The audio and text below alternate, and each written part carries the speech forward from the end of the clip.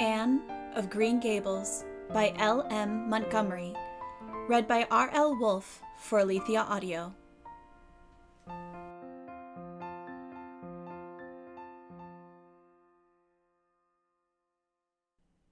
Chapter 1. Mrs. Rachel Lynde is surprised. Mrs. Rachel Lynde lived just where the Avonlea main road dipped down into a little hollow, fringed with alders and ladies' eardrops, and traversed by a brook that had its source away back in the woods of the old Cuthbert place. It was reputed to be an intricate, headlong brook in its earlier course through those woods, with dark secrets of pool and cascade. But by the time it reached Lynde's Hollow, it was a quiet, well-conducted little stream, for not even a brook could run past Mrs. Rachel Lynde's door without due regard for decency and decorum. It probably was conscious that Mrs. Rachel was sitting at her window, keeping a sharp eye on everything that passed, from brooks and children up, and that if she noticed anything odd or out of place, she would never rest until she had ferreted out the whys and wherefores thereof. There are plenty of people in Avonlea and out of it who can attend closely to their neighbor's business by dint of neglecting their own, but Mrs. Rachel Lynde was one of those capable creatures who can manage their own concerns and those of other folks into the bargain. She was a notable housewife. Her work was always done, and well done. She ran the sewing circle, helped run the Sunday school, and was the strongest prop of the Church Aid Society and Foreign Missions Auxiliary. Yet, with all this, Mrs. Rachel found abundant time to sit for hours at her kitchen window, knitting cotton warp quilts. She had knitted 16 of them, as Avonlea housekeepers were wont to tell in awed voices, and keeping a sharp eye on the main road that crossed the hollow and wound up the steep red hill beyond. Since Avonlea occupied a little triangular peninsula jutting out into the Gulf of St. Lawrence with water on two sides of it, anybody who went out of it or into it had to pass over that hill road, and so run the unseen gauntlet of Mrs. Rachel's all-seeing eye. She was sitting there one afternoon in early June. The sun was coming in at the window, warm and bright. The orchard on the slope below the house was in a bridal flush of a pinky-white bloom, hummed over by a myriad of bees. Thomas Lynde, a meek little man, whom Avonlea people called Rachel Lynde's husband, was sowing his late turnip seed on the hill field beyond the barn, and Matthew Cuthbert ought to have been sowing his on the big red brook field away over by Green Gables. Mrs. Rachel knew that he ought, because she had heard him tell Peter Morrison the evening before in William J. Blair's store over at Carmody that he meant to sow his turnip seed the next afternoon. Peter had asked him, of course, for Matthew Cuthbert had never been known to volunteer information about anything in his whole life. And yet here was Matthew Cuthbert, at 3:30 on the afternoon of a busy day, placidly driving over the hollow and up the hill. Moreover, he wore a white collar and his best suit of clothes, which was plain proof that he was going out of Avonlea, and he had the buggy and the sorrel mare, which betokened that he was going a considerable distance. Now where was Matthew Cuthbert going, and why was he going there? Had it been any other man in Avonlea, Mrs. Rachel, deftly putting this and that together, might have given a pretty good guess as to both questions. But Matthew so rarely went from home that it must be something pressing and unusual which was taking him. He was the shyest man alive, and hated to have to go among strangers, or to any place where he might have to talk. Matthew, dressed up with a white collar and driving in a buggy, was something that didn't happen often. Mrs. Rachel, ponder as she might, could make nothing of it, and her afternoon's enjoyment was spoiled. "I'll just step over to Green Gables after tea and find out from Marilla where he's gone and why," the worthy woman finally concluded. "He doesn't generally go to town this time of year, and he never visits. If he'd run out of turnip seed, he wouldn't dress up and take the buggy to go for more.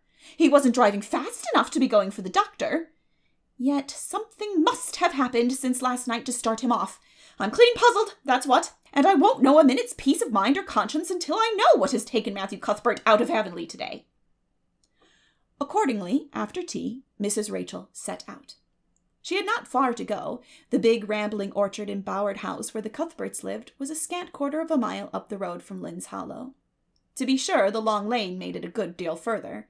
Matthew Cuthbert's father, as shy and silent as his son after him, had got as far away as he possibly could, from his fellow men without actually retreating into the woods when he founded his homestead. Green Gables was built at the furthest edge of his cleared land, and there it was to this day, barely visible from the main road along which all the other Avonlea houses were so sociably situated. Mrs. Rachel Lynde did not call living in such a place living at all. "It's just staying, that's what," she said, as she stepped along the deep-rutted, grassy lane bordered with wild rose bushes. "It's no wonder Matthew and Marilla are both a little odd, living away back here by themselves. Trees aren't much company, though dear knows if they were, there'd be enough of them. I'd rather look at people. To be sure, they seem contented enough, but then I suppose they're used to it. A body can get used to anything, even to being hanged, as the Irishman said." With this, Mrs. Rachel stepped out of the lane into the backyard of Green Gables. Very green and neat and precise was that yard, set about on one side with great patriarchal willows, and on the other with prim Lombardies. Not a stray stick nor stone was to be seen, for Mrs. Rachel would have seen it if there had been. Privately, she was of the opinion that Marilla Cuthbert swept that yard over as often as she swept her house. One could have eaten a meal off the ground without overbrimming the proverbial peck of dirt. Mrs. Rachel rapped smartly at the kitchen door, and stepped in when bidden to do so. The kitchen at Green Gables was a cheerful apartment, or would have been cheerful if it had not been so painfully clean as to give it something of the appearance of an unused parlor. Its windows looked east and west. Through the west one, looking out on the backyard, came a flood of mellow June sunlight. But the east one, whence you got a glimpse of the bloom-white cherry trees in the left orchard and nodding slender birches down in the hollow by the brook, was greened over by a tangle of vines. Here sat Marilla Cuthbert, when she sat at all, always slightly distrustful of sunshine, which seemed to her too dancing and irresponsible a thing for a world which was meant to be taken seriously. And here she sat now, knitting, and the table behind her was laid for supper. Mrs. Rachel, before she had fairly closed the door, had taken mental note of everything that was on that table.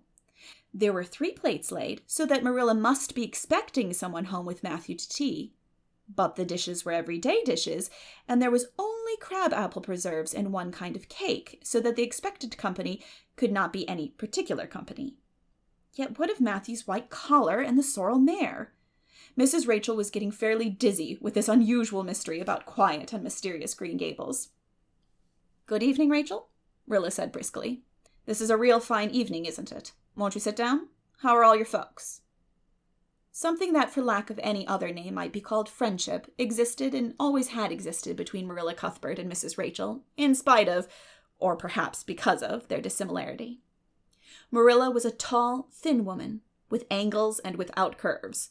Her dark hair showed some gray streaks and was always twisted up in a hard little knot behind with 2 wire hairpins stuck aggressively through it.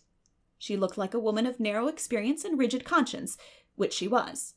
But there was a saving something about her mouth which, if it had been ever so slightly developed, might have been considered indicative of a sense of humor. "We're all pretty well," said Mrs. Rachel. "I was kind of afraid you weren't, though, when I saw Matthew starting off today. I thought maybe he was going to the doctor's." Marilla's lips twitched understandingly. She had expected Mrs. Rachel up.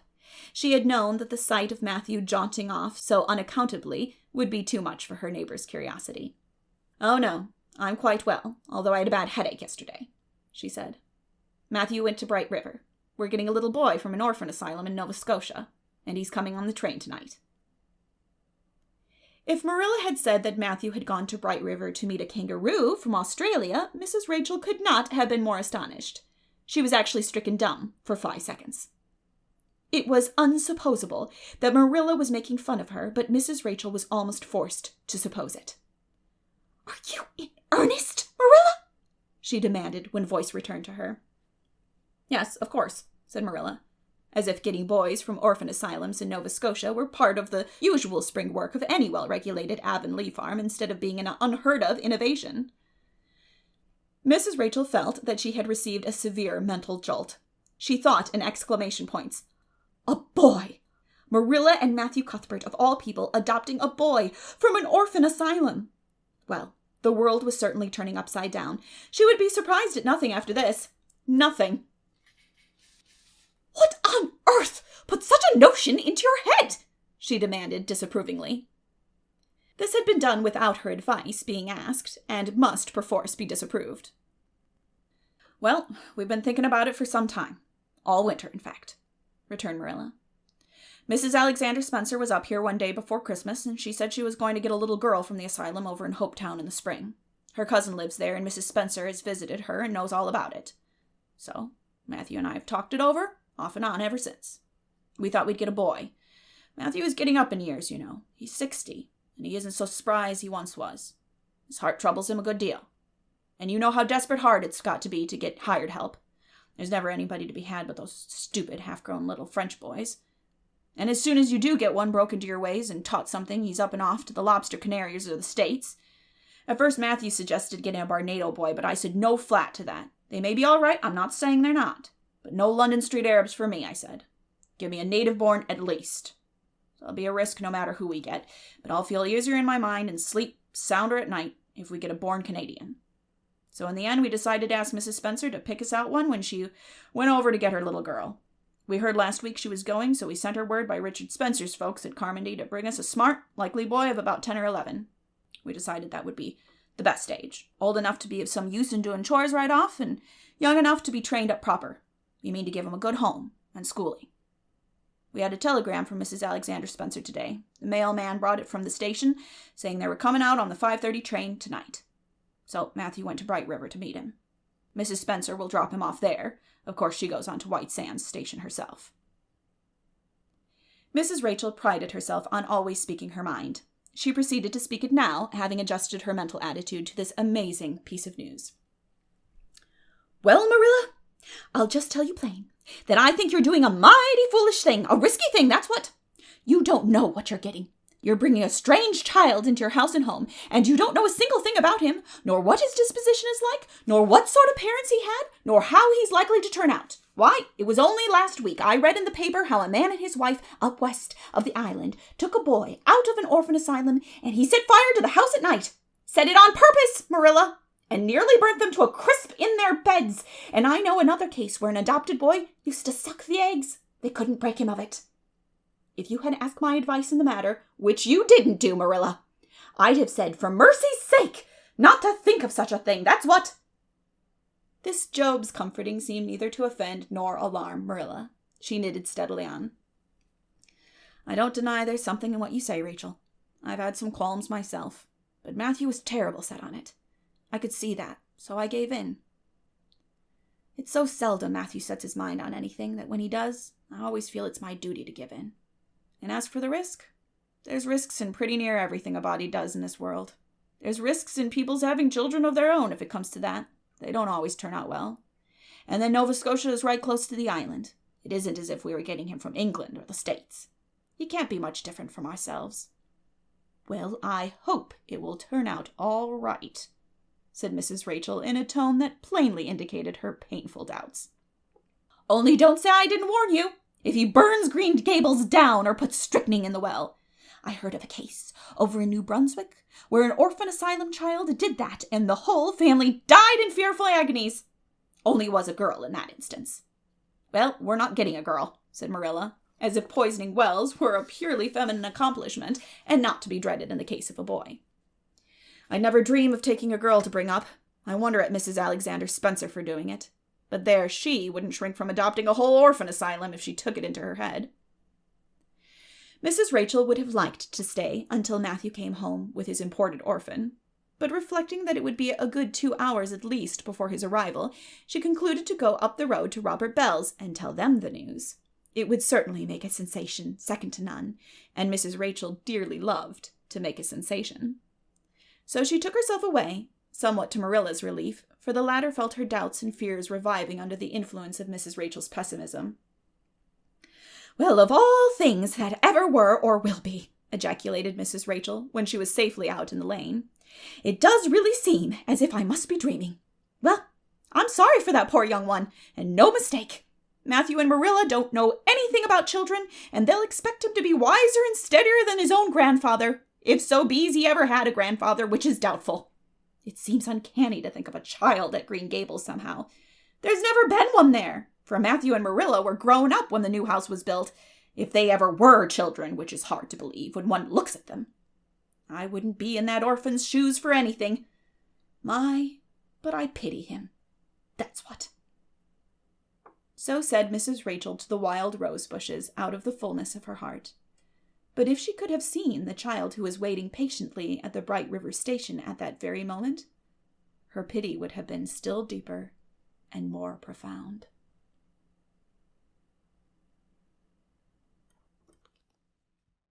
Chapter 2. Matthew Cuthbert is surprised. Matthew Cuthbert and the sorrel mare jogged comfortably over the 8 miles to Bright River. It was a pretty road, running along between snug farmsteads, with now and again a bit of balsamy fir wood to drive through, or a hollow where wild plums hung out their filmy bloom. The air was sweet with the breath of many apple orchards, and the meadows sloped away in the distance to horizon mists of pearl and purple, while the little birds sang as if it were the only day of summer in all the year. Matthew enjoyed the drive after his own fashion, except during the moments when he met women and had to nod to them. For in Prince Edward Island you are supposed to nod to all and sundry you meet on the road, whether you know them or not. Matthew dreaded all women except Marilla and Mrs. Rachel. He had an uncomfortable feeling that the mysterious creatures were secretly laughing at him. He may have been quite right in thinking so, for he was an odd-looking personage, with an ungainly figure and long iron-gray hair that touched his stooping shoulders, and a full, soft brown beard which he had worn ever since he was 20. In fact, he had looked at 20 very much as he looked at 60, lacking a little of the grayness. When he reached Bright River, there was no sign of any train. He thought he was too early, so he tied his horse in the yard of the small Bright River Hotel and went over to the station house. The long platform was almost deserted, the only living creature in sight being a girl who was sitting on a pile of shingles at the extreme end. Matthew, barely noting that it was a girl, sidled past her as quickly as possible without looking at her. Had he looked, he could hardly have failed to notice the tense rigidity and expectation of her attitude and expression. She was sitting there, waiting for something or somebody, and since sitting and waiting was the only thing to do just then, she sat and waited with all her might and main. Matthew encountered the station master locking up the ticket office preparatory to going home for supper, and asked him if the 5:30 train would soon be along. "The 5:30 train has been in and gone half an hour ago," answered that brisk official. "But there was a passenger dropped off for you, a little girl. She's sitting out there on the shingles. I asked her to go into the ladies' waiting room, but she informed me gravely that she preferred to stay outside. There was more scope for imagination, she said. She's a case, I should say." "I'm not expecting a girl," said Matthew blankly. "It's a boy I've come for. He should be here. Mrs. Alexander Spencer was to bring him over from Nova Scotia for me." The station master whistled. "Guess there's some mistake," he said. "Mrs. Spencer came off the train with that girl and gave her into my charge, said you and your sister were adopting her from an orphan asylum and that you would be along for her presently. That's all I know about it, and I haven't got any more orphans concealed hereabouts." "I don't understand," said Matthew helplessly, wishing that Marilla was at hand to cope with the situation. "Well, you'd better question the girl," said the station master carelessly. "I dare say she'll be able to explain. She's got a tongue of her own, that's certain. Maybe they were out of boys of the brand you wanted." He walked jauntily away, being hungry, and the unfortunate Matthew was left to do that which was harder for him than bearding a lion in its den. Walk up to a girl, a strange girl, an orphan girl, and demand of her why she wasn't a boy. Matthew groaned in spirit as he turned about and shuffled gently down the platform towards her. She had been watching him ever since he had passed her, and she had her eyes on him now. Matthew was not looking at her and would not have seen what she was really like if he had been, but an ordinary observer would have seen this. A child of about 11, garbed in a very short, very tight, very ugly dress of yellowish-gray wincey. She wore a faded brown sailor hat, and beneath the hat, extending down her back, were 2 braids of very thick, decidedly red hair. Her face was small, white and thin, also much freckled. Her mouth was large, and so were her eyes, that looked green in some lights and moods, and gray in others. So far, the ordinary observer. An extraordinary observer might see that the chin was very pointed and pronounced, that the big eyes were full of spirit and vivacity, that the mouth was sweet-lipped and expressive, that the forehead was broad and full. In short, our discerning, extraordinary observer might have concluded that no commonplace soul inhabited the body of this stray woman-child, of whom shy Matthew Cuthbert was so ludicrously afraid. Matthew, however, was spared the ordeal of speaking first, for as soon as she concluded that he was coming to her, she stood up, grasping with one thin brown hand the handle of a shabby, old-fashioned carpet-bag. The other she held out to him. "I suppose you are Mr. Matthew Cuthbert of Green Gables?" she said in a peculiarly clear, sweet voice. "I'm very glad to see you. I was beginning to be afraid you weren't coming for me, and I was imagining all the things that might have happened to prevent you. I had made up my mind that if you didn't come for me tonight, I'd go down the track to that big wild cherry tree at the bend and climb up into it and stay all night. I wouldn't be a bit afraid, and it would be lovely to sleep in a wild cherry tree all white with bloom in the moonshine, don't you think? You could imagine you were dwelling in marble halls, couldn't you? And I was quite sure you would come for me in the morning, if you didn't tonight."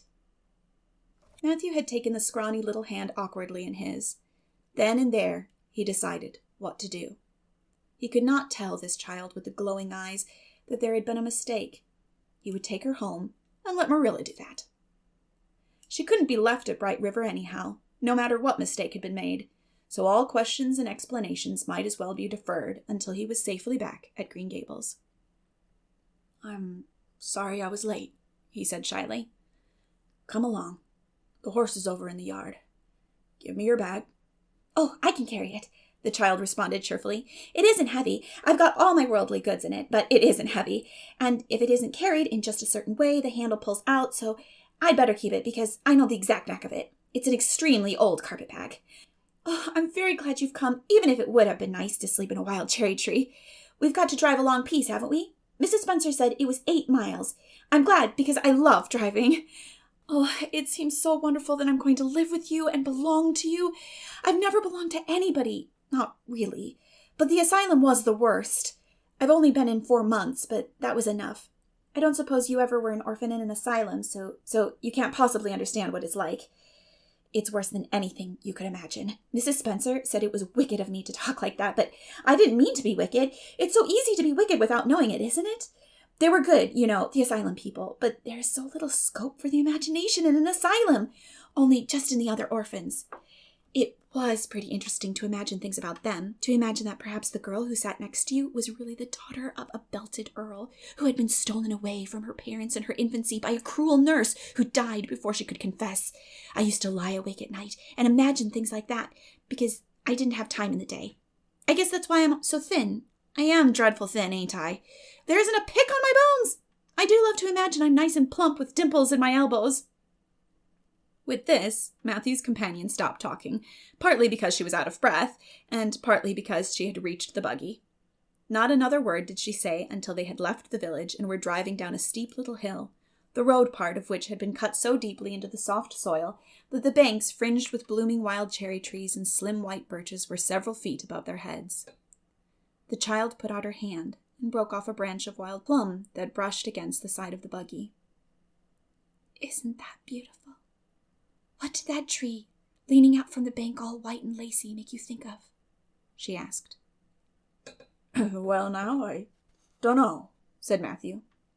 "Why, a bride, of course. A bride all in white with a lovely misty veil. I've never seen one, but I can imagine what she would look like. I don't ever expect to be a bride myself. I'm so homely nobody will ever want to marry me, unless it might be a foreign missionary. I suppose a foreign missionary mightn't be very particular. But I do hope that someday I shall have a white dress. That is my highest ideal of earthly bliss. I just love pretty clothes. And I've never had a pretty dress in my life that I can remember. But of course, it's all the more to look forward to, isn't it? And then I can imagine that I'm dressed gorgeously. This morning when I left the asylum, I felt so ashamed because I had to wear this horrid old wincey dress. All the orphans had to wear them, you know. A merchant in Hopetown last winter donated 300 yards of wincey to the asylum. Some people said it was because he couldn't sell it, but I'd rather believe that it was out of the kindness of his heart, wouldn't you? When we got on the train, I felt as if everybody must be looking at me and pitying me. But I just went to work and imagined that I had on the most beautiful pale blue silk dress, because when you are imagining, you might as well imagine something worthwhile. And a big hat, all flowers and nodding plums, and a gold watch, and kid gloves and boots. I felt cheered up right away, and I enjoyed my trip to the island with all my might. I wasn't a bit sick coming over in the boat. Neither was Mrs. Spencer, although she generally is. She said she hadn't time to get sick watching to see that I didn't fall overboard. She said she never saw the beat of me for prowling about. But if it kept her from being seasick, it's a mercy I did prowl, isn't it? And I wanted to see everything that was to be seen on that boat, because I didn't know whether I'd ever have another opportunity. Oh, there are a lot more cherry trees all in bloom. This island is the bloomiest place. I just love it already, and I'm so glad I'm going to live here. I've always heard that Prince Edward Island was the prettiest place in the world, and I used to imagine that I was living here, but I never really expected I would. It's delightful when your imaginations come true, isn't it? But those red roads are so funny. When we got into the train at Charlottetown and the red roads began to flash past, I asked Mrs. Spencer what made them red, and she said she didn't know, and for pity's sake not to ask her any more questions. She said I must have asked her 1,000 already. I suppose I had too, but how are you going to find out about things if you don't ask questions? And what does make the roads red? Well, now, I don't know, said Matthew. Well, that is one of the things to find out sometime. Isn't it splendid to think of all the things there are to find out about? It just makes me feel glad to be alive. It's such an interesting world. It wouldn't be half so interesting if we knew all about everything, would it? There'd be no scope for imagination then, would there? But am I talking too much? People are always telling me I do. Would you rather I didn't talk? If you say so, I'll stop. I can stop.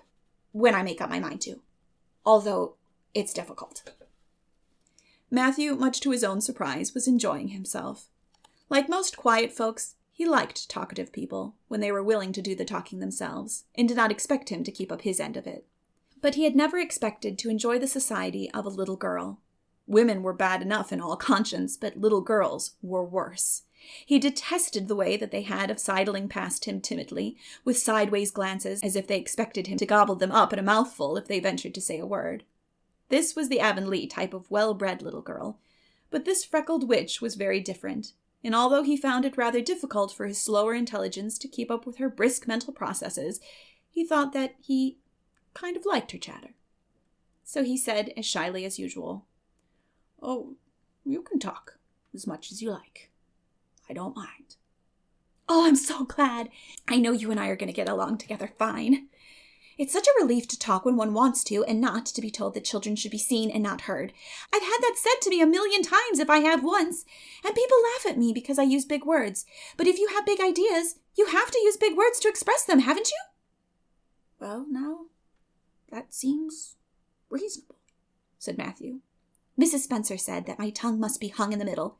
But it isn't. It's firmly fastened at one end. Mrs. Spencer said your place was named Green Gables. I asked her all about it, and she said there were trees all around it. I was gladder than ever. I just love trees. And there weren't any at all about the asylum, only a few poor weeny teeny things out in front with little whitewashed cagey things about them. They just looked like orphans themselves, those trees did. It used to make me want to cry to look at them. I used to say to them, 'Oh, you poor little things. If you were out in a great big woods with other trees all around, you and little mosses and June bells growing all over your roots and a brook not far away and birds singing in your branches, you could grow, couldn't you? But you can't where you are. I know just exactly how you feel, little trees.' I felt sorry to leave them behind this morning. You do get so attached to things like that, don't you? Is there a brook anywhere near Green Gables? Is there a brook anywhere near Green Gables? I forgot to ask Mrs. Spencer that." "Well, now, yes. There's one right below the house." "Fancy! It's always been one of my dreams to live near a brook. I never expected I would, though. Dreams don't often come true, do they? Wouldn't it be nice if they did? But just now I feel pretty nearly perfectly happy. I can't feel exactly perfectly happy because, well, what color would you call this?" She twitched one of her long, glossy braids over her thin shoulder and held it up before Matthew's eyes. Matthew was not used to deciding on the tints of ladies' tresses, but in this case there couldn't be much doubt. "It's red, ain't it?" he said. The girl let the braid drop back with a sigh that seemed to come from her very toes and to exhale forth all the sorrows of the ages. "Yes, it's red," she said resignedly. Now you see why I can't be perfectly happy. Nobody could who had red hair. I don't mind the other things so much, the freckles and the green eyes and my skinniness. I can imagine them away. I can imagine that I have a beautiful rose-leaf complexion and lovely starry violet eyes. But I cannot imagine that red hair away. I do my best, I think to myself. Now my hair is a glorious black, black as the raven's wing. But all the time I know it is just plain red, and it breaks my heart. It will be my lifelong sorrow. I read of a girl once in a novel who had a lifelong sorrow, but it wasn't red hair. Her hair was pure gold rippling back from her alabaster brow. What is an alabaster brow? I never could find out. Can you tell me? Well, now, I'm afraid I can't, said Matthew, who was getting a little dizzy. He felt as he had once felt in his rash youth when another boy had enticed him on the merry-go-round at a picnic. Well, whatever it was, it must have been something nice, because she was divinely beautiful. Have you ever imagined what it must feel like to be divinely beautiful? Well, now, no, I haven't, confessed Matthew ingenuously. I have. Often. Which would you rather be, if you had the choice, divinely beautiful or dazzlingly clever or angelically good? Well, now, I don't know exactly. Neither do I. I can never decide. But it doesn't make much real difference, for it isn't likely I'll ever be either. It's certain I'll never be angelically good. Mrs. Spencer says, "Oh, Mr. Cuthbert! Oh, Mr. Cuthbert! Oh, Mr. Cuthbert!" That was not what Mrs. Spencer had said. Neither had the child tumbled out of the buggy, nor had Matthew done anything astonishing. They had simply rounded a curve in the road and found themselves in the avenue. The avenue, so called by the Newbridge people, was a stretch of road 400 or 500 yards long, completely arched over with huge, wide-spreading apple trees, planted years ago by an eccentric old farmer. Overhead was one long canopy of snowy, fragrant bloom. Below the boughs, the air was full of a purple twilight, and far ahead a glimpse of painted sunset sky shone like a great rose window at the end of a cathedral aisle. Its beauty seemed to strike the child dumb. She leaned back in the buggy, her thin hands clasped before her, her face lifted rapturously to the white splendor above. Even when they had passed out and were driving down the long slope to Newbridge, she never moved or spoke. Still, with rapt face, she gazed afar into the sunset west, with eyes that saw visions trooping splendidly across the glowing background. Through Newbridge, a bustling little village where dogs barked at them and small boys hooted, and curious faces peered from the windows, they drove, still in silence. When 3 more miles had dropped away behind them, the child had not spoken. She could keep silent, it was evident, as energetically as she could talk. "I guess you're feeling pretty tired and hungry," Matthew ventured at last, accounting for her long visitation of dumbness with the only reason he could think of. "But we haven't very far to go now. Only another mile." She came out of her reverie with a deep sigh and looked at him with the dreamy gaze of a soul that had been wandering afar, star-led. "Oh, Mr. Cuthbert," she whispered, "that place we came through, that white place, what was it?" "Well, now, you must mean the avenue," said Matthew after a few moments' profound reflection. "It is a kind of pretty place." "Pretty? Oh, pretty doesn't seem the right word to use, nor beautiful either. They don't go far enough. Oh, it was wonderful, wonderful. It's the first thing I ever saw that couldn't be improved upon by imagination. It just satisfied me here." She put one hand on her breast. "It made a queer, funny ache, and yet it was a pleasant ache. Did you ever have an ache like that, Mr. Cuthbert?" "Well, now, I just can't recollect that I ever had." "I have it lots of times, whenever I see anything royally beautiful. But they shouldn't call that lovely place the Avenue. There's no meaning in a name like that. They should call it, let me see, the White Way of Delight. Isn't that a nice imaginative name? When I don't like the name of a place or a person, I always imagine a new one, and always think of them so. There was a girl at the asylum whose name was Hepzibah Jenkins, but I always imagined her as Rosalia de Vere. Other people may call that place the Avenue, but I shall always call it the White Way of Delight. Have we really only another mile to go before we get home? I'm glad and I'm sorry. I'm sorry because this drive has been so pleasant, and I'm always sorry when pleasant things end. Something still pleasanter may come after, but you can never be sure, and it's so often the case that it isn't pleasanter. That has been my experience anyhow, but I'm glad to think of getting home. You see, I've never had a real home since I can remember. It gives me that pleasant ache again just to think of coming to a real, truly home. Oh, isn't that pretty? They had driven over the crest of a hill. Below them was a pond, looking almost like a river, so long and winding was it. A bridge spanned it midway, and from there to its lower end, where an amber-hued belt of sand hills shut it in from the dark blue gulf beyond, the water was a glory of many shifting hues, the most spiritual shadings of crocus and rose and ethereal green, with other elusive tintings for which no name has ever been found. Above the bridge, the pond ran up into fringing groves of fir and maple, and lay all darkly translucent in their wavering shadows. Here and there a wild plum leaned out from the bank, like a white-clad girl tiptoeing to her own reflection. From the marsh at the head of the pond came the clear, mournfully sweet chorus of the frogs. There was a little gray house, peering around a white apple orchard on a slope beyond, and although it was not yet quite dark, a light was shining from one of its windows. "That's Barry's Pond," said Matthew. "Oh, I don't like that name either. I shall call it, let me see, the Lake of Shining Waters. Yes, that is the right name for it. I know because of the thrill. When I hit on the name that suits exactly, it gives me a thrill. Do things ever give you a thrill?" Matthew ruminated. "Well, now, yes. It always kinds of gives me a thrill to see them ugly white grubs that spade up in the cucumber beds. I hate the look of them." "Oh, I don't think that can be exactly the same kind of a thrill. Do you think it can? There doesn't seem to be much connection between grubs and lakes of shining waters, does there? But why do other people call it Barry's Pond?" "I reckon because Mr. Barry lives up there in that house. Orchard Slope's the name of his place. If it wasn't for that big bush behind it, you could see Green Gables from here. But we have to go over the bridge and round by the road, so it's near half a mile further." "Has Mr. Barry any little girls? Well, not so very little either, about my size." "He's got one about 11. Her name is Diana."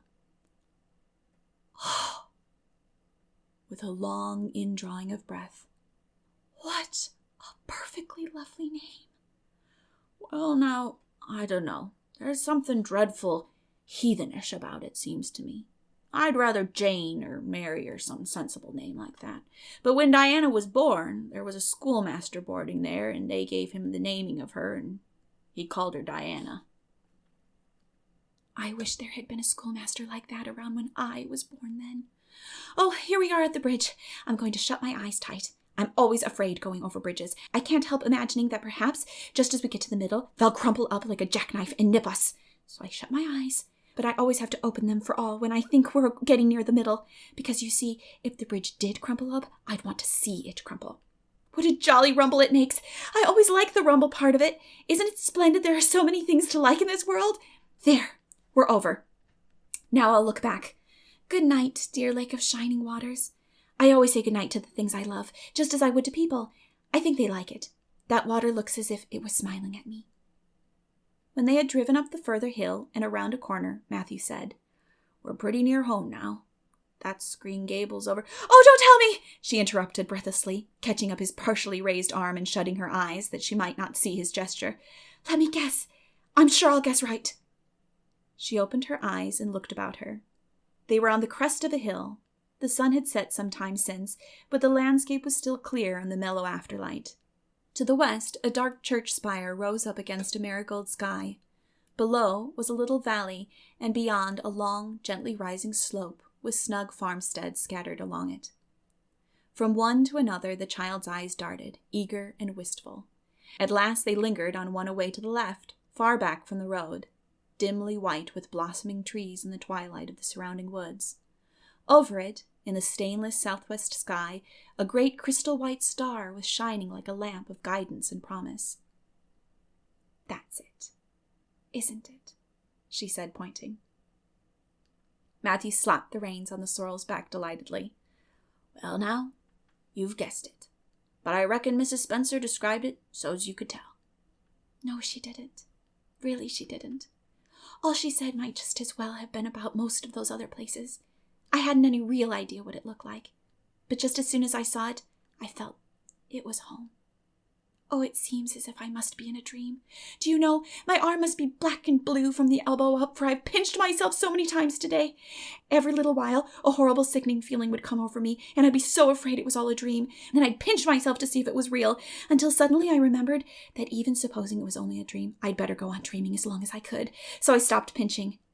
But it is real, and we're nearly home." With a sigh of rapture, she relapsed into silence. Matthew stirred uneasily. He felt glad that it would be Marilla and not he who would have to tell this waif of the world that the home she longed for was not to be hers after all. They drove over Lynde's Hollow, where it was already quite dark, but not so dark that Mrs. Rachel could not see them from her window vantage, and up the hill and into the long lane of Green Gables. By the time they arrived at the house, Matthew was shrinking from the approaching revelation with an energy he did not understand.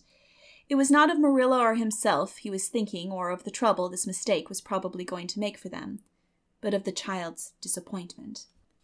When he thought of that rapt light being quenched in her eyes, he had an uncomfortable feeling that he was going to assist at murdering something, much the same feeling that came over him when he had to kill a lamb or calf or any other innocent little creature. The yard was quite dark as they turned into it, and the poplar leaves were rustling silkily all around it. "Listen to the trees talking in their sleep," she whispered, as he lifted her to the ground. "What nice dreams they must have." Then, holding tightly to the carpet bag, which contained all her worldly goods, she followed him into the house. Chapter 3. Marilla Cuthbert is surprised. Marilla came briskly forward as Matthew opened the door.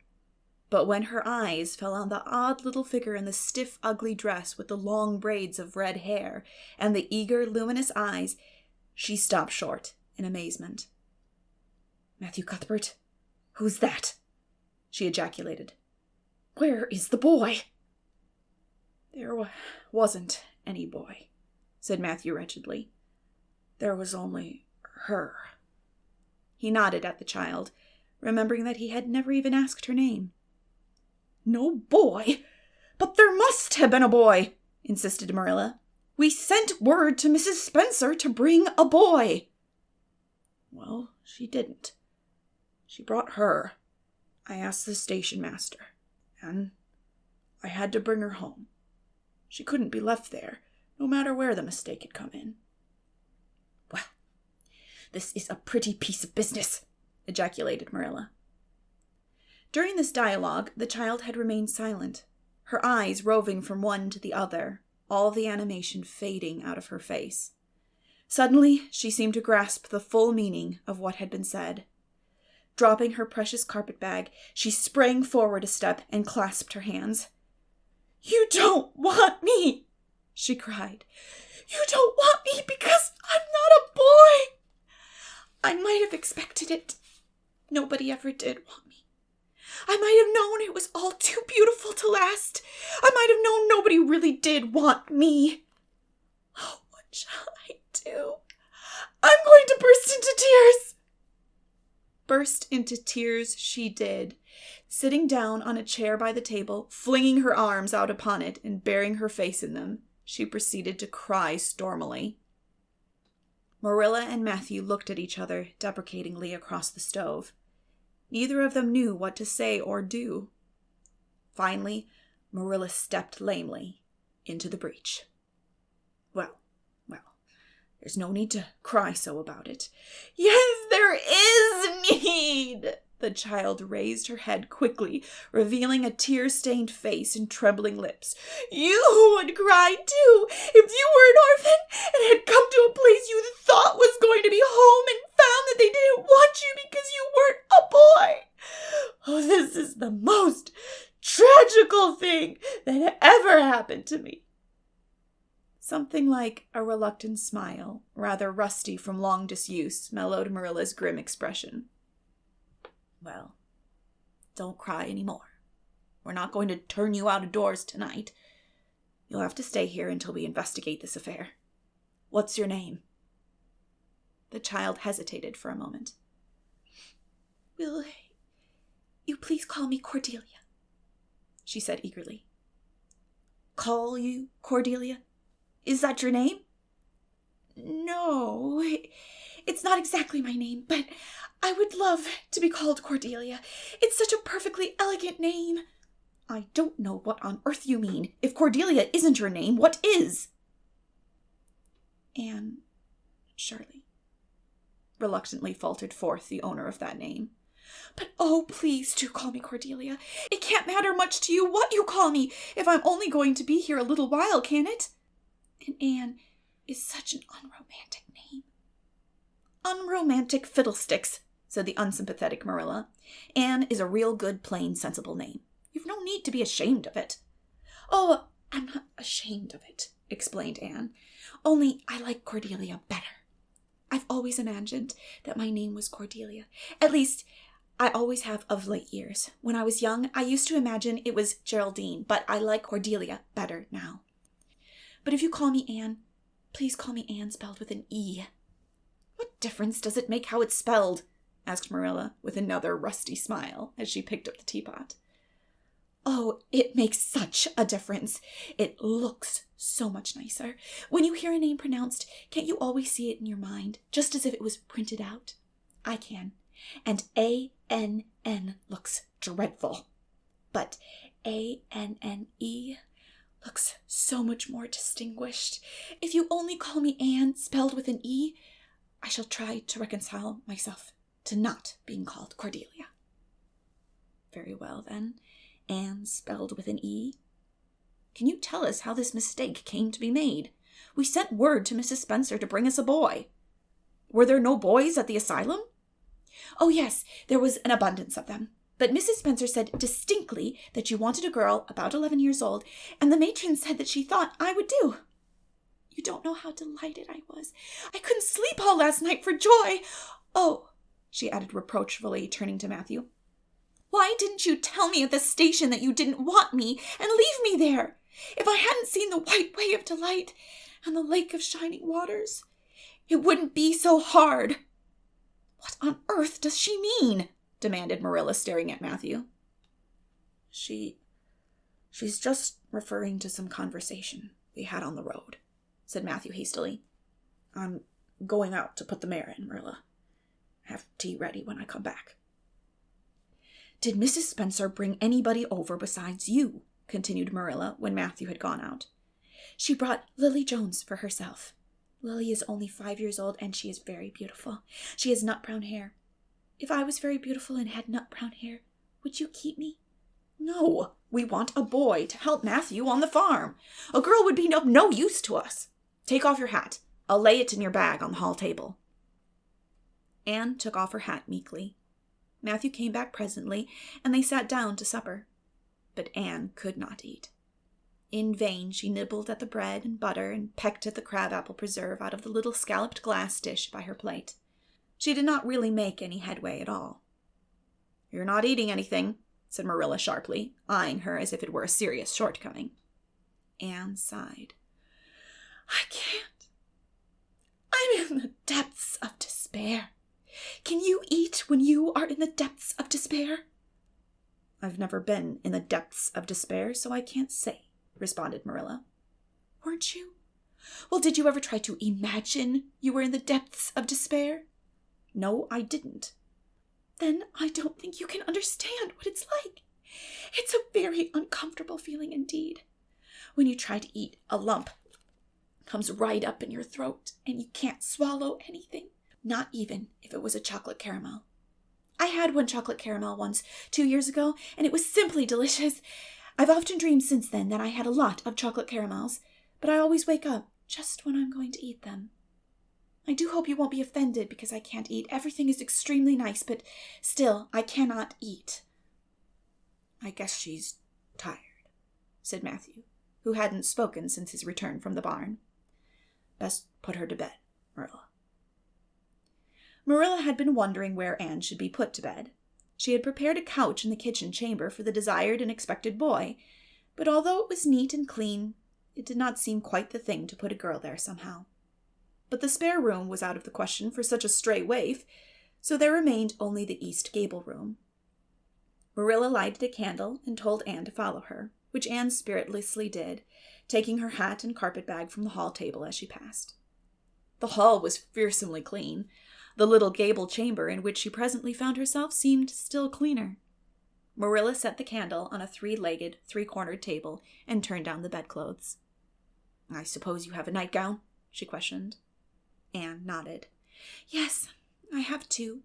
The matron of the asylum made them for me. They're fearfully skimpy. There is never enough to go around in an asylum, so things are always skimpy, at least in a poor asylum like ours. I hate skimpy nightdresses, but one can dream just as well in them as in lovely trailing ones with frills around the neck. That's one consolation." "Well, undress as quick as you can and go to bed. I'll come back in a few minutes for the candle. I daren't trust you to put it out yourself. You'd likely set the place on fire." When Marilla had gone, Anne looked around her wistfully. The whitewashed walls were so painfully bare and staring that she thought they must ache over their own bareness. The floor was bare too, except for a round braided mat in the middle, such as Anne had never seen before. In one corner was the bed, a high old-fashioned one with 4 dark low-turned posts. In the other corner was the aforesaid three-cornered table adorned with a fat red velvet pincushion hard enough to turn the point of the most adventurous pin. Above it hung a little 6x8 mirror. Midway between table and bed was the window with an icy white muslin frill over it, and opposite was the washstand. The whole apartment was of a rigidity not to be described in words, but which sent a shiver to the very marrow of Anne's bones. With a sob, she hastily discarded her garments, put on the skimpy nightgown, and sprang into bed, where she burrowed face down into the pillow and pulled the clothes over her head. When Marilla came up for the light, various skimpy articles of raiment scattered most untidily over the floor, and a certain tempestuous appearance of the bed were the only indication of any presence save her own. She deliberately picked up Anne's clothes, placed them neatly on a prim yellow chair, and then, taking up the candle, went over to the bed. "Good night," she said, a little awkwardly, but not unkindly. Anne's white face and big eyes appeared over the bedclothes with a startling suddenness. "How can you call it a good night when you know it must be the very worst night I've ever had?" she said reproachfully. Then she dived down into invisibility again. Marilla went slowly down to the kitchen and proceeded to wash the supper dishes. Matthew was smoking, a sure sign of perturbation of mind. He seldom smoked, for Marilla set her face against it as a filthy habit. But at certain times and seasons he felt driven to it, and then Marilla winked at the practice, realizing that a mere man must have some vent for his emotions. "Well, this is a pretty kettle of fish," she said wrathfully. "This is what comes of sending word instead of going ourselves. Robert Spencer's folks have twisted that message somehow. One of us will have to drive over and see Mrs. Spencer tomorrow, that's certain. This girl will have to be sent back to the asylum." "Yes, I suppose so," said Matthew reluctantly. "You suppose so? Don't you know it?" "Well, now, she's a real nice little thing, Marilla. It's kind of a pity to send her back when she's so set on staying here." "Matthew Cuthbert, you don't mean to say you think we ought to keep her?" Marilla's astonishment could not have been greater if Matthew had expressed a predilection for standing on his head. "Well, now, no. I suppose not. Not exactly," stammered Matthew, uncomfortably driven into a corner for his precise meaning. "I suppose we could hardly be expected to keep her." "I should say not. What good would she be to us?" "We might be some good to her," said Matthew suddenly and unexpectedly. "Matthew Cuthbert, I believe that child has bewitched you. I can see it as plain that you want to keep her." "Well, now, she's a real interesting little thing," persisted Matthew. "You should have heard her talk, coming from the station." "Oh, she can talk fast enough. I saw that at once. It's nothing in her favor, either. I don't like children who have so much to say. I don't want an orphan girl, and if I did, she isn't the style I'd pick out. There's something I don't understand about her. Nope, she's got to be dispatched straight away, back to where she came from." "I could hire a French boy to help me," said Matthew, "and she'd be company for you." "I'm not suffering for company," said Marilla shortly, "and I'm not going to keep her." "Well, now, it's just as you say, of course, Marilla," said Matthew, rising and putting his pipe away. "I'm going to bed." To bed went Matthew, and to bed, when she had put her dishes away, went Marilla, frowning most resolutely. And upstairs, in the east gable, a lonely, heart-hungry, friendless child cried herself to sleep.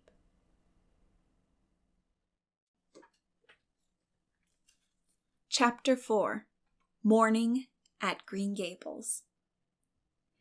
It was broad daylight when Anne awoke and sat up in bed, staring confusedly at the window through which a flood of cheery sunshine was pouring, and outside of which something white and feathery waved across glimpses of blue sky. For a moment she could not remember where she was. First came a delightful thrill, as of something very pleasant. Then a horrible remembrance. This was Green Gables, and they didn't want her, because she wasn't a boy. But it was morning, and yes, it was a cherry tree in full bloom outside of her window. With a bound, she was out of bed and across the floor. She pushed up the sash. It went up stiffly and creakily, as if it hadn't been opened for a long time, which was the case, and it stuck so tight that nothing was needed to hold it up. Anne dropped on her knees and gazed out into the June morning, her eyes glistening with delight. Oh, wasn't it beautiful? Wasn't it a lovely place? Suppose she wasn't really going to stay here? She would imagine she was. There was scope for imagination here. A huge cherry tree grew outside, so close that its boughs tapped against the house, and it was so thick-set with blossoms that hardly a leaf was to be seen. On both sides of the house was a big orchard, one of apple trees and one of cherry trees, also showered over with blossoms, and their grass was all sprinkled with dandelions. In the garden below were lilac trees, purple with flowers, and their dizzily sweet fragrance drifted up to the window on the morning wind. Below the garden, a green field lush with clover sloped down to the hollow where the brook ran and where scores of white birches grew, upspringing airily out of an undergrowth suggestive of delightful possibilities in ferns and mosses and woodsy things generally. Beyond it was a hill, green and feathery with spruce and fir. There was a gap in it where the gray gable end of the little house she had seen from the other side of the lake of shining waters was visible. Off to the left were the big barns, and beyond them, away down over green, low-sloping fields, was a sparkling blue glimpse of sea. Anne's beauty-loving eyes lingered on it all, taking everything greedily in. She had looked on so many unlovely places in her life, poor child, but this was as lovely as anything she had ever dreamed. She knelt there, lost to everything but the loveliness around her, until she was startled by a hand on her shoulder. Marilla had come in, unheard by the small dreamer. "It's time you were dressed," she said curtly. Marilla really did not know how to talk to the child, and her uncomfortable ignorance made her crisp and kirked when she did not mean to be. Anne stood up and drew a long breath. "Oh, isn't it wonderful?" she said, waving her hand comprehensively at the good world outside. "It's a big tree," said Marilla, "and it blooms great, but the fruit don't amount to much, never. Small and wormy." "Oh, I don't mean just the tree. Of course it's lovely. Yes, it's radiantly lovely. It blooms as if it meant it. But I meant everything. The garden, and the orchard, and the brook, and the woods, the whole big, dear world. Don't you feel as if you just loved the world on a morning like this? And I can hear the brook laughing all the way up here. Have you ever noticed what cheerful things brooks are? They're always laughing. Even in wintertime, I've heard them, under the ice." I'm so glad there's a brook near Green Gables. Perhaps you think it doesn't make any difference to me when you're not going to keep me, but it does. I shall always like to remember that there is a brook at Green Gables, even if I never see it again. If there wasn't a brook, I'd be haunted by the uncomfortable feeling that there ought to be one. I'm not in the depths of despair this morning. I never can be in the morning. Isn't it a splendid thing that there are mornings? But I feel very sad. I've just been imagining that it was really me you wanted after all, and that I was to stay here forever and ever. It was a great comfort while it lasted. But the worst of imagining things is that the time comes when you have to stop, and that hurts. You'd better get dressed and come downstairs and never mind your imaginings, said Marilla, as soon as she could get a word in edgewise. Breakfast is waiting. Wash your face and comb your hair. Leave the window up and turn your bedclothes back over the foot of the bed. Be as smart as you can. Anne could evidently be smart to some purpose, for she was downstairs in 10 minutes' time, with her clothes neatly on, her hair brushed and braided, her face washed, and a comfortable consciousness pervaded her soul that she had fulfilled all Marilla's requirements. As a matter of fact, however, she had forgotten to turn back the bedclothes. I'm pretty hungry this morning, she announced, as she slipped into the chair Marilla placed for her. The world doesn't seem such a howling wilderness as it did last night. I'm so glad it's a sunshiny morning, but I like rainy mornings real well, too. All sorts of mornings are interesting, don't you think? You don't know what's going to happen through the day, and there's so much scope for imagination. But I'm glad it's not rainy today, because it's easier to be cheerful and bear up under affliction on a sunshiny day. I feel that I have a good deal to bear up under. It's all very well to read about sorrows and imagine yourself living through them heroically, but it's not so nice when you really come to have them, is it? For pity's sake, hold your tongue, said Marilla. You talk entirely too much for a little girl. Thereupon, Anne held her tongue, so obediently and thoroughly that her continued silence made Marilla rather nervous, as if in the presence of something not exactly natural. Matthew also held his tongue, but this at least was natural, so that the meal was a very silent one. As it progressed, Anne became more and more abstracted, eating mechanically with her big eyes fixed unswervingly and unseeingly on the sky outside the window. This made Marilla more nervous than ever. She had an uncomfortable feeling that while this odd child's body might be there at the table, her spirit was far away in some remote, airy cloudland, borne aloft on the wings of imagination. Who would want such a child about the place? Yet Matthew wished to keep her, of all unaccountable things. Marilla felt that he wanted it just as much this morning as he had the night before, and that he would go on wanting it. That was Matthew's way. Take a whim into his head and cling to it with the most amazing silent persistency, a persistency 10 times more potent and effectual in its very silence than if he had talked it out. When the meal was ended, Anne came out of her reverie and offered to wash the dishes.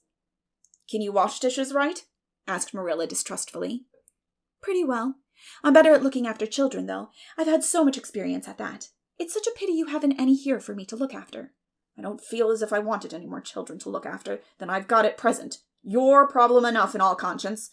What's to be done with you, I don't know. Matthew is a most ridiculous man.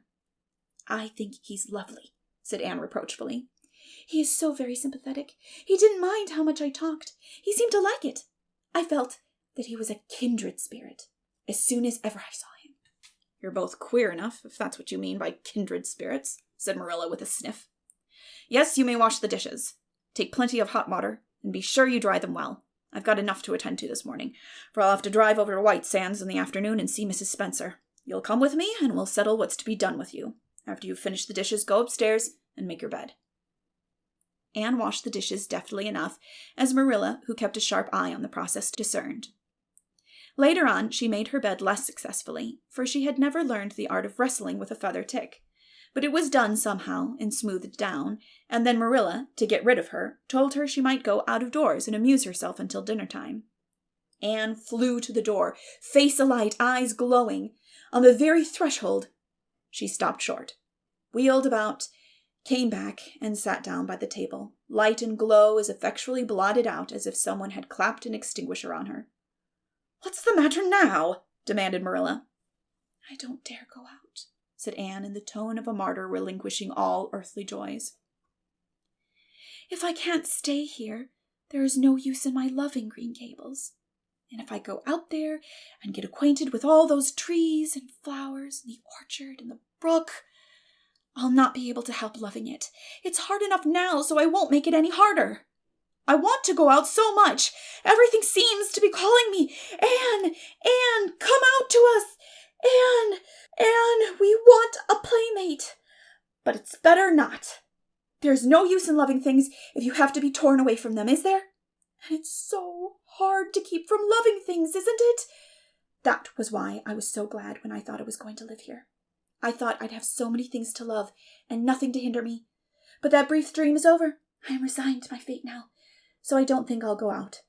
For fear I'll get unresigned again. What is the name of that geranium on the windowsill, please? That's the apple-scented geranium. Oh, I don't mean that sort of name. I mean just a name you gave it yourself. Didn't you give it a name? May I give it one then? May I call it, let me see. Bonnie would do. May I call it Bonnie while I'm here? Oh, do let me. Goodness, I don't care.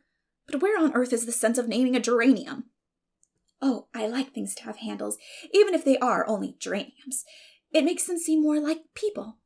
How do you know but that it hurts a geranium's feelings just to be called a geranium and nothing else?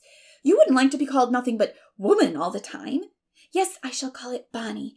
I named that cherry tree outside my bedroom window this morning. I called it Snow Queen because it was so white.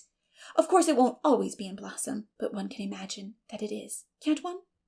I never in my life saw or heard anything to equal her, muttered Marilla, beating a retreat down cellar after potatoes.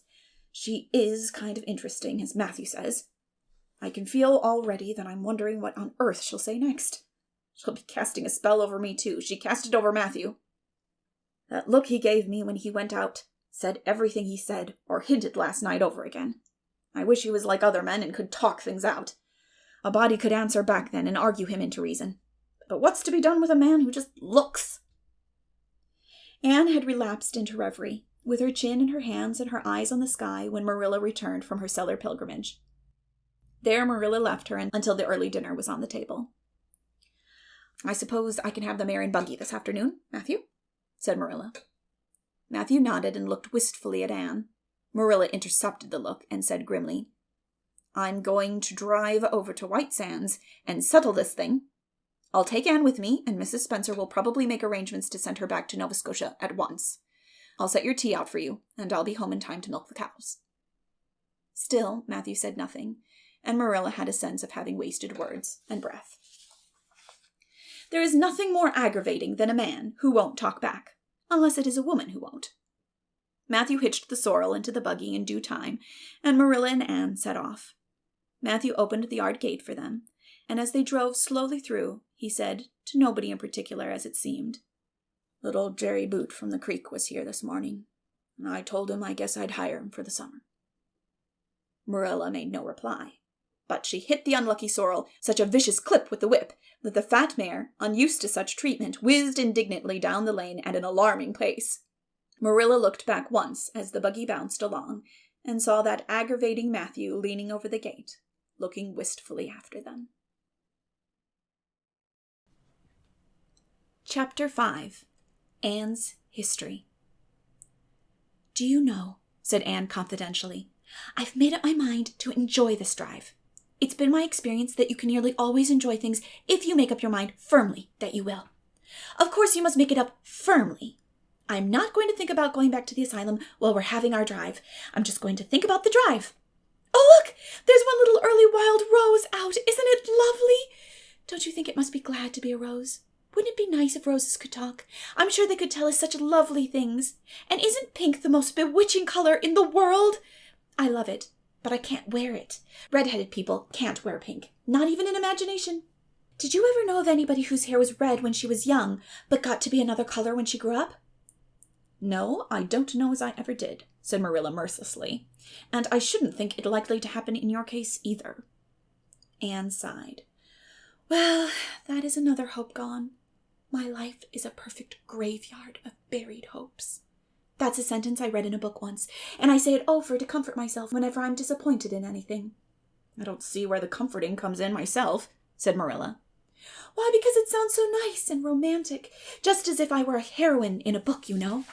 I am so fond of romantic things, and a graveyard full of buried hopes is about as romantic a thing as one can imagine, isn't it? I'm rather glad I have one. Are we going across the Lake of Shining Waters today? We're not going over Barry's Pond, if that's what you mean by your Lake of Shining Waters. We're going by the shore road. Shore road sounds nice, said Anne dreamily. Is it as nice as it sounds? Just when you said shore road, I saw it in a picture in my mind, as quick as that. And White Sands is a pretty name too, but I don't like it as well as Avonlea. Avonlea is a lovely name. It just sounds like music. How far is it to White Sands? It's 5 minutes, and as you're evidently bent on talking, you might as well talk to some purpose by telling me what you know about yourself. Oh, what I know about myself isn't really worth telling, said Anne eagerly. If you'll only let me tell you what I imagine about myself, you'll think it ever so much more interesting. No, I don't want any of your imaginings. Just you stick to bald facts. Begin at the beginning, where you were born, and how old are you? I was 11 last March, said Anne, resigning herself to bald facts with a little sigh. And I was born in Bolingbroke, Nova Scotia.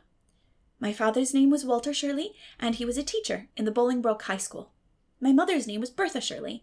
Aren't Walter and Bertha lovely names? I'm so glad my parents had nice names. It would be a real disgrace to have a father named, well, say, Jedediah, wouldn't it? I guess it doesn't matter what a person's name is, as long as he behaves himself, said Marilla, feeling herself called upon to inculcate a good and useful moral. Well, I don't know. Anne looked thoughtful. I read in a book once that a rose by any other name would smell as sweet, but I've never been able to believe it. I don't believe a rose would be as nice if it was called a thistle or a skunk cabbage.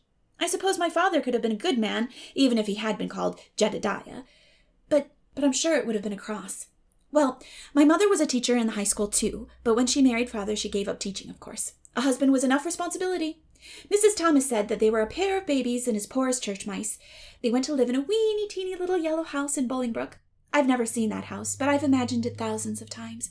I think it must have had honeysuckle over the parlor window and lilacs in the front yard and lilies of the valley just inside the gate. Yes, and muslin curtains in all the windows. Muslin curtains give a house such an air. I was born in that house. Mrs. Thomas said I was the homeliest baby she ever saw. I was so scrawny and tiny and nothing but eyes, but that mother thought I was perfectly beautiful. I should think a mother would be a better judge than a poor woman who came in to scrub, wouldn't you? I'm glad she was satisfied with me anyhow. I would feel so sad if I thought I was a disappointment to her, because she didn't live very long after that, you see. She died of fever when I was just 3 months old. I do wish she'd lived long enough for me to remember calling her Mother. I think it would be so sweet to say Mother, don't you? And Father died 4 days afterwards from fever, too. That left me an orphan, and folks were at their wits' end, so Mrs. Thomas said what to do with me. You see, nobody wanted me, even then. It seems to be my fate. Father and Mother had both come from places far away, and it was well known they hadn't any relatives living. Finally, Mrs. Thomas said she'd take me, though she was poor and had a drunken husband. She brought me up by hand. Do you know if there's anything in being brought up by hand that ought to make people who are brought up that way better than other people?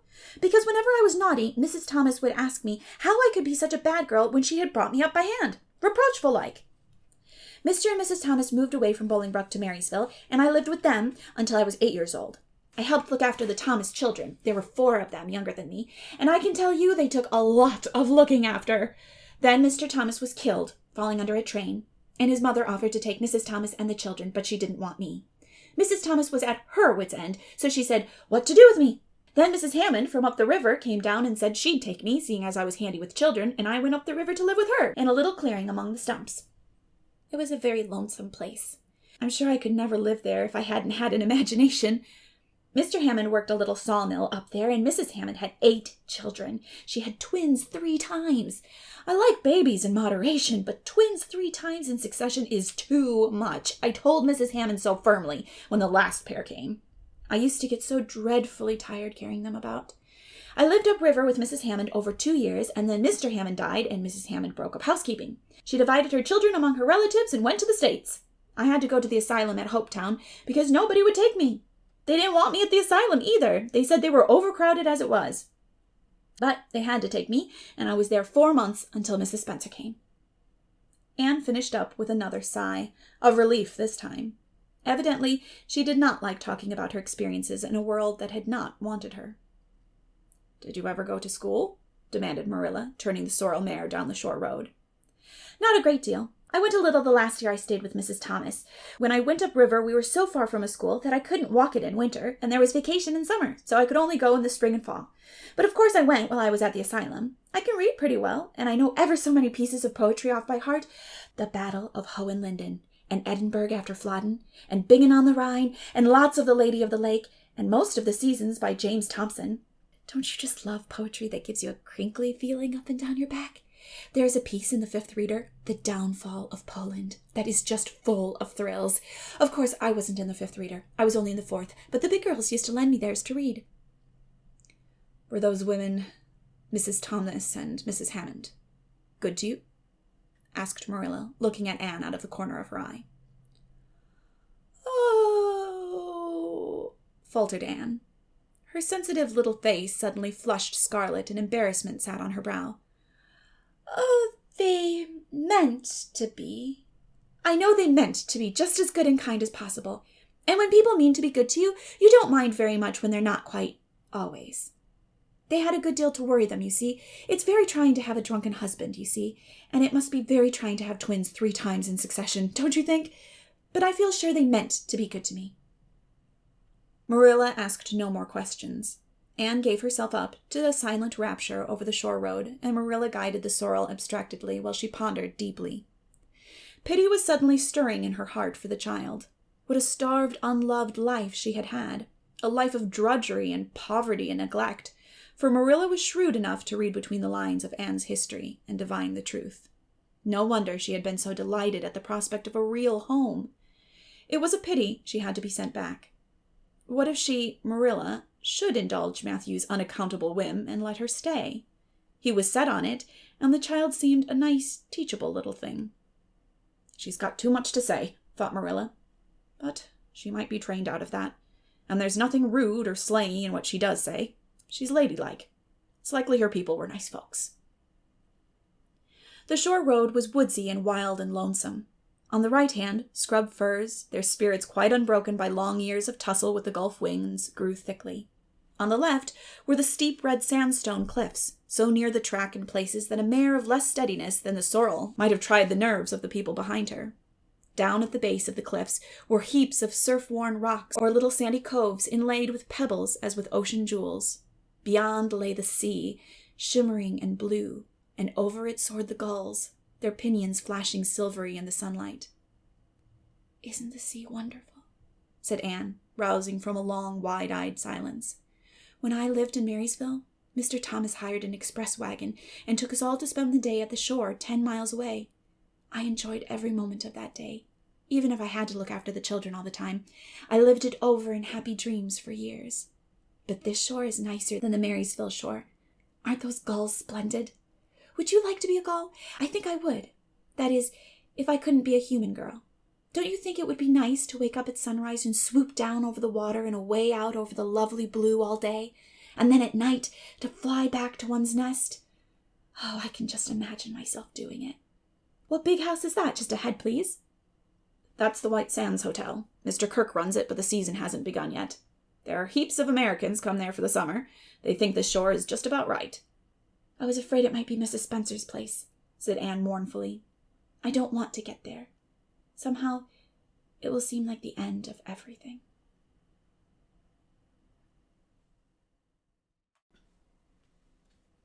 Chapter 6. Marilla Makes Up Her Mind. Get there they did, however, in due season. Mrs. Spencer lived in a big yellow house at White Sands Cove, and she came to the door with surprise and welcome mingled on her benevolent face. "Dear, dear," she exclaimed, "you're the last folks I was looking for today, but I'm real glad to see you. You'll put your horse in? And how are you, Anne?" "I'm as well as can be expected, thank you," said Anne smilelessly. A blight seemed to have descended on her. "I suppose we'll stay a little while to rest the mare," said Marilla. "But I promised Matthew I'd be home early. The fact is, Mrs. Spencer, there's been a queer mistake somehow, and I've come over to see where it is. We sent word, Matthew and I, for you to bring us a boy from the asylum. We told your brother Robert to tell you we wanted a boy 10 or 11 years old." "Marilla Cuthbert, you don't say so," said Mrs. Spencer in distress. "Why, Robert sent the word down by his daughter Nancy, and she said you wanted a girl. Didn't she, Flora Jane?" appealing to her daughter, who had come out to the steps. "She certainly did, Miss Cuthbert. corroborated Flora Jane earnestly. I'm dreadful sorry, said Mrs. Spencer. It is too bad, but it certainly wasn't my fault, you see, Miss Cuthbert. I did the best I could, and I thought I was following your instructions. Nancy is a terribly flighty thing. I've often had to scold her well for her heedlessness. It was our own fault, said Marilla resignedly. We should have come to you ourselves and not left an important message to be passed along by word of mouth in that fashion. Anyhow, the mistake has been made, and the only thing to do now is to set it right. Can we send the child back to the asylum? I suppose they'll take her back, won't they? I suppose so, said Mrs. Spencer thoughtfully. But I don't think it will be necessary to send her back. Mrs. Peter Blewett was up here yesterday, and she was saying to me how much she wished she'd sent by me for a little girl to help her. Mrs. Peter has a large family, you know, and she finds it hard to get help. Anne will be the very girl for her. I call it positively providential. Marilla did not look as if she thought Providence had much to do with the matter. Here was an unexpectedly good chance to get this unwelcome orphan off her hands, and she did not even feel grateful for it. She knew Mrs. Peter Blewett only by sight as a small, shrewish-faced woman without an ounce of superfluous flesh on her bones. But she had heard of her. A terrible worker and driver, Mrs. Peter was said to be, and discharged servant girls told fearsome tales of her temper and stinginess, and her family of pert, quarrelsome children. Marilla felt a qualm of conscience at the thought of handing Anne over to her tender mercies. Well, I'll go in and we'll talk the matter over, she said. And if there isn't Mrs. Peter coming up the lane this blessed minute! Exclaimed Mrs. Spencer, bustling her guests through the hall into the parlor, where a deadly chill struck on them, as if the air had been strained so long through dark green, closely drawn blinds that it had lost every particle of warmth it had ever possessed. That is real lucky, for we can settle the matter right away. Take the armchair, Miss Cuthbert. Anne, you sit here on the ottoman, and don't wriggle. Let me take her hats. Flora Jane, go out and put the kettle on. Good afternoon, Mrs. Blewett. We were just saying how fortunate it was you happened along. Let me introduce you two ladies. Mrs. Blewett, Miss Cuthbert. Please excuse me for just a moment. I forgot to tell Flora Jane to take the buns out of the oven. Mrs. Spencer whisked away after pulling up the blinds. Anne, sitting mutely on the ottoman with her hands clasped tightly in her lap, stared at Mrs. Blewett as one fascinated. Was she to be given into the keeping of this sharp-faced, sharp-eyed woman? She felt a lump coming up in her throat, and her eyes smarted painfully. She was beginning to be afraid she couldn't keep the tears back when Mrs. Spencer returned, flushed and beaming, quite capable of taking any and every difficulty, physical, mental, or spiritual, into consideration and settling it out of hand. It seems there's been a mistake about this little girl, Mrs. Blewett, she said. I was under the impression that Mr. and Miss Cuthbert wanted a little girl to adopt. I was certainly told so, but it seems it was a boy they wanted. So, if you're still of the same mind you were yesterday, I think she'll be just the thing for you. Mrs. Blewett darted her eyes over Anne from head to foot. How old are you, and what's your name? She demanded. Anne Shirley, faltered the shrinking child, not daring to make any stipulations regarding the spelling thereof. And I'm 11 years old. Humph! You don't look as if there was much to you, but you're wiry. I don't know, but the wiry ones are the best after all. Well, if I take you, you'll have to be a good girl, you know. Good and smart and respectful. I'll expect you to earn your keep, and no mistake about that. Yes, I suppose I might as well take her off your hands, Miss Cuthbert. The baby's awful fractious, and I'm clean worn out attending to him. If you like, I can take her right home now. Marilla looked at Anne and softened at sight of the child's pale face with its look of mute misery, the misery of a helpless little creature who finds itself once more caught in the trap from which it had escaped. Marilla felt an uncomfortable conviction that, if she denied the appeal of that look, it would haunt her to her dying day. Moreover, she did not fancy Mrs. Blewett. To hand a sensitive, high-strung child over to such a woman— no, she could not take the responsibility of doing that. Well, I don't know, she said slowly. I didn't say that Matthew and I had absolutely decided that we wouldn't keep her. In fact, I may say that Matthew is disposed to keep her. I just came over to find out how the mistake had occurred. I think I'd better take her home again and talk it over with Matthew. I feel that I oughtn't to decide on anything without consulting him. If we make up our mind not to keep her, we'll bring or send her over to you tomorrow night. If we don't, you may know that she is going to stay with us. Will that suit you, Mrs. Blewett? I suppose it'll have to, said Mrs. Blewett ungraciously.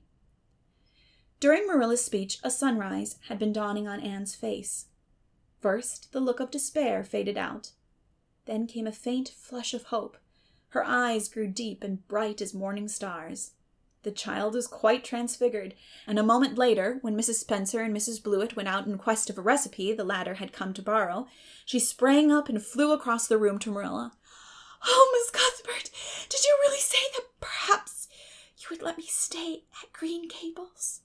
she said in a breathless whisper, as if speaking aloud might shatter the glorious possibility. "Did you really say it, or did I only imagine that you did?" "I think you'd better learn to control that imagination of yours, Anne. If you can't distinguish between what is real and what isn't," said Marilla crossly. "Yes, you did hear me say just that and no more. It isn't decided yet, and perhaps we will conclude to let Mrs. Blewett take you after all. She certainly needs you much more than I do." "I'd rather go back to the asylum than go to live with her," said Anne passionately. "She looks exactly like a gimlet." Marilla smothered a smile under the conviction that Anne must be reproved for such a speech. "A little girl like you should be ashamed of talking so about a lady and a stranger," she said severely. "Go back and sit down quietly and hold your tongue, and behave as a good girl should." "I'll try to do and be anything you want me, if you'll only keep me," said Anne, returning meekly to her ottoman. When they arrived back at Green Gables that evening, Matthew met them in the lane. Marilla from afar had noted him prowling along it and guessed his motive. She was prepared for the relief she read in his face when he saw that she had at least brought Anne back with her. But she said nothing to him, relative to the affair, until they were both out in the yard behind the barn milking the cows. Then she briefly told him Anne's history and the result of the interview with Mrs. Spencer. "I wouldn't give a dog I liked to that Blewett woman," said Matthew with unusual vim. "I don't fancy her style myself," admitted Marilla. "But it's that or keeping her ourselves, Matthew. And since you seem to want her, I suppose I'm willing, or have to be. I've been thinking over the idea, till I've got kind of used to it. It seems a sort of duty. I've never brought up a child, especially a girl, and I dare say I'll make a terrible mess of it, but I'll do my best. So far as I'm concerned, Matthew, she may stay."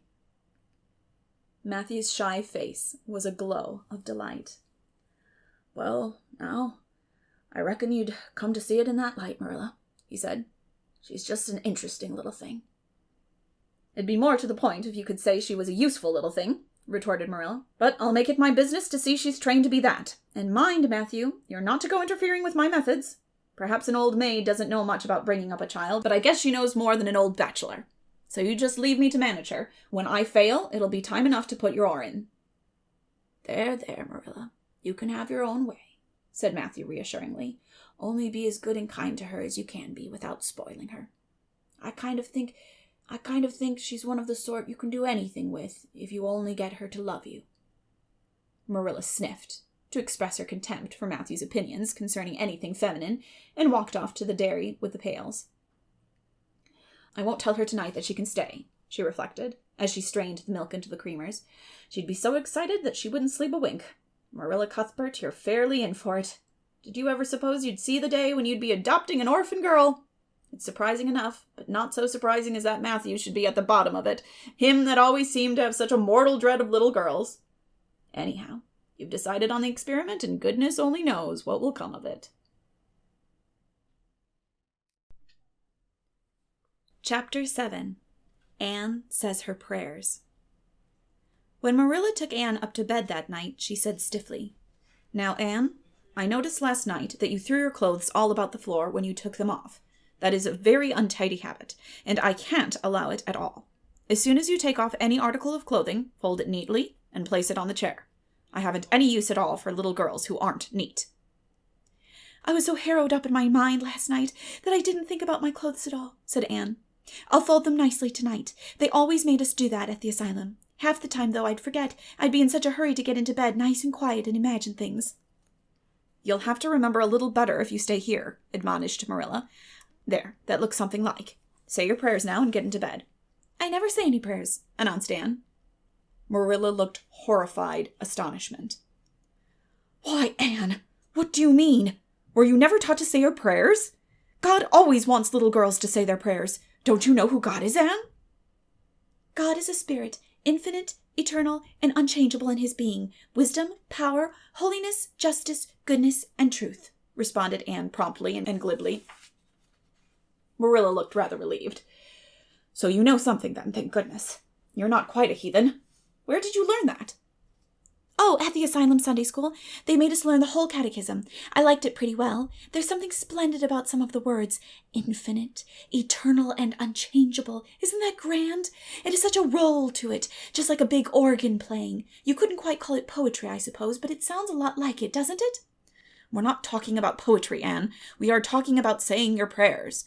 Don't you know it's a terrible, wicked thing not to say your prayers every night? I'm afraid you are a very bad little girl.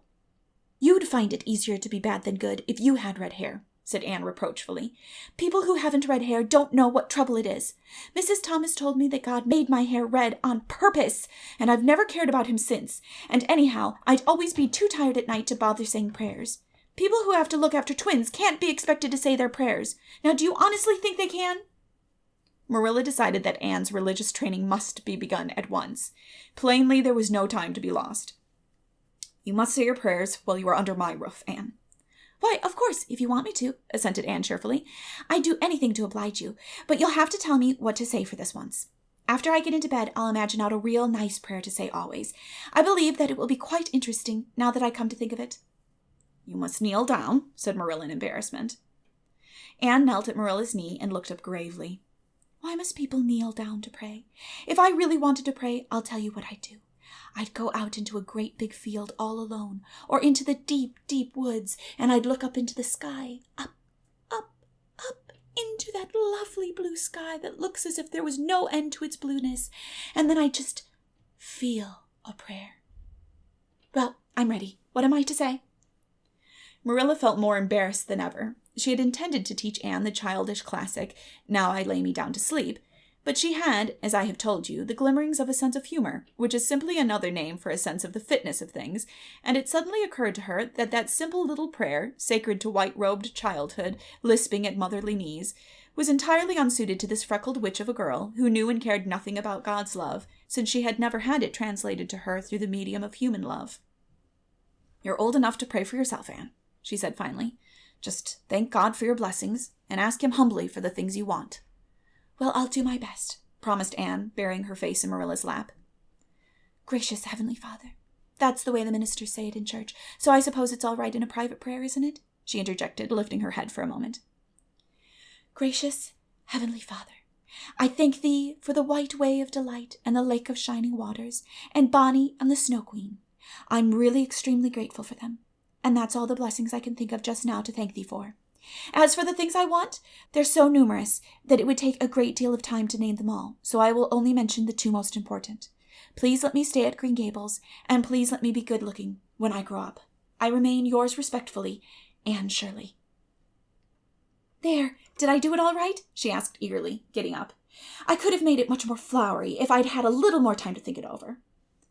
Poor Marilla was only preserved from complete collapse by remembering that it was not irreverence, but simply spiritual ignorance on the part of Anne that was responsible for this extraordinary petition. She tucked the child up in bed, mentally vowing that she should be taught a prayer the very next day, and was leaving the room with the light when Anne called her back. I've just thought of it now. I should have said, Amen, in place of yours respectfully, shouldn't I? The way the ministers do.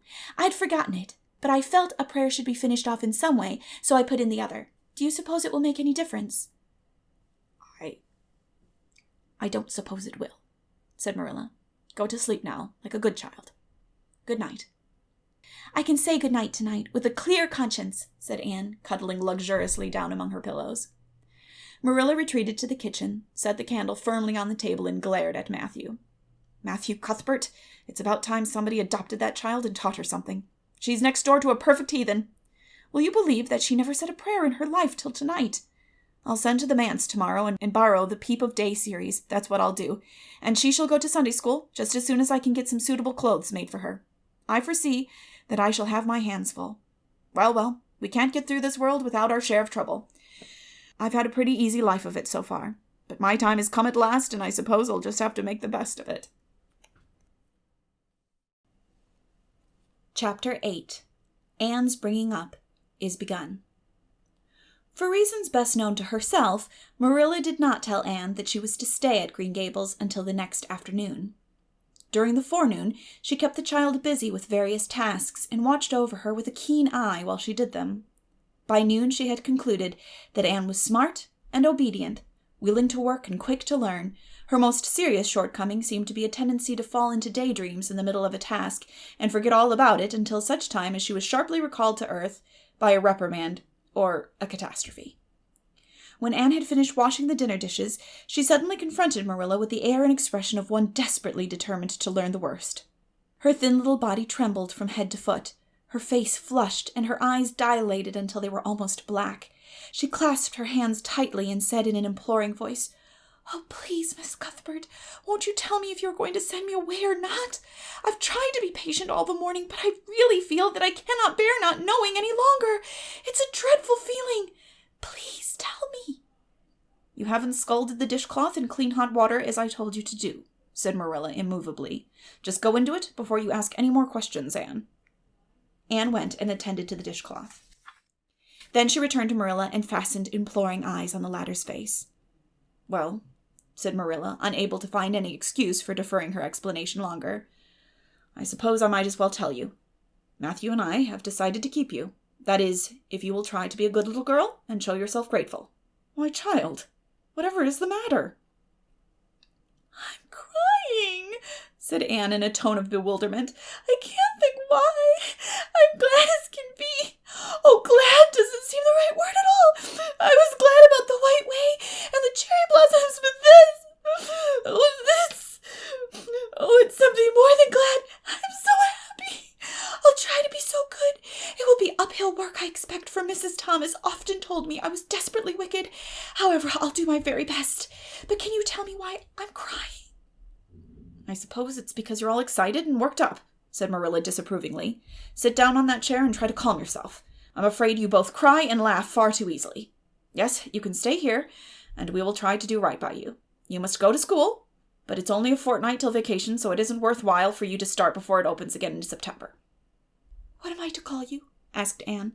"Shall I always say Miss Cuthbert? Can I call you Aunt Marilla?" "No, you'll call me just plain Marilla. I'm not used to being called Miss Cuthbert, and it would make me nervous." "It sounds awfully disrespectful to say just Marilla," protested Anne. "I guess there'll be nothing disrespectful in it, if you're careful to speak respectfully. Everybody, young and old, in Avonlea calls me Marilla, except the minister. He says Miss Cuthbert when he thinks of it." "I'd love to call you Aunt Marilla," said Anne wistfully. "I've never had an aunt or any relation at all, not even a grandmother. It would make me feel as if I really belonged to you. Can't I call you Aunt Marilla?" "No, I'm not your aunt, and I don't believe in calling people names that don't belong to them." "But we could imagine you were my aunt." "I couldn't," said Marilla grimly. "Do you never imagine things different from what they really are?" asked Anne, wide-eyed. "No." "Oh." Anne drew a long breath. "Oh, Miss Marilla, how much you miss." "I don't believe in imagining things different from what they really are," retorted Marilla. "When the Lord puts us in certain circumstances, he doesn't mean for us to imagine them away. And that reminds me. Go into the sitting room, Anne. Be sure your feet are clean and don't let any flies in, and bring me out the illustrated card that's on the mantelpiece. The Lord's Prayer is on it, and you'll devote your spare time this afternoon to learning it off by heart. There's to be no more of such praying as I heard last night." "I suppose I was very awkward," said Anne apologetically. "But then, you see, I'd never had any practice. You couldn't expect a person to pray very well the first time she tried, could you? I thought out a splendid prayer after I went to bed, just as I promised you I would. It was nearly as long as a minister's and so poetical. But would you believe it? I couldn't remember one word when I woke up this morning, and I'm afraid I'll never be able to think out another one as good. Somehow things never are so good when they're thought out a second time. Have you ever noticed that?" "Here is something for you to notice, Anne. When I tell you to do a thing, I want you to obey me at once, and not stand stock still and discourse about it. Just you go and do as I bid you." Anne promptly departed for the sitting room across the hall. She failed to return. After waiting 10 minutes, Marilla laid down her knitting and marched after her with a grim expression. She found Anne standing motionless before a picture hanging on the wall between the two windows with her hands clasped before her, her face uplifted, and her eyes a star with dreams. The white and green light strained through the apple trees and clustering vines outside fell over the rapt little figure with a half-unearthly radiance. "Anne, whatever are you thinking of?" demanded Marilla sharply. Anne came back to earth with a start. That, she said, pointing to the picture, a rather vivid chromo entitled, Christ Blessing Little Children. And I was just imagining I was one of them, that I was the little girl in the blue dress, standing off by herself in the corner as if she didn't belong to anybody, like me. She looks lonely and sad, don't you think? I guess she hadn't any father or mother of her own, but she wanted to be blessed too, so she just crept shyly up on the outside of the crowd, hoping nobody would notice her. Except him. I'm sure I know just how she felt. Her heart must have beat, and her hands must have got cold, like mine did when I asked you if I could stay. She was afraid he mightn't notice her. But it's likely he did. Don't you think? I've been trying to imagine it all out, her edging a little nearer all the time until she was quite close to him. And then he would look at her and put his hand on her hair. And oh, such a thrill of joy as would run over her. But I wish the artist hadn't painted him so sorrowful looking. All his pictures are like that, if you've noticed. But I don't believe he could really have looked so sad, or the children would have been afraid of him. Anne, said Marilla, wondering why she had not broken into this speech long before, you shouldn't talk that way. It's irreverent. Positively irreverent. Anne's eyes marveled. Why, I felt just as reverent as could be. I'm sure I didn't mean to be irreverent. Well, I don't suppose you did. But it doesn't sound right to talk so familiarly about such things.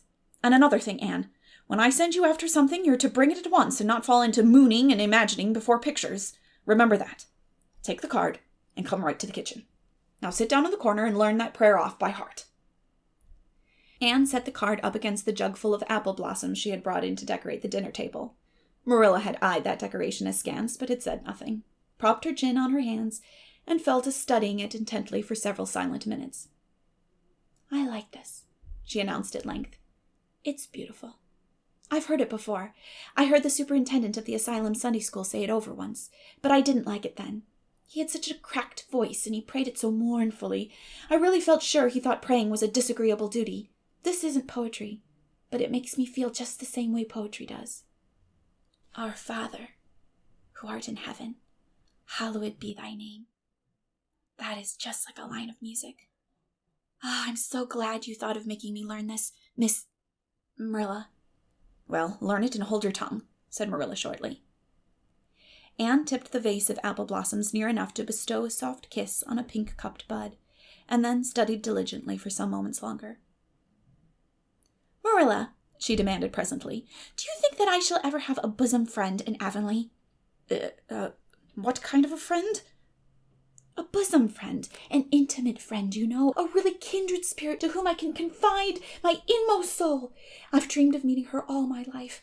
I never really supposed I would, but so many of my loveliest dreams have come true all at once that perhaps this one will too.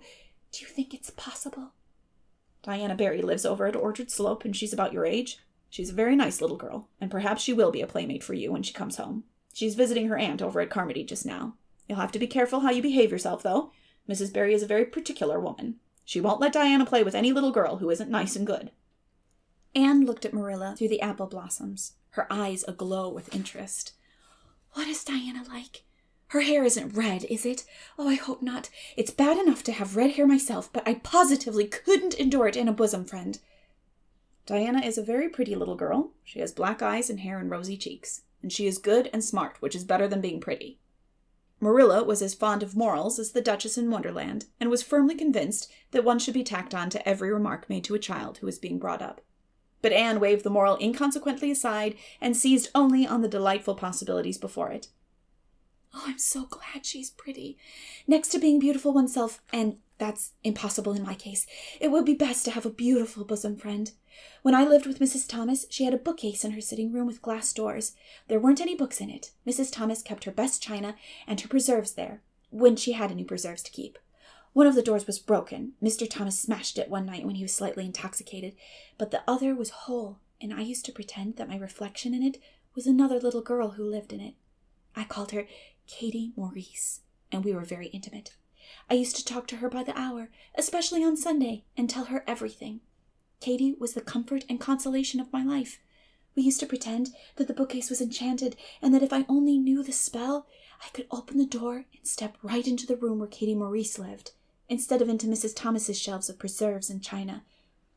And then Katie Maurice would have taken me by the hand and led me out into a wonderful place, all flowers and sunshine and fairies, and we would have lived there happy forever after. When I went to live with Mrs. Hammond, it just broke my heart to leave Katie Maurice. She felt it dreadfully too. I know she did, for she was crying when she kissed me goodbye through the bookcase door. There was no bookcase at Mrs. Hammond's, but just up the river, a little way from the house, there was a long green little valley, and the loveliest echo lived there. It echoed back every word you said, even if you didn't talk a bit loud. So I imagined that it was a little girl called Violetta, and we were great friends, and I loved her almost as well as I loved Katie Maurice. Not quite, but almost, you know. The night before I went to the asylum, I said goodbye to Violetta, and oh, her goodbye came back to me in such sad, sad tones. I had become so attached to her that I hadn't the heart to imagine a bosom friend at the asylum, even if there had been any scope for the imagination there. I think it's just as well there wasn't, said Marilla dryly. I don't approve of such goings-on. You seem to half believe your own imaginations. It will be well for you to have a real live friend to put such nonsense out of your head. But don't let Mrs. Barry hear you talking about your Katie Maurices and your Violettas, or she'll think you tell stories. Oh, I won't. I couldn't talk of them to everybody. Their memories are too sacred for that. But I thought I'd like to have you know about them. Oh, look! Here's a big bee just tumbled out of an apple blossom. Just think what a lovely place to live, in an apple blossom. Fancy going to sleep in it when the wind was rocking it. If I wasn't a human girl, I think I'd like to be a bee and live among the flowers. Yesterday you wanted to be a seagull, sniffed Marilla. I think you are very fickle-minded. I told you to learn that prayer and not talk, but it seems impossible for you to stop talking if you've got anybody that will listen to you. So go up to your room and learn it. Oh, I know it pretty nearly all now, but just the last line. Well, never mind. Do as I tell you. Go to your room and finish learning it well, and stay there until I call you down to help me get tea. Can I take the apple blossoms with me for company? Pleaded Anne. No, you don't want your room cluttered up with flowers. You should have left them on the tree in the first place. I did feel a little that way too, said Anne. I kind of felt I shouldn't shorten their lovely lives by picking them. I wouldn't want to be picked if I were an apple blossom, but the temptation was irresistible. What do you do when you meet with an irresistible temptation? Anne, did you hear me tell you to go to your room? Anne sighed, retreated to the east gable, and sat down in a chair by the window. There, I know this prayer. I learned that last sentence coming upstairs. Now I'm going to imagine things into this room so that they'll always stay imagined. The floor is covered with a white velvet carpet with pink roses all over it, and there are pink silk curtains at the windows. The walls are hung with gold and silver brocade tapestry. The furniture is mahogany. I never saw any mahogany, but it does sound so luxurious. This is a couch all heaped with gorgeous silken cushions, pink and blue and crimson and gold, and I am reclining gracefully on it. I can see my reflection in that splendid big mirror hanging on the wall. I am tall and regal, clad in a gown of trailing white lace, with a pearl cross on my breast and pearls in my hair. My hair is of midnight darkness, and my skin is a clear ivory pallor. My name is the Lady Cordelia Fitzgerald. No, it isn't. I can't make that seem real. She danced up to the little looking-glass and peered into it. Her pointed, freckled face and solemn gray eyes peered back at her. You're only Anne of Green Gables, she said earnestly, and I see you, just as you are looking now whenever I try to imagine I'm the Lady Cordelia. But it's a million times nicer to be Anne of Green Gables than Anne of Nowhere in particular, isn't it? She bent forward, kissed her reflection affectionately, and betook herself to the open window. Dear Snow Queen, good afternoon, and good afternoon, dear birches down in the hollow, and good afternoon, dear gray house up on the hill. I wonder if Diana is to be my bosom friend. I hope she will, and I shall love her very much. But I must never quite forget Katie Maurice and Violetta. They would feel so hurt if I did, and I'd hate to hurt anybody's feelings, even a little bookcase girl's or a little echo girl's. I must be careful to remember them and send them a kiss every day. Anne blew a couple of airy kisses from her fingertips, past the cherry blossoms, and then, with her chin in her hands, drifted luxuriously out on a sea of daydreams. Chapter 9. Mrs. Rachel Lynde is properly horrified. Anne had been a fortnight at Green Gables before Mrs. Lynde arrived to inspect her. Mrs. Rachel, to do her justice, was not to blame for this. A severe and unseasonable attack of grippe had confined that good lady to her house ever since the occasion of her last visit to Green Gables.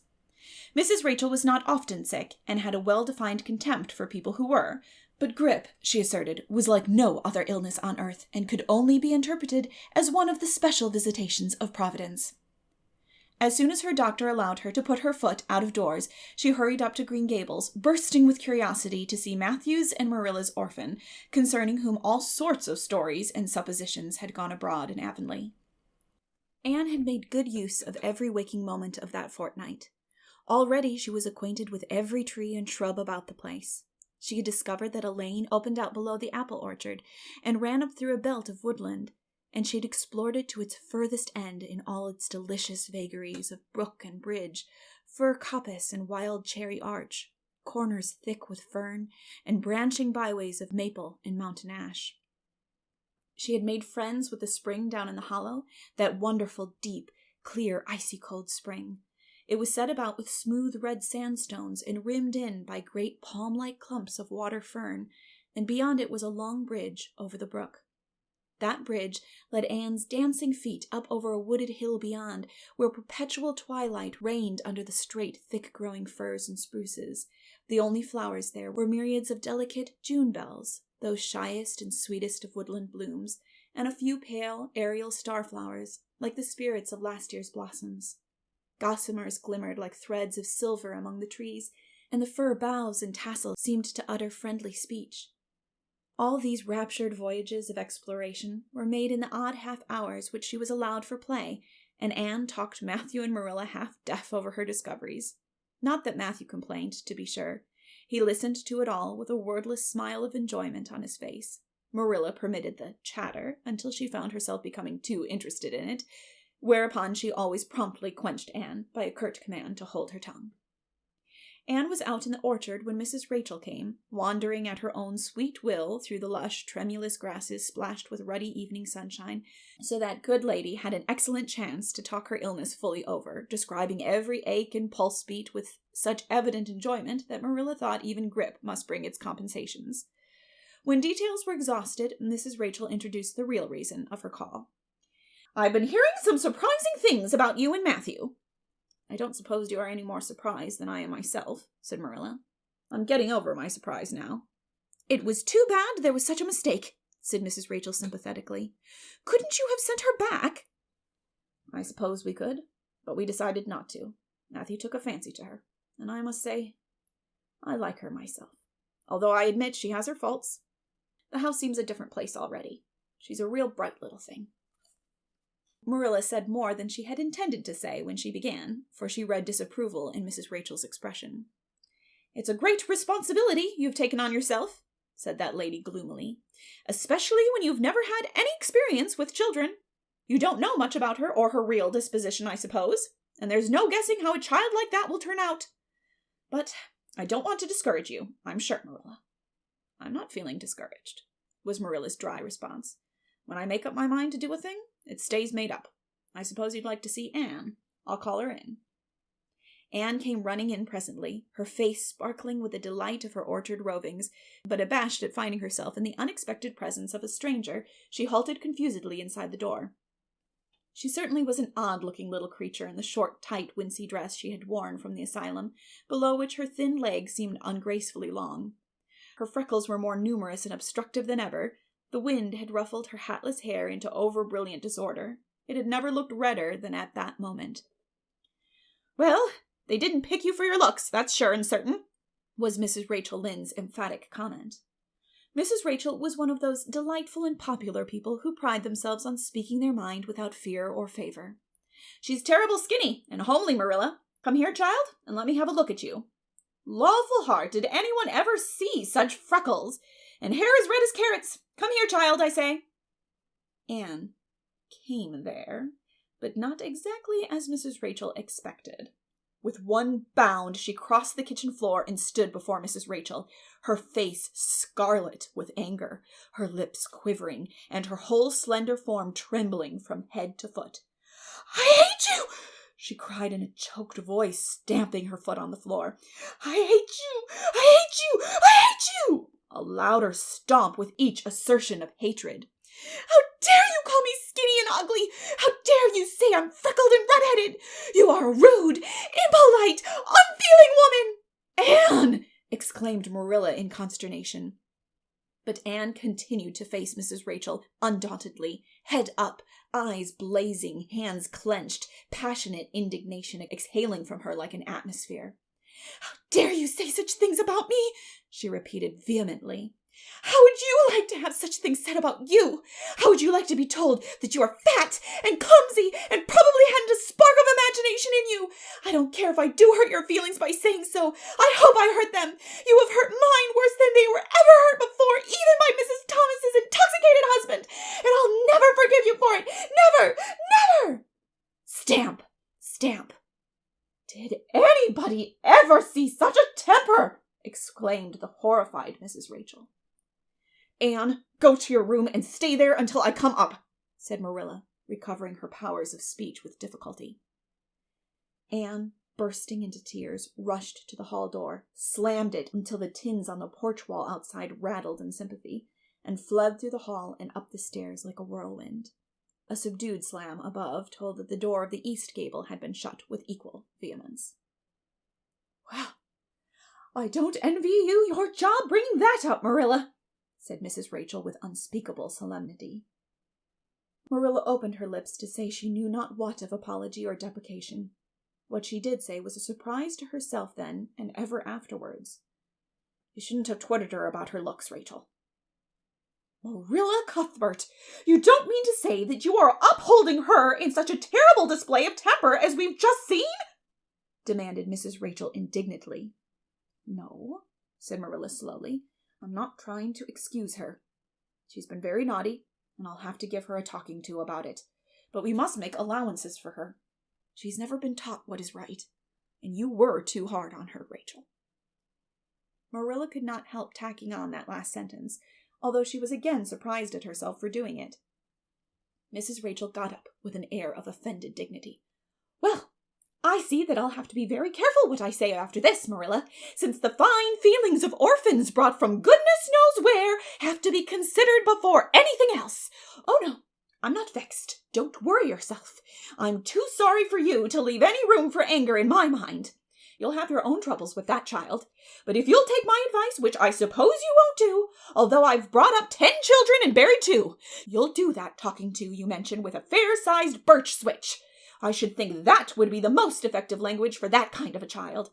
Her temper matches her hair, I guess. Well, good evening, Marilla.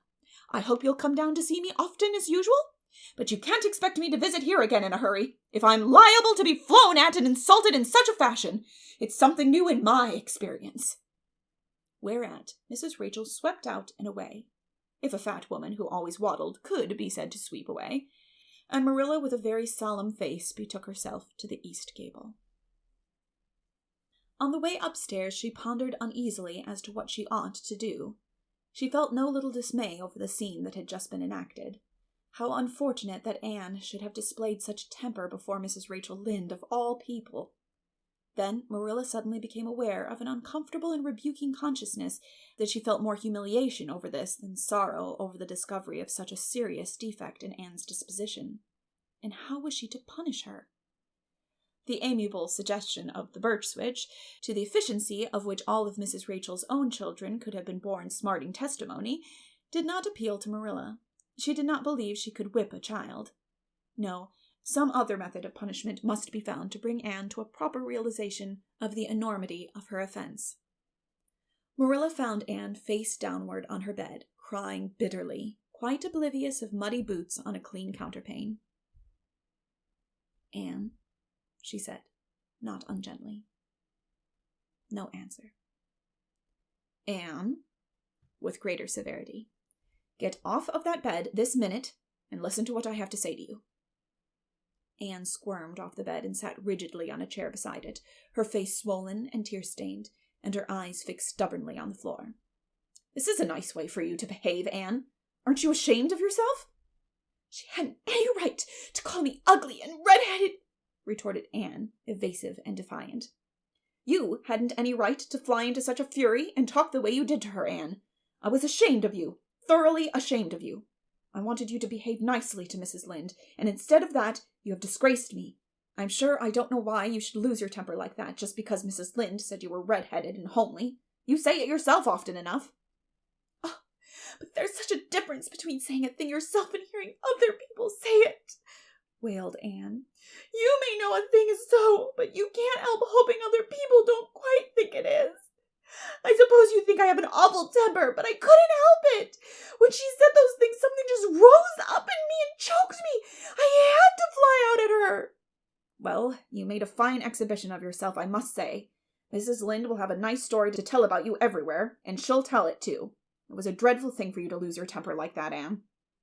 Just imagine how you would feel if somebody told you to your face that you were skinny and ugly, pleaded Anne tearfully. An old remembrance suddenly rose up before Marilla. She had been a very small child when she had heard one aunt say of her to another, "What a pity she is such a dark, homely little thing." Marilla was every day of 50 before the sting had gone out of that memory. I don't say that I think Mrs. Lynde was exactly right in saying what she did to you, Anne, she admitted in a softer tone. Rachel is too outspoken, but that is no excuse for such behavior on your part. She was a stranger and an elderly person and my visitor. All three very good reasons why you should have been respectful to her. You were rude, saucy, and... Marilla had a saving inspiration of punishment. You must go to her and tell her you are very sorry for your bad temper and ask her to forgive you. I can never do that, said Anne determinedly and darkly. You can punish me any way you like, Marilla. You can shut me up in a dark, damp dungeon inhabited by snakes and toads and feed me only on bread and water, and I shall not complain. But I cannot ask Mrs. Lynde to forgive me. We're not in the habit of shutting people up in dark, damp dungeons, said Marilla dryly, especially as they're rather scarce in Avonlea. But apologize to Mrs. Lynde you must, and shall, and you'll stay here in your room until you can tell me you're willing to do it. I shall have to stay here forever then, said Anne mournfully, because I can't tell Mrs. Lynde I'm sorry I said those things to her. How can I? I'm not sorry. I'm sorry I vexed you, but I'm glad I told her just what I did. It was a great satisfaction. I can't say I'm sorry when I'm not, can I? I can't even imagine I'm sorry. Perhaps your imagination will be in better working order by the morning, said Marilla, rising to depart. You'll have the night to think over your conduct in, and come to a better frame of mind. You said you would try to be a very good girl if we kept you at Green Gables, but I might say it hasn't seemed very much like it this evening. Leaving this Parthian shaft to rankle in Anne's stormy bosom, Marilla descended to the kitchen, grievously troubled in mind and vexed in soul. She was as angry with herself as with Anne, because whenever she recalled Mrs. Rachel's dumbfounded countenance, her lips twitched with amusement, and she felt a most reprehensible desire to laugh. Chapter 10. Anne's Apology. Marilla said nothing to Matthew about the affair that evening, but when Anne proved still refractory the next morning, an explanation had to be made to account for her absence from the breakfast table. Marilla told Matthew the whole story, taking pains to impress him with a due sense of the enormity of Anne's behavior. "It's a good thing Rachel Lynde got a calling down. She's a meddlesome old gossip," was Matthew's consolatory rejoinder. "Matthew Cuthbert, I'm astonished at you. You know that Anne's behavior was dreadful, and yet you take her part. I suppose you'll be saying next thing that she oughtn't to be punished at all." "Well, no, not exactly," said Matthew uneasily. "I reckon she ought to be punished a little. But don't be too hard on her, Marilla. Recollect, she hasn't ever had anyone to teach her right. You're going to give her something to eat, aren't you?" "When did you ever hear of me starving people into good behavior?" demanded Marilla indignantly.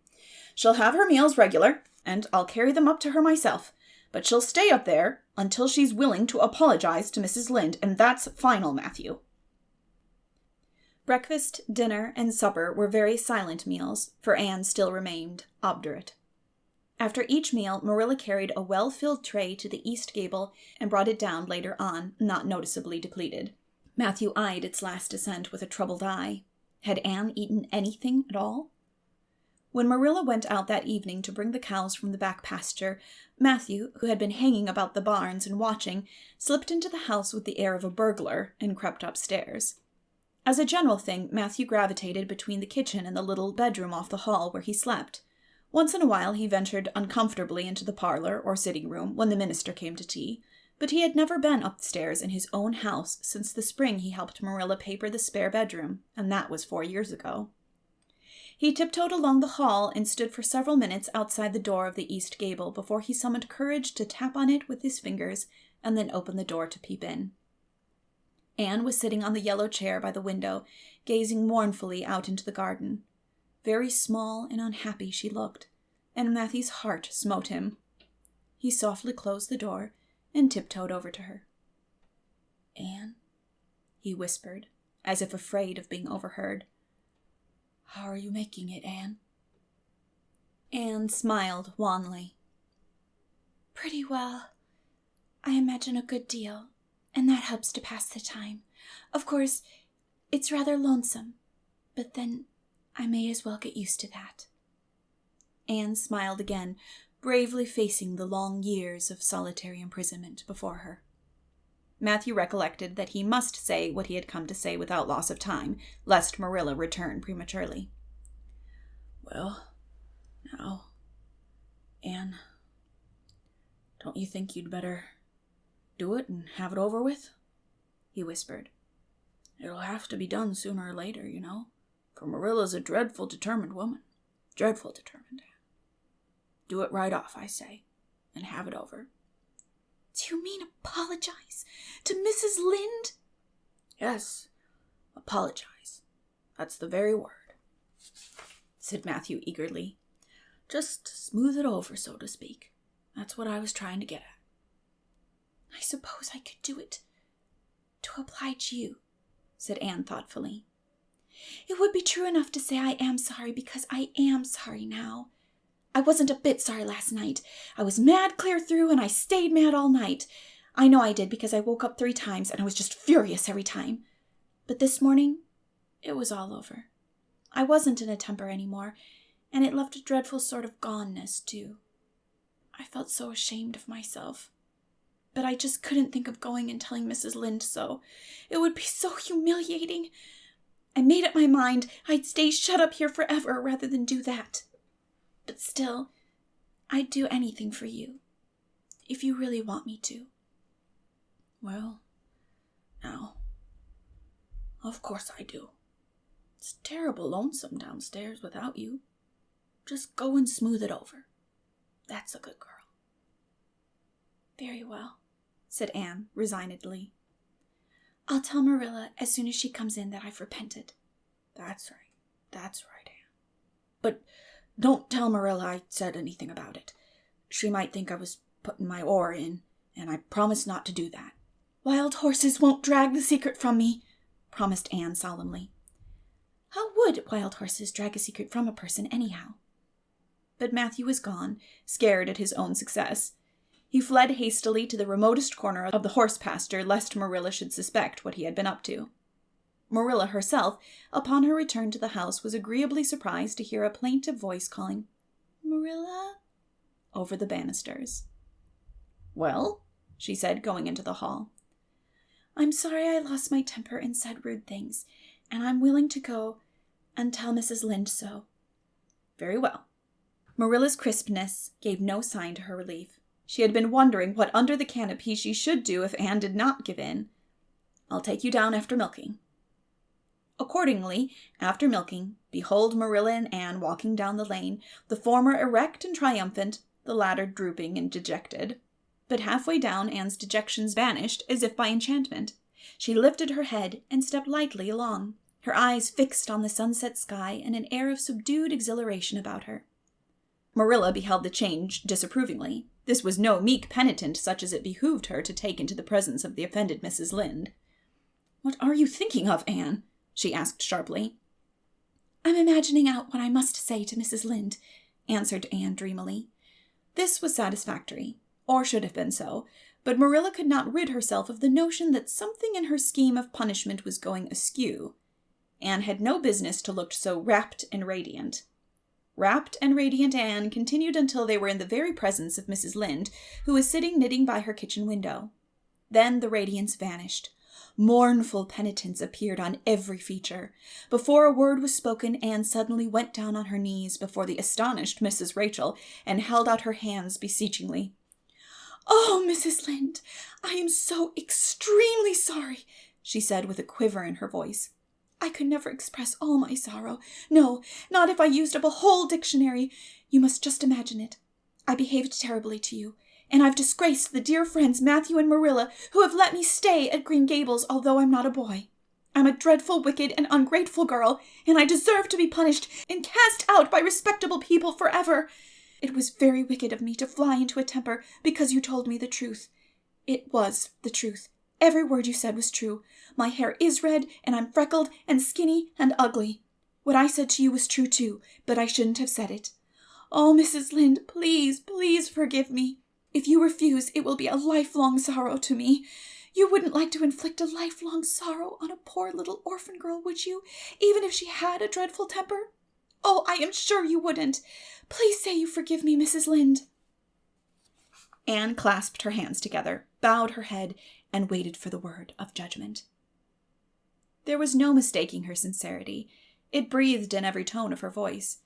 Both Marilla and Mrs. Lynde recognized its unmistakable ring, but the former understood in dismay that Anne was actually enjoying her value of humiliation, was reveling in the thoroughness of her abasement. Where was the wholesome punishment upon which she, Marilla, had plumed herself? Anne had turned it into a species of positive pleasure. Good Mrs. Lynde, not being overburdened with perception, did not see this. She only perceived that Anne had made a very thorough apology, and all resentment vanished from her kindly, if somewhat officious heart.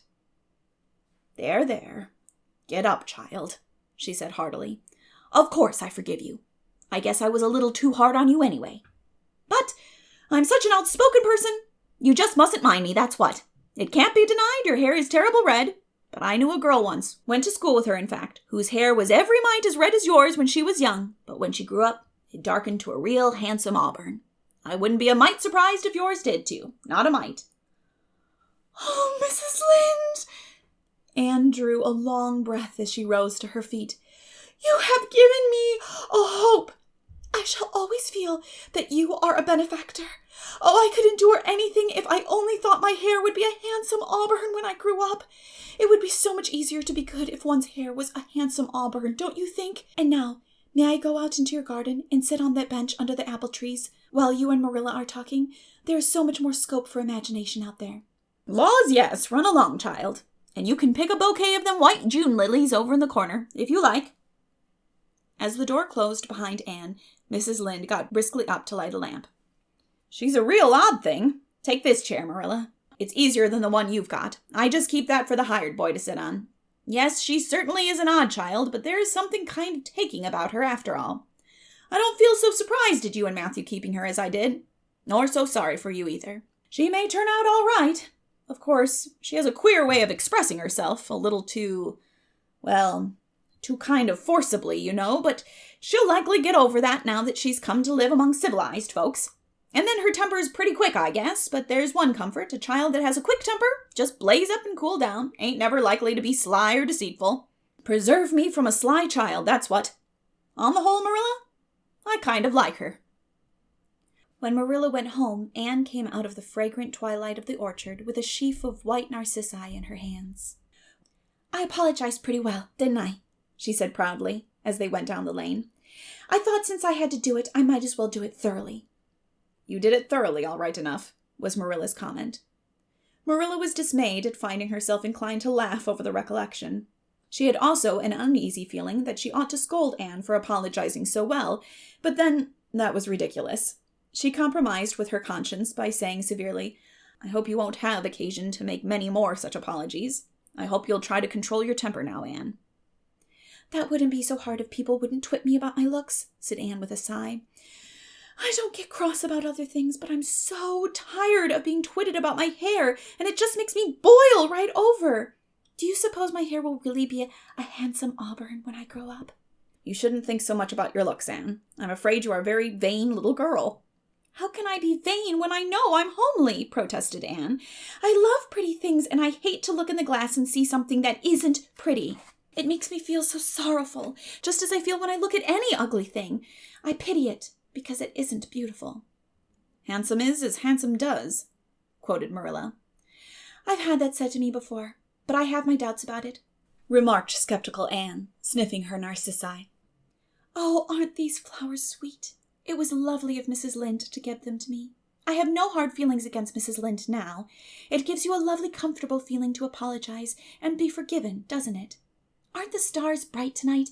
If you could live in a star, which one would you pick? I'd like that lovely, clear, big one away over there above that dark hill.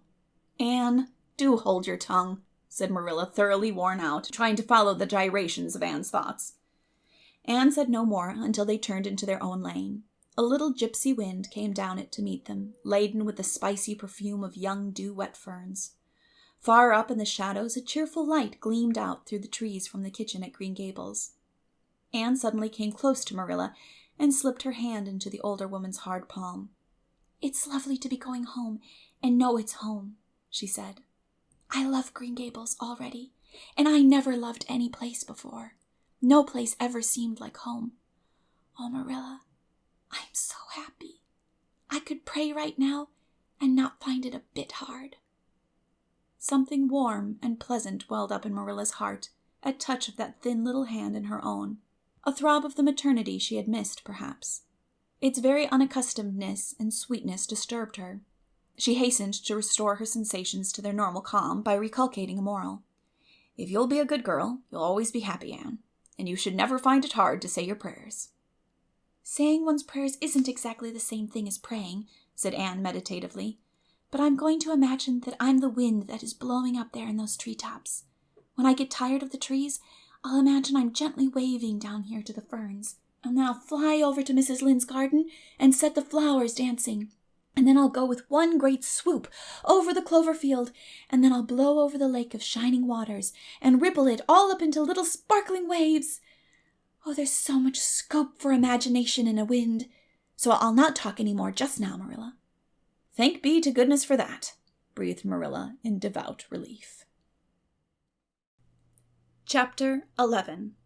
Anne's Impressions of Sunday School. Well, how do you like them? Said Marilla. Anne was standing in the Gable room, looking solemnly at 3 new dresses spread out on the bed.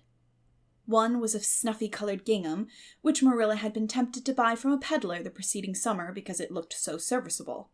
One was of black and white checked sateen, which she had picked up at a bargain counter in the winter, and one was a stiff print of an ugly blue shade, which she had purchased that week at a Carmody store. She had made them up herself, and they were all made alike. Plain skirts fulled tightly to plain waists, with sleeves as plain as waist and skirt, and tight as sleeves could be. I'll imagine that I like them, said Anne soberly. I don't want you to imagine it, said Marilla, offended. Oh, I can see you don't like the dresses. What is the matter with them? Aren't they neat and clean and new? Yes. Then why don't you like them? They're not pretty, said Anne reluctantly. Pretty? Marilla sniffed. I didn't trouble my head about getting pretty dresses for you. I don't believe in pampering vanity, Anne. I'll tell you that right off. Those dresses are good, sensible, serviceable dresses, without any frills or furbelows about them. And they're all you'll get this summer. The brown gingham and the blue print will do you for school when you begin to go. The sateen is for church and Sunday school. I'll expect you to keep them neat and clean and not to tear them. I should think you'd be grateful to get most anything after those skimpy, wincey things you've been wearing. Oh, I am grateful, protested Anne, but I'd be ever so much gratefuler if you'd made just one of them with puffed sleeves. Puffed sleeves are so fashionable now. It would give me such a thrill, Marilla, just to wear a dress with puffed sleeves. Well, you'll have to do without your thrill. I hadn't any material to waste on puffed sleeves. I think they're ridiculous-looking things anyhow. I prefer the plain, sensible ones. But I'd rather look ridiculous when everybody else does than plain and sensible all by myself, persisted Anne mournfully. Trust you for that. We'll hang those dresses carefully up in your closet, and then sit down and learn the Sunday school lesson. I got a quarterly for Mr. Bell for you, and you'll go to Sunday school tomorrow," said Marilla, disappearing downstairs in high dudgeon. Anne clasped her hands and looked at the dresses. "I did hope there would be a white one with puffed sleeves," she whispered disconsolately. "I prayed for one, but I didn't much expect it on that account. I didn't suppose God would have time to bother about a little orphan girl's dress. I knew I'd just have to depend on Marilla for it. Well, fortunately, I can imagine that one of them is of snowy white muslin, with lovely lace frills and 3 puffed sleeves." The next morning, warnings of a sick headache prevented Marilla from going to Sunday school with Anne. "You'll have to go down and call for Mrs. Lynde, Anne," she said. "She'll see that you get into the right class. Now mind you behave yourself properly. Stay to preaching afterwards, and ask Mrs. Lynde to show you our pew. Here's a cent for collection. Don't stare at people and don't fidget. I shall expect you to tell me the text when you come home." Anne started off irreproachably, arrayed in the stiff black and white sateen, which, while decent at regard's length and certainly not open to the charge of skimpiness, contrived to emphasize every corner and angle of her thin figure. Her hat was a little, flat, glossy new sailor, the extreme plainness of which had likewise much disappointed Anne, who had permitted herself secret visions of ribbon and flowers. The latter, however, were supplied before Anne reached the main road, for being confronted halfway down the lane with a golden frenzy of wind-stirred buttercups and a glory of wild roses, Anne promptly and liberally garlanded her hat with a heavy wreath of them. Whatever other people might have thought of the result, it satisfied Anne, and she tripped gaily down the road, holding her ruddy head, with its decoration of pink and yellow, very proudly. When she reached Mrs. Lynde's house, she found that lady gone. Nothing daunted Anne, proceeding onward to the church alone. In the porch she found a crowd of little girls, all more or less gaily attired in white and blue and pinks, and all staring with curious eyes at this stranger in their midst, with her extraordinary head adornment. Avonlea little girls had already heard queer stories about Anne. Mrs. Lynde said she had an awful temper. Jerry Boot, the hired boy at Green Gables, said she talked all the time to herself or to the trees and flowers like a crazy girl. They looked at her and whispered to each other behind their quarterlies. Nobody made any friendly advances. Then or later on, when the opening exercises were over and Anne found herself in Miss Rogerson's class. Miss Rogerson was a middle-aged lady who had taught a Sunday school class for 20 years. Her method of teaching was to ask the printed questions from the quarterly and look sternly over its edge at the particular little girl she thought ought to answer the question. She looked very often at Anne, and Anne, thanks to Marilla's drilling, answered promptly, but it may be questioned if she understood very much about either question or answer. She did not think she liked Miss Rogerson, and she felt very miserable. Every other little girl in the class had puffed sleeves. Anne felt that life was really not worth living without puffed sleeves. "Well, how did you like Sunday school?" Marilla wanted to know when Anne came home. Her wreath having faded, Anne had discarded it in the lane, so Marilla was spared the knowledge of that for a time. "I didn't like it a bit. It was horrid." "Anne Shirley," said Marilla rebukingly. Anne sat down on the rocker with a long sigh, kissed one of Bonny's leaves, and waved her hand to a blossoming fuchsia. "They might have been lonesome while I was away," she explained. "And now about the Sunday school. I behaved well, just as you told me. Mrs. Lynde was gone, but I went right on myself. I went into the church with a lot of the other little girls, and I sat in the corner of the pew by the window while the opening exercises went on. Mr. Bell made an awfully long prayer. I would have been dreadfully tired before he got through it if I hadn't been sitting by that window, but it looked right out at the Lake of Shining Waters, so I just gazed at that and imagined all sorts of splendid things." "You shouldn't have done anything of the sort. You should have listened to Mr. Bell."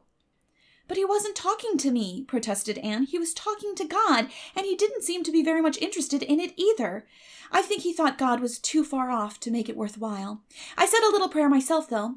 There was a long row of white birches hanging over the lake, and the sunshine fell down through them, way, way down deep into the water. Oh, Marilla, it was like a beautiful dream. It gave me a thrill, and I just said, 'Thank you for it, God,' 2 or 3 times. "Not out loud, I hope," said Marilla anxiously. "Oh, no, just under my breath. Well, Mr. Bell did get through the last, and they told me to go into the classroom with Miss Rogerson's class. There were 9 other girls in it. They all had puffed sleeves.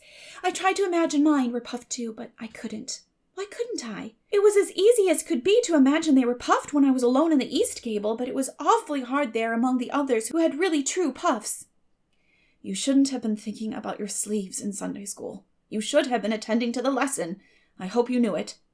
"Oh, yes, and I answered a lot of questions. Miss Rogerson asked ever so many. I don't think it was fair for her to do all the asking. There were lots I wanted to ask her, but I didn't like to because I didn't think she was a kindred spirit.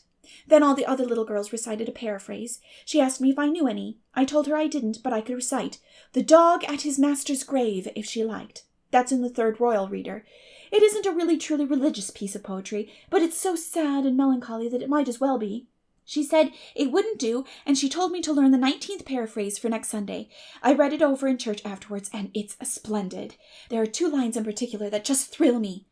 'Quick as the slaughtered squadrons fell in Midian's evil day.' I don't know what squadrons mean, nor Midian either, but it sounded so tragical. I can hardly wait until next Sunday to recite it. I'll practice it all the week. After Sunday school, I asked Miss Rogerson, because Mrs. Lynde was too far away, to show me your pew. I sat just as still as I could, and the text was Revelations, 3rd chapter, 2nd and 3rd verse. It was a very long text. If I was a minister, I'd pick the short, snappy ones. The sermon was awfully long, too. I suppose the minister had to match it to the text. I didn't think it was a bit interesting. The trouble with him seems to be that he hasn't enough imagination. I didn't listen to him very much. I just let my thoughts run, and I thought of the most surprising things." Marilla felt helplessly that all this should be sternly reproved. But she was hampered by the undeniable fact that some of the things Anne had said, especially about the minister's sermons and Mr. Bell's prayers, were what she herself had really thought deep down in her heart for years, but had never given expression to. It almost seemed to her that those secret, unuttered, critical thoughts had suddenly taken visible and accusing shape and form in the person of this outspoken morsel of neglected humanity.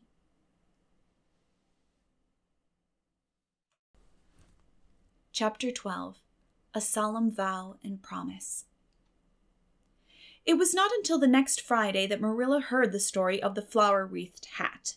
She came home from Mrs. Lynde's and called Anne to account.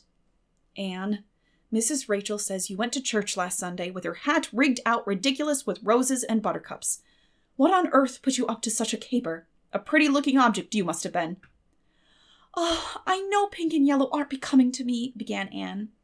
"Becoming fiddlesticks! It was putting flowers on your hat at all, no matter what color they were, that was ridiculous. You are the most aggravating child." "I don't see why it's any more ridiculous to wear flowers on your hat than on your dress," protested Anne. "Lots of little girls there had bouquets pinned on their dresses. What was the difference?" Marilla was not to be drawn from the safe concrete into dubious paths of the abstract. "Don't answer me back like that, Anne. It was very silly of you to do such a thing. Never let me catch you at such a trick again. Mrs. Rachel says she thought she would sink through the floor when she saw you come in all rigged out like that. She couldn't get near enough to tell you to take them off until it was too late. She says people talked about it something dreadful. Of course they would think I had no better sense than to let you go decked out like that." "Oh, I'm so sorry," said Anne, tears welling into her eyes. "I never thought you'd mind. The roses and buttercups were so sweet and pretty. I thought they'd look lovely on my hat. Lots of the little girls had artificial flowers on their hats. I'm afraid I'm going to be a dreadful trial to you. Maybe you'd better send me back to the asylum. That would be terrible. I don't think I could endure it. Most likely I would go into consumption. I'm so thin as it is, you see. But that would be better than being a trial to you." "Nonsense," said Marilla, vexed at herself for having made the child cry. "I don't want to send you back to the asylum, I'm sure. All I want is that you should behave like other little girls and not make yourself ridiculous. Don't cry any more. I've got some good news for you. Diana Barry came home this afternoon. I'm going up to see if I can borrow a skirt pattern from Mrs. Barry, and if you like, you can come with me and get acquainted with Diana." Anne rose to her feet with clasped hands, the tears still glistening on her cheeks. The dish towel she had been hemming slipped unheeded to the floor. "Oh, Marilla, I'm frightened. Now that it has come, I'm actually frightened. What if she shouldn't like me? It would be the most tragical disappointment of my life." "Now don't get into a fluster, and I do wish you wouldn't use such long words. It sounds so funny in a little girl. I guess Diana'll like you well enough. It's her mother you've got to reckon with. If she doesn't like you, it won't matter how much Diana does. If she has heard about your outburst to Mrs. Lynde and going to church with buttercups round your hat, I don't know what she'll think of you.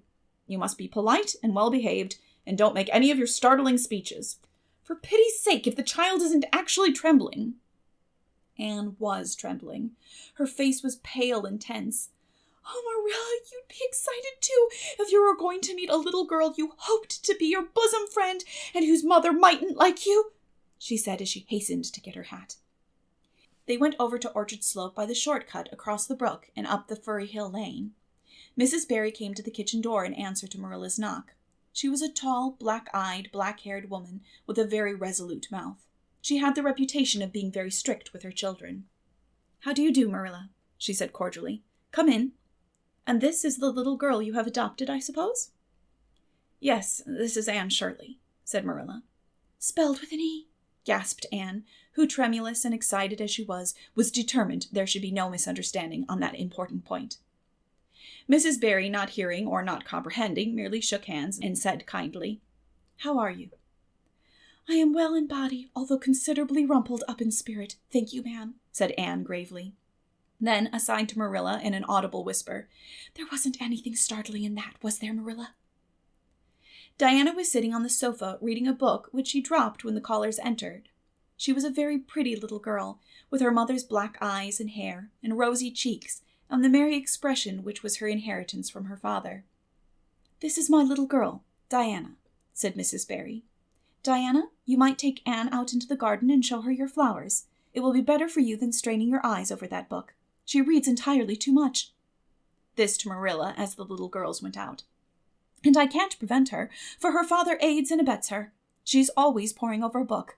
I'm glad she has the prospect of a playmate. Perhaps it will take her more out of doors." Outside in the garden, which was full of mellow sunset light streaming through the dark old firs to the west of it, stood Anne and Diana gazing bashfully at one another over a clump of gorgeous tiger lilies. The Barry garden was a bowery wilderness of flowers, which would have delighted Anne's heart at any time less fraught with destiny.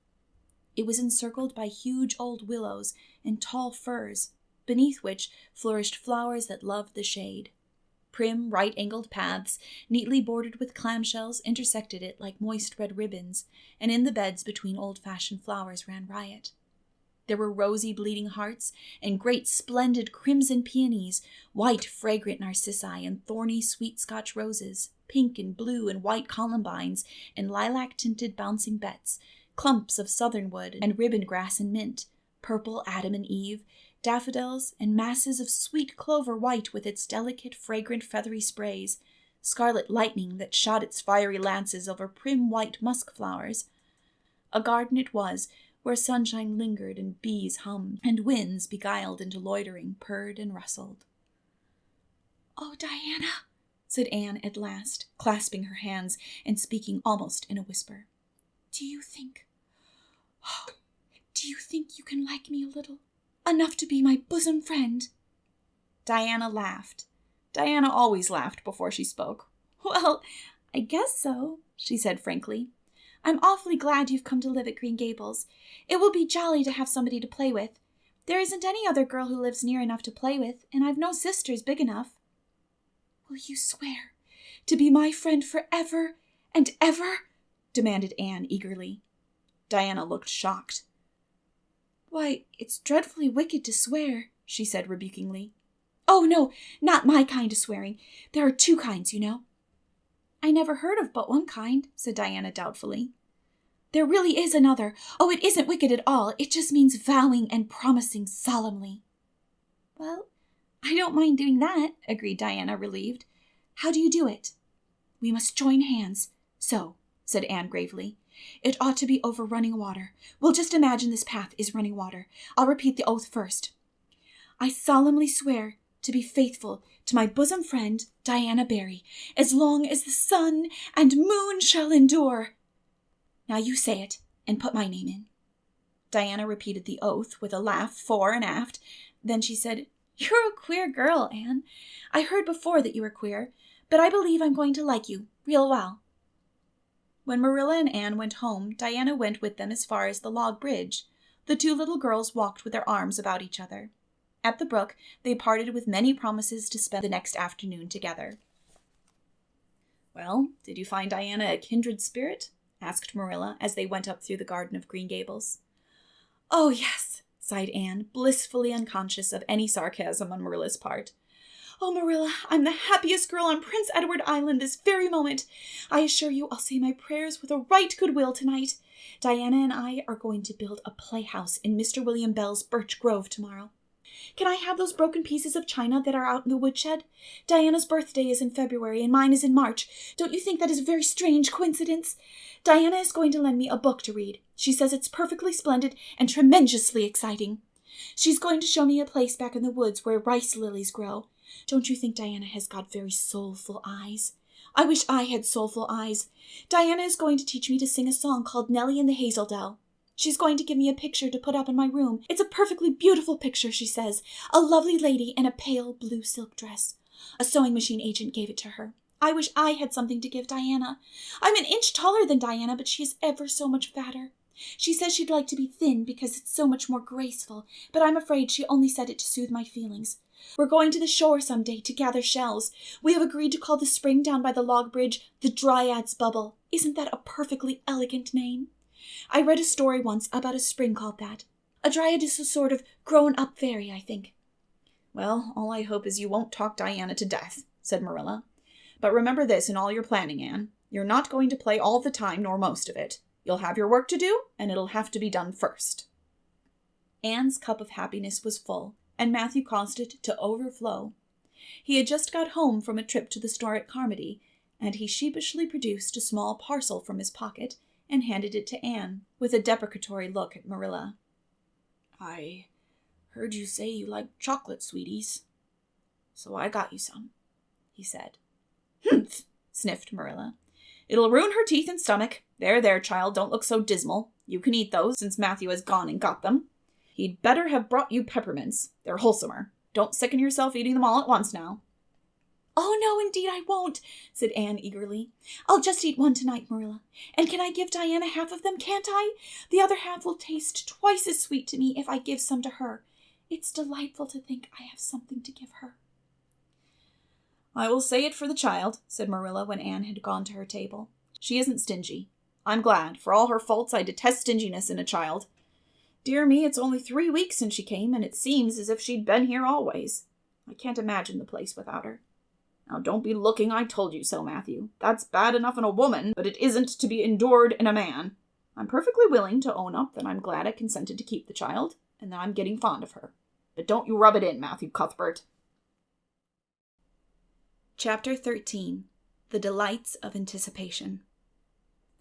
It's time Anne was in to do her sewing, said Marilla, glancing at the clock and then out into the yellow August afternoon where everything drowsed in the heat. She stayed playing with Diana more than half an hour more than I gave her leave to, and now she's perched out there on the woodpile talking to Matthew 19 to the dozen when she knows perfectly well that she ought to be at her work. And of course he's listening to her like a perfect ninny. I never saw such an infatuated man.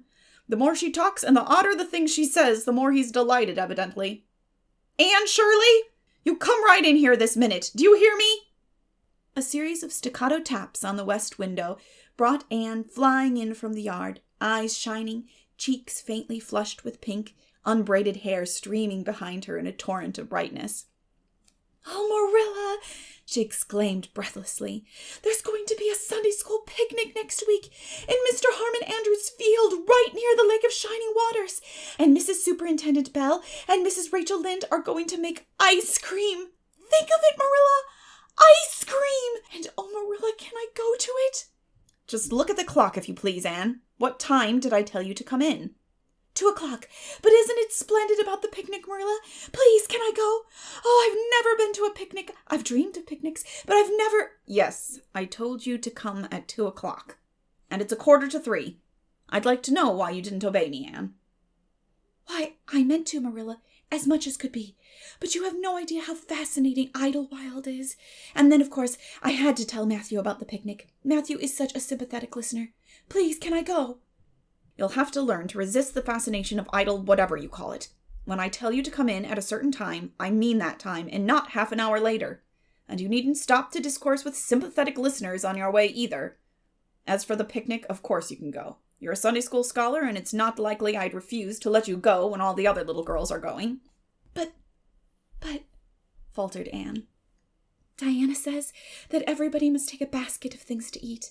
I can't cook, as you know, Marilla, and I don't mind going to a picnic without puffed sleeves so much, but I'd feel terribly humiliated if I had to go without a basket.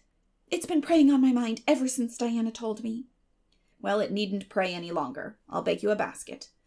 Oh, you dear good Marilla! Oh, you are so kind to me! Oh, I am so much obliged to you! Getting through with her ohs, Anne cast herself into Marilla's arms and rapturously kissed her sallow cheek. It was the first time in her whole life that childish lips had voluntarily touched Marilla's face.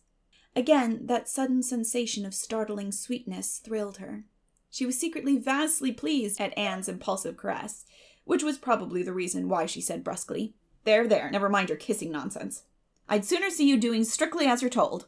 As for cooking, I mean to begin giving you lessons in that some of these days. But you're so feather-brained, Anne.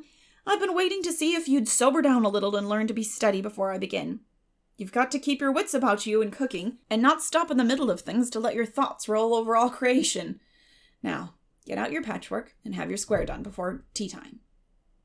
I do not like patchwork, said Anne dolefully, hunting out her work basket and sitting down before a little heap of red and white diamonds with a sigh.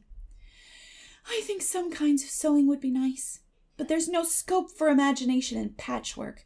It's just one little seam after another, and you never seem to be getting anywhere. But of course I'd rather be Anne of Green Gable sewing patchwork than Anne of any other place with nothing to do but play.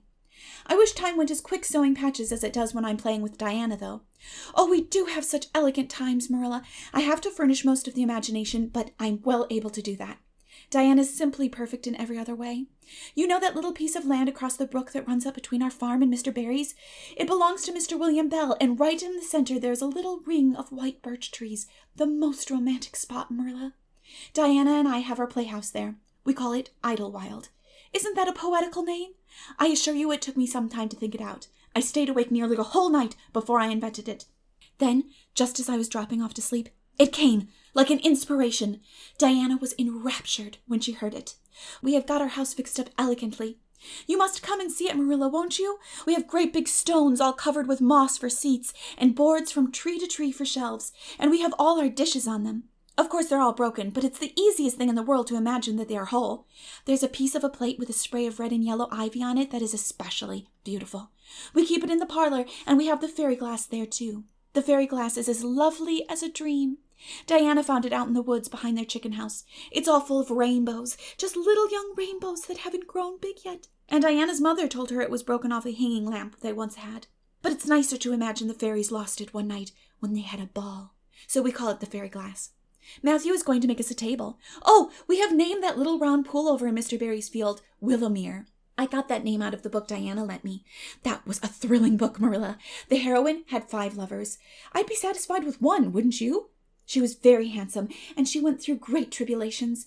She could faint as easy as anything. I'd love to be able to faint, wouldn't you, Marilla? It's so romantic. But I'm really very healthy for all I'm so thin. I believe I'm getting fatter, though. Don't you think I am? I look at my elbows every morning when I get up to see if any dimples are coming. Diana is having a new dress made with elbow sleeves. She is going to wear it to the picnic. Oh, I do hope it will be fine next Wednesday. I don't feel that I could endure the disappointment if anything happened to prevent me from getting to the picnic. I suppose I'd live through it, but I'm certain it would be a lifelong sorrow. It wouldn't matter if I got to 100 picnics in after years. They wouldn't make up for missing this one. They're going to have boats on the Lake of Shining Waters and ice cream, as I told you. I have never tasted ice cream. Diana tried to explain what it was like, but I guess ice cream is one of those things that are beyond imagination. Anne, you have talked even on for 10 minutes by the clock, said Marilla. Now, just for curiosity's sake, see if you can hold your tongue for the same length of time. Anne held her tongue as desired, but for the rest of the week she talked picnic and thought picnic and dreamed picnic. On Saturday it rained, and she worked herself up into such a frantic state lest it should keep on raining until and over Wednesday that Marilla made her sew an extra patchwork square by way of steadying her nerves.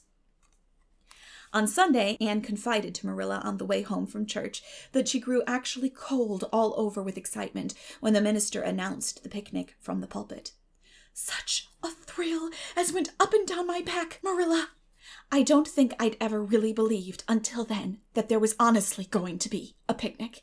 I couldn't help fearing I'd only imagined it, but when a minister says a thing in the pulpit, you just have to believe it. You set your heart too much on things, Anne, said Marilla with a sigh. Well, I'm afraid there'll be a great many disappointments in store for you through life. Oh, Marilla, looking forward to things is half the pleasure of them, exclaimed Anne. You mayn't get the things themselves, but nothing can prevent you from having the fun of looking forward to them. Mrs. Lynde says, "Blessed are they who expect nothing, for they shall not be disappointed." But I think it would be worse to expect nothing than to be disappointed. Marilla wore her amethyst brooch to church that day as usual. Marilla always wore her amethyst brooch to church. She would have thought it rather sacrilegious to leave it off, as bad as forgetting her Bible or her collection dime. That amethyst brooch was Marilla's most treasured possession. A seafaring uncle had given it to her mother, who in turn had bequeathed it to Marilla. It was an old-fashioned oval containing a braid of her mother's hair, surrounded by a border of very fine amethysts. Marilla knew too little about precious stones to realize how fine the amethysts actually were, but she thought them very beautiful and was always pleasantly conscious of their violet shimmer at her throat, above her good brown satin dress, even although she could not see it. Anne had been smitten with delighted admiration when she first saw that brooch. "Oh, Marilla, it's a perfectly elegant brooch. I don't know how you can pay attention to the sermon or the prayers when you have it on. I couldn't, I know. I think amethysts are just sweet. They are what I used to think diamonds were like, long ago before I had ever seen a diamond. I read about them and I tried to imagine what they would be like. I thought they would be lovely, glimmering purple stones. When I saw a real diamond in a lady's ring one day, I was so disappointed I cried. Of course, it was very lovely, but it wasn't my idea of a diamond. Will you let me hold the brooch for 1 minute, Marilla? Do you think amethysts can be the souls of good violets?" Chapter 14. Anne's Confession. On the Monday evening before the picnic, Marilla came down from her room with a troubled face. "Anne," she said to that small personage, who was shelling peas by the spotless table and singing Nellie of the Hazeldell with a vigor and expression that did credit to Diana's teaching. "Did you see anything of my amethyst brooch? I thought I stuck it in my pincushion when I came home from church yesterday evening, but I can't find it anywhere." I saw it this afternoon when you were away at the Aid Society," said Anne a little slowly. "I was passing by your door when I saw it on the cushion, so I went in to look at it." "Did you touch it?" said Marilla sternly. "Yes," admitted Anne. "I took it up and I pinned it on my breast just to see how it would look." "You had no business to do anything of the sort. It's very wrong in a little girl to meddle. You shouldn't have gone into my room in the first place, and you shouldn't have touched a brooch that didn't belong to you in the second. Where did you put it?" "Oh, I put it back on the bureau. I hadn't it on a minute. Truly, I didn't mean to meddle, Marilla. I didn't think about its being wrong to go in and try on the brooch, but I see now that it was, and I'll never do it again. That's one good thing about me. I never do the same naughty thing twice." "You didn't put it back," said Marilla. "That brooch isn't anywhere on the bureau. You've taken it out or something, Anne." "I did put it back," said Anne quickly, pertly, Marilla thought. "I don't just remember whether I stuck it on the pincushion or laid it on the china tray, but I'm perfectly certain I put it back." "I'll go and have another look," said Marilla, determining to be just. "If you put that brooch back, it's there still. If it isn't, I'll know you didn't, that's all." Marilla went to her room and made a thorough search, not only over the bureau, but in every other place she thought the brooch might possibly be. It was not to be found, and she returned to the kitchen. "Anne, the brooch is gone. By your own admission, you were the last person to handle it. Now, what have you done with it? Tell me the truth at once. Did you take it out and lose it?" "No, I didn't," said Anne solemnly, meeting Marilla's angry gaze squarely. "I never took the brooch out of your room, and that is the truth. If I was to be led to the block for it, although I'm not very certain what a block is. So there, Marilla." Anne's "so there" was only intended to emphasize her assertion, but Marilla took it as a display of defiance. "I believe you are telling me a falsehood, Anne," she said sharply. "I know you are. There now, don't say anything more unless you are prepared to tell the whole truth. Go to your room and stay there until you are ready to confess." "Will I take the peas with me?" said Anne meekly. "No, I'll finish shelling them myself. Do as I bid you." When Anne had gone, Marilla went about her evening tasks in a very disturbed state of mind. She was worried about her valuable brooch. What if Anne had lost it? And how wicked of the child to deny having taken it, when anybody could see she must have. With such an innocent face, too. "I don't know what I wouldn't sooner have had happen," thought Marilla, as she nervously shelled the peas. "Of course I don't suppose she meant to steal it or anything like that. She's just taken it to play with or help along that imagination of hers. She must have taken it, that's clear, for there hasn't been a soul in that room since she was in it, by her own story, until I went up tonight. And the brooch is gone, there's nothing sure. I suppose she has lost it and is afraid to own up for fear she'll be punished. It's a dreadful thing to think she tells falsehoods. It's a far worse thing than her fit of temper. It's a fearful responsibility to have a child in your house you can't trust. Slyness and untruthfulness, that's what she has displayed. I declare I feel worse about that than about the brooch. If she'd only have told the truth about it, I wouldn't mind so much." Marilla went to her room at intervals all through the evening and searched for the brooch, without finding it. A bedtime visit to the East Gable produced no result. Anne persisted in denying that she knew anything about the brooch, but Marilla was only the more firmly convinced that she did. She told Matthew the story the next morning. Matthew was confounded and puzzled. He could not so quickly lose faith in Anne, but he had to admit that circumstances were against her. "You're sure it hasn't fell down behind the bureau?" was the only suggestion he could offer. "I've moved the bureau, and I've taken out the drawers, and I've looked in every crack and cranny," was Marilla's positive answer. "The brooch is gone, and that child has taken it and lied about it. That's the plain, ugly truth, Matthew Cuthbert, and we might as well look it in the face." "Well, now, what are you going to do about it?" Matthew asked forlornly, feeling secretly thankful that Marilla and not he had to deal with the situation. He felt no desire to put his oar in this time. "She'll stay in her room until she confesses," said Marilla grimly, remembering the success of this method in the former case. "Then we'll see. Perhaps we'll be able to find the brooch if she'll only tell where she took it, but in any case she'll have to be severely punished, Matthew." "Well, now, you'll have to punish her," said Matthew, reaching for his hat. "I've nothing to do with it, remember. You warned me off, yourself." Marilla felt deserted by everyone. She could not even go to Mrs. Lynde for advice. She went up to the East Gable with a very serious face, and left it with a face more serious still. Anne steadfastly refused to confess. She persisted in asserting that she had not taken the brooch. The child had evidently been crying, and Marilla felt a pang of pity which she sternly repressed.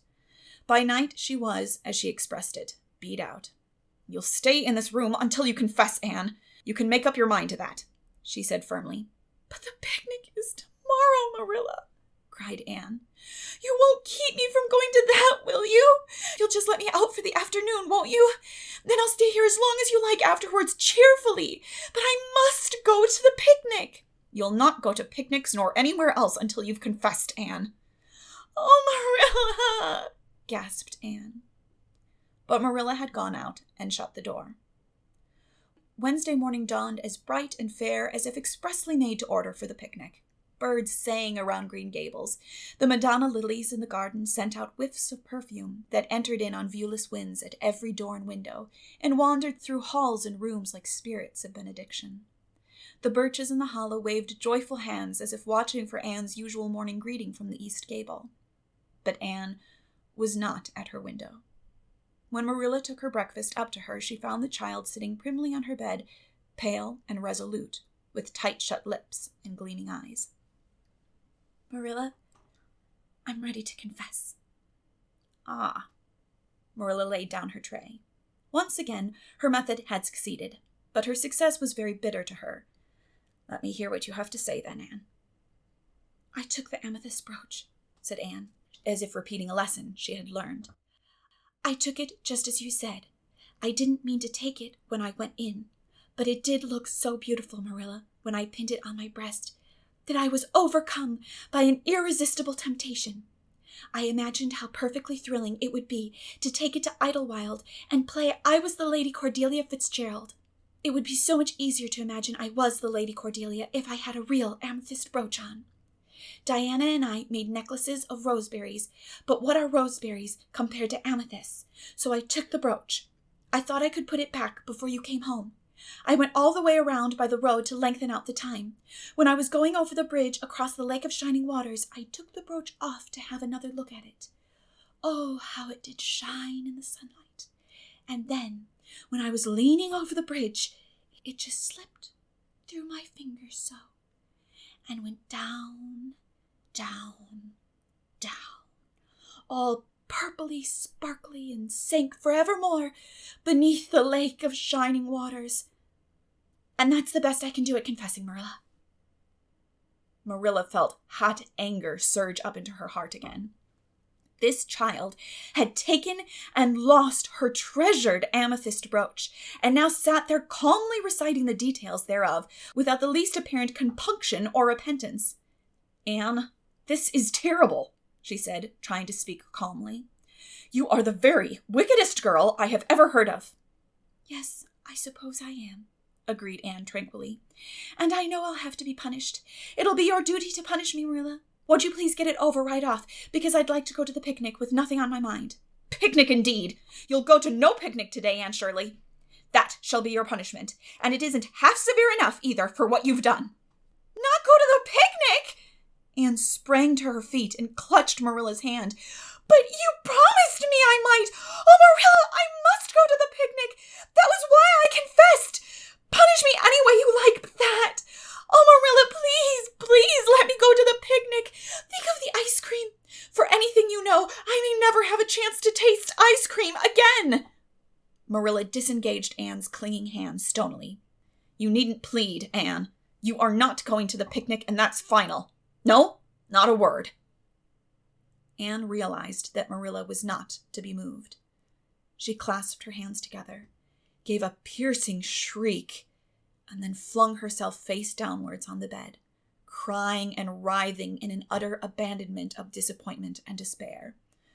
"For the land's sake," gasped Marilla, hastening from the room, "I believe the child is crazy. No child in her senses would behave as she does. If she isn't, she's utterly bad. Oh dear, I'm afraid Rachel was right from the first, but I've put my hand to the plow and I won't look back." That was a dismal morning. Marilla worked fiercely and scrubbed the porch floor and the dairy shelves when she could find nothing else to do. Neither the shelves nor the porch needed it, but Marilla did. Then she went out and raked the yard. When dinner was ready, she went to the stairs and called Anne.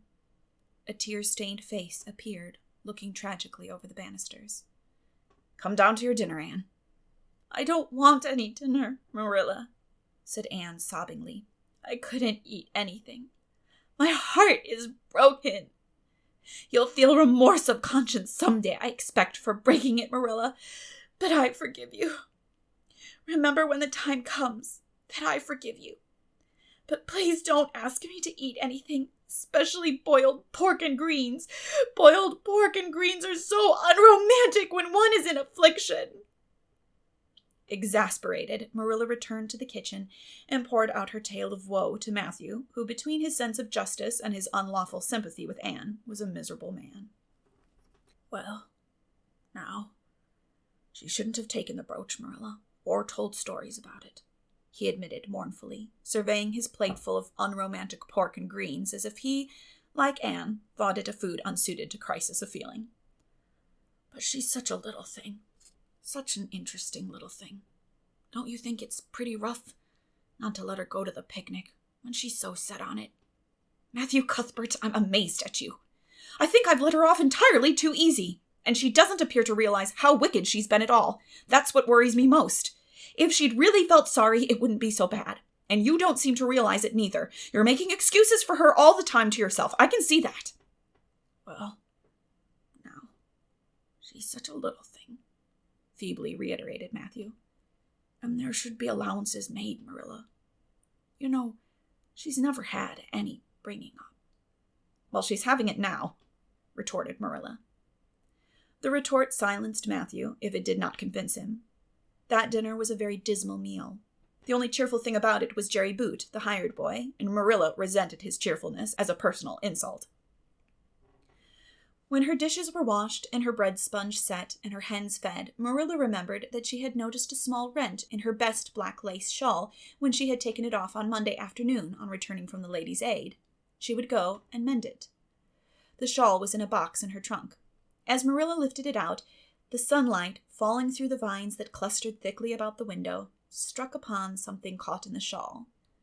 Something that glittered and sparkled in facets of violet light.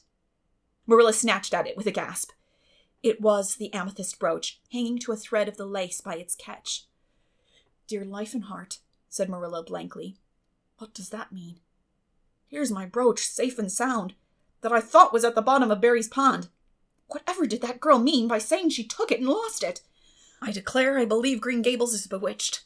I remember now that when I took off my shawl Monday afternoon, I laid it on the bureau for a minute. I suppose the brooch got caught in it somehow. Well..."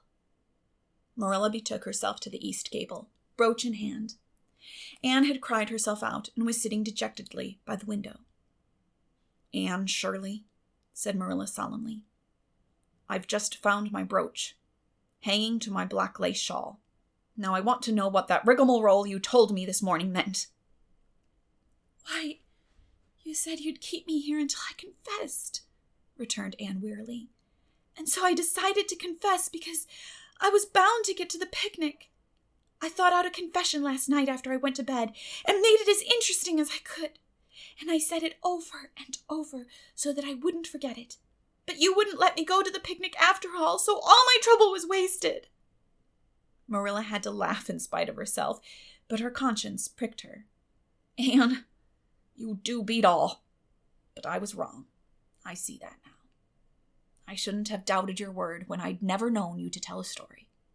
Of course, it wasn't right for you to confess to a thing you hadn't done. It was very wrong to do so. But I drove you to it. So if you'll forgive me, Anne, I'll forgive you, and we'll start square again. Now get yourself ready for the picnic." Anne flew up like a rocket. "Oh, Marilla, isn't it too late?" "No, it's only 2:00. They won't be more than well gathered yet, and it'll be an hour before they have tea. Wash your face and comb your hair, and put on your gingham. I'll fill a basket for you. There's plenty of stuff baked in the house, and I'll get Jerry to hitch up the sorrel and drive you down to the picnic ground." "Oh, Marilla!" exclaimed Anne, flying to the washstand. "5 minutes ago I was so miserable I was wishing I'd never been born, and now I wouldn't change places with an angel." That night, a thoroughly happy, completely tired-out Anne returned to Green Gables in a state of beatification impossible to describe. "Oh, Marilla, I've had a perfectly scrumptious time." Scrumptious is a new word I learned today. I heard Mary Alice Bell use it. Isn't it very expressive? Everything was lovely. We had a splendid tea, and then Mr. Harmon Andrews took us all for a row on the Lake of Shining Waters, 6 of us at a time, and Jane Andrews nearly fell overboard. She was leaning out to pick water lilies, and if Mr. Andrews hadn't caught her by her sash just in the nick of time, she'd have fallen in and probably been drowned. I wish it had been me. It would have been such a romantic experience to have been nearly drowned. It would be such a thrilling tale to tell. And we had the ice cream. Words fail me to describe that ice cream, Marilla. I assure you it was sublime." That evening, Marilla told the whole story to Matthew over her stocking basket. "I'm willing to own up that I made a mistake," she concluded candidly. "But I've learned a lesson. I have to laugh when I think of Anne's confession, although I suppose I shouldn't, for it really was a falsehood. But it doesn't seem as bad as the other would have been, somehow. And anyhow, I'm responsible for it. That child is hard to understand in some respects, but I believe she'll turn out all right yet. And there's one thing certain. No house will ever be dull that she's in." Chapter 15. A Tempest in the School Teapot.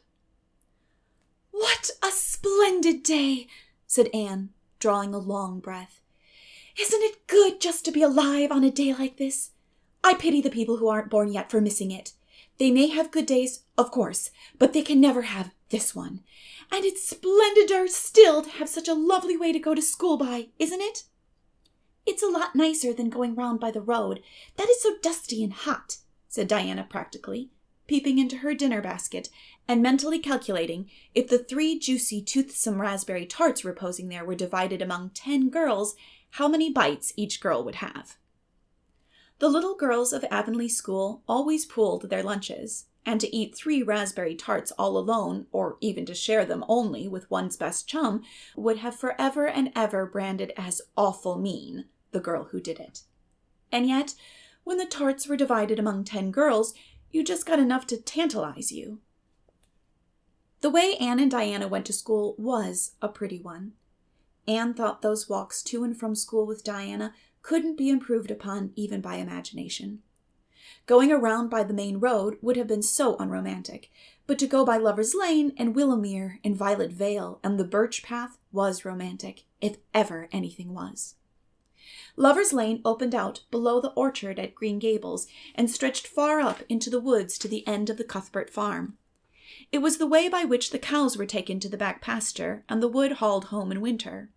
Anne had named it Lover's Lane before she had been a month at Green Gables. "Not that lovers ever really walk there," she explained to Marilla, "but Diana and I are reading a perfectly magnificent book, and there's a Lover's Lane in it, so we want to have one too. And it's a very pretty name, don't you think? So romantic. We can imagine the lovers into it, you know. I like that lane because you can think out loud there without people calling you crazy." Anne, starting out alone in the morning, went down Lover's Lane as far as the brook. Here Diana met her, and the 2 little girls went on up the lane under the leafy arch of maples. "Maples are such sociable trees," said Anne. "They're always rustling and whispering to you," until they came to a rustic bridge. Then they left the lane and walked through Mr. Barry's back field and past Willowmere. Beyond Willowmere came Violet Vale, a little green dimple in the shadow of Mr. Andrew Bell's big woods. "Of course there are no violets there now," Anne told Marilla, "but Diana says there are millions of them in spring. Oh, Marilla, can't you just imagine you can see them? It actually takes away my breath. I named it Violet Vale. Diana says she never saw the beat of me for hitting on fancy names for places. It's nice to be clever at something, isn't it? But Diana named the Birch Path. She wanted to, so I let her, but I'm sure I could have found something more poetical than plain Birch Path. Anybody can think of a name like that, but the Birch Path is one of the prettiest places in the world, Marilla." It was. Other people besides Anne thought so when they stumbled on it. It was a little narrow, twisting path, winding down over a long hill, straight through Mr. Bell's woods, where the light came down sifted through so many emerald screens that it was as flawless as the heart of a diamond. It was fringed in all its length with slim young birches, white-stemmed and lissom-boughed, ferns and starflowers, and wild lilies of the valley, and scarlet tufts of pigeonberries grew thickly along it, and always there was a delightful spiciness in the air, a music of bird calls and murmur, and laugh of wood winds in the trees overhead. Now and then you might see a rabbit skipping across the road if you were quiet, with which Anne and Diana happened about once in a blue moon. Down in the valley the path came out to the main road, and then it was just up the spruce hill to the school. The Avonlea School was a whitewashed building, low in the eaves and wide in the windows, furnished inside with comfortable, substantial old-fashioned desks that opened and shut and were carved all over their lids with the initials and hieroglyphics of 3 generations of school children. The schoolhouse was set back from the road, and behind it was a dusky fir wood and a brook where all the children put their bottles of milk in the morning to keep cool and sweet until dinner hour. Marilla had seen Anne start off to school on the first day of September with many secret misgivings. Anne was such an odd girl. How would she get on with the other children? And how on earth would she ever manage to hold her tongue during school hours? Things went better than Marilla feared, however. Anne came home that evening in high spirits. "I think I'm going to like school here," she announced. "I don't think much of the master, though. He's all the time curling his mustache and making eyes at Prissy Andrews. Prissy is grown up, you know. She's 16, and she's studying for the entrance examination into Queen's Academy at Charlottetown next year. Tilly Boulter says the master is dead gone on her. She's got a beautiful complexion and curly brown hair, and she does it up so elegantly. She sits in the long seat at the back, and he sits there too most of the time, to explain her lessons, he says. But Ruby Gillis says she saw him writing something on her slate, and when Prissy read it, she blushed as red as a beet, and giggled. And Ruby Gillis says she doesn't believe it had anything to do with the lesson." "Anne Shirley, don't let me hear you talking about your teacher in that way again," said Marilla sharply. "You don't go to school to criticize the master. I guess he can teach you something, and it's your business to learn." And I want you to understand right off that you are not to come home telling tales about him. That is something I won't encourage. I hope you are a good girl." "Indeed I was," said Anne comfortably. "It wasn't so hard as you might imagine either. I sit with Diana. Our seat is right by the window, and we can look down to the lake of shining waters. There are a lot of nice girls in school, and we had scrumptious fun playing at dinner time. It's so nice to have a lot of little girls to play with. But of course I like Diana best, and always will. I adore Diana. I'm dreadfully far behind the others. They're all in the 5th book, and I'm only in the 4th. I feel that it's kind of a disgrace. But there's not one of them has such an imagination as I have, and I soon found that out. We had reading and geography and Canadian history and dictation today. Mr. Phillips said my spelling was disgraceful, and he held up my slate so that everybody could see it, all marked over. I felt so mortified, Marilla. He might have been politer to a stranger, I think. Ruby Gillis gave me an apple, and Sophia Sloane lent me a lovely pink card with 'May I see you tomorrow' on it. I'm to give it back to her tomorrow, and Tilly Boulter let me wear her bead ring all the afternoon. Can I have some of those pearl beads off the old pincushion and the garret to make myself a ring? And oh, Marilla, Jane Andrews told me that Minnie McPherson told her that she heard Prissy Andrews tell Sarah Gillis that I had a very pretty nose. Marilla, that is the first compliment I have ever had in my life, and you can't imagine what a strange feeling it gave me. Marilla, have I really a pretty nose? I know you'll tell me the truth." "Your nose is well enough," said Marilla shortly. Secretly, she thought Anne's nose was a remarkably pretty one, but she had no intention of telling her so. That was 3 weeks ago, and all had gone smoothly so far. And now, this crisp September morning, Anne and Diana were tripping blithely down the birch path, 2 of the happiest little girls in Avonlea. "I guess Gilbert Blythe will be in school today," said Diana. "He's been visiting his cousins over in New Brunswick all summer, and he only came home Saturday night. He's awfully handsome, Anne, and he teases the girls something terrible. He just torments our lives out." Diana's voice indicated that she rather liked having her life tormented out than not. "Gilbert Blythe?" said Anne. "Isn't it his name that's written up on the porch wall with Julia Bell's and a big 'Take Notice' over them?" "Yes," said Diana, tossing her head. "But I'm sure he doesn't like Julia Bell so very much. I've heard him say he studied the multiplication table by her freckles."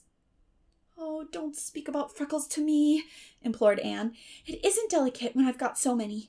But I do think that writing 'take notices' up on the wall about the boys and girls is the silliest ever. I should just like to see somebody dare to write my name up with a boy's. Not, of course," she hastened to add, "that anybody would." Anne sighed. She didn't want her name written up, but it was a little humiliating to know that there was no danger of it. "Nonsense," said Diana, whose black eyes and glossy tresses had played such havoc with the hearts of Avonlea schoolboys that her name figured on the porch walls in 6 take notices. "It's only meant as a joke. And don't you be too sure your name won't ever be written up. Charlie Sloane is dead gone on you. He told his mother, mind you, that you were the smartest girl in school. That's better than being good-looking." "No, it isn't," said Anne, feminine to the core. "I'd rather be pretty than clever, and I hate Charlie Sloane. I can't bear a boy with goggle eyes. If anyone wrote my name up with his, I'd never get over it, Diana Barry, but it is nice to keep head of your class." "You'll have Gilbert in your class after this," said Diana, "and he's used to being head of his class, I can tell you.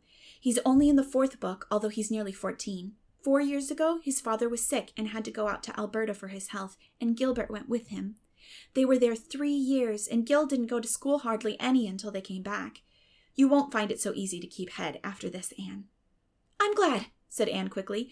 "I couldn't really feel proud of keeping head of little boys and girls just 9 or 10. I got up yesterday spelling ebullition. Josie Pye was head, and mind you, she peeped in her book. Mr. Phillips didn't see her. He was looking at Prissy Andrews, but I did.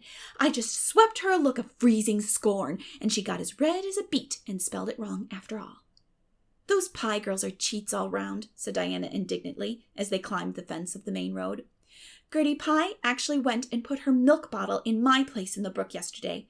Did you ever? I don't speak to her now." When Mr. Phillips was in the back of the room, hearing Prissy Andrews' Latin, Diana whispered to Anne, "That's Gilbert Blythe, sitting right across the aisle from you, Anne. Just look at him and see if you don't think he's handsome." Anne looked accordingly. She had a good chance to do so, for the said Gilbert Blythe was absorbed in stealthily pinning the long yellow braid of Ruby Gillis, who sat in front of him, to the back of her seat. He was a tall boy with curly brown hair, roguish hazel eyes, and a mouth twisted into a teasing smile. Presently, Ruby Gillis started up to take a sum to the master. She fell back into her seat with a little shriek, believing that her hair was pulled out by the roots. Everybody looked at her, and Mr. Phillips glared so sternly that Ruby began to cry.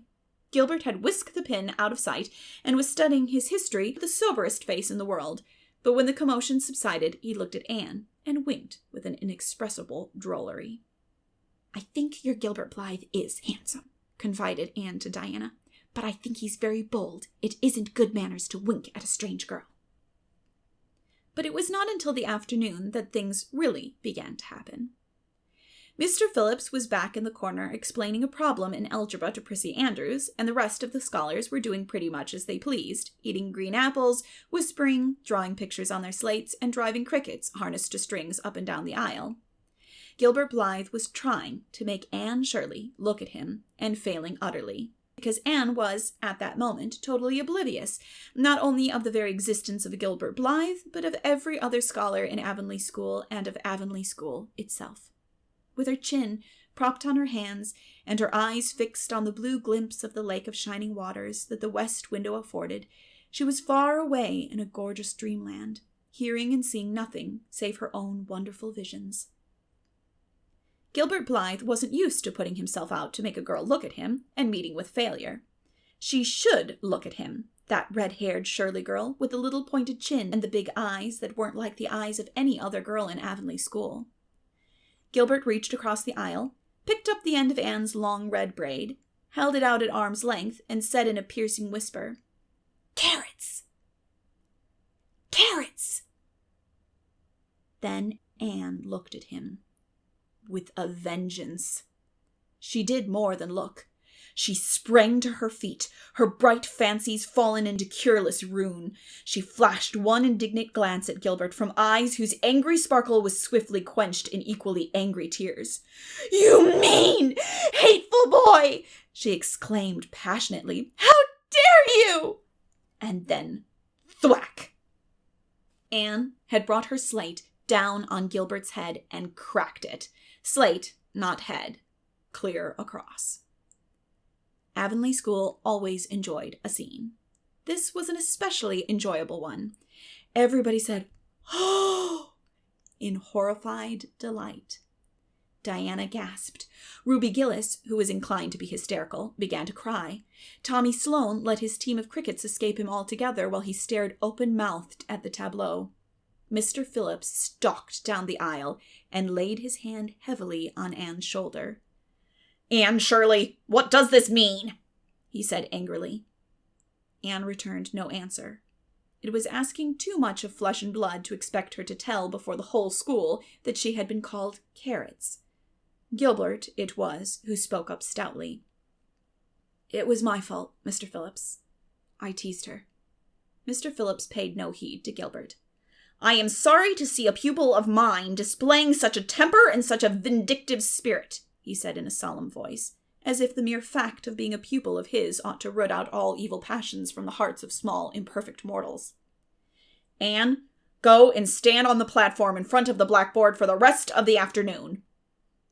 Anne would have infinitely preferred a whipping to this punishment, under which her sensitive spirit quivered as from a whiplash. With a white, set face, she obeyed. Mr. Phillips took a chalk crayon and wrote on the blackboard above her head. "Anne Shirley has a very bad temper. Anne Shirley must learn to control her temper." And then read it out loud so that even the primer class, who couldn't read writing, should understand it. Anne stood there the rest of the afternoon with that legend above her. She did not cry or hang her head. Anger was still too hot in her heart for that, and it sustained her amid all her agony of humiliation. With resentful eyes and passion-red cheeks, she confronted alike Diana's sympathetic gaze and Charlie Sloane's indignant nods and Josie Pye's malicious smiles. As for Gilbert Blythe, she would not even look at him. She would never look at him again. She would never speak to him When school was dismissed, Anne marched out with her red head held high. Gilbert Blythe tried to intercept her at the porch door. "I'm awfully sorry I made fun of your hair, Anne," he whispered contritely. "Honest, I am. Don't be mad for keeps now." Anne swept by disdainfully, without look or sign of hearing. "Oh, how could you, Anne?" breathed Diana as they went down the road, half reproachfully, half admiringly. Diana felt that she could never have resisted Gilbert's plea. "I shall never forgive Gilbert Blythe," said Anne firmly. "And Mr. Phillips spelled my name without an E, too. The iron has entered into my soul, Diana." Diana hadn't the least idea what Anne meant, but she understood it was something terrible. "You mustn't mind Gilbert making fun of your hair," she said soothingly. "Why, he makes fun of all the girls. He laughs at mine because it's so black. He's called me a crow a dozen times, and I never heard him apologize for anything before, either." "There's a great deal of difference between being called a crow and being called carrots," said Anne with dignity. "Gilbert Blythe has hurt my feelings excruciatingly, Diana." It is possible the matter might have blown over without more excruciation if nothing else had happened. But when things begin to happen, they're apt to keep on. Avonlea scholars often spent noon hour picking gum in Mr. Bell's spruce grove over the hill and across his big pasture field. From there, they could keep an eye on Eben Wright's house, where the master boarded. When they saw Mr. Phillips emerging therefrom, they ran for the schoolhouse, but the distance being about 3 times longer than Mr. Wright's lane, they were very apt to arrive there, breathless and gasping, some 3 minutes too late. On the following day, Mr. Phillips was seized with one of his spasmodic fits of reform, and announced, before going home to dinner, that he should expect to find all the scholars in their seats when he returned. Anyone who came in late would be punished. All the boys and some of the girls went to Mr. Bell's spruce grove as usual, fully intending to stay only long enough to pick a chew. But spruce groves are seductive, and yellow nuts of gum beguiling. They picked and loitered and strayed, and as usual, the first thing that recalled them to a sense of the flight of time was Jimmy Glover shouting from the top of the patriarchal old spruce, "Master's coming!" The girls, who were on the ground, started first and managed to reach the schoolhouse in time, but without a second to spare. The boys, who had to wriggle hastily down from the trees, were later, and Anne, who had not been picking gum at all, but was wandering happily in the far end of the grove, waist deep among the bracken, singing softly to herself with a wreath of rice lilies on her hair, as if she were some wild divinity of the shadowy places, was latest of all. Anne could run like a deer, however. Run she did, with the impish result that she overtook the boys at the door and was swept into the schoolhouse among them just as Mr. Phillips was in the act of hanging up his hat.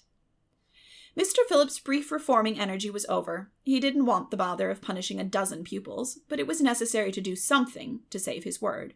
So he looked about for a scapegoat and found it in Anne, who had dropped into her seat gasping for breath, with her forgotten lily wreath hanging askew over one ear and giving her a particularly rakish and disheveled appearance. "Anne Shirley, since you seem to be so fond of the boys' company, we shall indulge your taste for it this afternoon," he said sarcastically. "Take these flowers out of your hair and sit with Gilbert Blythe." The other boys snickered. Diana, turning pale with pity, plucked the wreath from Anne's hair and squeezed her hand. Anne stared at the master as if turned to stone. "Did you hear what I said, Anne?" queried Mr. Phillips sternly. "Yes, sir," said Anne slowly, "but I didn't suppose you really meant it." "I assure you, I did." Still the sarcastic inflection, which all the children, and Anne especially, hated. It flicked on the raw. "Obey me at once!" For a moment, Anne looked as if she meant to disobey. Then, realizing that there was no help for it, she rose haughtily, stepped across the aisle, sat down beside Gilbert Blythe, and buried her face in her arms on the desk. Ruby Gillis, who got a glimpse of it as it went down, told the others going home from school that she'd actually never seen anything like it. It was so white, with awful little red spots in it. To Anne, this was as the end of all things. It was bad enough to be singled out for punishment from among 12 equally guilty ones. It was worse still to be sent to sit with a boy, but that boy should be Gilbert Blythe was heaping insult on injury to a degree utterly unbearable. Anne felt that she could not bear it, and it would be of no use to try. Her whole being seethed with shame and anger and humiliation. At first, the other scholars looked and whispered and giggled and nudged. But as Anne never lifted her head, and as Gilbert worked fractions as if his whole soul was absorbed in them, and them only, they soon returned to their own tasks, and Anne was forgotten. When Mr. Phillips called the history class out, Anne should have gone, but Anne did not move, and Mr. Phillips, who had been writing some verses to Priscilla before he called the class, was thinking about an obstinate rhyme still and never missed her. Once, when nobody was looking, Gilbert took from his desk a little pink candy heart with a gold motto on it. "You are sweet," and slipped it under the curve of Anne's arm, whereupon Anne arose, took the pink heart gingerly between the tips of her fingers, dropped it on the floor, ground it to powder beneath her heel, and resumed her position without deigning to bestow a glance on Gilbert.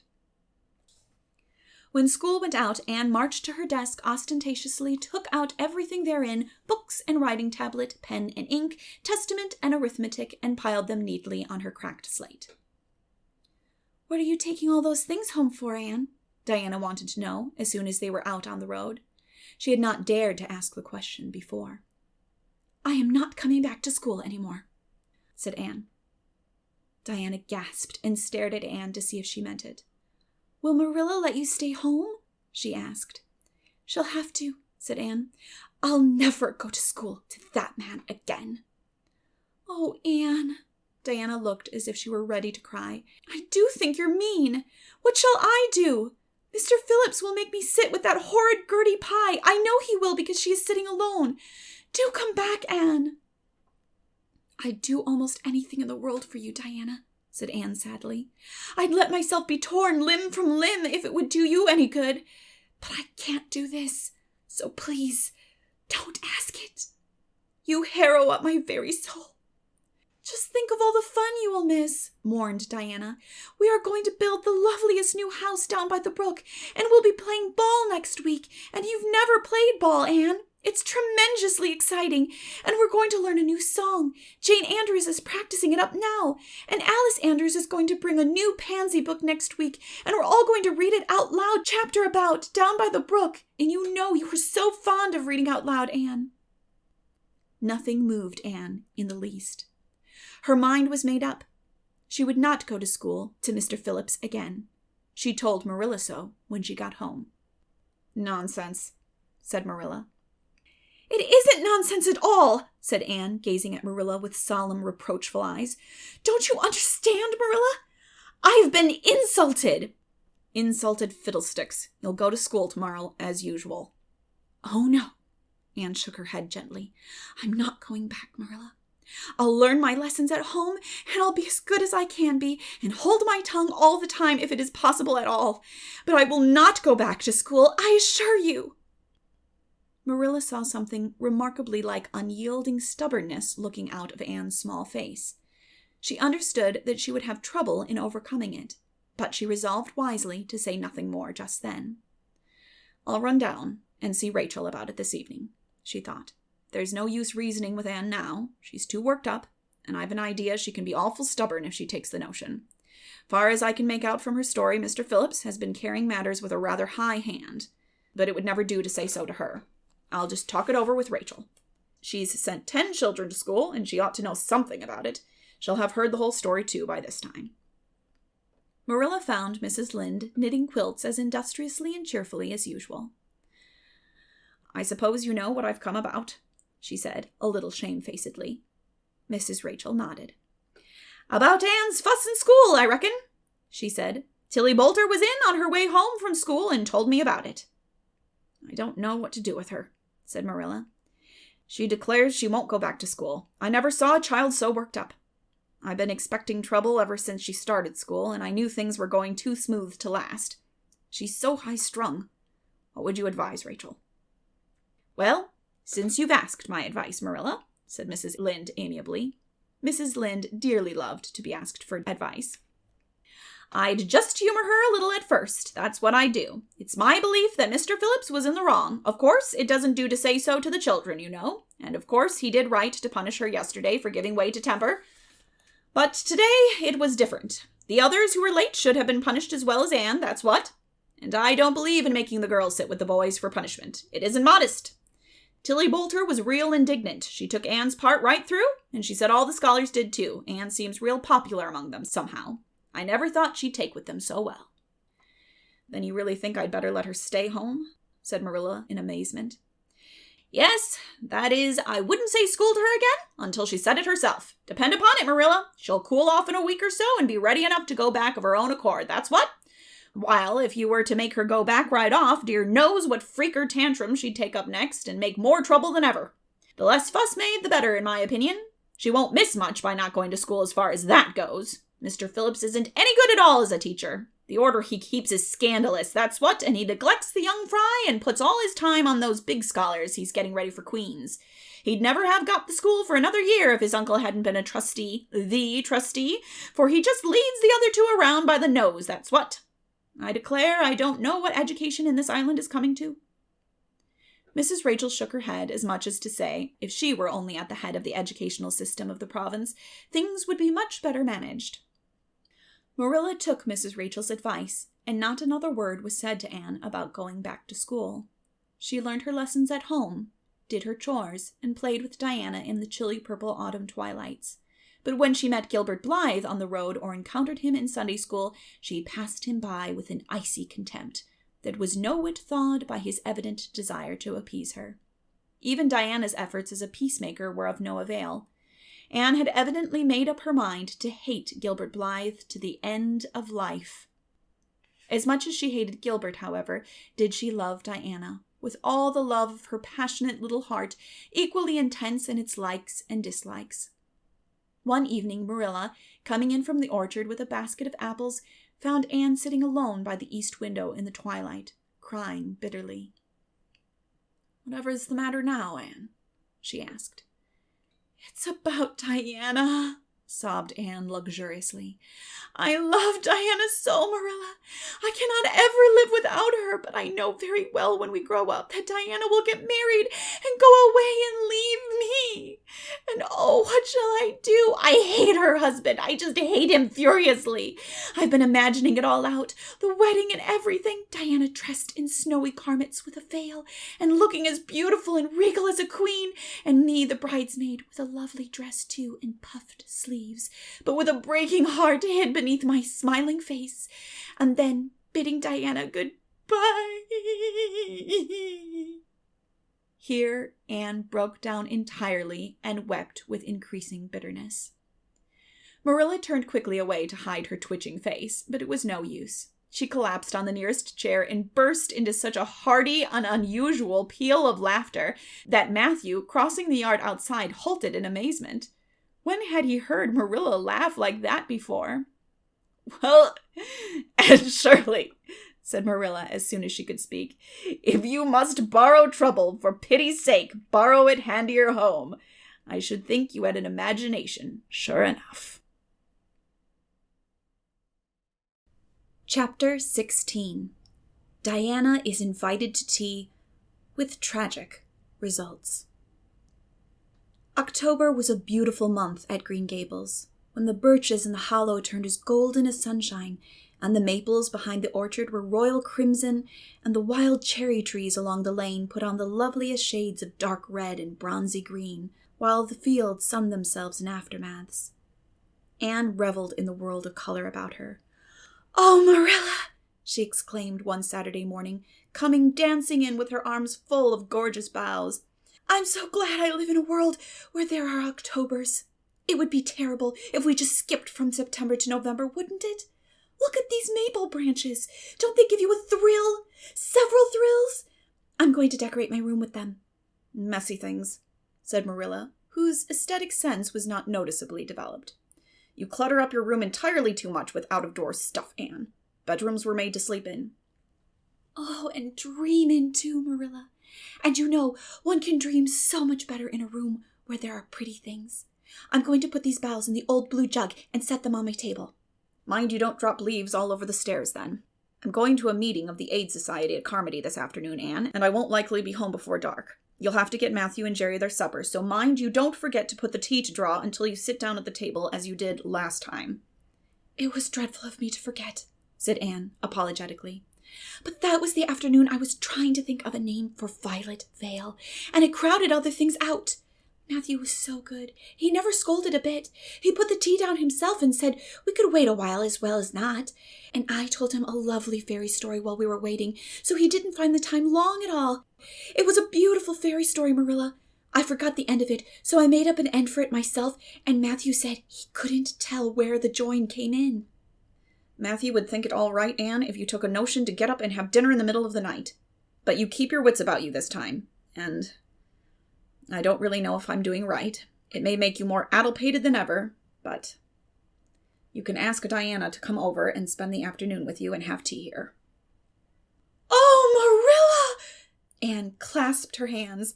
"How perfectly lovely!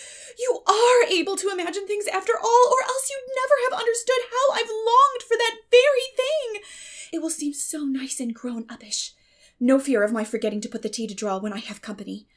Oh, Marilla, can I use the rosebud spray tea set?" "No, indeed. The rosebud tea set. Well, what next? You know I never use that except for the minister or the aides. You'll put down the old brown tea set, but you can open the little yellow crock of cherry preserves. It's time it was being used anyhow. I believe it's beginning to work. And you can cut some fruitcake and have some of the cookies and snaps."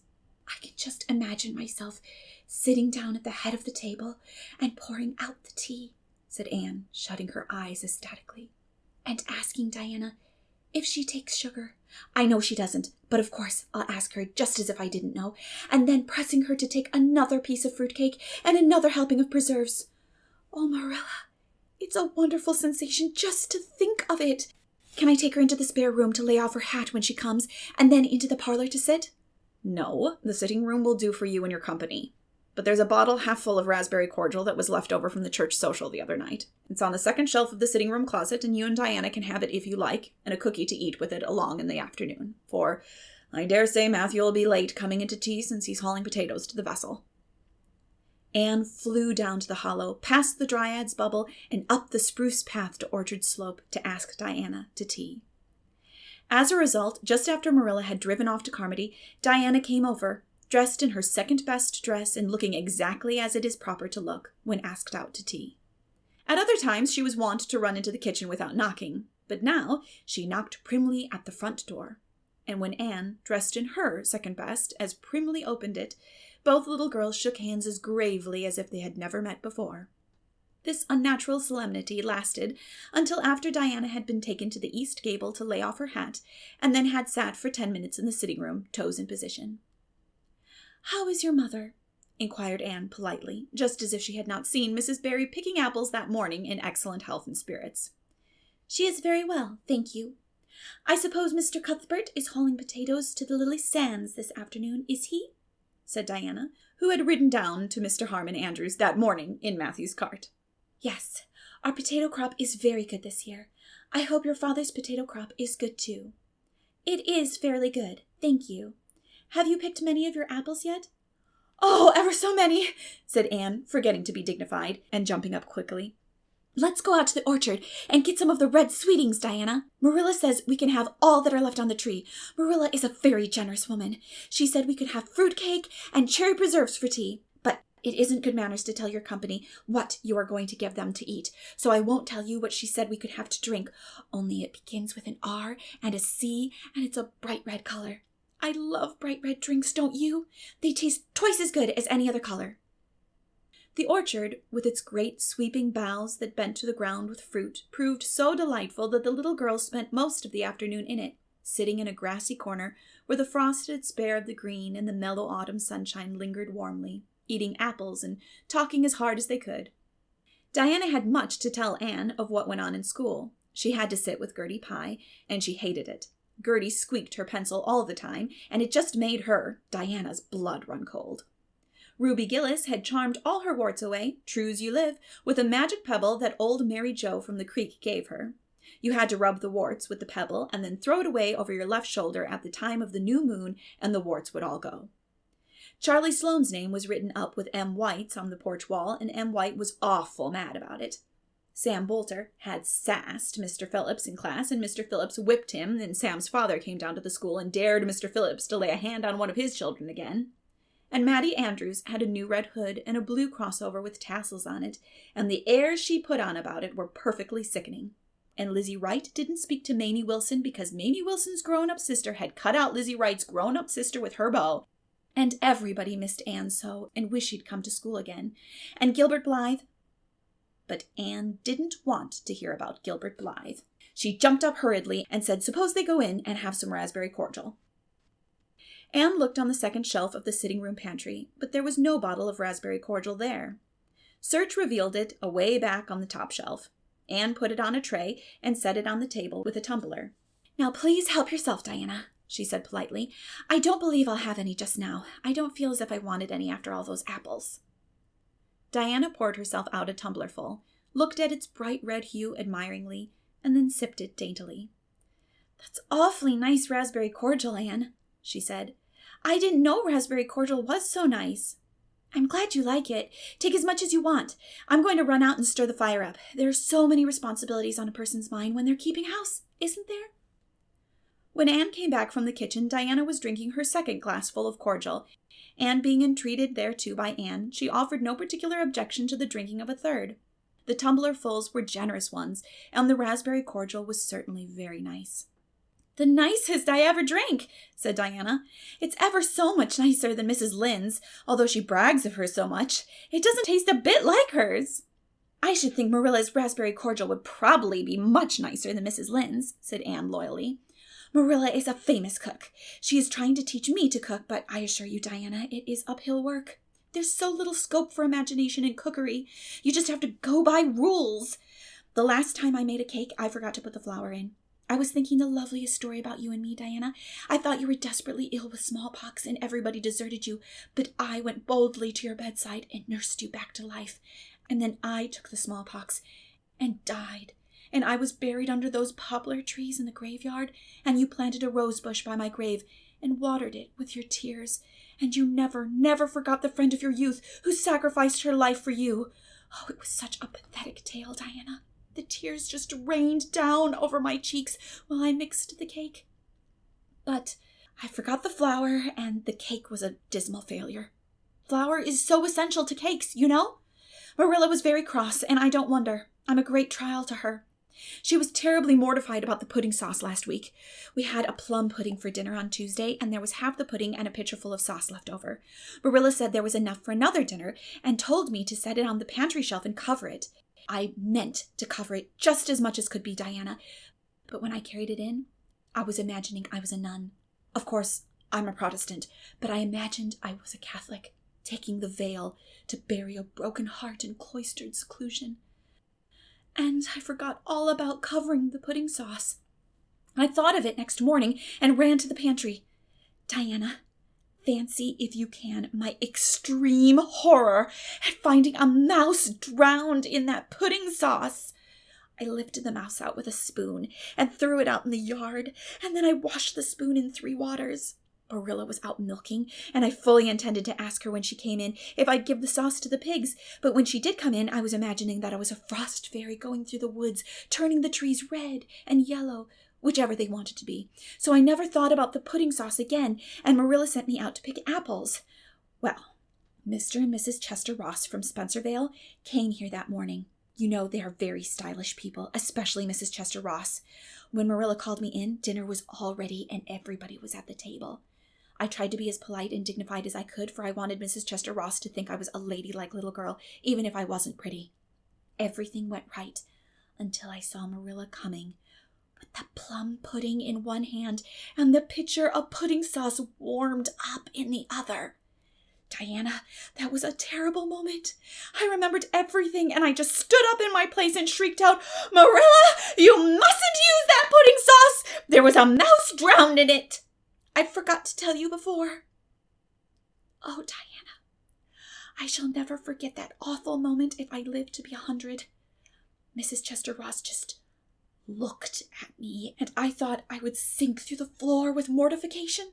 She's such a perfect housekeeper, and fancy what she must have thought of us. Marilla turned red as fire, but she never said a word. Then she just carried that sauce and pudding out and brought in some strawberry preserves. She even offered me some, but I couldn't swallow a mouthful. It was like heaping coals of fire on my head. After Mrs. Chester Ross went away, Marilla gave me a dreadful scolding. Why, Diana, what is the matter? Diana had stood up very unsteadily. Then she sat down again, putting her hands to her head. I am awfully sick, she said, a little thickly. I must go right home. Oh, you mustn't dream of going home without your tea, cried Anne in distress. I'll get it right off. I'll go and put the tea down this very minute. I must go home, repeated Diana stupidly but determinedly. Let me get you lunch anyhow, implored Anne. Let me give you a bit of fruit cake and some of the cherry preserves. Lie down on the sofa for a little while and you'll be better. Where do you feel bad? I must go home, said Diana, and that was all she would say. In vain Anne pleaded. I never heard of company going home without tea, she mourned. Oh, Diana, do you suppose that it's possible you're really taking the smallpox? If you are, I'll go and nurse you. You can depend on that. I'll never forsake you. But I do wish you'd stay till after tea. Where do you feel bad? I am awful dizzy, said Diana. And indeed, she walked very dizzily. Anne, with tears of disappointment in her eyes, got Diana's hat and went with her as far as the Berry Yard fence.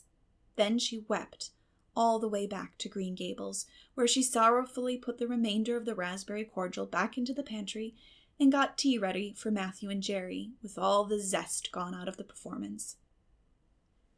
The next day was Sunday, and as the rain poured down in torrents from dawn till dusk, Anne did not stir abroad from Green Gables. Monday afternoon, Marilla sent her down to Mrs. Lynde's on an errand. In a very short space of time, Anne came flying back up the lane, with tears rolling down her cheeks. Into the kitchen she dashed and flung herself face downward on the sofa in an agony. Whatever has gone wrong now, Anne? Queried Marilla in doubt and dismay. I do hope you haven't gone and been saucy to Mrs. Lynde again. No answer from Anne, save more tears and stormier sobs. Anne Shirley, when I ask you a question, I want to be answered. Sit right up this very minute and tell me what you are crying about.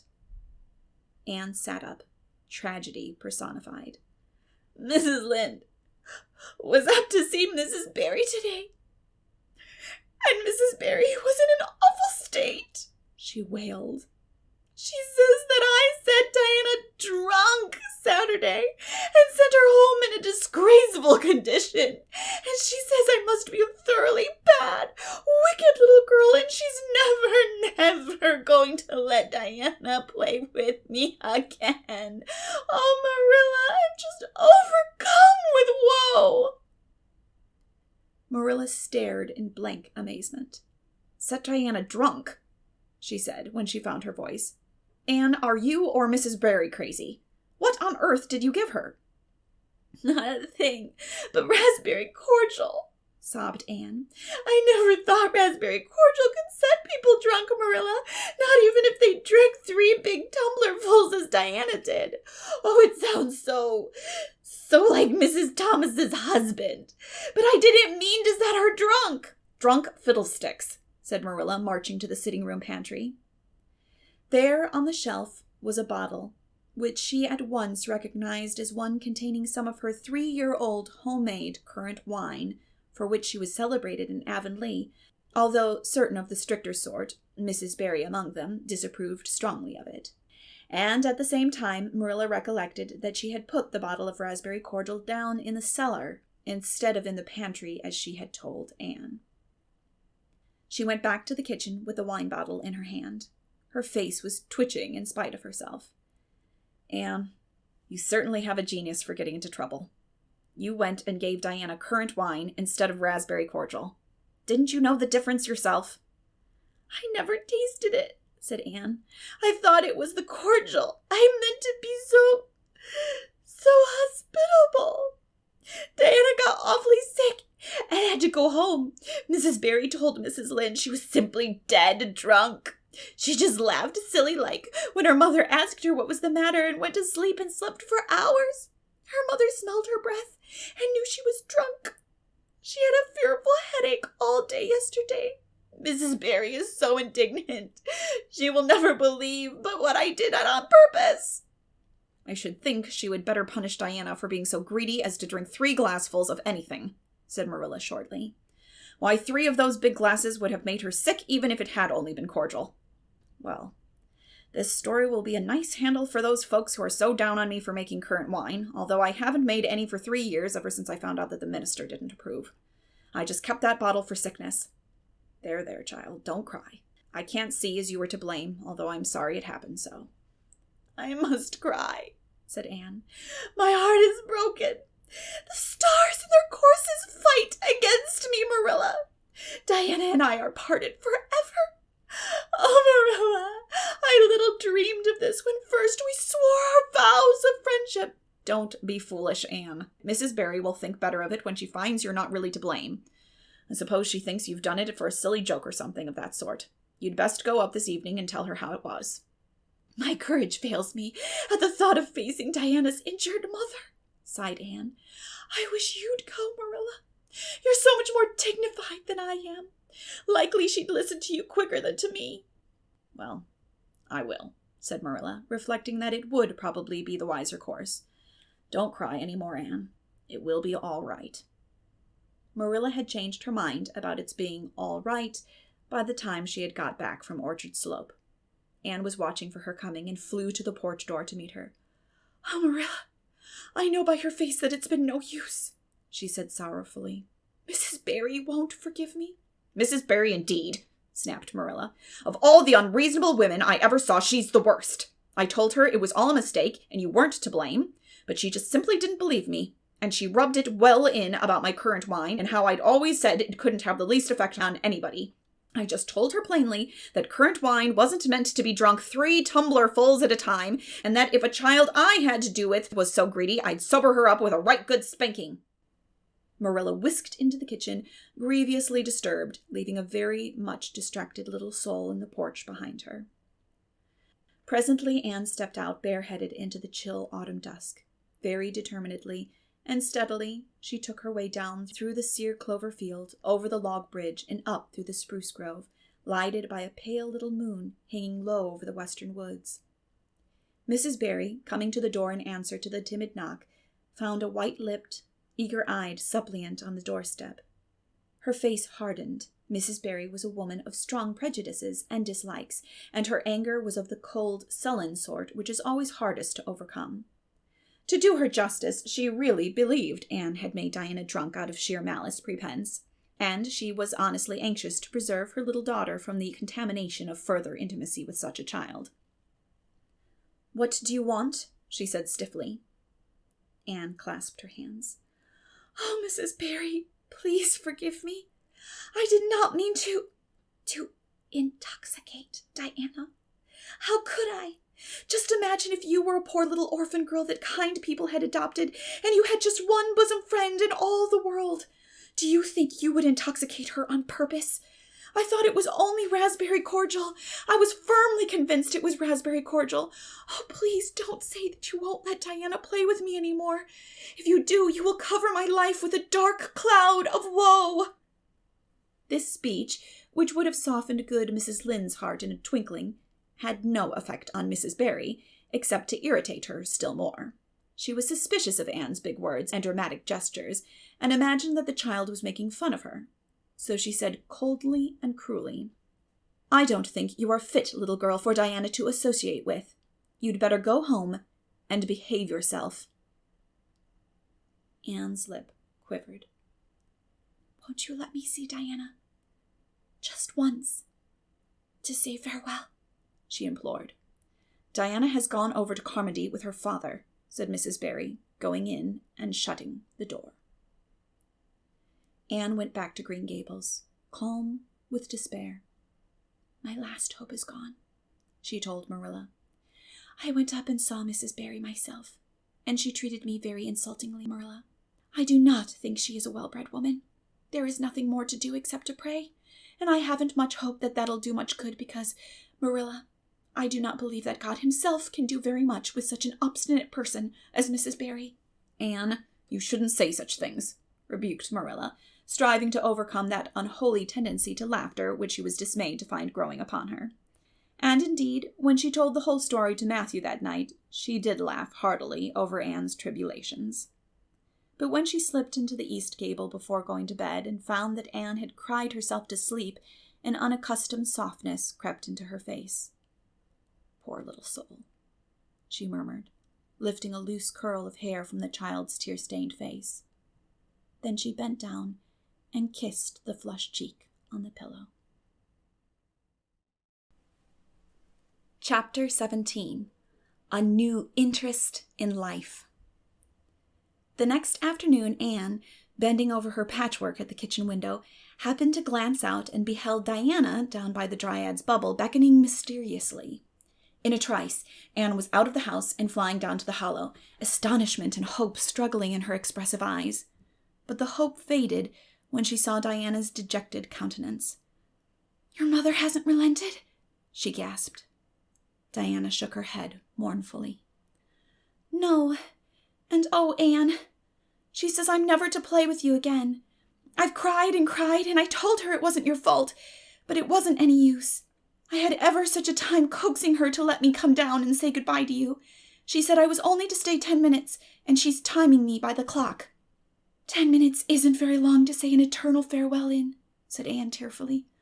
"Oh, Diana, will you promise faithfully never to forget me, the friend of your youth, no matter what dearer friends may caress thee?" "Indeed, I will," sobbed Diana, "and I'll never have another bosom friend. I don't want to have. I couldn't love anybody as I love you." "Oh, Diana," cried Anne, clasping her hands, "do you love me?" "Why, of course I do. Didn't you know that?" "No." Anne drew a long breath. "I thought you liked me, of course, but I never hoped you loved me. Why, Diana, I didn't think anybody could love me. Nobody ever has loved me since I can remember.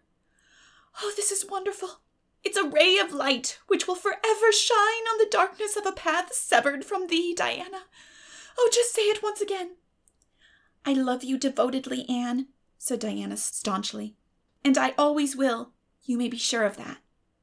"And I will always love thee, Diana," said Anne, solemnly extending her hand. "In the years to come, thy memory will shine like a star over my lonely life, as that last story we read together says. Diana, wilt thou give me a lock of thy jet-black tresses in parting to treasure forevermore?" "Have you got anything to cut it with?" queried Diana, wiping away the tears which Anne's affecting accents had caused to flow afresh, and returning to practicalities. "Yes, I've got my patchwork scissors in my apron pocket, fortunately," said Anne.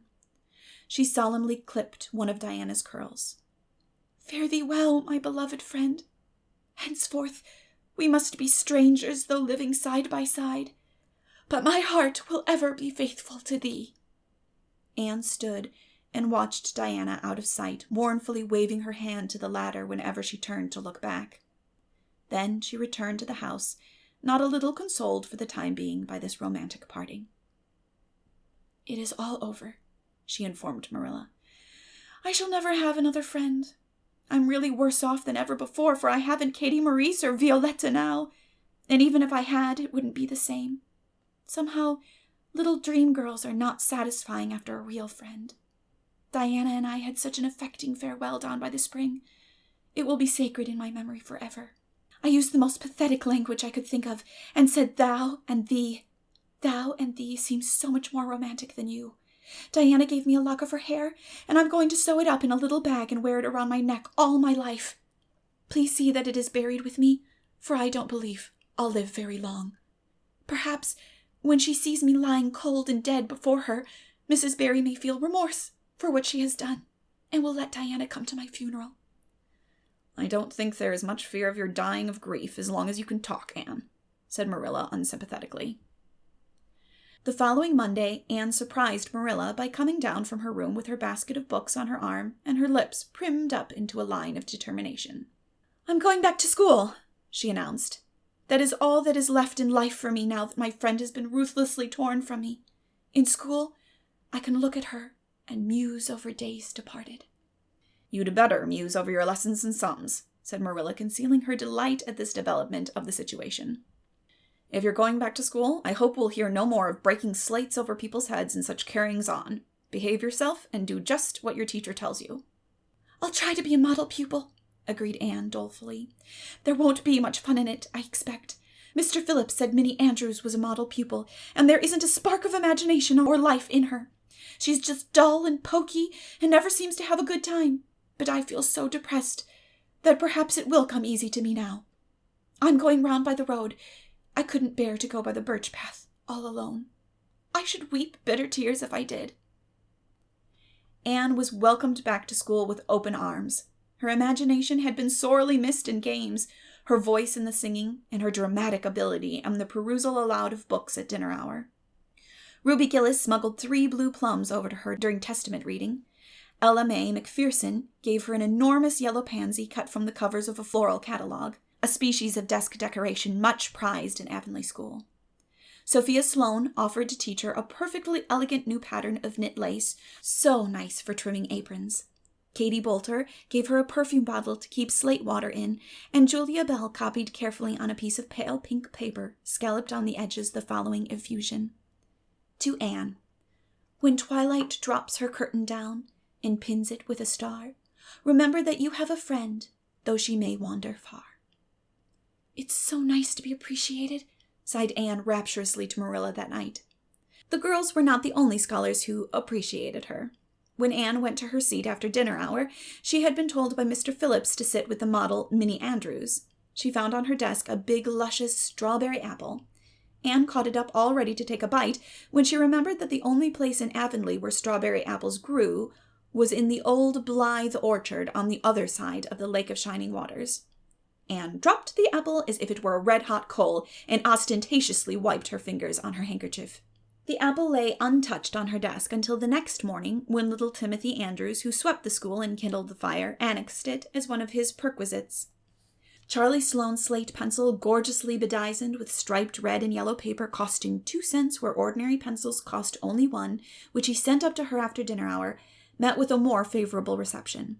Anne was graciously pleased to accept it, and rewarded the donor with a smile, which exalted that infatuated youth straightway into the 7th heaven of delight, and caused him to make such fearful errors in his dictation that Mr. Phillips kept him in after school to rewrite it.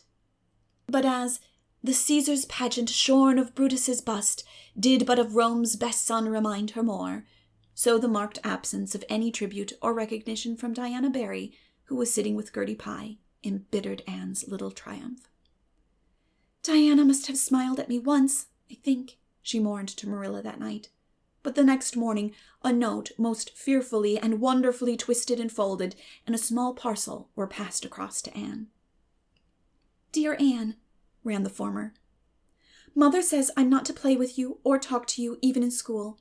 It isn't my fault, and don't be cross at me, because I love you as much as ever. I miss you awfully to tell all my secrets to, and I don't like Gertie Pye one bit. I made you one of the new bookmarks out of a red tissue paper. They are awfully fashionable now, and only 3 girls in school know how to make them. When you look at it, remember, your true friend, Diana Barry."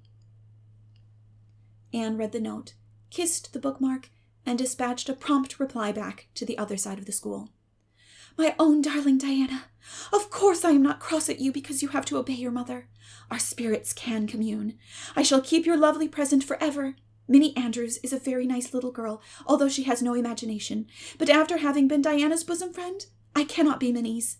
Please excuse mistakes because my spelling isn't very good yet, although much improved. Yours until death us do part, Anne or Cordelia Shirley. P.S. I shall sleep with your letter under my pillow tonight. A. or C.S. Marilla pessimistically expected more trouble since Anne had begun to go to school, but none developed. Perhaps Anne caught something of the model spirit from Minnie Andrews. At least she got on very well with Mr. Phillips thenceforth. She flung herself into her studies heart and soul, determined not to be outdone in any class by Gilbert Blythe. The rivalry between them was soon apparent. It was entirely good-natured on Gilbert's side, but it is much to be feared that the same thing cannot be said of Anne, who had certainly an unpraiseworthy tenacity for holding grudges. She was as intense in her hatreds as in her loves. She would not stoop to admit that she meant to rival Gilbert in schoolwork, because that would have been to acknowledge his existence, which Anne persistently ignored. But the rivalry was there, and honors fluctuated between them. Now Gilbert was head of the spelling class. Now Anne, with a toss of her long red braids, spelled him down. One morning Gilbert had all his sums done correctly and had his name written on the blackboard on the roll of honor. The next morning Anne, having rested wildly with decimals the entire evening before, would be first. One awful day they were ties, and their names were written up together. It was almost as bad as a take notice, and Anne's mortification was as evident as Gilbert's satisfaction. When the written examinations at the end of each month were held, the suspense was terrible. The first month Gilbert came out 3 marks ahead. The second, Anne beat him by 5. But her triumph was marred by the fact that Gilbert congratulated her heartily before the whole school. It would have been ever so much sweeter to her if he had felt the sting of his defeat. Mr. Phillips might not be a very good teacher, but a pupil so inflexibly determined on learning as Anne was could hardly escape making progress under any kind of a teacher. By the end of the term, Anne and Gilbert were both promoted into the 5th class and allowed to begin studying the elements of the branches by which Latin, geometry, French, and algebra were meant. In geometry, Anne met her Waterloo. "It's perfectly awful stuff, Marilla," she groaned. "I'm sure I'll never be able to make head or tail of it. There's no scope for imagination in it at all. Mr. Phillips says I'm the worst dunce he ever saw at it, and some of the others are so smart at it. It is extremely mortifying, Marilla. Even Diana gets along better than I do, but I don't mind being beaten by Diana. Even although we meet as strangers, now I still love her with an inextinguishable love. It makes me very sad at times to think about her. But really, Marilla, one can't stay sad very long in such an interesting world, can one?"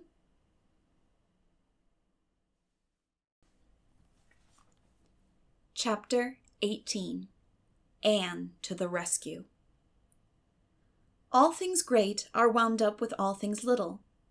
At first glance, it might not seem that the decision of a certain Canadian premier to include Prince Edward Island in a political tour could have much of anything to do with the fortunes of little Anne Shirley at Green Gables. But it had.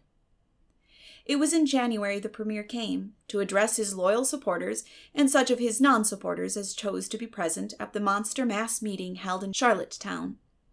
Most of the Avonlea people were on the premier's side of politics, hence on the night of the meeting nearly all the men and a goodly proportion of the women had gone to town, 30 miles away.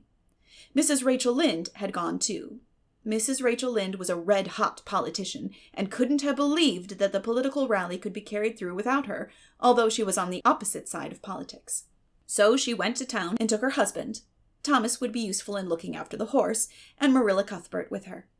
Marilla had a sneaking interest in politics herself, and as she thought it might be her only chance to see a real live premiere, she promptly took it, leaving Anne and Matthew to keep house until her return the following day. Hence, while Marilla and Mrs. Rachel were enjoying themselves hugely at the mass meeting, Anne and Matthew had the cheerful kitchen at Green Gables all to themselves.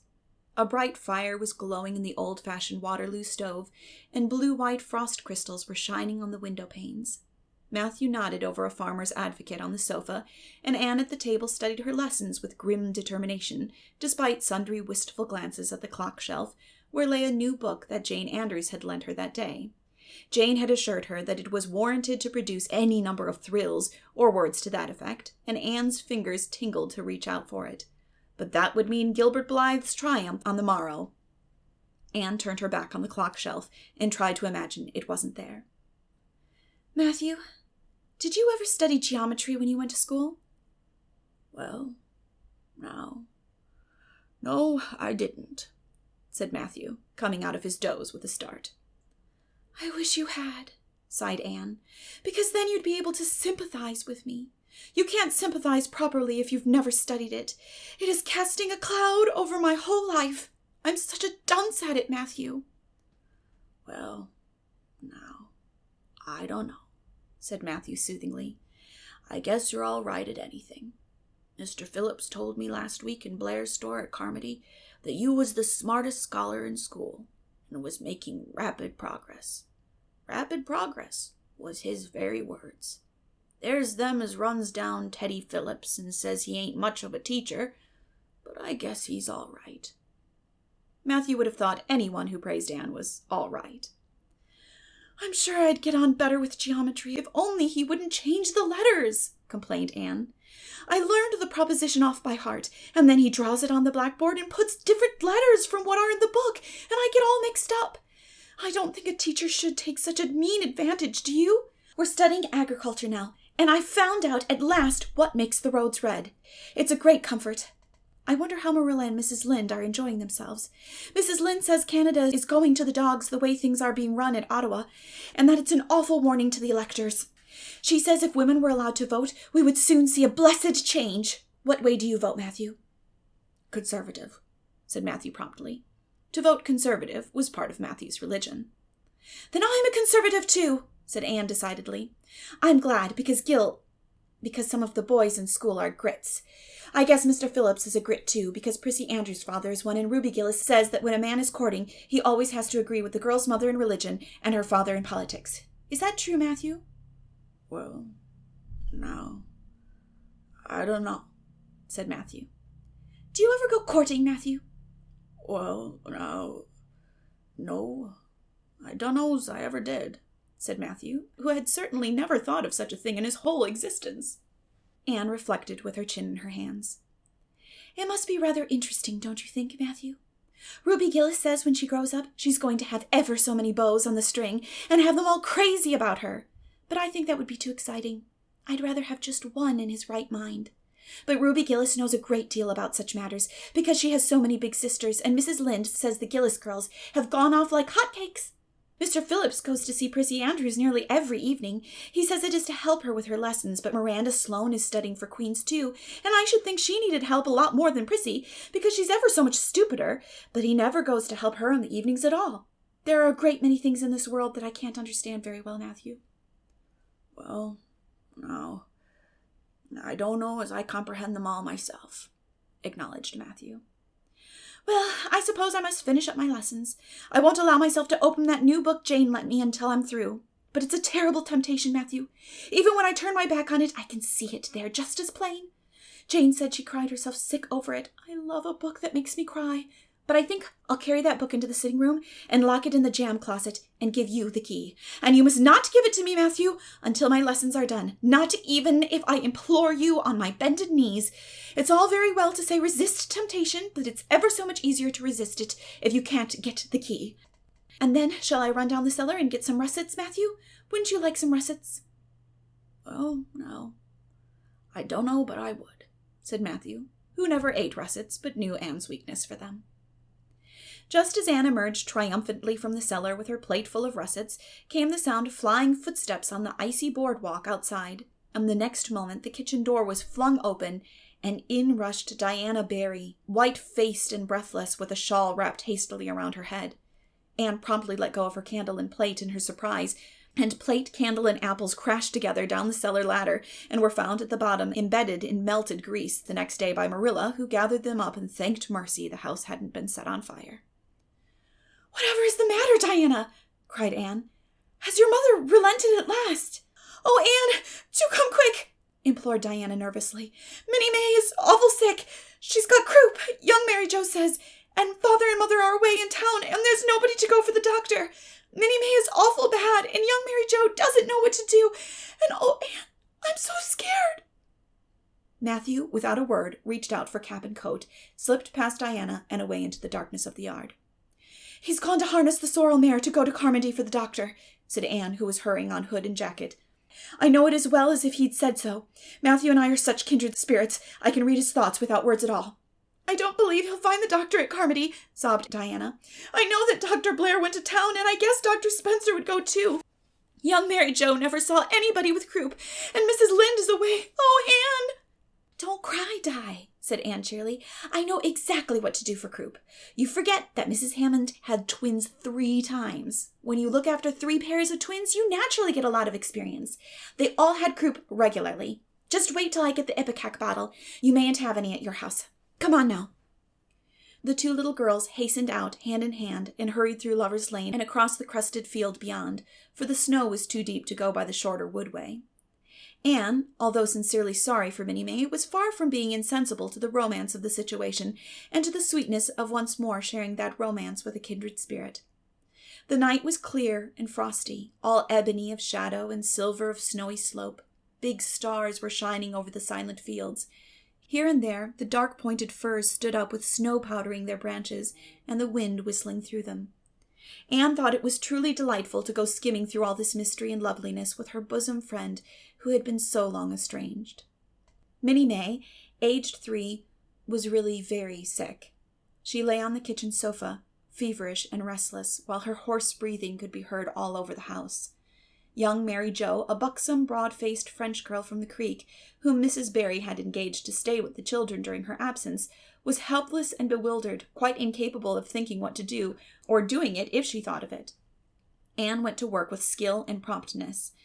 "Minnie May has croup all right. She's pretty bad, but I've seen them worse. First, we must have lots of hot water. I declare, Diana, there isn't more than a cupful in the kettle. There, I've filled it up. And Mary Jo, you may put some wood in the stove. I don't want to hurt your feelings, but it seems to me you might have thought of this before if you'd any imagination. Now, I'll undress Minnie May and put her to bed, and you try to find some soft flannel clothes, Diana. I'm going to give her a dose of ipecac first and all." Minnie May did not take kindly to the ipecac, but Anne had not brought up 3 pairs of twins for nothing. Down that ipecac went, not only once, but many times during the long, anxious night when the 2 little girls worked patiently over the suffering Minnie May, and young Mary Jo, honestly anxious to do all she could, kept on a roaring fire and heated more water than would have been needed for a hospital of croupy babies. It was 3 o'clock when Matthew came with the doctor, for he had been obliged to go all the way to Spencervale for one. But the pressing need for assistance was past. Minnie May was much better and was sleeping soundly. "I was awfully near giving up in despair," explained Anne. "She got worse and worse until she was sicker than ever, the Hammond twins were, even the last pair. I actually thought she was going to choke to death. I gave her every drop of ipecac in that bottle, and when the last dose went down, I said to myself, not to Diana or young Mary Jo, because I didn't want to worry them any more than they were worried, but I had to say it to myself just to relieve my feelings. This is the last lingering hope, and I fear 'tis a vain one. But in about 3 minutes, she coughed up the phlegm and began to get better right away. You must just imagine my relief, doctor, because I cannot express it in words.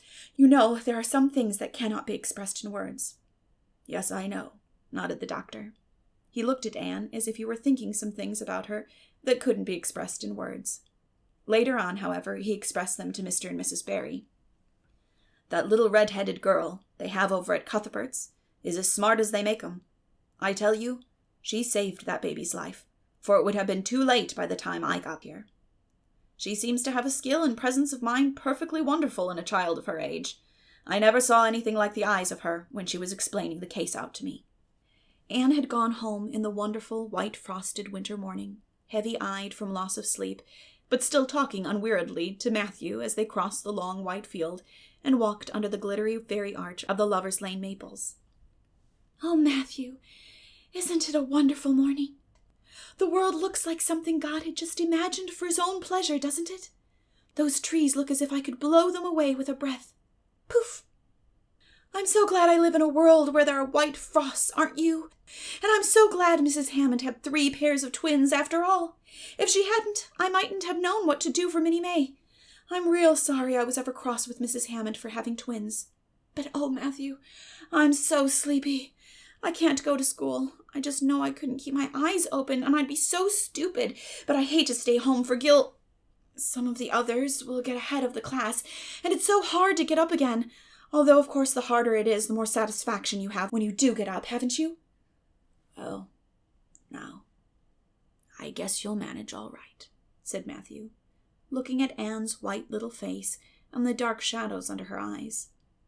"You just go right to bed and have a good sleep. I'll do all the chores."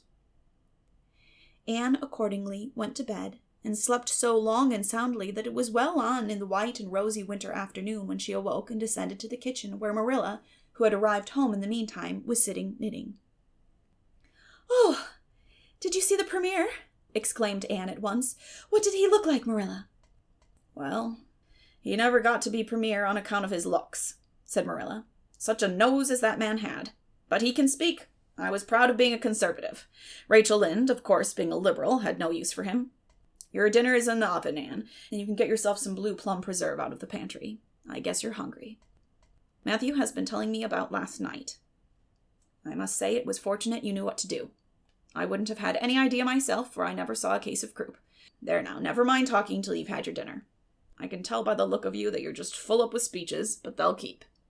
Marilla had something to tell Anne, but she did not tell it just then, for she knew if she did, Anne's consequent excitement would lift her clear out of the region of such material matters as appetite or dinner. Not until Anne had finished her saucer of blue plums did Marilla say, "Mrs. Barry was here this afternoon, Anne. She wanted to see you, but I wouldn't wake you up. She says you saved Minnie May's life, and she is very sorry she acted as she did in that affair of the currant wine. She says she knows you didn't mean to set Diana drunk, and she hopes you'll forgive her and be good friends with Diana again. You're to go over this evening if you like, for Diana can't stir outside the door on account of a bad cold she caught last night. Now, Anne Shirley, for pity's sake, don't fly clean up into the air." The warning seemed not unnecessary, so uplifted and aerial was Anne's expression and attitude as she sprang to her feet, her face irradiated with the flame of her spirit. "Oh, Marilla, can I go right now? Without washing my dishes.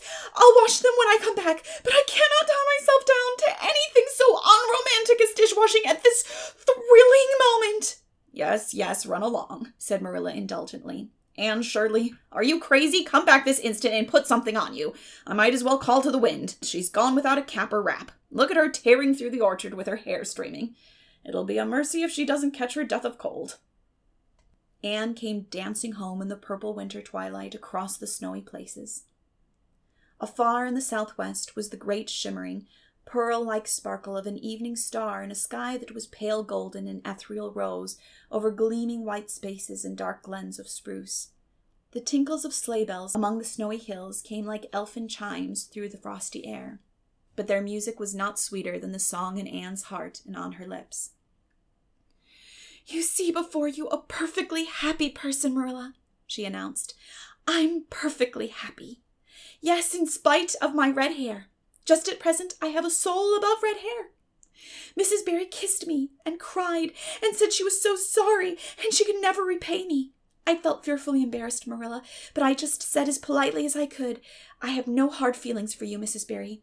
I assure you, once for all, that I did not mean to intoxicate Diana, and henceforth I shall cover the past with the mantle of oblivion.' That was a pretty dignified way of speaking, wasn't it, Marilla? I felt that I was heaping coals of fire on Mrs. Barry's head. And Diana and I had a lovely afternoon. Diana showed me a new fancy crochet stitch her aunt over at Carmody taught her.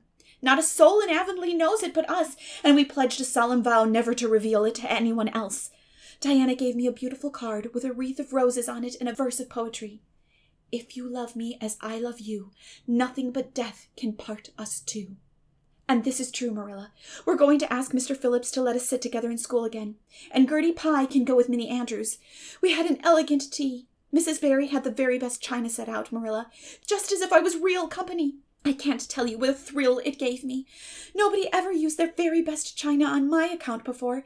And we had fruit cake and pound cake and donuts and 2 kinds of preserves, Marilla. And Mrs. Barry asked me if I took tea and said, 'Pa, why don't you pass the biscuits to Anne?' It must be lovely to be grown up, Marilla, when just being treated as if you were is so nice." "I don't know about that," said Marilla with a brief sigh. "Well, anyway, when I am grown up," said Anne decidedly, "I'm always going to talk to little girls as if they were too, and I'll never laugh when they use big words. I know from sorrowful experience how that hurts one's feelings. After tea, Diana and I made taffy. The taffy wasn't very good, I suppose, because neither Diana nor I had ever made any before. Diana left me to stir it while she buttered the plates, and I forgot and let it burn. And then when we set it out on the platform to cool, the cat walked over one plate, and that had to be thrown away. but the making of it was splendid fun. Then, when I came home, Mrs. Barry asked me to come over as often as I could, and Diana stood at the window and threw kisses to me all the way down to Lover's Lane. I assure you, Marilla, that I feel like praying tonight, and I'm going to think out a special brand new prayer in honor of the occasion. Chapter 19. A Concert, a Catastrophe, and a Confession. Marilla, can I go over to see Diana just for a minute? Asked Anne, running breathlessly down from the East Gable one February evening. I don't see what you want to be traipsing about after dark for, said Marilla shortly. You and Diana walked home from school together and then stood down there in the snow for half an hour more, your tongues going the whole blessed time clickety-clack, so I don't think you're very badly off to see her again. But she wants to see me, pleaded Anne. She has something very important to tell me. How do you know she has? Because she just signaled to me from her window. We have arranged a way to signal with our candles and cardboard. We set the candle on the windowsill and make flashes by passing the cardboard back and forth. So many flashes mean a certain thing. It was my idea, Marilla. I'll warrant you it was, said Marilla emphatically. And the next thing you'll be setting fire to the curtains with your signaling nonsense. Oh, we're very careful, Marilla, and it's so interesting. 2 flashes mean, are you there? 3 means yes, and 4, no. 5 mean, come over as soon as possible because I have something important to reveal. Diana has just signaled 5 flashes, and I'm really suffering to know what it is. Well, you needn't suffer any longer, said Marilla sarcastically. You can go, but you're to be back here in just 10 minutes. Remember that. Anne did remember it, and was back in the stipulated time, although probably no mortal will ever know just what it cost her to confine the discussion of Diana's important communication within the limits of 10 minutes. But at least she had made good use of them. Oh, Marilla, what do you think? You know tomorrow is Diana's birthday. Well, her mother told her she could ask me to go home with her from school and stay all night with her. And her cousins are coming over from Newbridge in a big pung sleigh to go to the debating club concert at the hall tomorrow night. And they're going to take Diana and me to the concert. If you'll let me go, that is. You will, won't you, Marilla? Oh, I feel so excited.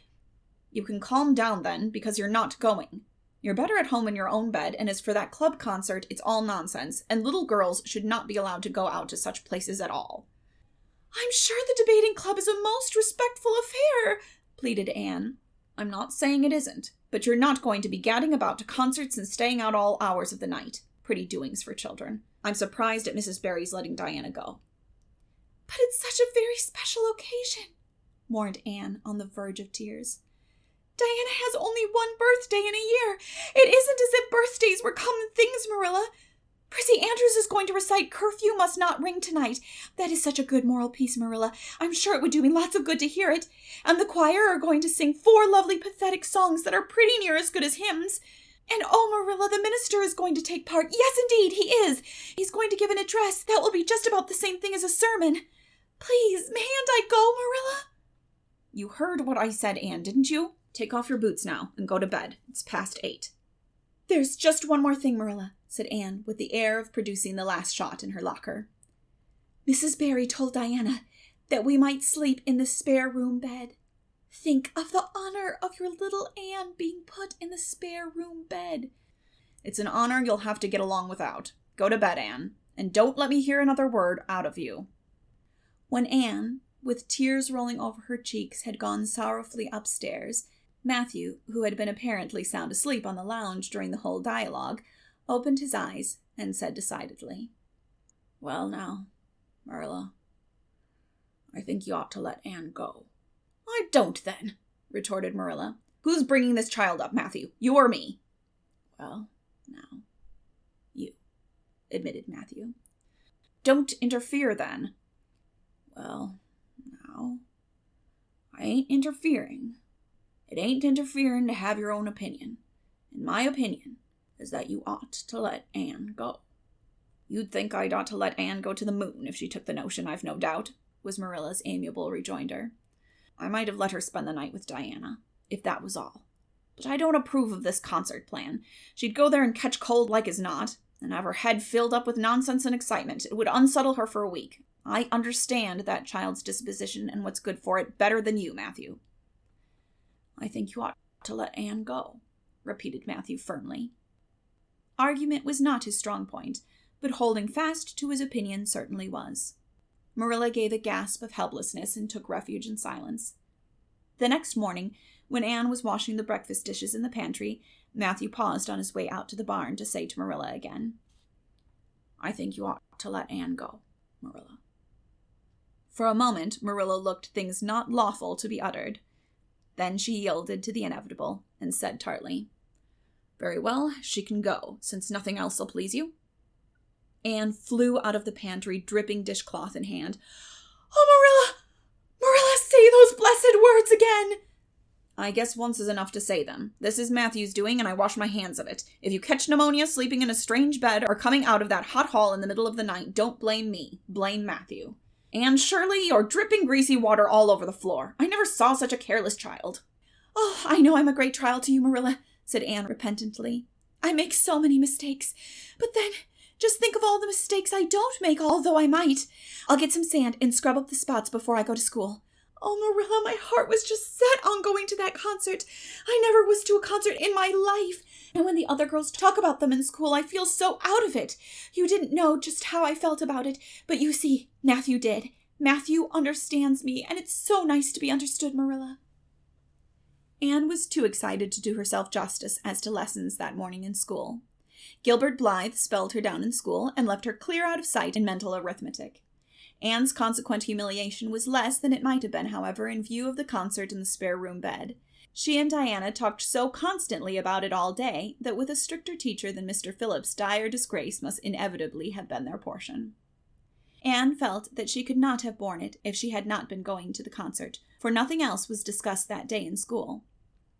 The Avonlea Debating Club, which met fortnightly all winter, had had several smaller free entertainments, but this was to be a big affair, admission 10 cents in aid of the library. The Avonlea young people had been practicing for weeks, and all the scholars were especially interested in it by reason of older brothers and sisters who were going to take part. Everybody in school over 9 years of age expected to go, except Carrie Sloane, whose father shared Marilla's opinions about small girls going out to night concerts. Carrie Sloane cried into her grammar all the afternoon and felt that life was not worth living. For Anne, the real excitement began with the dismissal of school and increased therefrom in crescendo until it reached to a crash of positive ecstasy in the concert itself. They had a perfectly elegant tea, and then came the delicious occupation of dressing in Diana's little room upstairs. Diana did Anne's front hair in the new pompadour style, and Anne tied Diana's bows with the especial knack she possessed, and they experimented with at least half a dozen different ways of arranging their back hair. At last they were ready, cheeks scarlet and eyes glowing with excitement. True, Anne could not help a little pang when she contrasted her plain black tam and shapeless, tight-sleeved, homemade gray cloth coat with Diana's jaunty fur cap and smart little jacket, but she remembered in time that she had an imagination and could use it. Then Diana's cousins, the Murrays from Newbridge, came. They all crowded into the big pung sleigh, among straw and furry robes. Anne reveled in the drive to the hall, slipping along over the satin-smooth roads, with the snow crisping under the runners. There was a magnificent sunset, and the snowy hills and deep blue water of the St. Lawrence Gulf seemed to rim in the splendor like a huge bowl of pearl and sapphire brimmed with wine and fire. Tinkles of sleigh bells and distant laughter that seemed like the mirth of wood elves came from every quarter. "Oh, Diana," breathed Anne, squeezing Diana's mittened hand under the fur robe. "Isn't it all like a beautiful dream? Do I really look the same as usual? I feel so different that it seems to me it must show in my looks." "You look awfully nice," said Diana, who, having just received a compliment from one of her cousins, felt that she ought to pass it on. "You've got the loveliest color." The program that night was a series of thrills for at least one listener in the audience, and, as Anne assured Diana, every succeeding thrill was thrillier than the last. When Prissy Andrews, attired in a new pink silk waist with a string of pearls about her smooth white throat and real carnations in her hair, rumor whispered that the master had sent all the way to town for them for her, climbed the slimy ladder dark without one ray of light, Anne shivered in luxurious sympathy. When the choir sang Far Above the Gentle Daisies, Anne gazed at the ceiling as if it were frescoed with angels. When Sam Sloane proceeded to explain and illustrate how Sockery set a hen, Anne laughed until people sitting near her laughed too, more out of sympathy with her than with amusement at a selection that was rather threadbare even in Avonlea. And when Mr. Phillips gave Mark Antony's oration over the dead body of Caesar in the most heart-stirring tones, looking at Prissy Andrews at the end of every sentence, Anne felt that she could rise and mutiny on the spot if but one Roman citizen led the way. Only one number on the program failed to interest her. When Gilbert Blythe recited Bingen on the Rhine, Anne picked up Rhoda Murray's library book and read it until he had finished, when she sat rigidly stiff and motionless, while Diana clapped her hands until they tingled. It was 11 when they got home, sated with dissipation, but with the exceeding sweet pleasure of talking it all over still to come. Everybody seemed asleep, and the house was dark and silent. Anne and Diana tiptoed into the parlor, a long, narrow room out of which the spare room opened. It was pleasantly warm and dimly lighted by the embers of the fire in the grate. "Let's undress here," said Diana. "It's so nice and warm." "Hasn't it been a delightful time?" sighed Anne rapturously. "It must be splendid to get up and recite there. Do you suppose we will ever be asked to do it, Diana?" "Yes, of course, some day. They're always wanting the big scholars to recite. Gilbert Blythe does often, and he's only 2 years older than us." "Oh, Anne, how could you pretend not to listen to him when he came to the line, 'There's another, not a sister'? He looked right down at you." "Diana," said Anne with dignity, "you are my bosom friend, but I cannot allow even you to speak to me of that person. Are you ready for bed? Let's run a race and see who will get to the bed first." The suggestion appealed to Diana. The 2 little white-clad figures flew down the long room, through the spare room door, and bounded on the bed at the same moment. And then something moved beneath them. There was a gasp and a cry, and somebody said in muffled accents, "Merciful goodness!" Anne and Diana were never able to tell just how they got off that bed and out of the room. They only knew that after one frantic rush, they found themselves tiptoeing shiveringly upstairs. "Oh, who was it? What was it?" whispered Anne, her teeth chattering with cold and fright. "It was Aunt Josephine," said Diana, gasping with laughter. "Oh, Anne, it was Aunt Josephine. However she came to be there. Oh, and I know she will be furious. It's dreadful. It's really dreadful. But did you ever know anything so funny, Anne?" "Who is your Aunt Josephine?" "She's Father's aunt, and she lives in Charlottetown. She's awfully old, 70 anyhow, and I don't believe she was ever a little girl. We were expecting her out for a visit, but not so soon. She's awfully prim and proper, and she'll scold dreadfully about this, I know. Well, we'll have to sleep with Minnie May, and you can't think how she kicks." Miss Josephine Barry did not appear at the early breakfast the next morning. Mrs. Barry smiled kindly at the 2 little girls. "Did you have a good time last night? I tried to stay awake until you came home, for I wanted to tell you Aunt Josephine had come, and that you would have to go upstairs after all, but I was so tired I fell asleep. I hope you didn't disturb your aunt, Diana." Diana preserved a discreet silence, but she and Anne exchanged furtive smiles of guilty amusement across the table. Anne hurried home after breakfast, and so remained in blissful ignorance of the disturbance which presently resulted in the Barry household, until the late afternoon, when she went down to Mrs. Lynde's on an errand for Marilla. "So you and Diana nearly frightened poor old Miss Barry to death last night," said Mrs. Lynde severely, but with a twinkle in her eye. "Mrs. Barry was here a few minutes ago on her way to Carmody. She's feeling real worried over it. Old Miss Barry was in a terrible temper when she got up this morning, and Josephine Barry's temper is no joke, I can tell you that. She wouldn't speak to Diana at all." "It wasn't Diana's fault," said Anne contritely. "It was mine. I suggested racing to see who would get into bed first." "I knew it," said Mrs. Lynde with the exultation of a correct guesser. "I knew that idea came out of your head. Well, it's made a nice lot of trouble, that's what. Old Miss Barry came out to stay for a month, but she declares she won't stay another day and is going right back to town tomorrow, Sunday and all as it is. She'd have gone today if they could have taken her. She had promised to pay for a quarter's music lessons for Diana, but now she is determined to do nothing at all for such a tomboy. Oh, I guess they had a lively time of it there this morning. The Barrys must feel cut up. Old Miss Barry is rich, and they'd like to keep on the good side of her. Of course, Mrs. Barry didn't say just that to me, but I'm a pretty good judge of human nature, that's what." I'm such an unlucky girl, mourned Anne. I'm always getting into scrapes myself and getting my best friends, people I'd shed my heart's blood for, into them too. Can you tell me why it is so, Mrs. Lynde? It's because you're too heedless and impulsive, child, that's what. You never stop to think. Whatever comes into your head to say or do, you say or do it without a moment's reflection. Oh, but that's the best of it, protested Anne. Something just flashes into your mind, so exciting, and you must out with it. If you stop to think it over, you spoil it all. Haven't you never felt that yourself, Mrs. Lynde? No, Mrs. Lynde had not. She shook her head sagely. You must learn to think a little, Anne. That's what. The proverb you need to go by is look before you leap, especially into spare-room beds. Mrs. Lynde laughed comfortably over her mild joke, but Anne remained pensive. She saw nothing to laugh at in the situation, which to her eyes appeared very serious. When she left Mrs. Lynde's, she took her way across the crusted fields to Orchard Slope. Diana met her at the kitchen door. Your Aunt Josephine was very cross about it, wasn't she? Whispered Anne. Yes, answered Diana, stifling a giggle with an apprehensive glance over her shoulder at the closed sitting-room door. She was fairly dancing with rage, Anne. Oh, how she scolded! She said I was the worst-behaved girl she ever saw, and that my parents ought to be ashamed of the way they had brought me up.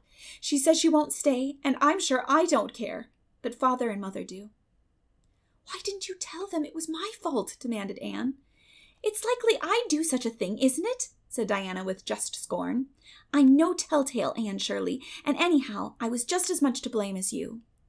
Well, I'm going in to tell her myself, said Anne resolutely. Diana stared. Anne Shirley, you'd never. Why, she'll eat you alive.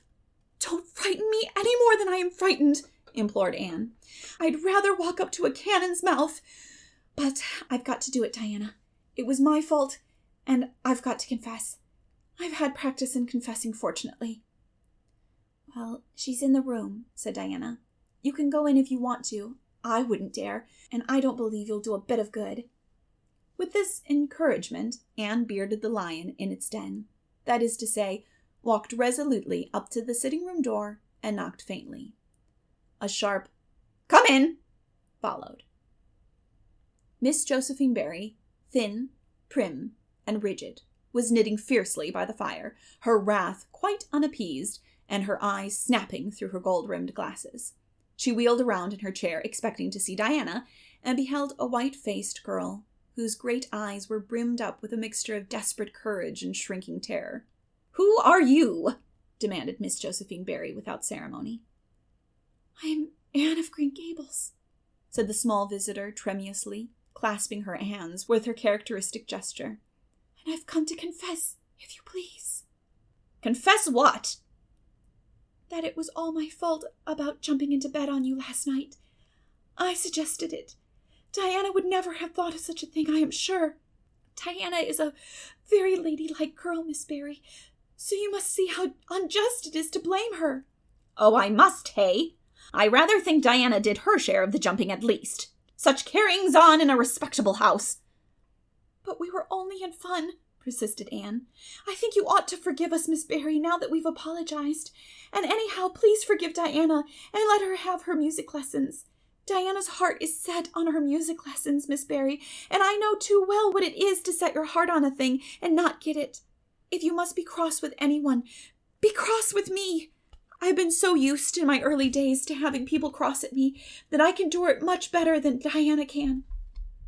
Much of the snap had gone out of the old lady's eyes by this time, and was replaced by a twinkle of amused interest. But she still said severely, "I don't think it is any excuse for you that you were only in fun. Little girls never indulged in that kind of fun when I was young. You don't know what it is to be awakened out of a sound sleep after a long and arduous journey by two great girls coming bounce down on you." "I don't know, but I can imagine," said Anne eagerly. "I'm sure it must have been very disturbing. But then, there is our side of it, too. Have you any imagination, Miss Barry? If you have, just put yourself in our place. We didn't know there was anybody in that bed, and you nearly scared us to death. It was simply awful the way we felt, and then we couldn't sleep in the spare room after being promised. I suppose you are used to sleeping in spare rooms, but just imagine what you would feel like if you were a little orphan girl who had never had such an honor." All the snap had gone by this time. Miss Barry actually laughed, a sound which caused Diana, waiting in speechless anxiety in the kitchen outside, to give a great gasp of relief. "I'm afraid my imagination is a little rusty. It's so long since I used it," she said. "I dare say your claim to sympathy is just as strong as mine. It all depends on the way we look at it. Sit down here and tell me about yourself." "I am very sorry I can't," said Anne firmly. "I would like to, because you seem like an interesting lady, and you might even be a kindred spirit, although you don't look very much like it. But it is my duty to go home to Miss Marilla Cuthbert. Miss Marilla Cuthbert is a very kind lady who has taken me to bring up properly. She is doing her best, but it is very discouraging work. You must not blame her because I jumped on the bed. But before I go, I do wish you would tell me if you will forgive Diana, and stay just as long as you meant to in Avonlea." "I think perhaps I will, if you will come over and talk to me occasionally," said Miss Barry.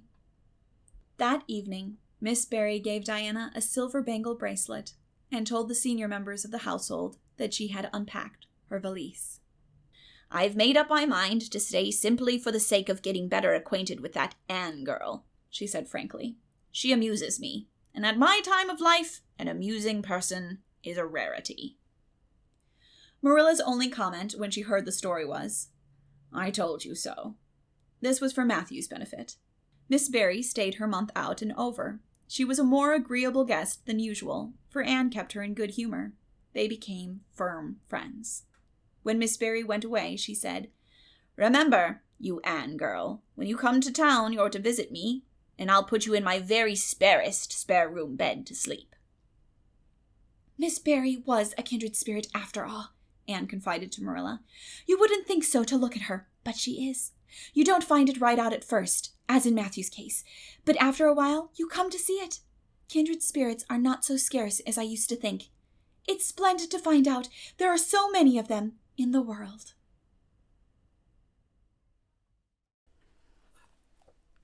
Chapter 20.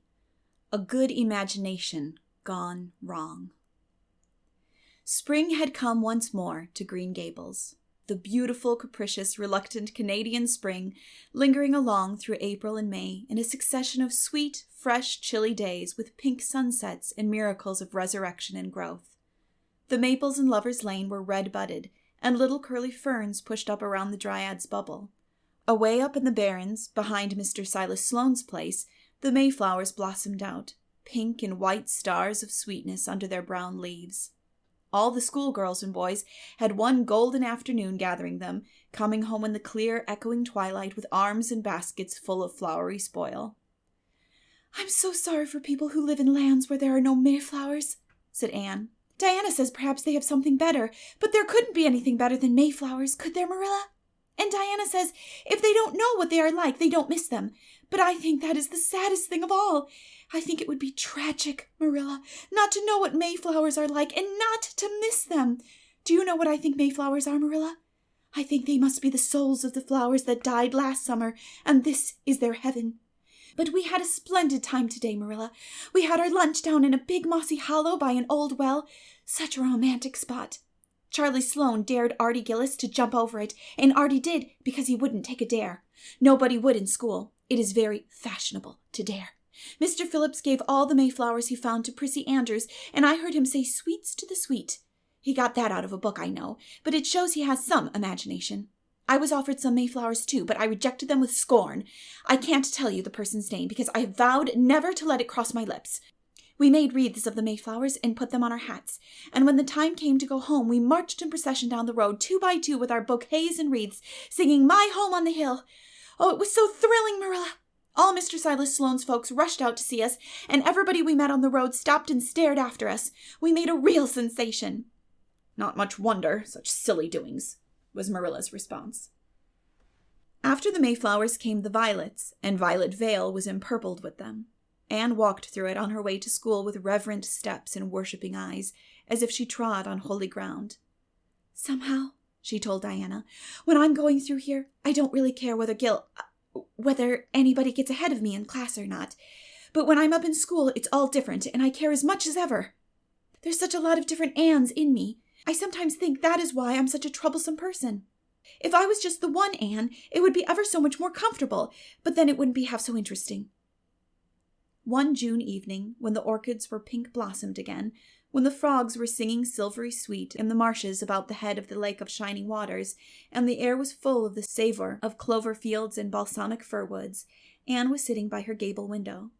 She had been studying her lessons, but it had grown too dark to see the book, so she had fallen into wide-eyed reverie, looking out past the boughs of the Snow Queen, once more bestarred with its tufts of blossom.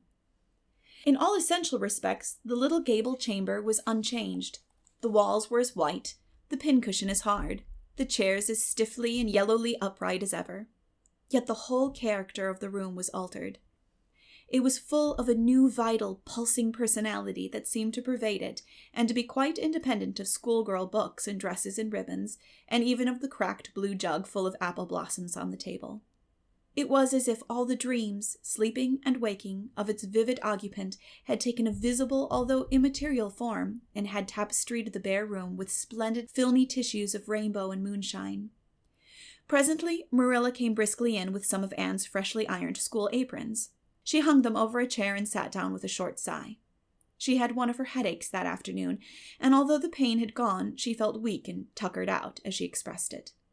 Anne looked at her with eyes limpid with sympathy. "I do truly wish I could have had the headache in your place, Marilla. I would have endured it joyfully, for your sake." "I guess you did your part in attending to the work and letting me rest," said Marilla. "You seem to have got on fairly well and made fewer mistakes than usual.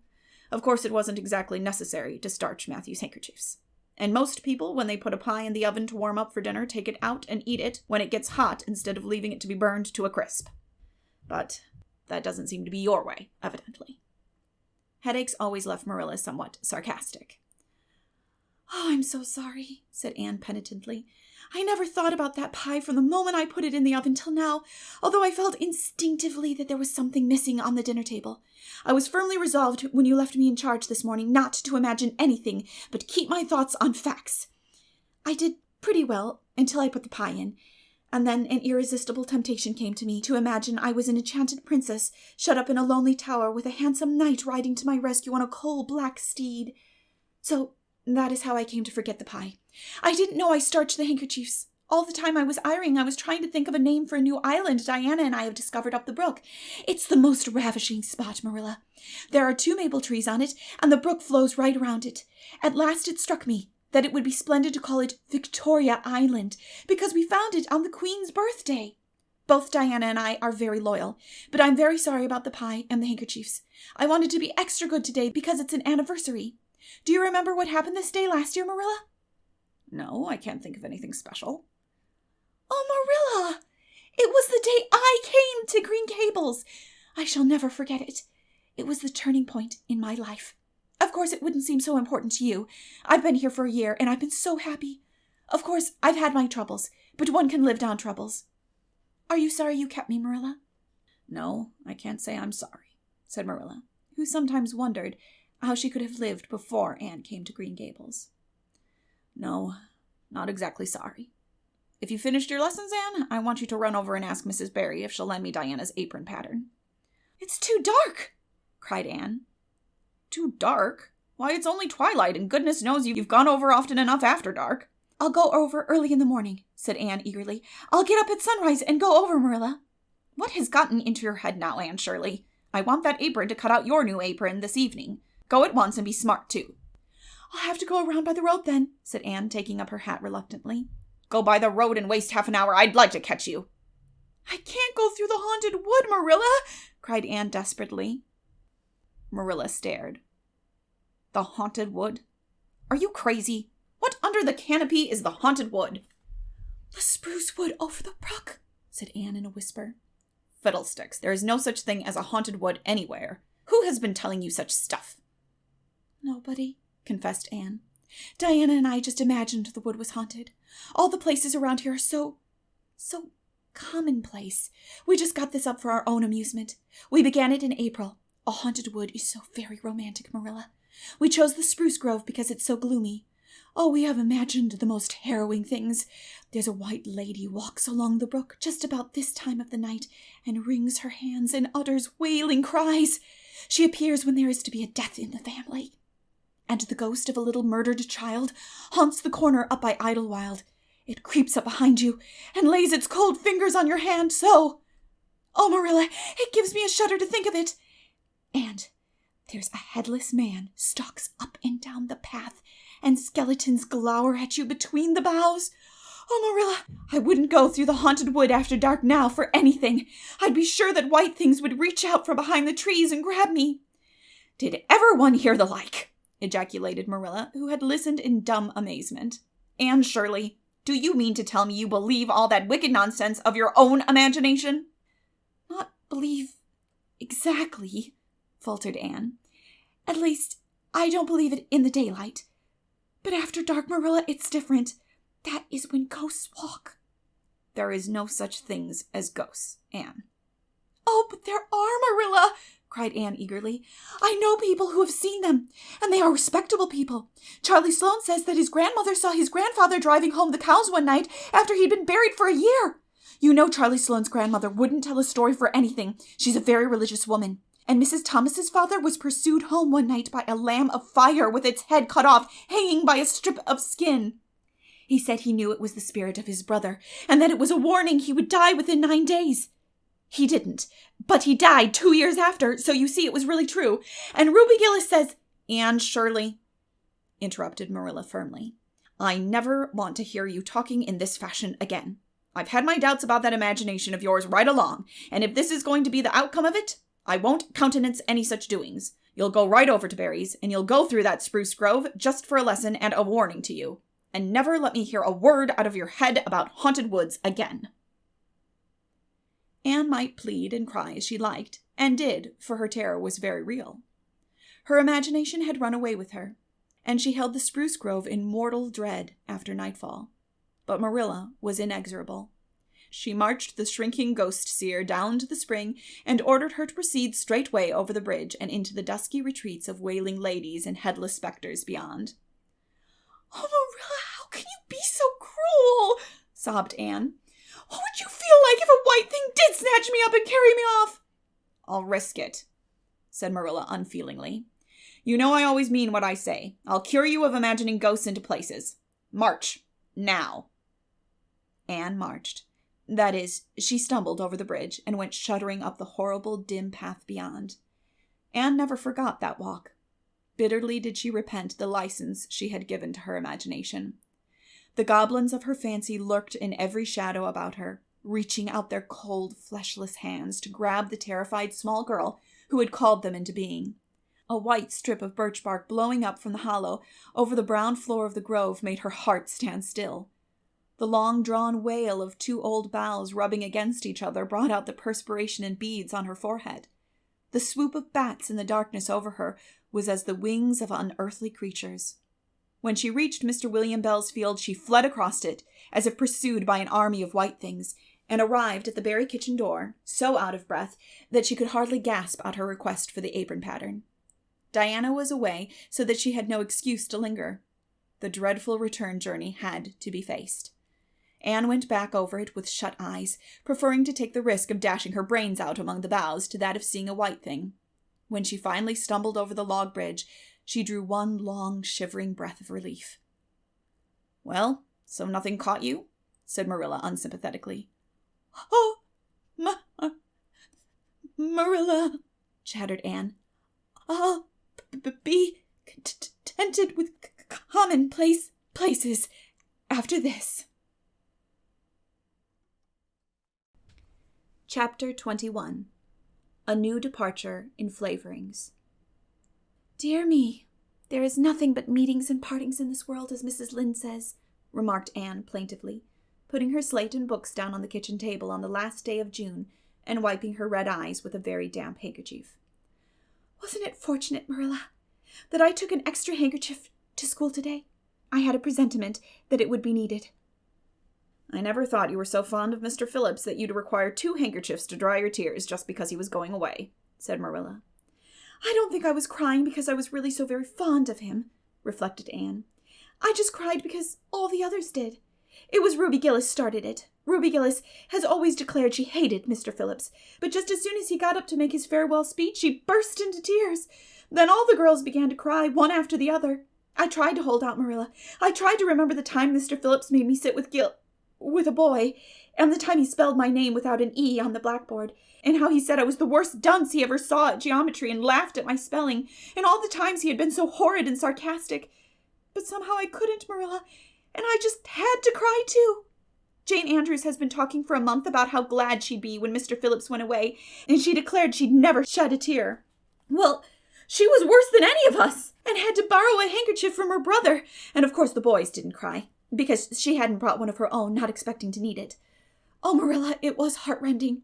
Mr. Phillips made such a beautiful farewell speech beginning, "The time has come for us to part." It was very affecting, and he had tears in his eyes too, Marilla. Oh, I felt dreadfully sorry and remorseful for all the times I'd talked in school and drawn pictures of him on my slate and made fun of him and Prissy. I can tell you, I wish I'd been a model pupil like Minnie Andrews. She hadn't anything on her conscience. The girls cried all the way home from school. Carrie Sloane kept saying every few minutes, "The time has come for us to part." And that would start us off again whenever we were in any danger of cheering up. I do feel dreadfully sad, Marilla. But one can't feel quite in the depths of despair with 2 months' vacation before them, can they, Marilla? And besides, we met the new minister and his wife coming from the station. For all I was feeling so bad about Mr. Phillips going away, I couldn't help taking a little interest in a new minister, could I?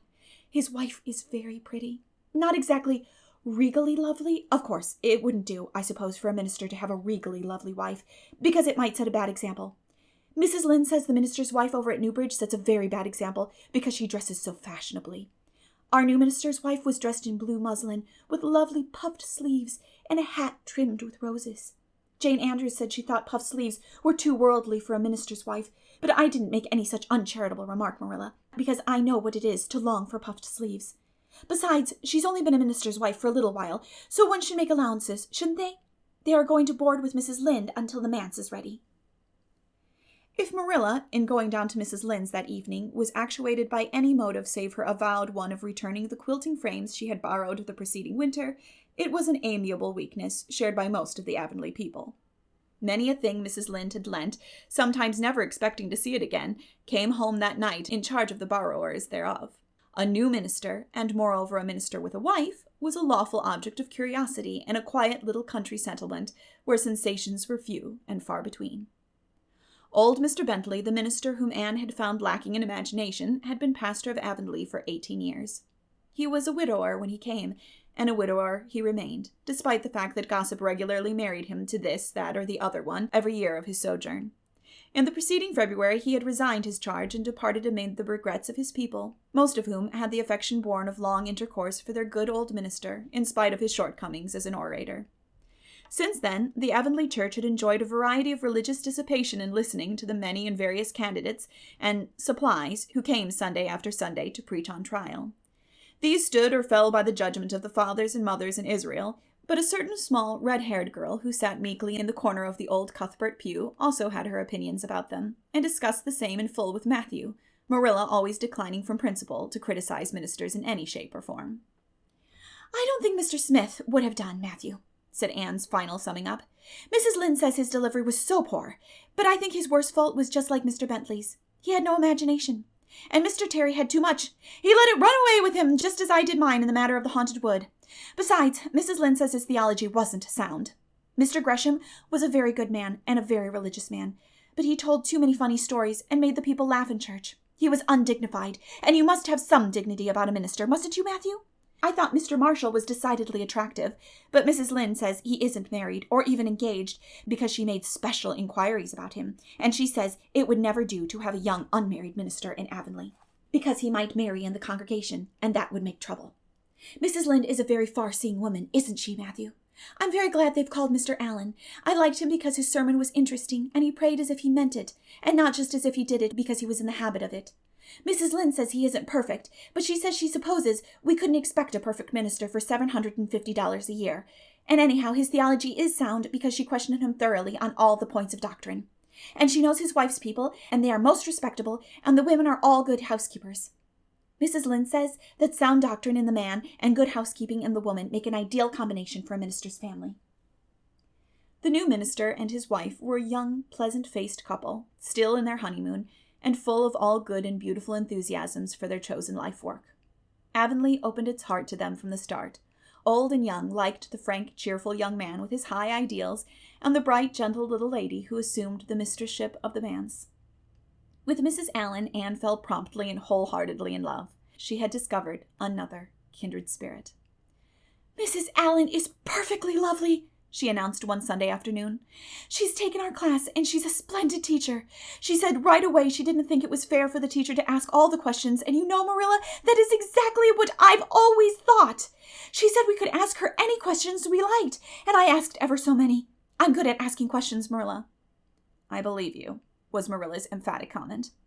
"Nobody else asked any except Ruby Gillis, and she asked if there was to be a Sunday school picnic this summer. I didn't think it was a very proper question to ask because it hadn't any connection with the lesson. The lesson was about Daniel in the lion's den, but Mrs. Allen just smiled and said she thought there would be. Mrs. Allen has a lovely smile. She has such exquisite dimples in her cheeks. I wish I had dimples in my cheeks, Marilla. I'm not half so skinny as I was when I came here, but I have no dimples yet. If I had, perhaps I could influence people for good. Mrs. Allen said we ought always to try to influence other people for good. She talked so nice about everything.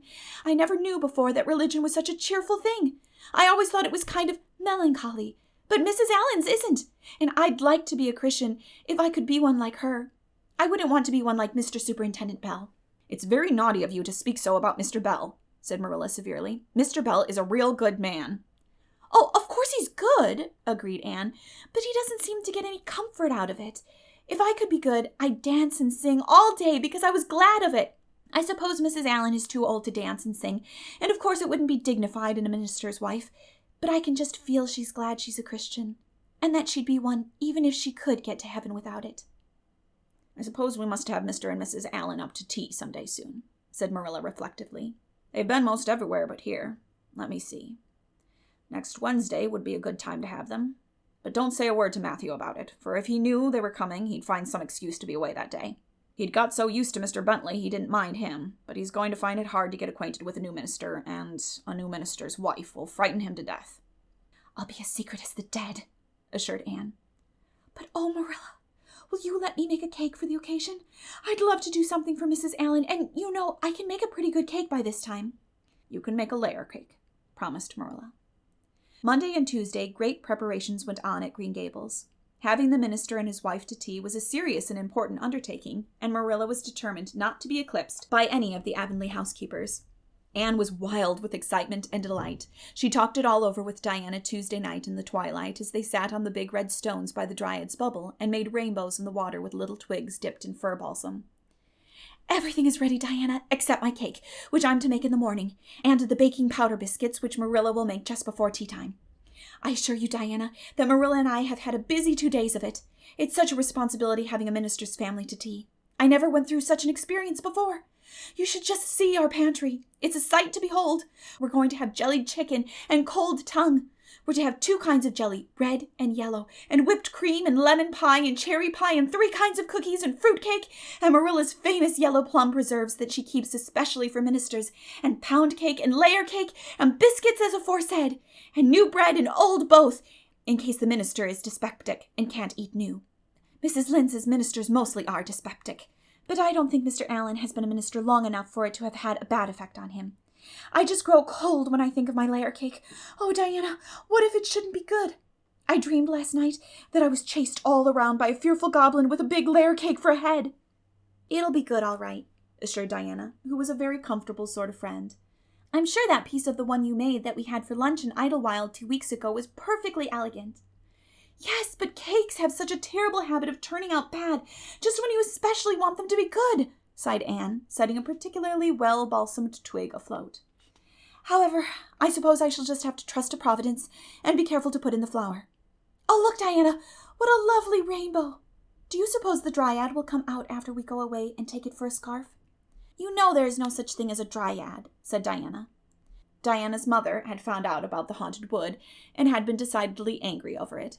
As a result, Diana had abstained from any further imitative flights of imagination and did not think it prudent to cultivate a spirit of belief, even in harmless dryads. "But it's so easy to imagine there is," said Anne. "Every night before I go to bed, I look out of my window and wonder if the dryad is really sitting here, combing her locks with a spring for a mirror. Sometimes I look for her footprints in the dew in the morning. Oh, Diana, don't give up your faith in the dryad!" Wednesday morning came. Anne got up at sunrise because she was too excited to sleep.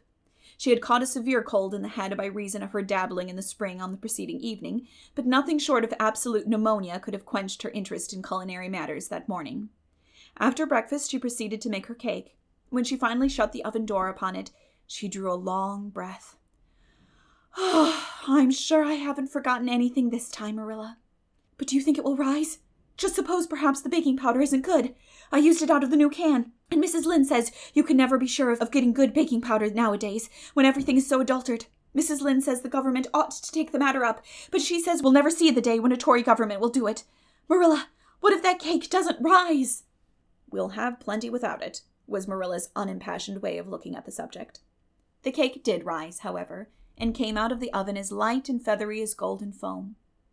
Anne flushed with delight, clapped it together with layers of ruby jelly, and, in imagination, saw Mrs. Allen eating and possibly asking for another piece. "You'll be using the best tea set, of course, Marilla," she said. "Can I fix up the table with ferns and wild roses?" "I think that's all nonsense," sniffed Marilla.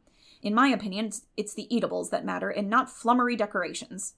"Mrs. Barry had her table decorated," said Anne, who was not entirely guiltless of the wisdom of the serpent.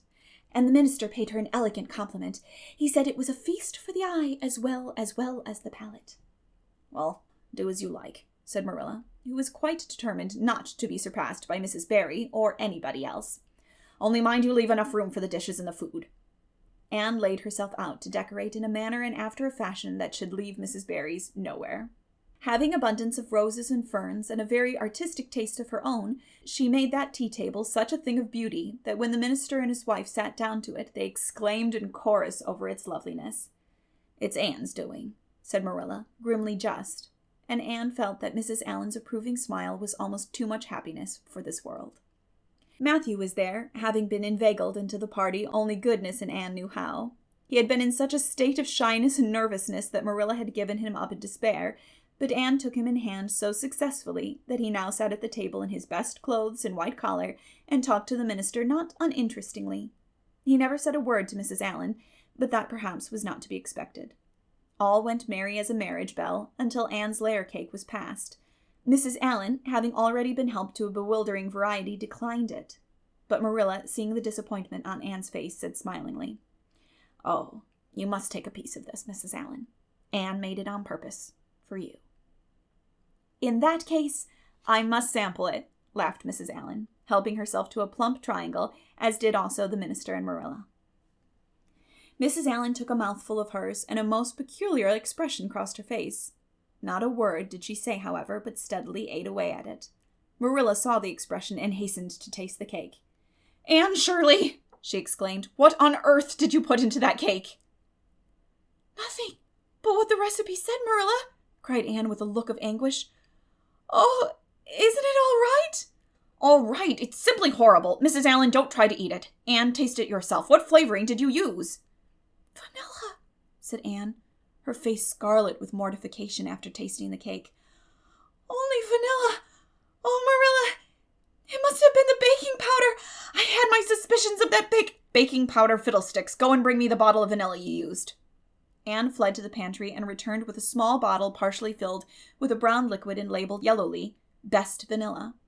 Marilla took it, uncorked it, smelled it. "Mercy on us, Anne! You flavored that cake with anodyne liniment." "I broke the liniment bottle last week and poured what was left into an old empty vanilla bottle. I suppose it's partly my fault. I should have warned you, but for pity's sake, why couldn't you have smelled it?" Anne dissolved into tears under this double disgrace. "I couldn't. I had such a cold." And with this she fairly fled to the Gable chamber, where she cast herself on the bed and wept as one who refuses to be comforted. Presently, a light step sounded on the stairs. and somebody entered the room.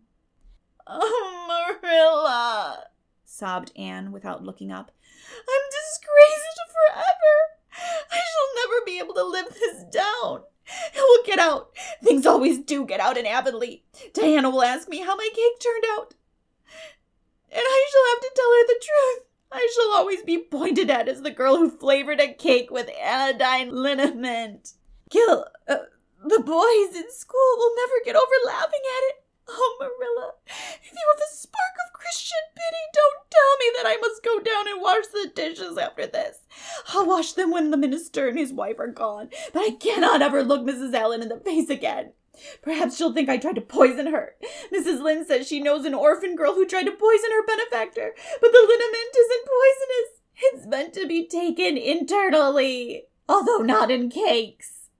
Won't you tell Mrs. Allen so, Marilla?" "Suppose you jump up and tell her so yourself," said a merry voice. Anne flew up to find Mrs. Allen standing by her bed, surveying her with laughing eyes. "My dear little girl, you mustn't cry like this," she said, genuinely disturbed by Anne's tragic face. "Why, it's all just a funny mistake that anybody might make." "Oh, no, it takes me to make such a mistake," said Anne forlornly. "And I wanted to have that cake so nice for you, Mrs. Allen." "Yes, I know, dear, and I assure you I appreciate your kindness and thoughtfulness just as much as if it had turned out all right. Now you mustn't cry any more, but come down with me and show me your flower garden. Miss Cuthbert tells me you have a little plot all your own. I want to see it, for I'm very much interested in flowers." Anne permitted herself to be led down and comforted, reflecting that it was really providential that Mrs. Allen was a kindred spirit. Nothing more was said about the liniment cake, and when the guests went away, Anne found that she had enjoyed the evening more than could have been expected, considering that terrible incident. Nevertheless, she sighed deeply. "Marilla, isn't it nice to think that tomorrow is a new day with no mistakes in it yet?" "I'll warrant you'll make plenty in it," said Marilla. "I never saw your beat for making mistakes, Anne." "Yes, and well I know it," admitted Anne mournfully. "But have you ever noticed one encouraging thing about me, Marilla? I never make the same mistake twice." "I don't know as that's much benefit when you're always making new ones." "Oh, don't you see, Marilla? There must be a limit to the mistakes one person can make, and when I get to the end of them, then I'll be through with them. That's a very comforting thought." "Well, you'd better go and give that cake to the pigs," said Marilla. "It isn't fit for any human to eat, not even Jerry Boot." Chapter 22. Anne is invited out to tea. "And what are your eyes popping out of your head about now?" asked Marilla, when Anne had just come in from a run to the post office. "Have you discovered another kindred spirit?" Excitement hung around Anne like a garment, shone in her eyes, kindled in every feature. She had come dancing up the lane like a wind-blown sprite through the mellow sunshine and lazy shadows of the August evening. "No, Marilla, but oh, what do you think? I am invited to tea at the manse tomorrow afternoon. Mrs. Allen left the letter for me at the post office. Just look at it, Marilla. Miss Anne Shirley, Green Gables. That is the first time I was ever called Miss. Such a thrill as it gave me. I shall cherish it forever among my choicest treasures." "Mrs. Allen told me she meant to have all the members of her Sunday school class to tea in turn," said Marilla, regarding the wonderful event very coolly. "You needn't get in such a fever over it. Do learn to take things calmly, child." For Anne to take things calmly would have been to change her nature. All spirit and fire and dew as she was, the pleasures and pains of life came to her with trebled intensity. Marilla felt this and was vaguely troubled over it, realizing that the ups and downs of existence would probably bear hardly on this impulsive soul, and not sufficiently understanding that the equally great capacity for delight might more than compensate. Therefore Marilla conceived it to be her duty to drill Anne into a tranquil uniformity of disposition, as impossible and alien to her as to a dancing sunbeam in one of the brook shallows. She did not make much headway, as she sorrowfully admitted to herself. The downfall of some dear hope or plan plunged Anne into deeps of affliction, The fulfillment thereof exalted her to dizzy realms of delight. Marilla had almost begun to despair of ever fashioning this waif of the world into her model little girl of demure manners and prim deportment. Neither would she have believed that she really liked Anne much better as she was. Anne went to bed that night speechless with misery, because Matthew had said the wind was round northeast and he feared it would be a rainy day tomorrow. The rustle of the poplar leaves about the house worried her. It sounded so like pattering raindrops. And the dull, faraway roar of the Gulf, to which she listened delightedly at other times, loving its strange, sonorous, haunting rhythm, now seemed like a prophecy of storm and disaster to a small maiden who particularly wanted a fine day. Anne thought that the morning would never come. But all things have an end, even nights before the day on which you are invited to take tea at the manse. The morning, in spite of Matthew's predictions, was fine, and Anne's spirits soared to their highest. "Oh, Marilla, there is something in me today that makes me just love everybody I see," she exclaimed as she washed the breakfast dishes. "You don't know how good I feel. Wouldn't it be nice if it could last? I believe I could be a model child if I were just invited out to tea every day. But oh, Marilla, it's a solemn occasion too. I feel so anxious. What if I shouldn't behave properly? You know I never had tea at a manse before, and I'm not sure that I know all the rules of etiquette, although I've been studying the rules given in the etiquette department of the Family Herald ever since I came here. I'm so afraid I'll do something silly, or forget to do something I should do. Would it be good manners to take a second helping of anything if you wanted to very much?" "The trouble with you, Anne, is that you're thinking too much about yourself. You should just think of Mrs. Allan and what would be nicest and most agreeable for her," said Marilla, hitting for once in her life on a very sound and pithy piece of advice. Anne instantly realized this. "You are right, Marilla. I'll try not to think about myself at all." Anne evidently got through her visit without any serious breach of etiquette, for she came home through the twilight under a great high-sprung sky glorified over with trails of saffron and rosy cloud, in a beatified state of mind, and told Marilla all about it happily, sitting on the big red sandstone slab at the kitchen door with her tired curly head in Marilla's gingham lap. A cool wind was blowing down over the long harvest fields from the rims of furry western hills and whistling through the poplars. One clear star hung above the orchard, and the fireflies were flitting over in Lover's Lane, in and out among the ferns and rustling boughs. Anne watched them as she talked and somehow felt that wind and stars and fireflies were all tangled up together into something unutterably sweet and enchanting. "Oh, Marilla, I've had a most fascinating time. I feel that I have not lived in vain, and I shall always feel like that, even if I should never be invited to tea at the manse again. When I got there, Mrs. Allan met me at the door. She was dressed in the sweetest dress of pale pink organdy with dozens of frills and elbow sleeves, and she looked just like a seraph. I really think I'd like to be a minister's wife when I grow up, Marilla. A minister mightn't mind my red hair, because he wouldn't be thinking of such worldly things. But then, of course, one would have to be naturally good, and I'll never be that, so I suppose there's no use in thinking about it. Some people are naturally good, you know, and others are not. I'm one of the others. Mrs. Lynde says I'm full of original sin. No matter how hard I try to be good, I can never make such a success of it as those who are naturally good. It's a good deal like geometry, I expect. But don't you think that trying so hard ought to count for something? Mrs. Allan is one of the naturally good people. I love her passionately. You know, there are some people like Matthew and Mrs. Allan that you can love right off without any trouble. And there are others, like Mrs. Lynde, that you have to try very hard to love. You know you ought to love them, because they know so much and are such active workers in the church, but you have to keep reminding yourself of it all the time or else you forget. There was another little girl at the manse to tea from the White Sands Sunday School. Her name was Loretta Bradley, and she was a very nice little girl. Not exactly a kindred spirit, you know, but still very nice. We had an elegant tea, and I think I kept all the rules of etiquette pretty well. After tea, Mrs. Allan played and sang, and she got Loretta and me to sing too. Mrs. Allan says I have a good voice, and she says I must sing in the Sunday school choir after this. You can't think how I was thrilled at the mere thought. I've longed so to sing in the Sunday school choir as Diana does, but I feared it was an honor I could never aspire to. Loretta had to go home early because there is a big concert in the White Sands Hotel tonight, and her sister is to recite at it. Loretta says that the Americans at the hotel give a concert every fortnight in aid of the Charlottetown Hospital, and they ask lots of the White Sands people to recite. Loretta said she expected to be asked herself someday. I just gazed at her in awe. After she had gone, Mrs. Allen and I had a heart-to-heart talk.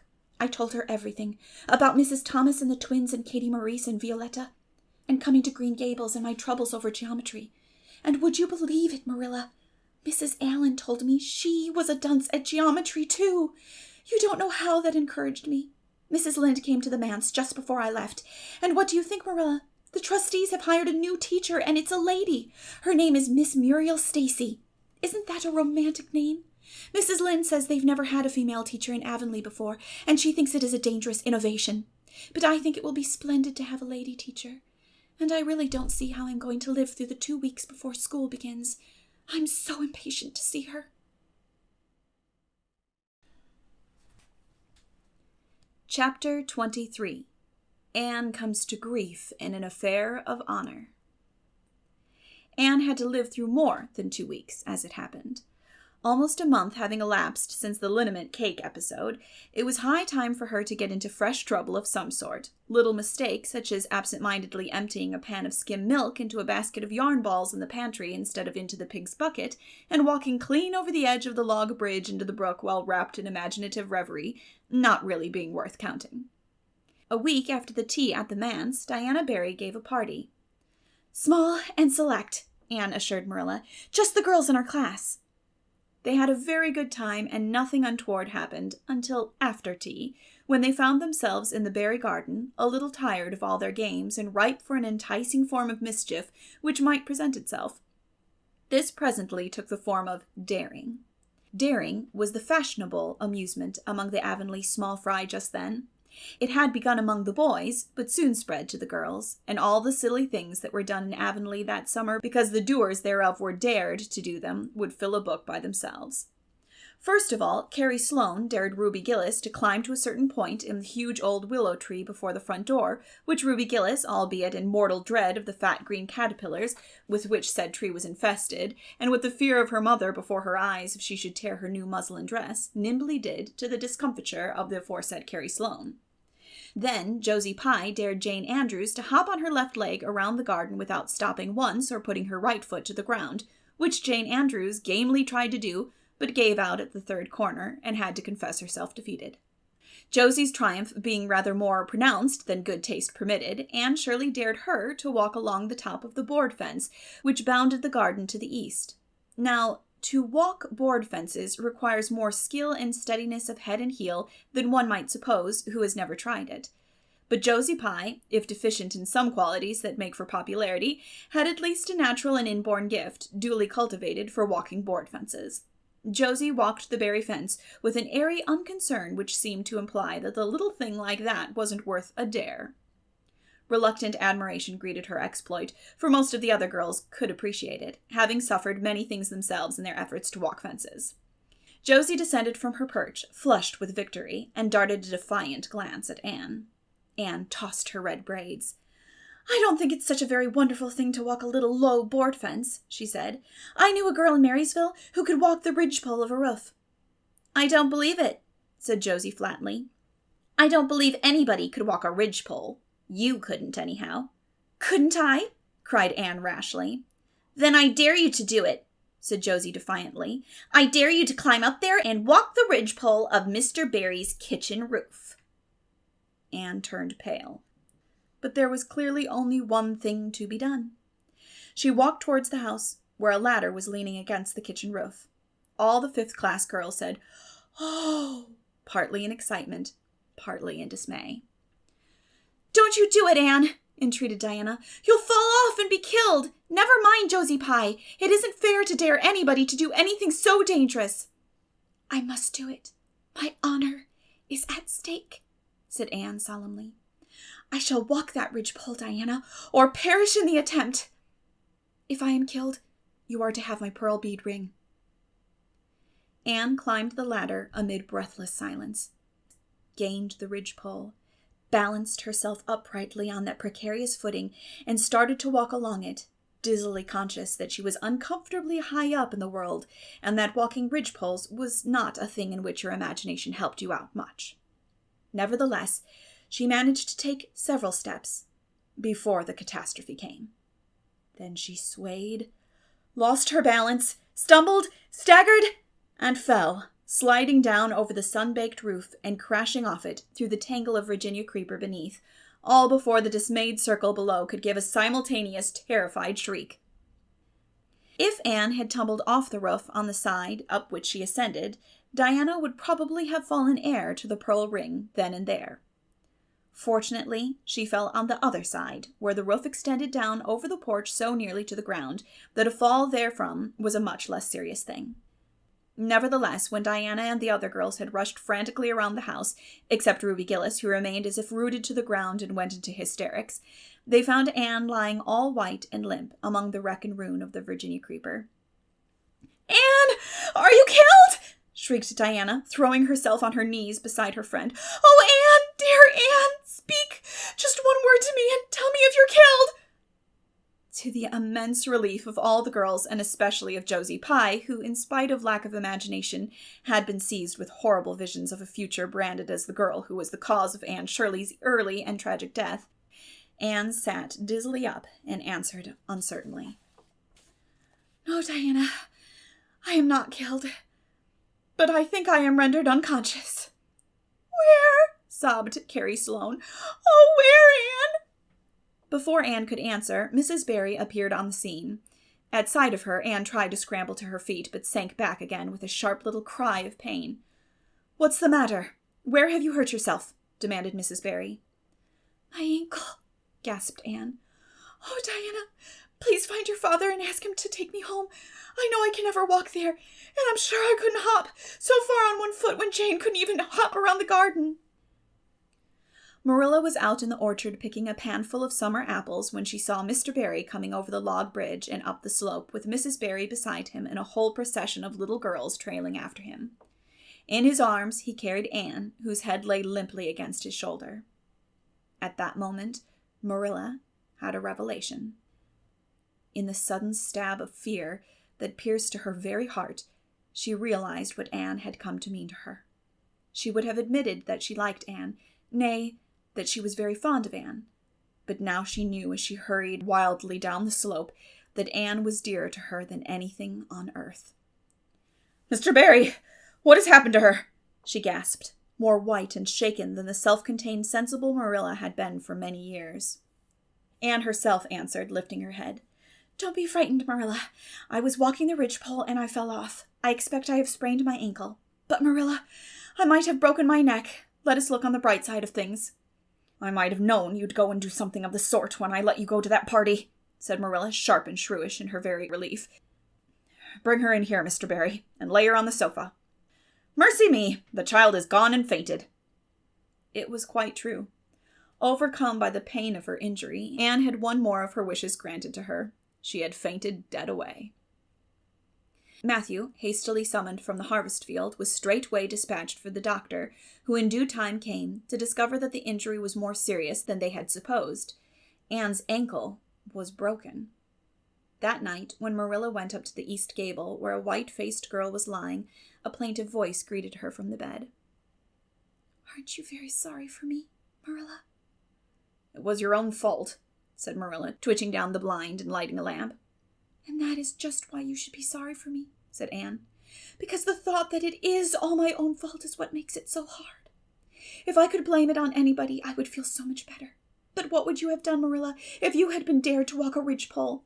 "I'd have stayed on good firm ground and let them dare away. Such absurdity," said Marilla. Anne sighed. "But you have such a strength of mind, Marilla. I haven't. I just felt that I couldn't bear Josie Pye's scorn.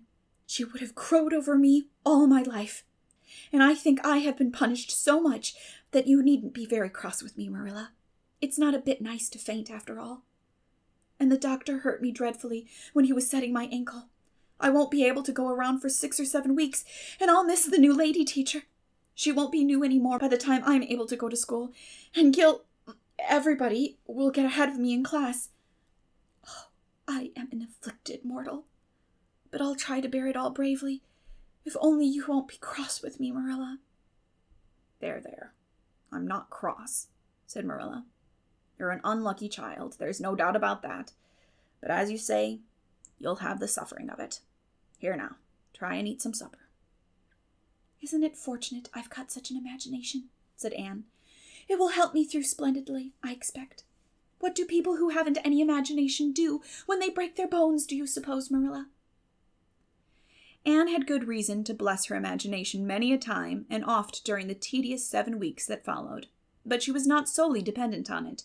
She had many visitors, and not a day passed without one or more of the schoolgirls dropping in to bring her flowers and books and tell her all the happenings in the juvenile world of Avonlea. "Everybody has been so good and kind, Marilla," sighed Anne happily on the day when she could first limp across the floor. "It isn't very pleasant to be laid up, but there is a bright side to it, Marilla. You find out how many friends you have. Why, even Superintendent Bell came to see me, and he's really a very fine man. Not a kindred spirit, of course, but still, I like him, and I'm awfully sorry I ever criticized his prayers. I believe now he really does mean them, only he has got into the habit of saying them as if he didn't. He could get over that if he'd take a little trouble. I gave him a good broad hint. I told him how hard I tried to make my own little private prayers interesting. He told me all about the time he broke his ankle when he was a boy. It does seem so strange to think of Superintendent Bell ever being a boy. Even my imagination has its limits, for I can't imagine that. When I try to imagine him as a boy, I see him with gray whiskers and spectacles, just as he looks in Sunday school, only small. Now, it's so easy to imagine Mrs. Allen as a little girl. Mrs. Allen has been to see me 14 times. Isn't that something to be proud of, Marilla? When a minister's wife has so many claims on her time. She is such a cheerful person to have visit you, too. She never tells you it's your own fault, and she hopes you'll be a better girl on account of it. Mrs. Lynde always told me that when she came to see me, and she said it in a kind of way that made me feel she might hope I'd be a better girl, but didn't really believe I would. Even Josie Pye came to see me. I received her as politely as I could because I think she was sorry she dared me to walk a ridgepole. If I had been killed, she would have to carry a dark burden of remorse all her life. Diana has been a faithful friend. She's been over every day to cheer my lonely pillow. But oh, I shall be so glad when I can go to school, for I've heard such exciting things about the new teacher. The girls all think she is perfectly sweet. Diana says she has the loveliest fair curly hair and such fascinating eyes. She dresses beautifully, and her sleeve puffs are bigger than anybody else's in Avonlea. Every other Friday afternoon she has recitations, and everybody has to say a piece to take part in a dialogue. Oh, it's just glorious to think of it. Josie Pye says she hates it, but that is just because Josie has so little imagination. Diana and Ruby Gillis and Jane Andrews are preparing a dialogue called A Morning Visit for next Friday, and the Friday afternoons they won't have recitations. Miss Stacy takes them all to the woods for a field day, and they study ferns and flowers and birds, and they have physical culture exercises every morning and evening. Mrs. Lynde says she never heard of such goings-on, and it all comes of having a lady teacher. But I think it must be splendid, and I believe I shall find that Miss Stacy is a kindred spirit. "There's one thing plain to be seen, Anne," said Marilla, "and that is that your fall off the berry roof hasn't injured your tongue at all."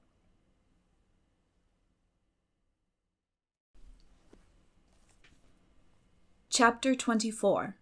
Miss Stacy and her pupils get up a concert.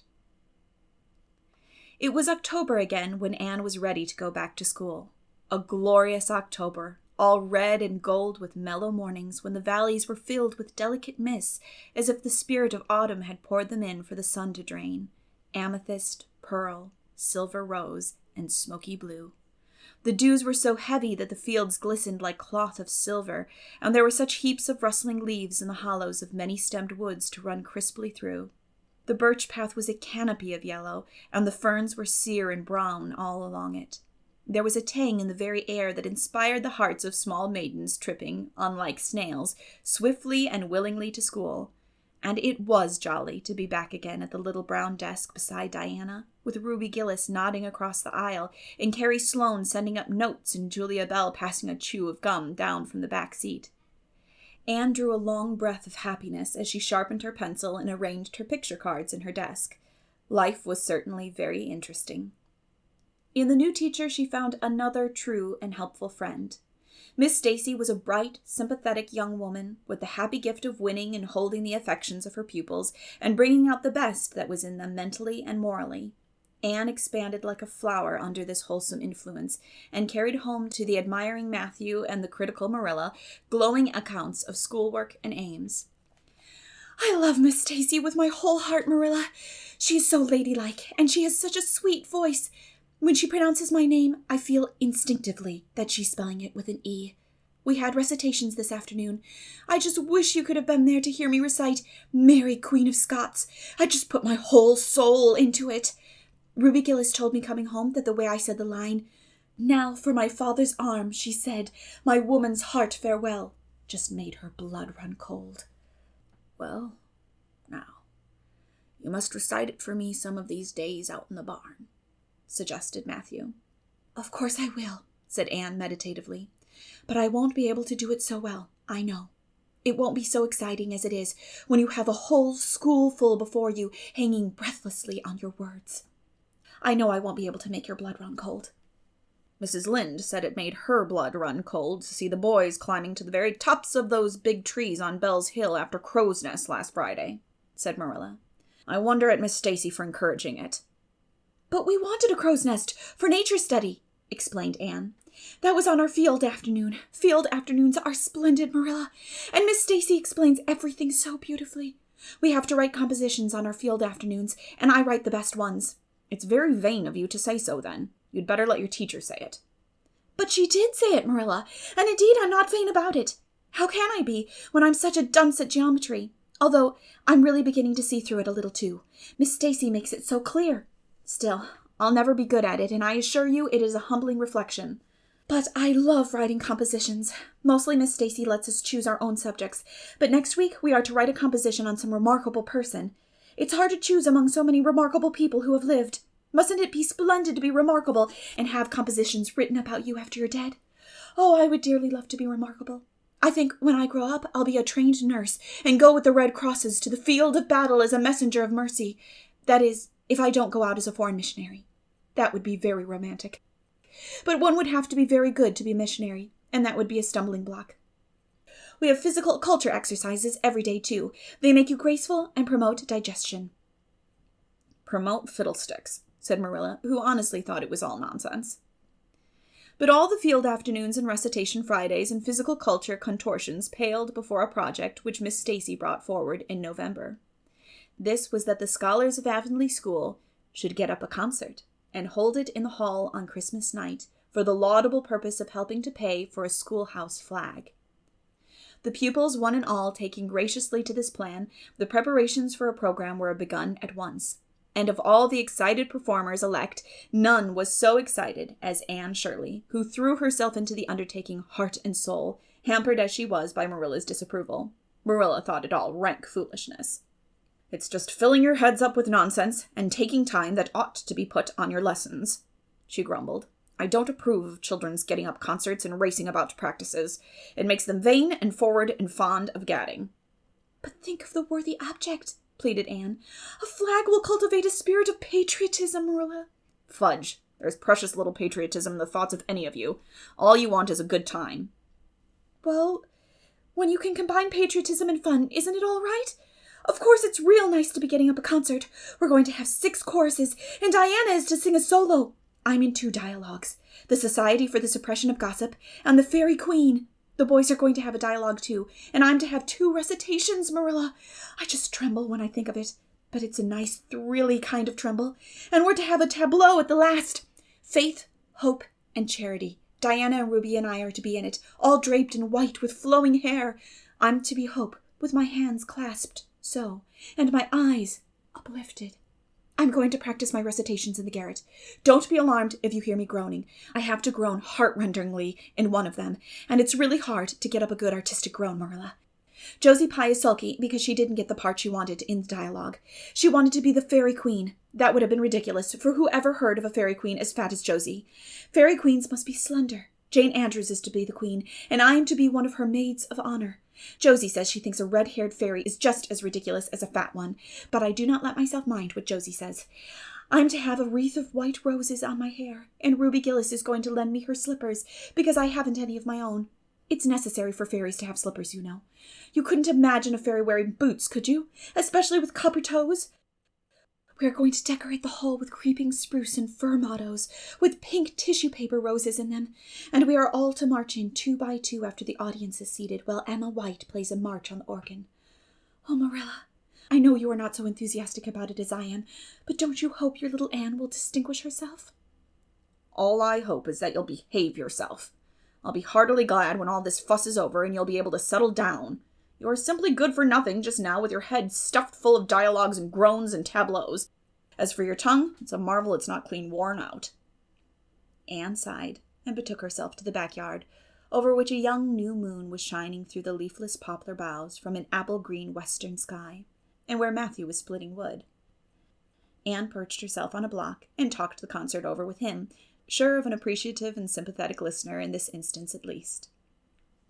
Well, now, I reckon it's going to be a pretty good concert, and I expect you'll do your part fine, he said, smiling down into her eager, vivacious little face. Anne smiled back at him. Those two were the best of friends, and Matthew thanked his stars many a time and oft that he had nothing to do with bringing her up. That was Marilla's exclusive duty. If it had been his, he would have been worried over frequent conflicts between inclination and said duty. As it was, he was free to spoil Anne, Marilla's phrasing, as much as he liked.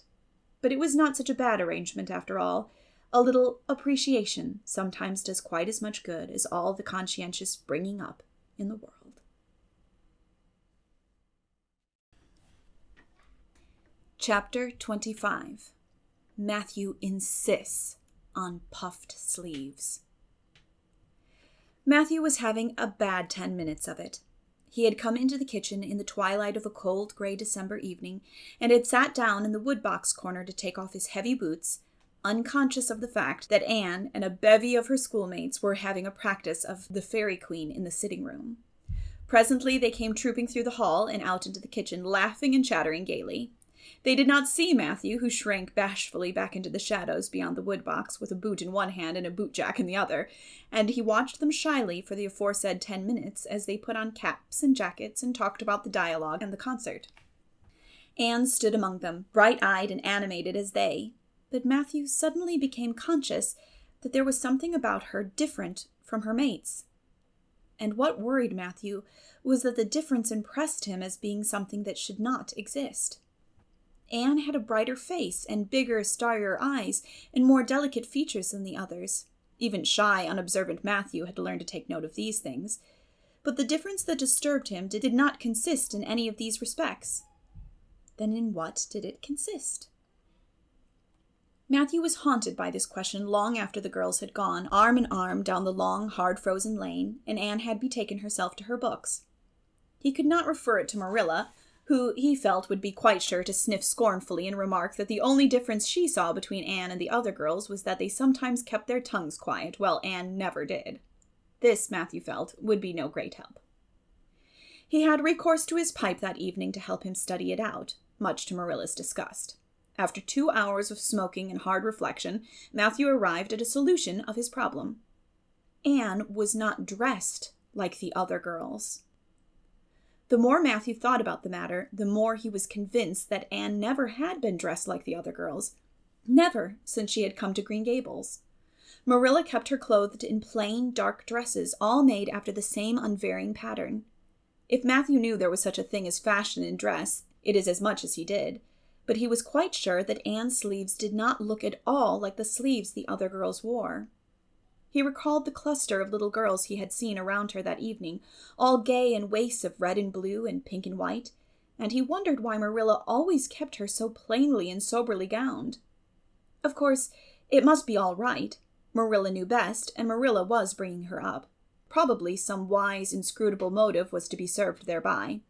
But surely it would do no harm to let the child have one pretty dress, something like Diana Barry always wore. Matthew decided that he would give her one. That surely could not be objected to as an unwarranted putting in of his oar. Christmas was only a fortnight off. A nice new dress would be the very thing for a present. Matthew, with a sigh of satisfaction, put away his pipe and went to bed, while Marilla opened all the doors and aired the house.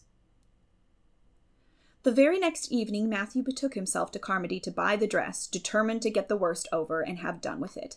It would be, he felt assured, no trifling ordeal.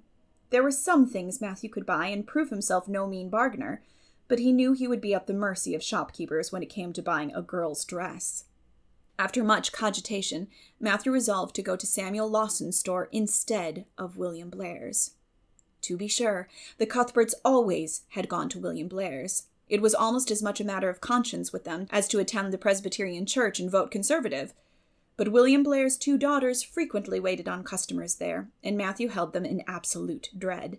He could contrive to deal with them when he knew exactly what he wanted and could point it out, but in such a matter as this, requiring explanation and consultation, Matthew felt that he must be sure of a man behind the counter.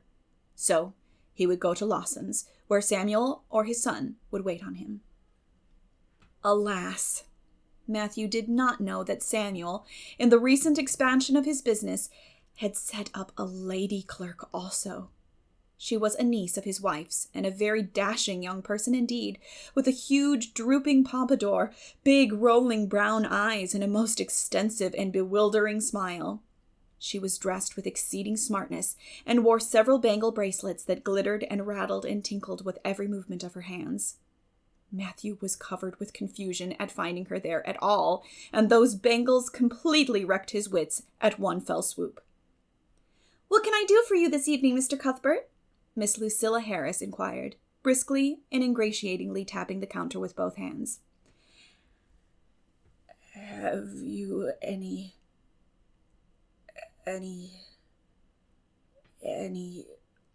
well, now, say any garden rakes?" stammered Matthew. Miss Harris looked somewhat surprised, as well as she might, to hear a man inquiring for garden rakes in the middle of December. "I believe we have 1 or 2 left over," she said, "but they're upstairs in the lumber room. I'll go and see."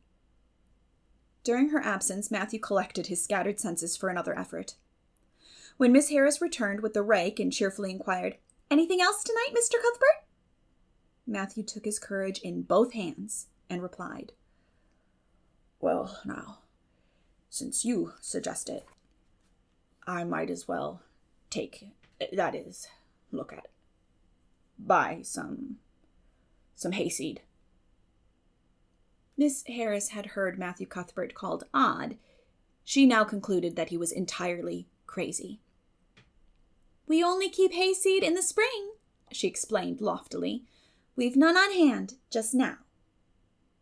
"Oh, certainly, just as you say," stammered unhappy Matthew, seizing the rake and making for the door. At the threshold, he recollected that he had not paid for it, and he turned miserably back. While Miss Harris was counting out his change, he rallied his powers for a final desperate attempt. "Well, now, if it isn't too much trouble, I might as well. That is, I'd like to look at some sugar." "White or brown?" queried Miss Harris patiently. "Oh, well, now, brown," said Matthew feebly. "There's a barrel of it over there," said Miss Harris, shaking her bangles at it. "It's the only kind we have." I'll take 20 pounds of it," said Matthew, with beads of perspiration standing on his forehead.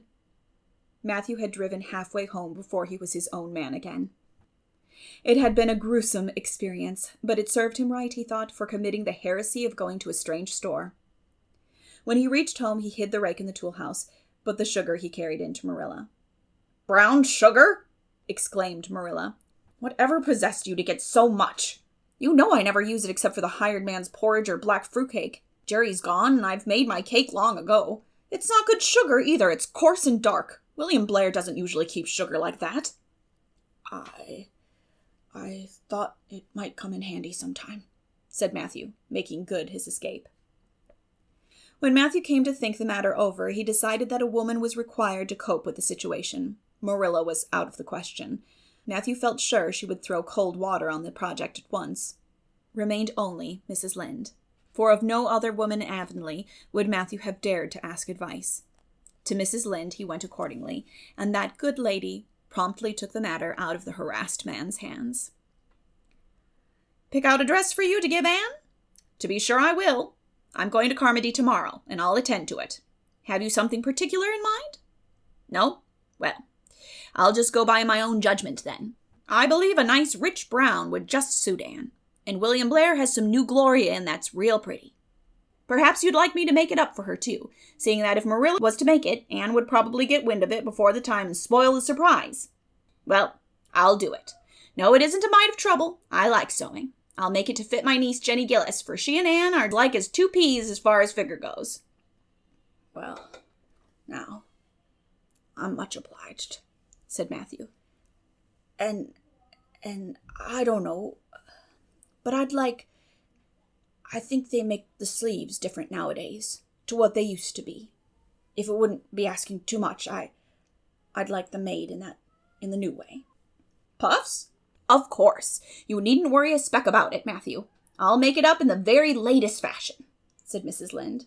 To herself she added when Matthew had gone, "It'll be a real satisfaction to see that poor child wearing something decent for once. The way Marilla dresses her is positively ridiculous, that's what, and I've ached to tell her so plainly a dozen times. I've held my tongue, though, for I can see Marilla doesn't want advice, and she thinks she knows more about bringing children up than I do, for all she's an old maid. But that's always the way. Folks that has brought up children know that there's no hard and fast method in the world that'll suit every child. But them as never have think it's all as plain and easy as rule of 3. Just set your 3 terms down, so fashion, and the sum'll work out correct. But flesh and blood don't come under the head of arithmetic, and that's where Marilla Cuthbert makes her mistake. I suppose she's trying to cultivate a spirit of humility in Anne by dressing her as she does, but it's more likely to cultivate envy and discontent. I'm sure the child must feel the difference between her clothes and the other girls. But to think of Matthew taking notice of it! That man is waking up after being asleep for over 60 years. Marilla knew all the following fortnight that Matthew had something on his mind, but what it was she could not guess until Christmas Eve, when Mrs. Lynde brought up the new dress. Marilla behaved pretty well on the whole, although it is very likely she distrusted Mrs. Lynde's diplomatic explanation that she had made the dress because Matthew was afraid Anne would find out about it too soon if Marilla made it. "So this is what Matthew has been looking so mysterious over and grinning about to himself for 2 weeks, is it?" she said a little stiffly but tolerantly. "I knew he was up to some foolishness. Well, I must say I don't think Anne needed any more dresses. I made her 3 good, warm, serviceable ones this fall, and anything more is sheer extravagance. There's enough material in those sleeves alone to make a waist, I declare there is. You'll just pamper Anne's vanity, Matthew, and she's as vain as a peacock now. Well, I hope she'll be satisfied at last, for I know she's been hankering over these silly sleeves ever since they came in, although she never said a word after the first. The puffs have been getting bigger and more ridiculous right along. They're as big as balloons now. Next year, anybody who wears them will have to go through a door sideways." Christmas morning broke on a beautiful white world. It had been a very mild December, and people had looked forward to a green Christmas, but just enough snow fell softly in the night to transfigure Avonlea. Anne peeped out from her frosted gable window with delighted eyes. The firs in the haunted wood were all feathery and wonderful. The birches and wild cherry trees were outlined in pearl. The plowed fields were stretches of snow dimples, and there was a crisp tang in the air that was glorious. Anne ran downstairs singing until her voice re-echoed through Green Gables. "Merry Christmas, Marilla! Merry Christmas, Matthew! Isn't it a lovely Christmas? I'm so glad it's white. Any other kind of Christmas doesn't seem real, does it? I don't like green Christmases. They're not green. They're just nasty faded browns and grays. What makes people call them green?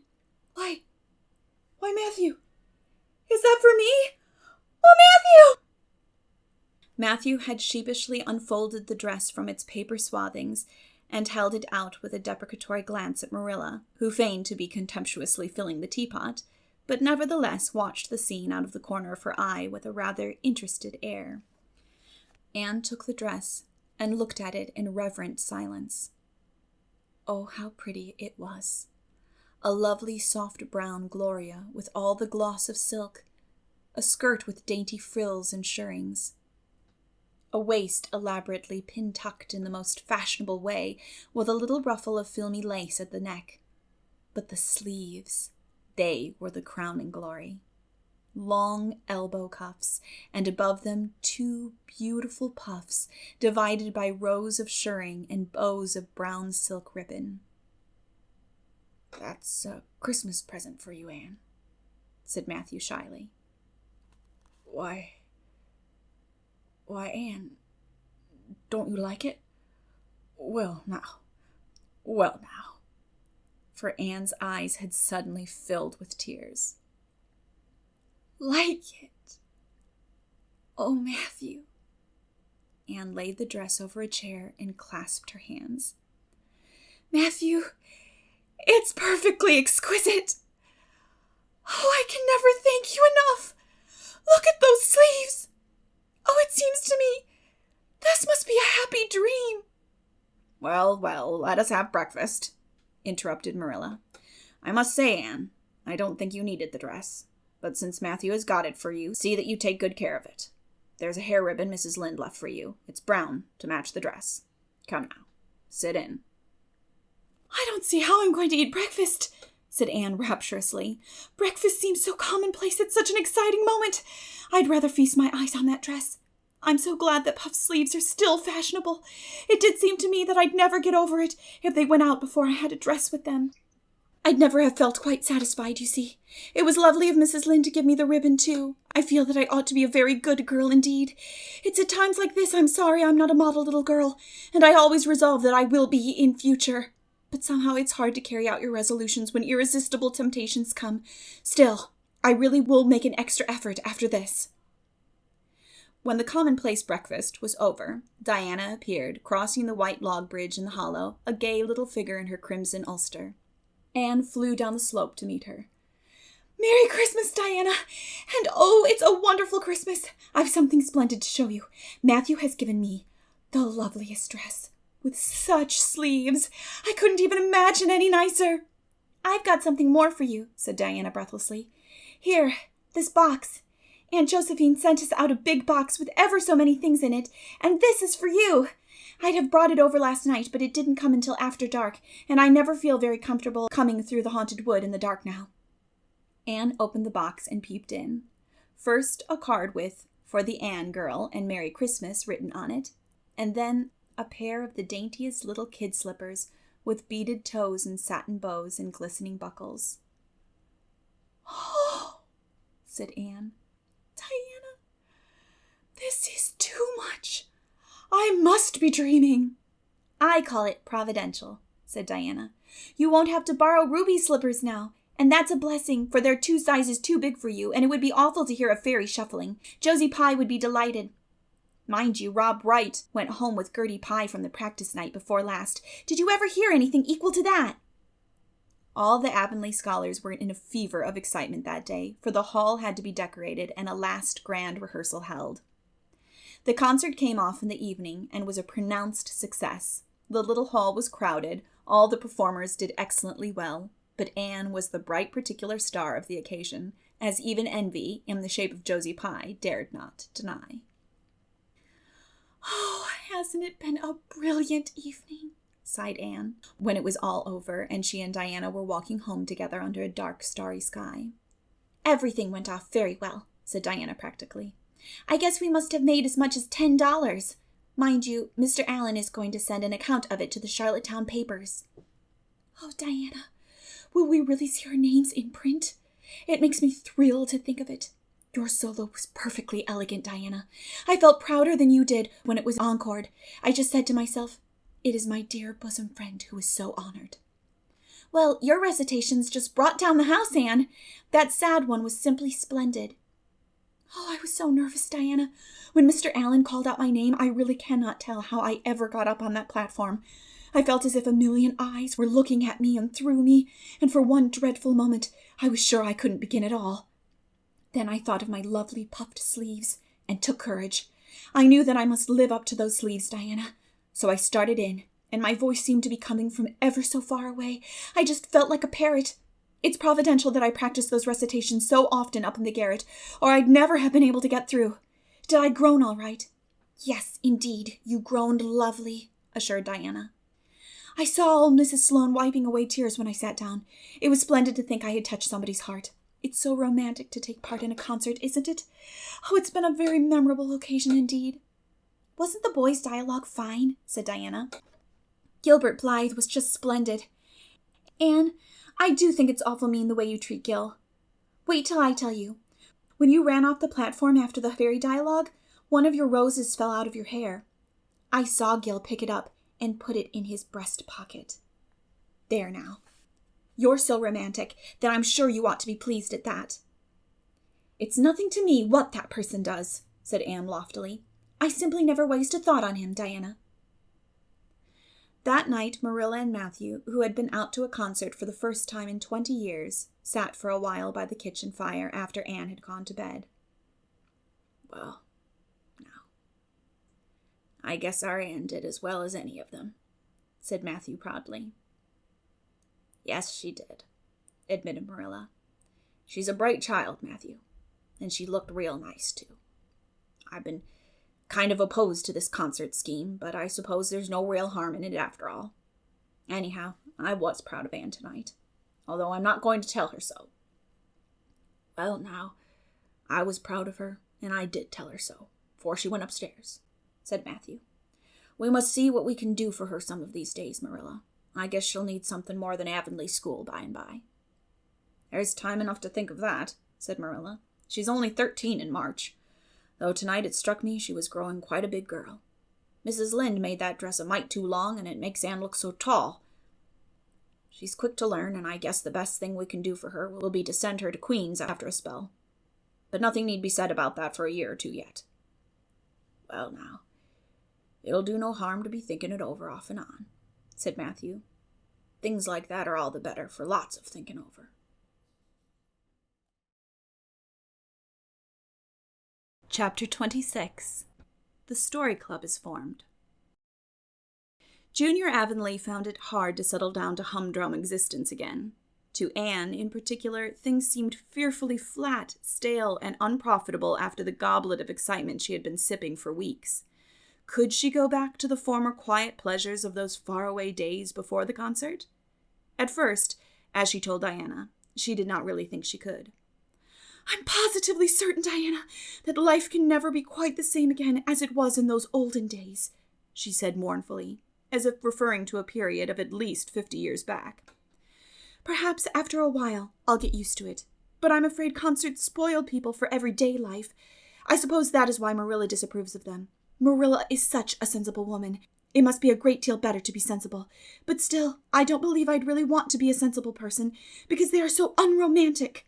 Mrs. Lynde says there is no danger of my ever becoming one, but you can never tell. I feel just now that I may grow up to be sensible yet. But perhaps that is only because I'm tired. I simply couldn't sleep last night for ever so long. I just lay awake and imagined the concert over and over again. That's one splendid thing about such affairs. It's so lovely to look back to them.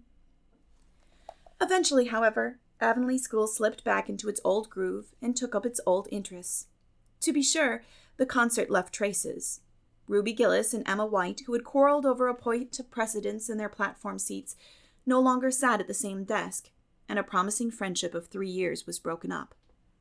Josie Pye and Julia Bell did not speak for 3 months, because Josie Pye had told Bessie Wright that Julia Bell's bow, when she got up to recite, made her think of a chicken jerking its head, and Bessie told Julia. None of the Sloanes would have any dealings with the Bells, because the Bells had declared that the Sloanes had too much to do in the program, and the Sloanes had retorted that the Bells were not capable of doing the little they had to do properly. Finally, Charlie Sloane fought Moody Spurgeon McPherson, because Moody Spurgeon had said that Anne Shirley put on airs about her recitations, and Moody Spurgeon was licked. Consequently, Moody Spurgeon's sister, Ella May, would not speak to Anne Shirley all the rest of the winter. With the exception of these trifling frictions, work in Miss Stacy's little kingdom went on with regularity and smoothness. The winter weeks slipped by. It was an unusually mild winter, with so little snow that Anne and Diana could go to school nearly every day by way of the birch path. On Anne's birthday, they were tripping lightly down it, keeping eyes and ears alert amid all their chatter, for Miss Stacy had told them that they must soon write a composition on a winter's walk in the woods, and it behooved them to be observant. Just think, Diana, I'm 13 years old today, remarked Anne in an awed voice. I can scarcely realize that I'm in my teens. When I woke this morning, it seemed to me that everything must be different. You've been 13 for a month, so I suppose it doesn't seem such a novelty to you as it does to me. It makes life seem so much more interesting. In 2 more years, I'll be really grown up. It's a great comfort. It's a great comfort to think that I'll be able to use big words then without being laughed at. Ruby Gillis says she means to have a beau as soon as she's 15, said Diana. Ruby Gillis thinks of nothing but beaux, said Anne disdainfully. She's actually delighted when anyone writes her name up in a take notice for all she pretends to be so mad. But I'm afraid that is an uncharitable speech. Mrs. Allen says we should never make uncharitable speeches, but they do slip out so often before you think, don't they? I simply can't talk about Josie Pye without making an uncharitable speech, so I never mention her at all. You may have noticed that. I'm trying to be as much like Mrs. Allen as I possibly can, for I think she's perfect. Mr. Allen thinks so too. Mrs. Lynde says he just worships the ground she treads on, and she doesn't really think it right for a minister to set his affections so much on a mortal being. But then, Diana, even ministers are human and have their besetting sins just like everybody else. I had such an interesting talk with Mrs. Allen about besetting sins last Sunday afternoon. There are just a few things it's proper to talk about on Sundays, and that is one of them. My besetting sin is imagining too much and forgetting my duties. I'm striving very hard to overcome it, and now I'm really 13. Perhaps I'll get on better. In 4 more years, we'll be able to put our hair up, said Diana. Alice Bell is only 16, and she is wearing hers up, but I think that's ridiculous. I shall wait until I'm 17. If I had Alice Bell's crooked nose, said Anne decidedly, I wouldn't. But there, I won't say what I was going to, because it was extremely uncharitable. Besides, I was comparing it with my own nose, and that's vanity. I'm afraid I think too much about my nose ever since I heard that compliment about it long ago. It really is a great comfort to me. Oh, Diana, look! There's a rabbit. That's something to remember for our woods composition. I really think the woods are just as lovely in winter as in summer. They're so white and still, as if they were asleep and dreaming pretty dreams. I won't mind writing that composition when the time comes, sighed Diana. I can manage to write about the woods, but the one we're to hand in Monday is terrible. The idea of Miss Stacy telling us to write a story out of our own heads. Why, it's as easy as a wink, said Anne. It's easy for you because you have an imagination, retorted Diana. But what would you do if you had been born without one? I suppose you have your composition all done. Anne nodded, trying hard not to look virtuously complacent and failing miserably. I wrote it last Monday evening.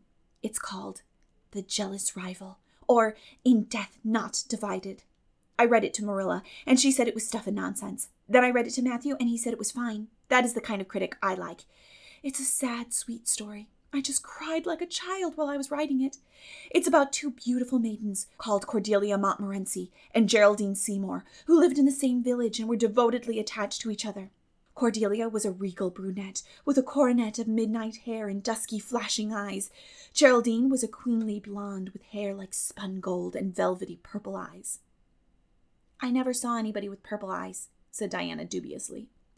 Neither did I. I just imagined them. I wanted something out of the common. Geraldine had an alabaster brow, too. I've found out what an alabaster brow is.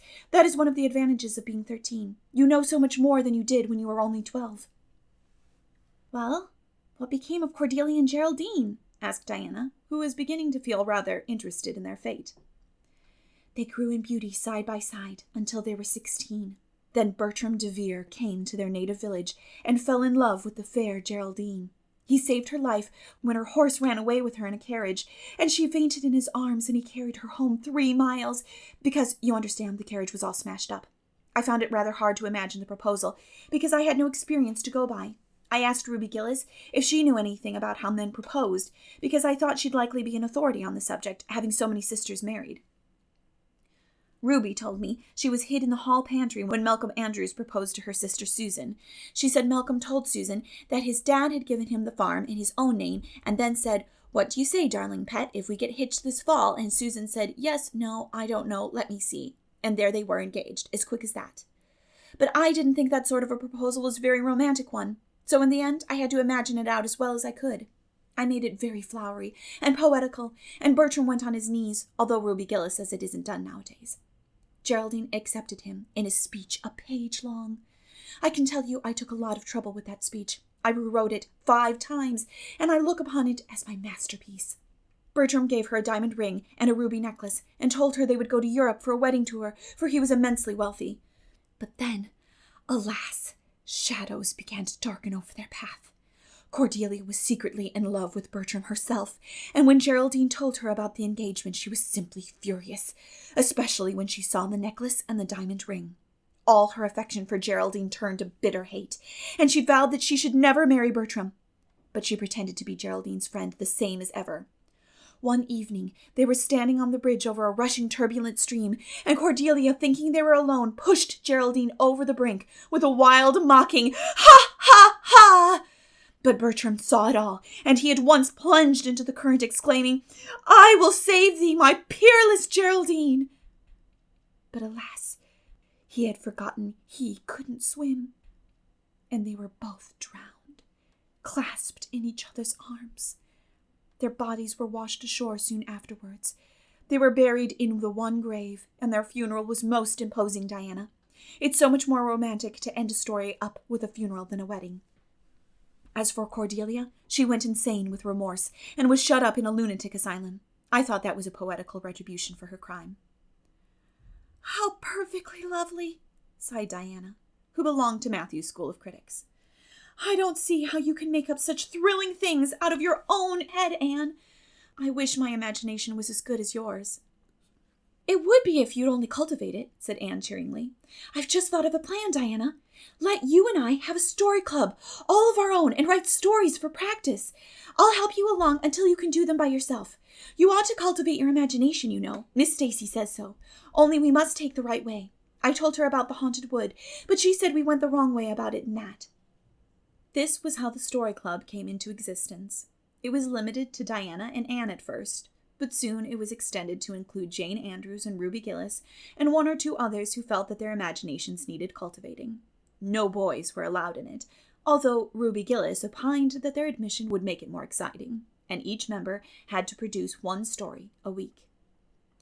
"It's extremely interesting," Anne told Marilla. "Each girl has to read her story out loud, and then we talk it over. We are going to keep them all sacredly and have them to read to our descendants. We each write under a nom de plume. Mine is Rosamond Montmorency." All the girls do pretty well. Ruby Gillis is rather sentimental. She puts too much lovemaking into her stories, and you know too much is worse than too little. Jane never puts any because she says it makes her feel so silly when she has to read it out loud. Jane's stories are extremely sensible. Then Diana puts too many murders into hers. She says most of the time she doesn't know what to do with the people, so she kills them off to get rid of them. I mostly always have to tell them what to write about, but that isn't hard, for I've millions of ideas.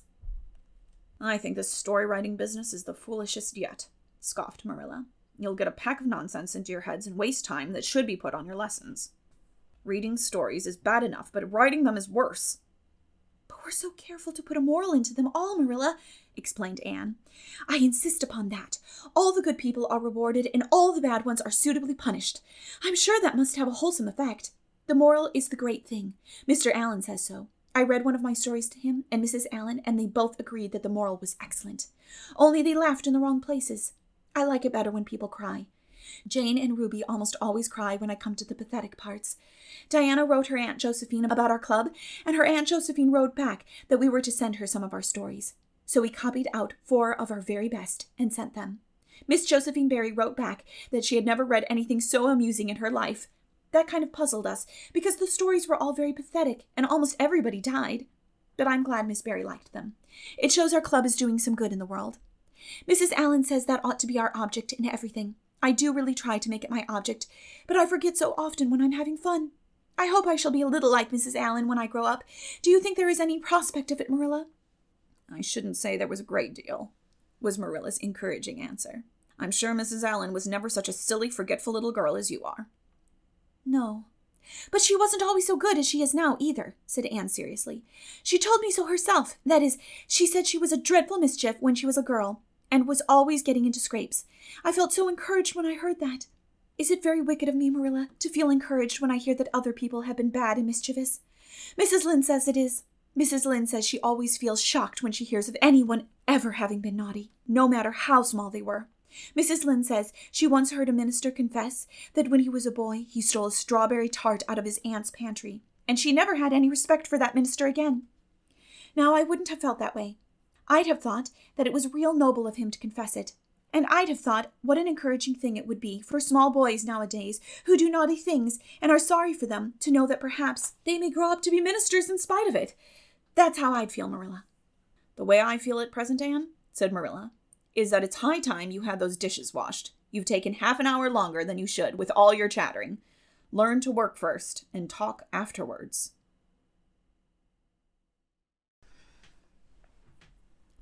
Chapter 27. Vanity and Vexation of Spirit. Marilla, walking home one late April evening from an aid meeting, realized that the winter was over and gone with the thrill of delight that spring never fails to bring to the oldest and saddest, as well as to the youngest and merriest. Marilla was not given to subjective analysis of her thoughts and feelings. She probably imagined that she was thinking about the aids and their missionary box and the new carpet for the vestry room. But under these reflections was a harmonious consciousness of red fields smoking into pale purply mists in the declining sun, of long, sharp-pointed fir shadows falling over the meadow beyond the brook, of still crimson-budded maples around a mirror-like wood pool, of awakening in the world and a stir of hidden pulses under the gray sod. The spring was abroad in the land, and Marilla's sober middle-aged step was lighter and swifter because of its deep primal gladness. Her eyes dwelt affectionately on Green Gables, peering through its network of trees and reflecting the sunlight back from its windows in several little coruscations of glory. Marilla, as she picked her steps along the damp lane, thought that it was really a satisfaction to know that she was going home to a briskly snapping wood fire and a table nicely spread for tea, instead of to the cold comfort of old aid meeting evenings before Anne had come to Green Gables. Consequently, when Marilla entered her kitchen and found the fire black out with no sign of Anne anywhere, she felt justly disappointed and irritated. She had told Anne to be sure and have tea ready at 5 o'clock, but now she must hurry to take off her second-best dress and prepare the meal herself, against Matthew's return from plowing. "I'll settle Miss Anne when she comes home," said Marilla grimly, as she shaved up kindlings with a carving knife and more vim than was strictly necessary. Matthew had come in and was waiting patiently for tea in his corner. "She's gadding off somewhere with Diana, writing stories or practicing dialogues or some such tomfoolery, and never thinking once about the time or her duties. She's just got to be pulled up short and sudden on this sort of thing. I don't care if Mrs. Allan does say she's the brightest and sweetest child she ever knew. She may be bright and sweet enough, but her head is full of nonsense, and there's never any knowing what shape it'll break out in next. Just as soon as she grows out of one freak, she takes up with another. But there. Here I am saying the very thing I was so riled with Rachel Lynde for saying at the aid today. I was real glad when Mrs. Allan spoke up for Anne, for if she hadn't, I know I'd have said something too sharp to Rachel before everybody. Anne's got plenty of faults, goodness knows, and far be it from me to deny it. But I'm bringing her up, and not Rachel Lynde, who'd pick faults in the angel Gabriel himself if he lived in Avonlea.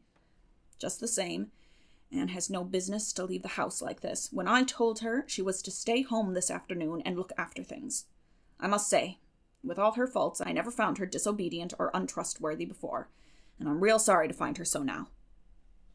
"Well, now, I don't know," said Matthew, who, being patient and wise, and above all, hungry, had deemed it best to let Marilla talk her wrath out unhindered, having learned by experience that she got through with whatever work was on hand much quicker, if not delayed by untimely argument. "Perhaps you're judging her too hasty, Marilla.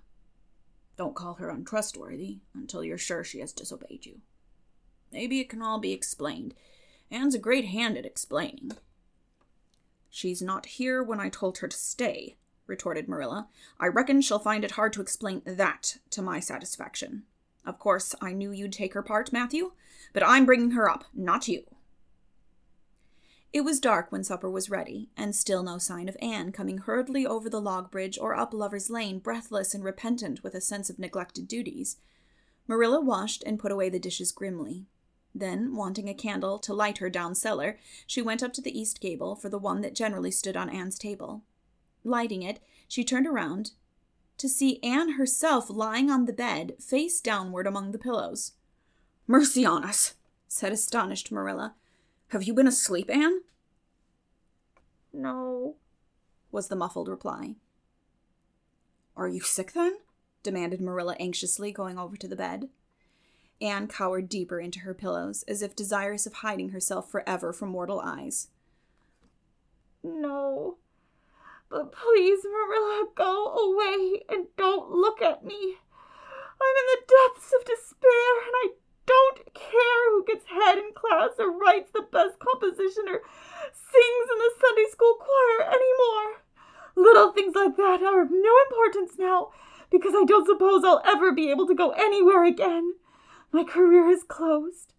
Please, Marilla, go away and don't look at me. Did anyone ever hear the like? The mystified Marilla wanted to know. Anne Shirley, whatever is the matter with you? What have you done? Get right up this minute and tell me. This minute, I say. There now. What is it? Anne had slid to the floor in despairing obedience. Look at my hair, Marilla, she whispered. Accordingly, Marilla lifted her candle and looked scrutinizingly at Anne's hair, flowing in heavy masses down her back. It certainly had a very strange appearance. Anne Shirley, what have you done to your hair? Why, it's green! Green it might be called, if it were any earthly color. A queer, dull, bronzy green with streaks here and there of the original red to heighten the ghastly effect. Never in all her life had Marilla seen anything so grotesque as Anne's hair at that moment. Yes, it's green, moaned Anne. I thought nothing could be as bad as red hair, but now I know it's 10 times worse to have green hair. Oh, Marilla, you little know how utterly wretched I am. I little know how you got into this fix, but I mean to find out, said Marilla. Come right down to the kitchen. It's too cold up here, and tell me just what you've done. I've been expecting something queer for some time. You haven't got into any scrape for over 2 months, and I was sure another one was due. Now then, what did you do to your hair? I dyed it. Dyed it? Dyed your hair? Anne Shirley, didn't you know it was a wicked thing to do? Yes, I knew it was a little wicked, admitted Anne. But I thought it was worthwhile to be a little wicked to get rid of red hair. I counted the cost, Marilla. Besides, I meant to be extra good in other ways to make up for it.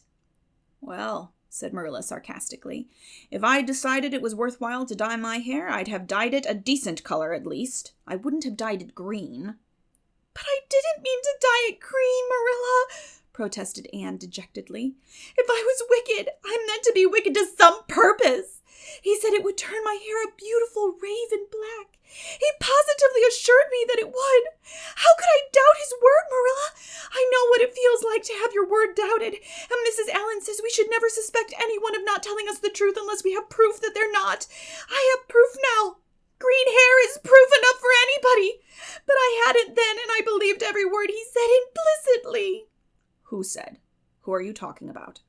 The peddler that was here this afternoon. I bought the dye from him. Anne Shirley, how often have I told you never to let one of those Italians in the house? I don't believe in encouraging them to come around at all. Oh, I didn't let him in the house.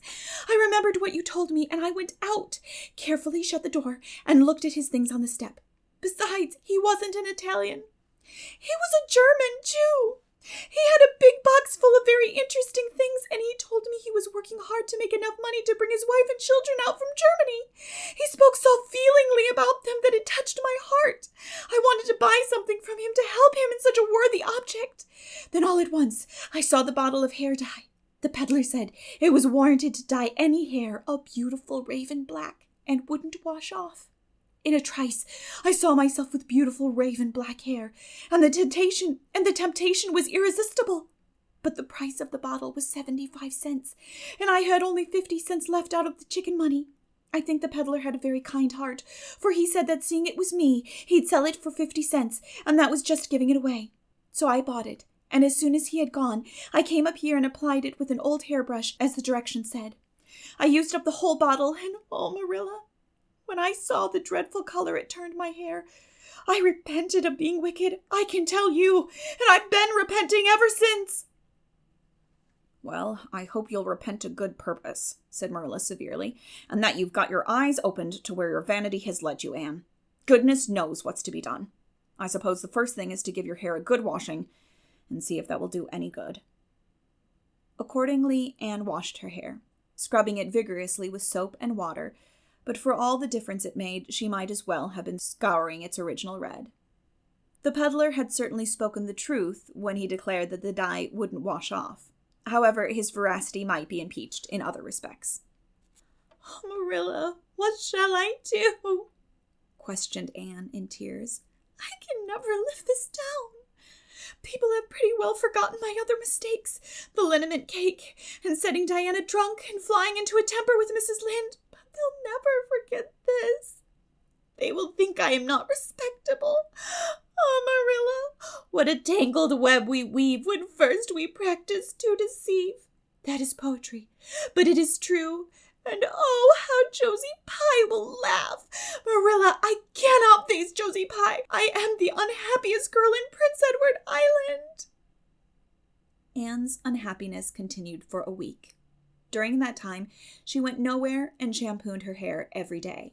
Diana alone of outsiders knew the fatal secret, but she promised solemnly never to tell, and it may be stated here and now that she kept her word. At the end of the week, Marilla said decidedly, "It's no use, Anne. That is fast dye if ever there was any. Your hair must be cut off. There is no other way. You can't go out with it looking like that." Anne's lips quivered, but she realized the bitter truth of Marilla's remarks. With a dismal sigh, she went for the scissors. "Please cut it off at once, Marilla, and have it over. Oh, I feel that my heart is broken. This is such an unromantic affliction. The girls in books lose their hair in fevers or sell it to get money for some good deed, and I'm sure I wouldn't mind losing my hair in some such fashion half so much. But there is nothing comforting in having your hair cut off because you've dyed it a dreadful color, is there? I'm going to weep all the time you're cutting it off, if it won't interfere. It seems such a tragic thing." Anne wept then, but later on, when she went upstairs and looked in the glass, she was calm with despair. Marilla had done her work thoroughly, and it had been necessary to shingle the hair as closely as possible. The result was not becoming, to state the case as mildly as may be. Anne promptly turned her glass to the wall. "I'll never, never look at myself again until my hair grows," she exclaimed passionately. Then she suddenly righted the glass. "Yes, I will too. I'll do penance for being wicked that way. I'll look at myself every time I come to my room and see how ugly I am. And I won't try to imagine it away either. I never thought I was vain about my hair of all things, but now I know I was, in spite of its being red, because it was so long and thick and curly. I expect something will happen to my nose next." Anne's clipped head made a sensation in school on the following Monday, but to her relief, nobody guessed the real reason for it, not even Josie Pye, who, however, did not fail to inform Anne that she looked like a perfect scarecrow.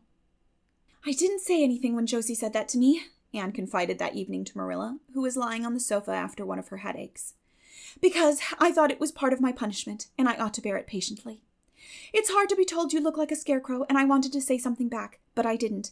I just swept her one scornful look, and then I forgave her. It makes you feel very virtuous when you forgive people, doesn't it?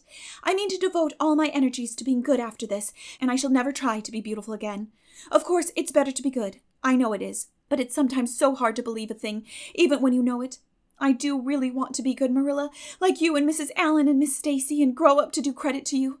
Diana says when my hair begins to grow to tie a black velvet ribbon around my head with a bow at one side. She says she thinks it will be very becoming. I will call it a snood. That sounds so romantic. But am I talking too much, Marilla? Does it hurt your head?" "My head is better now. It was terrible bad this afternoon, though. These headaches of mine are getting worse and worse. I'll have to see a doctor about them. As for your chatter, I don't know that I mind it. I've got used to it." Which was Marilla's way of saying that she liked to hear it.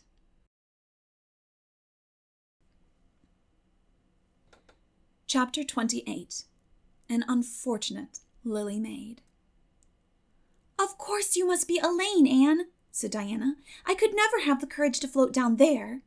"Nor I," said Ruby Gillis with a shiver. "I don't mind floating down when there's 2 or 3 of us in the flat, and we can sit up. It's fun then. to lie down and pretend I was dead. I just couldn't. I'd die, really. Of fright. Of course, it would be romantic, conceded Jane Andrews, but I know I couldn't keep still. I'd be popping up every minute or so to see where I was and if I wasn't drifting too far out. And you know, Anne, that would spoil the effect. But it's so ridiculous to have a red-headed Elaine, mourned Anne. I'm not afraid to float down, and I'd love to be Elaine. But it's ridiculous just the same. Ruby ought to be Elaine because she is so fair and has such lovely long golden hair.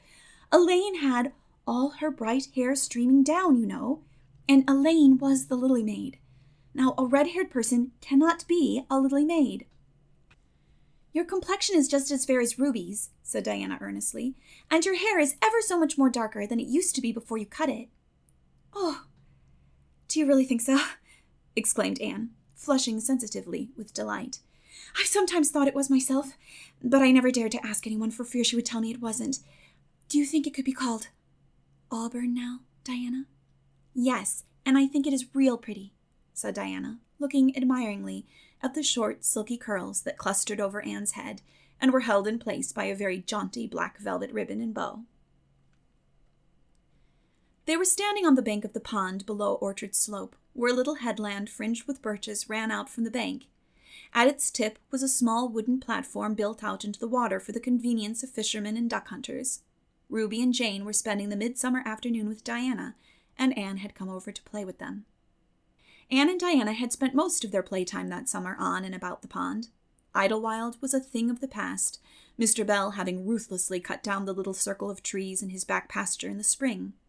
Anne had sat among the stumps and wept, not without an eye to the romance of it, but she was speedily consoled, for, after all, as she and Diana said, big girls of 13 going on 14 were too old for such childish amusements as playhouses, and there were more fascinating sports to be found about the pond. It was splendid to fish for trout over the bridge, and the two girls learned to row themselves about in the little flat-bottomed dory Mr. Barry kept for duck shooting.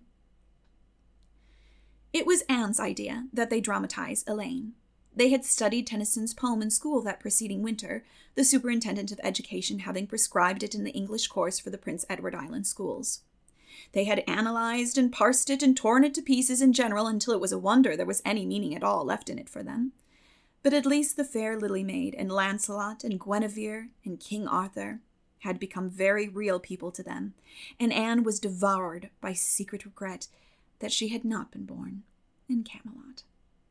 Those days, she said, were so much more romantic than the present. Anne's plan was hailed with enthusiasm. The girls had discovered that if the flat were pushed off from the landing place, it would drift down with the current under the bridge and finally strand itself on another headland lower down, which ran out at a curve in the pond. They had often gone down like this, and nothing could be more convenient for playing Elaine. Well, I'll be Elaine, said Anne, yielding reluctantly, for although she would have been delighted to play the principal character, yet her artistic sense demanded fitness for it, and this, she felt, her limitations made impossible. Ruby, you must be King Arthur, and Jane will be Guinevere, and Diana must be Lancelot. But first you must be the brothers and the father. We can't have the old dumb servitor, because there isn't room for two in the flat when one is lying down. We must pall the barge all its length in black as samite. That old black shawl of your mother's will be just the thing, Diana. The black shawl having been procured, Anne spread it over the flat, and then lay down on the bottom, with closed eyes and hands folded over her breast. Oh, she does look really dead, whispered Ruby Gillis nervously, watching the still, white little face under the flickering shadows of the birches. It makes me feel frightened, girls. Do you suppose it's really right to act like this? Mrs. Lynde says that all play acting is abominably wicked. Ruby, you shouldn't talk about Mrs. Lynde, said Anne severely. It spoils the effect, because this is hundreds of years before Mrs. Lynde was born. Jane, you arrange this. It's silly for Elaine to be talking when she's dead. Jane rose to the occasion. Cloth of gold for coverlet there was none, but an old piano scarf of yellow Japanese crepe was an excellent substitute. A white lily was not obtainable just then, but the effect of a tall blue iris placed in one of Anne's folded hands was all that could be desired. "Now, she's all ready," said Jane. "We must kiss her quiet brows, and Diana, you say, 'Sister, farewell forever,' and Ruby, you say, 'Farewell, sweet sister,' both of you as sorrowfully as you possibly can. Anne, for goodness sake, smile a little. You know Elaine lay as though she smiled. That's better. Now push the flat off." The flat was accordingly pushed off, scraping roughly over an old embedded stake in the process. Diana and Jane and Ruby only waited long enough to see it caught in the current and headed for the bridge before scampering up through the woods, across the road, and down to the lower headland where, as Lancelot and Guinevere and the king, they were to be in readiness to receive the Lily Maid. For a few minutes, Anne, drifting slowly down, enjoyed the romance of her situation in the full. Then something happened not at all romantic. The flat began to leak. In a very few moments, it was necessary for Elaine to scramble to her feet, pick up her cloth of gold coverlet and pall of blackest samite, and gaze blankly at the big crack in the bottom of her barge, through which the water was literally pouring. That sharp stake at the landing had torn off the batting nailed on the flat. Anne did not know this, but it did not take her long to realize that she was in a dangerous plight. At this rate, the flat would fill and sink long before it could drift to the lower headland. Where were the oars? Left behind at the landing. Anne gave one gasping little scream which nobody ever heard. She was white to the lips, but she did not lose her self-possession. There was one chance. Just one. "I was horribly frightened," she told Mrs. Allen the next day, "and it seemed like years while the flat was drifting down to the bridge, and the water rising in at every moment. I prayed, Mrs. Allen, most earnestly, but I didn't shut my eyes to pray, for I knew the only way God could save me was to let the flat float close enough to one of the bridge piles for me to climb up on it. You know the piles are just old tree trunks, and there are lots of knots and old branch stubs on them. It was proper to pray, but I had to do my part by watching out, and right well I knew it. I just said, 'Dear God, please take the flat close to the pile, and I'll do the rest over and over again.' Under such circumstances, you don't think much about making a flowery prayer. But mine was answered, for the flat bumped right into a pile for a minute, and I flung the scarf and the shawl over my shoulder and scrambled up on a big providential stub, and there I was, Mrs. Allen, clinging to that slippery old pile with no way of getting up or down. It was a very unromantic position, but I didn't think about that at the time. You don't think much about romance when you have just escaped from a watery grave. I said a grateful prayer at once, and then I gave all my attention to holding on tight, for I knew I should probably have to depend on human aid to get back to dry land." The flat drifted under the bridge, and then promptly sank in midstream. Ruby, Jane, and Diana, already awaiting it on the lower headland, saw it disappear before their very eyes, and had not a doubt but that Anne had gone down with it. For a moment, they stood still, white as sheets, frozen with horror at the tragedy. Then, shrieking at the tops of their voices, they started on a frantic run up through the woods, never pausing as they crossed the main road to glance the way of the bridge. Anne, clinging desperately to her precarious foothold, saw their flying forms and heard their shrieks. Help would soon come, but meanwhile her position was a very uncomfortable one. The minutes passed by, each seeming an hour to the unfortunate Lily Maid. Why didn't somebody come? Where had the girls gone? Suppose they had fainted, one and all. Suppose nobody ever came. Suppose she grew so tired and cramped that she could hold on no longer. Anne looked at the wicked green depths below her, wavering with long, oily shadows, and shivered. Her imagination began to suggest all manner of gruesome possibilities to her. Then, just as she thought she really could not endure the ache in her arms and wrists another moment, Gilbert Blythe came rowing under the bridge in Harmon Andrew's dory. Gilbert glanced up, and much to his amazement, beheld a little white, scornful face looking down upon him with big, frightened, but also scornful, gray eyes. "Anne Shirley, how on earth did you get there?" he exclaimed. Without waiting for an answer, he pulled close to the pile and extended his hand. There was no help for it. Anne, clinging to Gilbert Blythe's hand, scrambled down into the dory where she sat, drabbled and furious, in the stern, with her arms full of dripping shawl and wet crepe. It was certainly extremely difficult to be dignified under the circumstances. "What has happened, Anne?" asked Gilbert, taking up his oars. "We are playing Elaine," explained Anne frigidly, without even looking at her rescuer, and I had to drift down to Camelot in the the flat. The flat began to leak, and I climbed out on the pile. The girls went for help. Will you be kind enough to row me to the landing? Gilbert obligingly rowed to the landing, and Anne, disdaining assistance, sprang nimbly on shore. I'm very obliged to you, she said haughtily as she turned away. But Gilbert had also sprung from the boat, and now laid a detaining hand on her arm. Anne, he said hurriedly, look here. Can't we be good friends? I'm awfully sorry I made fun of your hair that time. I didn't mean to vex you, and I only meant it for a joke. Besides, it's so long ago. I think your hair is awfully pretty now. Honest, I do. Let's be friends. For a moment, Anne hesitated.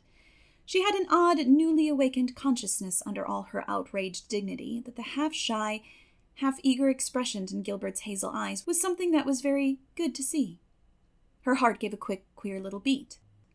But the bitterness of her old grievance promptly stiffened up her wavering determination. That scene of 2 years before flashed back into her recollection as vividly as if it had taken place yesterday. Gilbert had called her carrots, and had brought about her disgrace before the whole school. Her resentment, which to other and older people might be as laughable as its cause, was in no whit allayed and softened by time, seemingly. She hated Gilbert Blythe. She would never forgive him. No, she said coldly. I shall never be friends with you, Gilbert Blythe, and I don't want to be. All right. Gilbert sprang into his skiff with an angry color in his cheeks. I'll never ask you to be friends again, Anne Shirley, and I don't care either. He pulled away with swift, defiant strokes, and Anne went up the steep, ferny little path under the maples. She held her head very high, but she was conscious of an odd feeling of regret. She almost wished she had answered Gilbert differently. Of course, he had insulted her terribly, but still. Altogether, Anne rather thought it would be a relief to sit down and have a good cry. She was really quite unstrung, for the reaction from her fright and cramped clinging was making itself felt. Halfway up the path, she met Jane and Diana rushing back to the pond in a state narrowly removed from positive frenzy. They had found nobody at Orchard Slope, both Mr. and Mrs. Barry being away. Here, Ruby Gillis had succumbed to hysterics and was left to recover from them as best she might, while Jane and Diana flew through the haunted wood and across the brook to Green Gables. There they had found nobody either, for Marilla had gone to Carmody and Matthew was making hay in the back field.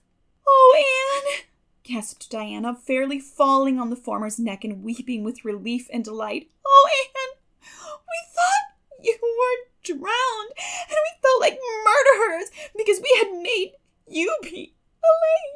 And Ruby is in hysterics. Oh, Anne, how did you escape?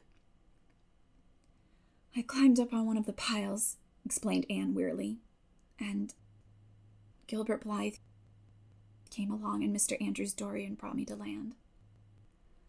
Oh, Anne, how splendid of him. Why, it's so romantic, said Jane, finding breath enough for utterance at last. Of course, you'll speak to him after this. Of course I won't, flashed Anne with a momentary return of her old spirit. And I don't want ever to hear the word romantic again, Jane Andrews. I'm awfully sorry you were so frightened, girls. It is all my fault. I feel sure I was born under an unlucky star. Everything I do gets me or my dearest friends into a scrape. We've gone and lost your father's flat, Diana, and I have a presentiment that we'll not be allowed to row on the pond any more. Anne's presentiment proved more trustworthy than presentiments are apt to do. Great was the consternation in the Barry and Cuthbert households when the events of the afternoon became known. Will you ever have any sense, Anne? Groaned Marilla. Oh, yes, I think I will, Marilla, returned Anne optimistically. A good cry, indulged in the grateful solitude of the east gable, had soothed her nerves and restored her to her wonted cheerfulness. I think my prospects of becoming sensible are brighter now than ever. I don't see how, said Marilla. Well, explained Anne, I've learned a new and valuable lesson today. Ever since I came to Green Gables, I've been making mistakes, and each mistake has helped to cure me of some great shortcoming. The affair of the amethyst brooch cured me of meddling with things that didn't belong to me. The haunted wood mistake cured me of letting my imagination run away with me. The liniment cake mistake cured me of carelessness in cooking. Dyeing my hair cured me of vanity. I never think about my hair and nose now. At least, very seldom. And today's mistake is going to cure me of being too romantic. I have come to the conclusion that it is no use trying to be romantic in Avonlea. It was probably easy enough in towered Camelot hundreds of years ago, but romance is not appreciated now. I feel quite sure that you will soon see a great improvement in me in this respect, Marilla. I'm sure I hope so, said Marilla skeptically. But Matthew, who had been sitting mutely in his corner, laid a hand on Anne's shoulder when Marilla had gone out. Don't give up all your romance, Anne, he whispered shyly. A little of it is a good thing. Not too much, of course. But keep a little of it, Anne. Keep a little of it. Chapter 29. An Epoch in Anne's Life. Anne was bringing the cows home from the back pasture by way of Lover's Lane. It was a September evening, and all the gaps and clearings in the woods were brimmed up with ruby sunset light. Here and there the lane was splashed with it, but for the most part it was already quite shadowy beneath the maples, and the spaces under the firs were filled with a clear violet dusk like airy wine. The winds were out in their tops, and there is no sweeter music on earth than that which the wind makes in the fir trees at evening. The cows swung placidly down the lane, and Anne followed them dreamily, repeating aloud the battle canto from Marmion, which had also been part of their English course the preceding winter, and which Miss Stacy had made them learn off by heart, and exulting in its rushing lines and the clash of spears and its imagery. When she came to the lines, "The stubborn spearsman still made good that dark impenetrable wood," she stopped in ecstasy, to shut her eyes, that she might the better fancy herself one of that heroic ring. When she opened them again, it was to behold Diana coming through the gate that led into the berry field, and looking so important that Anne instantly divined there was news to be told, but betrayed too eager curiosity. She would not. "Isn't this evening just like a purple dream, Diana? It makes me so glad to be alive. In the mornings, I always think the mornings are best, but when evening comes, I think it's lovelier still." "It's a very fine evening," said Diana. "But oh, I have such news, Anne. Guess. You can have 3 guesses. Charlotte Gillis is going to be married in the church after all, and Mrs. Allen wants us to decorate it," cried Anne. "No, Charlotte's beau won't agree to that, because nobody ever has been married in the church yet, and he thinks it would be too much like a funeral. It's too mean, because it would be such fun. Guess again." "Jane's mother is going to let her have a birthday party?" Diana shook her head, her black eyes dancing with merriment. "I can't think what it can be," said Anne in despair, "unless it's that moody Spurgeon McPherson saw you home from prayer meeting last night." "Did he?" "I should think not," exclaimed Diana indignantly. "I wouldn't be likely to boast of it if he did, the horrid creature. I knew you couldn't guess it. Mother had a letter from Aunt Josephine today, and Aunt Josephine wants you and me to go to town next Tuesday and stop with her for the exhibition. There." "Oh, Diana," whispered Anne, finding it necessary to lean up against a maple tree for support. "Do you really mean it? But I'm afraid Marilla won't let me go. She will say that she can't encourage gadding about. That was what she said last week when Jane invited me to go with them in their double-seated buggy to the American concert at the White Sands Hotel. I wanted to go, but Marilla said I'd be better at home learning my lessons, and so would Jane. I was bitterly disappointed, Diana. I felt so heartbroken that I wouldn't say my prayers when I went to bed. But I repented of that, and got up in the middle of the night and said them." "I'll tell you," said Diana. "We'll get Mother to ask Marilla. She'll be more likely to let you go then. And if she does, we'll have the time of our lives, Anne. I've never been to an exhibition, and it's so aggravating to hear the other girls talking about their trips.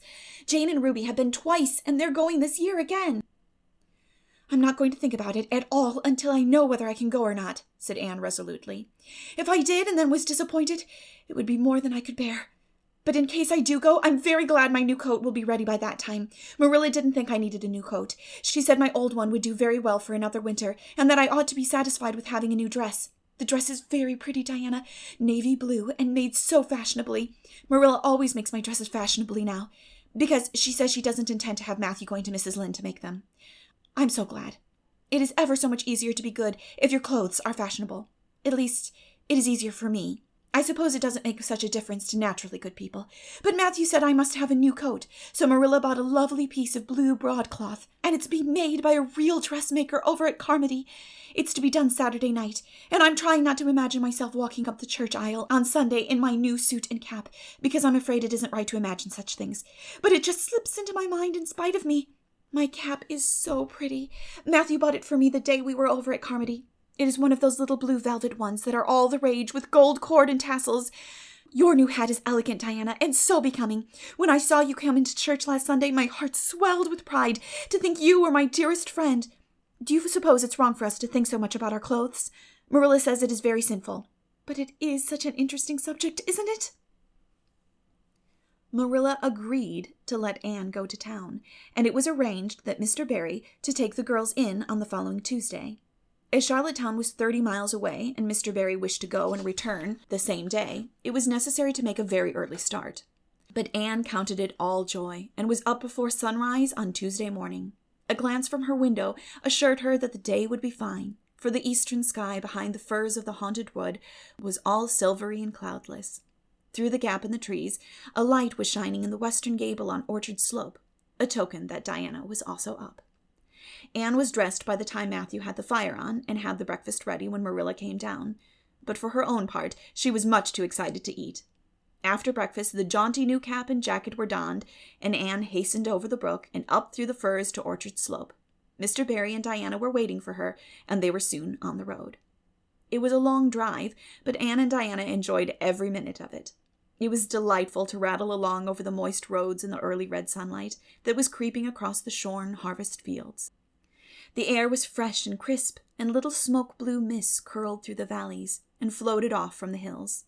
Sometimes the road went through woods where maples were beginning to hang out scarlet banners.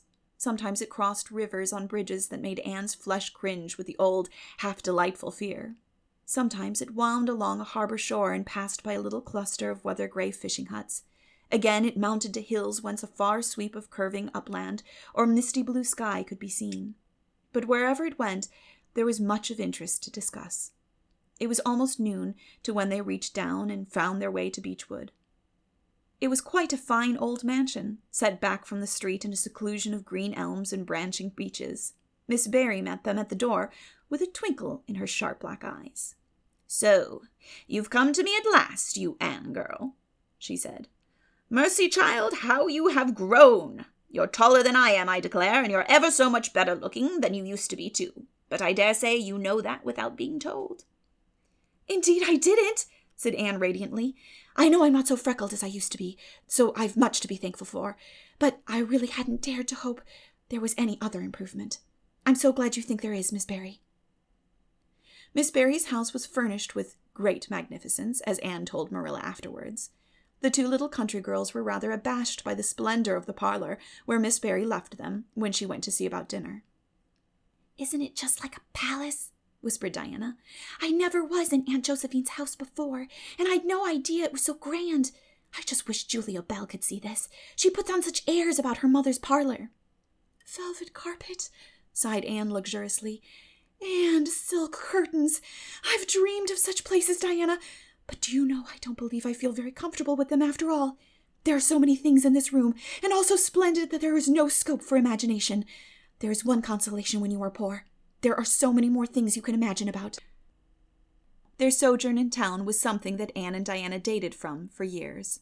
From first to last, it was crowded with delights. On Wednesday, Miss Barry took them to the exhibition grounds and kept them there all day. "It was splendid," Anne related to Marilla later on. "I never imagined anything so interesting. I don't really know which department was the most interesting.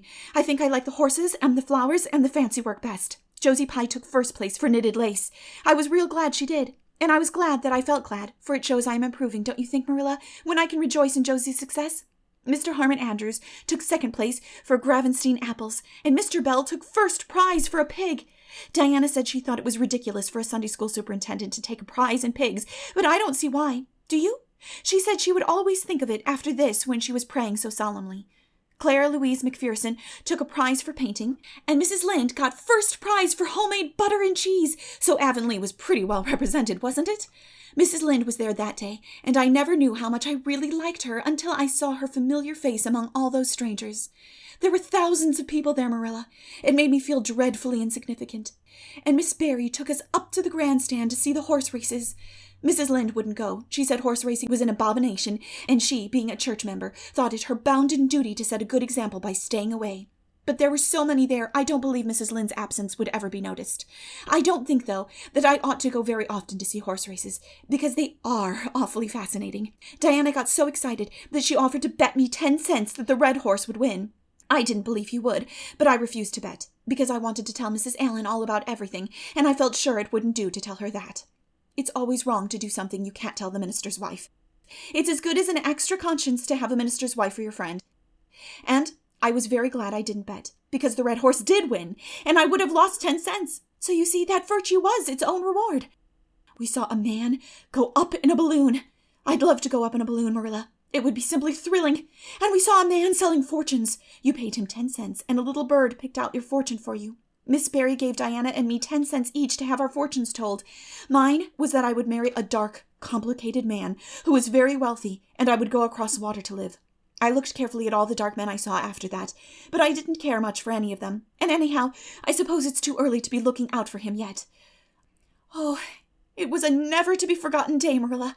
I was so tired I couldn't sleep at night. Miss Barry put us in the spare room according to promise.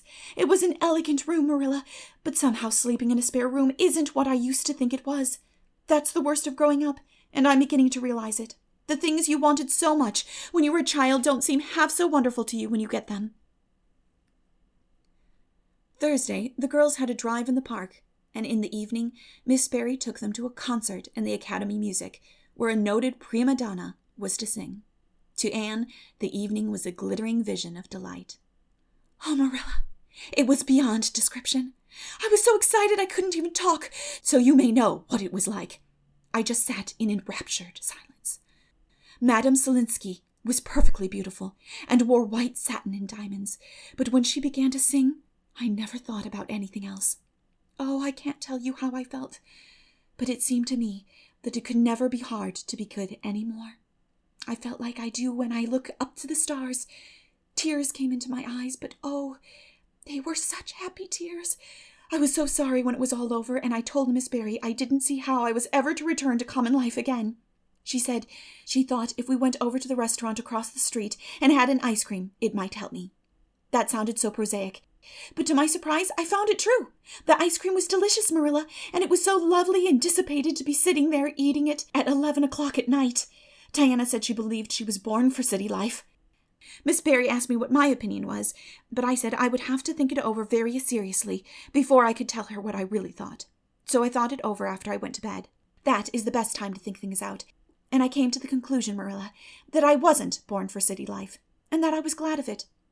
It's nice to be eating ice cream at brilliant restaurants at 11 o'clock at night once in a while, but at a regular thing, I'd rather be in the East Gable at 11, sound asleep, but kind of knowing even in my sleep that the stars were shining outside and that the wind was blowing in the firs across the brook. I told Miss Barry so at breakfast the next morning, and she laughed. Miss Barry generally laughed at anything I said, even when I said the most solemn things. I don't think I liked it, Marilla, because I wasn't trying to be funny. But she is a most hospitable lady and treated us royally. Friday brought going home time, and Mr. Barry drove in for the girls. Well, I hope you've enjoyed yourselves, said Miss Barry as she bade them goodbye. Indeed we have, said Diana. And you, Anne girl? I've enjoyed every minute of it, said Anne, throwing her arms impulsively about the old woman's neck and kissing her wrinkled cheek. Diana would never have dared to do such a thing, and felt rather aghast at Anne's freedom. But Miss Anne Barry was pleased, and she stood on her veranda and watched the buggy out of sight. Then she went back into her big house with a sigh. It seemed very lonely, lacking those fresh young lives. Miss Barry was a rather selfish old lady, if the truth must be told, and had never cared much for anybody but herself. She valued people only as they were of service to her or amused her. Anne had amused her, and consequently stood high in the old lady's good graces. but Miss Barry found herself thinking less about Anne's quaint speeches than of her fresh enthusiasms, her transparent emotions, her little winning ways, and the sweetness of her eyes and lips. "I thought Marilla Cuthbert was an old fool when I heard she'd adopted a girl out of an orphan asylum," she said to herself. "But I guess she didn't make much of a mistake after all. If I'd a child like Anne in the house all the time, I'd be a better and happier woman." Anne and Diana found the drive home as pleasant as the drive in, pleasanter, indeed, since there was the delightful consciousness of home waiting at the end of it. It was sunset when they passed through White Sands and turned into the shore road. Beyond, the Avonlea hills came out darkly against the saffron sky. Behind them, the moon was rising out of the sea that grew all radiant and transfigured in her light. Every little cove along the curving road was a marvel of dancing ripples. The waves broke with a soft swish on the rocks below them, and the tang of the sea was in the strong, fresh air. "Oh, but it's good to be alive and to be going home," breathed Anne. When she crossed the log bridge over the brook, the kitchen light of Green Gables winked her a friendly welcome back, and through the open door shone the hearth fire, sending out its warm red glow athwart the chilly autumn night. Anne ran blithely up the hill and into the kitchen, where a hot supper was waiting on the table. "So you've got back," said Marilla, folding up her knitting. "Yes, and oh, it's so good to be back," said Anne joyously. "I could kiss everything, even to the clock. Marilla, a broiled chicken? You don't mean to say you cooked that for me?" "Yes, I did," said Marilla. "I thought you'd be hungry after such a drive and need something real appetizing. Hurry and take off your things and we'll have supper as soon as Matthew comes in. I'm glad you've got back, I must say. It's been fearful lonesome here without you, and I never put in 4 longer days." After supper, Anne sat before the fire between Matthew and Marilla and gave them a full account of her visit. "I've had a splendid time," she concluded happily, "and I feel that it marks an epoch in my life. But the best of it all was the coming home." Chapter 30. The Queen's Class is Organized. Marilla laid her knitting on her lap and leaned back in her chair. Her eyes were tired, and she thought vaguely that she must see about having her glasses changed the next time she went to town, for her eyes had grown tired very often of late. It was nearly dark, for the dull November twilight had fallen around Green Gables, and the only light in the kitchen came from the dancing red flames in the stove. Anne was curled up, Turk fashion, on the hearth rug, gazing into that joyous glow where the sunshine of 100 summers was being distilled from the maple cordwood. She had been reading, but her book had slipped to the floor, and now she was dreaming, with a smile on her parted lips. Glittering castles in Spain were shaping themselves out of the mists and rainbows of her lively fancy. Adventures wonderful and enthralling were happening to her in Cloudland. Adventures that always turned out triumphantly and never involved her in scrapes like those of actual life. Marilla looked at her with a tenderness that would never have been suffered to reveal itself in any clearer light than that soft mingling of fireshine and shadow.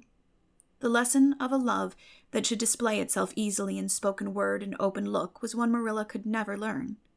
But she had learned to love this slim, gray-eyed girl with an affection all the deeper and stronger from its very undemonstrativeness. Her love made her afraid of being unduly indulgent, indeed. She had an uneasy feeling that it was rather sinful to set one's heart so intensely on any human creature as she had set hers on Anne, and perhaps she performed a sort of unconscious penance for this by being stricter and more critical than if the girl had been less dear to her. Certainly, Anne herself had no idea how Marilla loved her. She sometimes thought wistfully that Marilla was very hard to please and distinctly lacking in sympathy and understanding. But she always checked the thought reproachfully, remembering what she owed to Marilla. "Anne," said Marilla abruptly, "Miss Stacy was here this afternoon when you were out with Diana." Anne came back from her other world with a start and a sigh. "Was she? Oh, I'm so sorry I wasn't in. Why didn't you call me, Marilla? Diana and I were only over in the haunted wood. It's lovely in the woods now. All the little wood things, the ferns and the satin leaves and the crackerberries have gone to sleep, just as if somebody had tucked them away until spring under a blanket of leaves. I think it was a little gray fairy with a rainbow scarf that came tiptoeing along the last moonlight night and did it. Diana wouldn't say much about that, though. Diana has never forgotten the scolding her mother gave her about imagining ghosts into the haunted wood. It had a very bad effect on Diana's imagination. It blighted it. Mrs. Lynde says Myrtle Bell is a blighted being. I asked Ruby Gillis why Myrtle was blighted, and Ruby said she guessed it was because her young man had gone back on her. Ruby Gillis thinks of nothing but young men, and the older she gets, the worse she is. Young men are all very well in their place, but it doesn't do to drag them into everything, does it? Diana and I are thinking seriously of promising each other that we will never marry but be nice old maids and live together forever. Diana hasn't quite made up her mind, though, because she thinks perhaps it would be nobler to marry some wild, dashing, wicked young man and reform him. Diana and I talk a great deal about serious subjects now, you know. We feel that we are so much older than we used to be, that it isn't becoming to talk of childish matters. It's such a solemn thing to be almost 14, Marilla. Miss Stacy took all us girls who are in our teens down to the Brook last Wednesday and talked to us about it. She said we couldn't be too careful about habits we formed and what ideals we acquired in our teens, because by the time we were 20, our characters would be developed and the foundation laid for our whole future life. And she said if the foundation was shaky, we could never build anything really worthwhile on it. Diana and I talked the matter over coming home from school.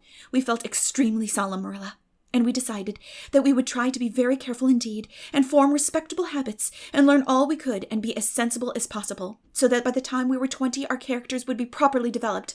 It's perfectly appalling to think of being 20, Marilla. It sounds so fearfully old and grown up. But why was Miss Stacy here this afternoon? That is what I want to tell you, Anne, if you'll ever give me a chance to get a word in edgewise. She was talking about you. About me? Anne looked rather scared. Then she flushed and exclaimed, "Oh, I know what she was saying. I meant to tell you, Marilla. Honestly, I did, but I forgot. Miss Stacy caught me reading Ben-Hur in school yesterday afternoon when I should have been studying my Canadian history. Jane Andrews lent it to me. I was reading it at dinner hour, and I had just got to the chariot race when school went in. I was simply wild to know how it turned out, although I felt sure Ben-Hur must win, because it wouldn't be poetical justice if he didn't. So I spread the history open on my desk lid, and then tucked Ben-Hur between the desk and my knee. It just looked as if I were studying Canadian history, you know, while all the while I was reveling in Ben-Hur. I was so interested in it that I never noticed Miss Stacy coming down the aisle until all at once I just looked up, and there she was, looking down at me, so reproachful-like. I can't tell you how ashamed I felt, Marilla, especially when I heard Josie Pye giggling. Miss Stacy took Ben-Hur away, but she never said a word then. She kept me in at recess and talked to me. She said I had done very wrong in two respects. First, I was wasting the time I ought to have put on my studies, and secondly, I was deceiving my teacher in trying to make it appear I was reading a history when it was a storybook instead. I had never realized until that moment, Marilla, that what I was doing was deceitful. I was shocked. I cried bitterly and asked Miss Stacy to forgive me, and I'd never do such a thing again, and I offered to do penance by never so much as looking at Ben-Hur for a whole week, not even to see how the chariot race turned out. But Miss Stacy said she wouldn't require that, and she forgave me freely. So I think it wasn't very kind of her to come up here to you about it after all. Miss Stacy never mentioned such a thing to me, Anne, and it's only your guilty conscience that's the matter with you. You have no business to be taking storybooks to school. You read too many novels anyhow. When I was a girl, I wasn't so much as allowed to look at a novel. Oh, how can you call Ben-Hur a novel when it's really such a religious book? Protested Anne. Of course, it's a little too exciting to be proper reading for Sunday, and I only read it on weekdays, and I never read any book now unless either Miss Stacy or Mrs. Allen thinks it's a proper book for a girl 13 3/4 to read. Miss Stacy made me promise that. She found me reading a book one day called The Lurid Mystery of the Haunted Hall. It was one Ruby Gillis had lent me, and oh, Marilla, it was so fascinating and creepy. It just curdled the blood in my veins. But Miss Stacy said it was a very silly, unwholesome book, and she asked me not to read any more of it, or any like it. I didn't mind promising not to read any more like it, but it was agonizing to give back that book without knowing how it turned out. But my love for Miss Stacy stood the test, and I did. It's really wonderful, Marilla, what you can do when you're truly anxious to please a certain person. Well, I guess I'll light the lamp and get to work, said Marilla. I see plainly that you don't want to hear what Miss Stacy had to say. You're more interested in the sound of your own tongue than in anything else. Oh, indeed, Marilla, I do want to hear it, cried Anne contritely. I won't say another word, not one. I know I talk too much, but I am really trying to overcome it, and although I say far too much, yet if you only knew how many things I want to say and don't, you'd give me some credit for it. Please tell me, Marilla. Well, Miss Stacy wants to organize a class among her advanced students. who mean to study for the entrance examination into Queen's. She intends to give them extra lessons for an hour after school, and she came to ask Matthew and me if we would like to have you join it. What do you think about it yourself, Anne? Would you like to go to Queen's and pass for a teacher?" "Oh, Marilla!" Anne straightened to her knees and clasped her hands. "It's been the dream of my life. That is, for the last 6 months, ever since Ruby and Jane began to talk of studying for the entrance. But I didn't say anything about it because I supposed it would be perfectly useless. I'd love to be a teacher, but won't it be dreadfully expensive? Mr. Andrews says it cost him $150 to put Prissy through, and Prissy wasn't a dunce in geometry." "I guess you needn't worry about that part of it. When Matthew and I took you to bring up, we resolved we would do the best we could for you and give you a good education. I believe in a girl being fitted to earn her own living, whether she ever has to or not. You'll always have a home at Green Gables as long as Matthew and I are here, but nobody knows what is going to happen in this uncertain world, and it's just as well to be prepared. So, you can join the Queen's class, if you like, Anne." "Oh, Marilla! Thank you!" Anne flung her arms about Marilla's waist and looked up earnestly into her face. "I'm extremely grateful to you and Matthew, and I'll study as hard as I can and do my very best to be a credit to you. I warn you not to expect much in geometry, but I think I can hold my own in anything else if I work hard." "I dare say you'll get along well enough. Miss Stacy says you are bright and diligent." Not for worlds would Marilla have told Anne just what Miss Stacy had said about her. That would have been to pamper vanity. "You needn't rush to any extreme of killing yourself over your books. There is no hurry. You won't be ready to try the entrance for 1.5 years yet, but it's well to begin in time and be thoroughly grounded, Miss Stacy says."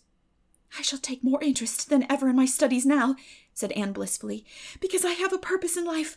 Mr. Allen says everybody should have a purpose in life and pursue it faithfully, only he says we must first make sure that it is a worthy purpose. I would call it a worthy purpose to want to be a teacher like Miss Stacy. Wouldn't you, Marilla? I think it's a very noble profession." The Queen's class was organized in due time. Gilbert Blythe, Anne Shirley, Ruby Gillis, Jane Andrews, Josie Pye, Charlie Sloane, and Moody Spurgis McPherson joined it. Diana Barry did not, as her parents did not intend to send her to Queen's. This seemed nothing short of a calamity to Anne. Never since the night on which Minnie May had had the croup had she and Diana been separated in anything. On the evening when the Queen's class first remained in school for the extra lessons, and Anne saw Diana go slowly out with the others to walk home alone through the birch path in Violet Vale, it was all the former could do to keep her seat and refrain from rushing impulsively after her chum. A lump came into her throat, and she hastily retired behind the pages of her uplifted Latin grammar to hide the tears in her eyes. Not for worlds would Anne have had Gilbert Blythe or Josie Pye see those tears. "But oh, Marilla, I really felt that I had tasted the bitterness of death, as Mr. Allen said in his sermon last Sunday, when I saw Diana go out alone," she said mournfully that night. "I thought how splendid it would have been if Diana had only been going to study for the entrance too. But we can't have things perfect in this imperfect world, as Mrs. Lynde says. Mrs. Lynde isn't exactly a comforting person sometimes, but there's no doubt she says a great many very true things. And I think the Queen's class is going to be extremely interesting. Jane and Ruby are just going to study to be teachers. That is the height of their ambition. Ruby says she will only teach for 2 years after she gets through, and then she intends to be married. Jane says she will devote her whole life to teaching and never, never marry, because you are paid a salary for teaching, but a husband won't pay you anything, and growls if you ask for a share in the egg and butter money. I expect Jane speaks from mournful experience, for Mrs. Lynde says that her father is a perfect old crank and meaner than second skimmings. Josie Pye says she is just going to college for education's sake, because she won't have to earn her own living. She says of course it is different with orphans who are living on charity. They have to hustle. Moody Spurgeon is going to be a minister. Mrs. Lynde says he couldn't be anything else, with a name like that to live up to. I hope it isn't wicked of me, Marilla, but really the thought of Moody Spurgeon being a minister makes me laugh. He's such a funny-looking boy, with that big fat face and his little blue eyes and his ears sticking out like flaps. But perhaps he will be more intellectual-looking when he grows up. Charlie Sloane says he's going to go into politics and be a member of Parliament, but Mrs. Lynde says he'll never succeed at that, because the Sloanes are all honest people, and it's only rascals that get on in politics nowadays. "What is Gilbert Blythe going to be?" queried Marilla, seeing that Anne was opening her Caesar. I don't happen to know what Gilbert Blythe's ambition in life is, if he has any, said Anne scornfully. There was open rivalry between Gilbert and Anne now. Previously, the rivalry had been rather one-sided, but there was no longer any doubt that Gilbert was as determined to be first in class as Anne was. He was a foeman worthy of her steel. The other members of the class tacitly acknowledged their superiority and never dreamed of trying to compete with them. Since the day by the pond when she had refused to listen to his plea for forgiveness, Gilbert, save for the aforesaid determined rivalry, had evinced no recognition whatever of the existence of Anne Shirley. He talked and jested with the other girls, exchanged books and puzzles with them, discussed lessons and plans, sometimes walked home with one or the other of them from prayer meeting or debating club. But Anne Shirley he simply ignored. And Anne found out that it is not pleasant to be ignored. It was in vain that she told herself with a toss of her head that she did not care. Deep down, in her wayward, feminine little heart, she knew that she did care, and that if she had that chance of the Lake of Shining Waters again, she would answer very differently. All at once, as it seemed, and to her secret dismay, she found that the old resentment she had cherished against him was gone. Gone just when she most needed its sustaining power. It was in vain that she recalled every incident and emotion of that memorable occasion and tried to feel the old satisfying anger. That day by the pond had witnessed its last spasmodic flicker. Anne realized that she had forgiven and forgotten without knowing it. But it was too late. And at least neither Gilbert nor anybody else, not even Diana, should ever suspect how sorry she was and how much she wished she hadn't been so proud and horrid. She determined to shroud her feelings in deepest oblivion, and it may be stated here and now that she did it, so successfully that Gilbert, who possibly was not quite so indifferent as he seemed, could not console himself with any belief that Anne felt his retaliatory scorn. The only poor comfort he had was that she snubbed Charlie Sloane unmercifully, continually, and undeservedly. Otherwise, the winter passed away in a round of pleasant duties and studies. For Anne, the days slipped by like golden beads on the necklace of the year. She was happy, eager, interested. There were lessons to be learned and honors to be won, delightful books to read, new pieces to be practiced for the Sunday school choir, pleasant Saturday afternoons at the manse with Mrs. Allen, and then, almost before Anne realized it, spring had come again to Green Gables, and all the world was abloom once more. Studies palled just a wee bit then. The Queen's class, left behind in school while the others scattered to green leaves and leafy woodcuts and meadow byways, looked wistfully out of the windows and discovered that Latin verbs and French exercises had somehow lost the tang and zest they had possessed in the crisp winter months. Even Anne and Gilbert lagged and grew indifferent. Teacher and taught were alike glad when the term was ended, and the glad vacation days stretched rosily before them. "But you've done good work this past year," Miss Stacy told them on the last evening, "and you deserve a good jolly vacation. Have the best time you can in the out-of-door world, and lay in a good stock of health and vitality and ambition to carry you through next year. It will be the tug-of-war, you know, the last year before the entrance." "Are you going to be back next year, Miss Stacy?" asked Josie Pye. Josie Pye never scrupled to ask questions. In this instance, the rest of the class felt grateful to her. None of them would have dared to ask it of Miss Stacy, but all wanted to, for there had been alarming rumors running at large through the school for some time that Miss Stacy was not coming back the next year, that she had been offered a position in the graded school of her own home district, and meant to accept. The Queen's class listened in breathless suspense for her answer. "Yes, I think I will," said Miss Stacy. "I thought of taking another school, but I have decided to come back to Avonlea. To tell the truth, I've grown so interested in my pupils here that I found I couldn't leave them. So I'll stay and see you through." "Hooray!" said Moody Spurgeon. Moody Spurgeon had never been so carried away by his feelings before, and he blushed uncomfortably every time he thought about it for a week. "Oh, I'm so glad," said Anne with shining eyes. "Dear Miss Stacy, it would be perfectly dreadful if you didn't come back. I don't believe I could have the heart to go on with my studies at all if another teacher came here." When Anne got home that night, she stacked all her textbooks away in an old trunk in the attic, locked it, and threw the key into the blanket box. "I'm not even going to look at a school book in vacation," she told Marilla. I've studied as hard all the term as I possibly could, and I've pored over that geometry until I know every proposition in the first book off by heart, even when the letters are changed. I just feel tired of everything sensible, and I'm going to let my imagination run riot for the summer.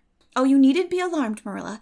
I'll only let it run riot within reasonable limits. But I want to have a real good jolly time this summer, for maybe it's the last summer I'll be a little girl. Mrs. Lynde says that if I keep stretching out next year as I've done this, I'll have to put on longer skirts. She says I'm all running to legs and eyes, and when I put on longer skirts, I shall feel that I have to live up to them and be very dignified. It won't even do to believe in fairies then, I'm afraid. So I'm going to believe in them with all my whole heart this summer. I think we're going to have a very gay vacation. Ruby Gillis is going to have a birthday party soon, and there's the Sunday school picnic and the missionary concert next month, and Mr. Barry says that some evening he'll take Diana and me over to the White Sands Hotel and have dinner there. They have dinner there in the evening, you know. Jane Andrews was over once last summer, and she says it was a dazzling sight to see the electric lights and the flowers and all the lady guests in such beautiful dresses. Jane says it was her first glimpse into high life, and she'll never forget it to her dying day. Mrs. Lynde came up the next afternoon to find out why Marilla had not been at the aid meeting on Thursday. When Marilla was not at aid meeting, people knew there was something wrong at Green Gables. Matthew had a bad spell with his heart Thursday, Marilla explained, and I didn't feel like leaving him. Oh yes, he's all right again now, but he takes them spells oftener than he used to, and I'm anxious about him. The doctor says he must be careful to avoid excitement. That's easy enough for Matthew. Doesn't go about looking for excitement by any means, and never did. And he's not to do any very heavy work either, and you might as well tell Matthew not to breathe as not to work. Come and lay off your things, Rachel. You'll stay to tea? Well, since you're so pressing, perhaps I might as well stay, said Mrs. Rachel, who had not the slightest intention of doing anything else. Mrs. Rachel and Marilla sat comfortably in the parlor, while Anne got the tea and made hot biscuits that were light and white enough to defy even Mrs. Rachel's criticism. I must say, Anne has turned out a real smart girl, admitted Mrs. Rachel, as Marilla accompanied her to the end of the lane at sunset. She must be a great help to you. She is, said Marilla, and she's real steady and reliable now. I used to be afraid she'd never get over her feather-brained ways, but she has, and I wouldn't be afraid to trust her in anything now. I never would have thought she'd have turned out so well that first day I was here 3 years ago, said Mrs. Rachel. Lawful heart, shall I ever forget that tantrum of hers? When I went home that night, I says to Thomas, says I, mark my words, Thomas, Marilla Cuthbert'll live to rue the step she's took. But I was mistaken, and I'm real glad of it. I ain't one of those kind of people, Marilla, as can never be brought to own up that they've made a mistake. No, that never was my way, thank goodness. I did make a mistake in judging Anne. But it weren't no wonder, for an odder, unexpecteder witch of a child there never was in this world, that's what. There was no chippering her out by the rules that worked with other children. It's nothing short of wonderful how she's improved these 3 years, but especially in looks. She's a real pretty girl, got to be. Though I can't say I'm overly partial to that pale, big-eyed style myself. I like more snap and color like Diana Barry has, or Ruby Gillis. Ruby Gillis's looks are real showy, but somehow, I don't know how it is, but when Anne and them are together, though she ain't half as handsome, she makes them look kind of common and overdone. Something like them white June lilies she calls narcissus, alongside of the big red peonies. That's what.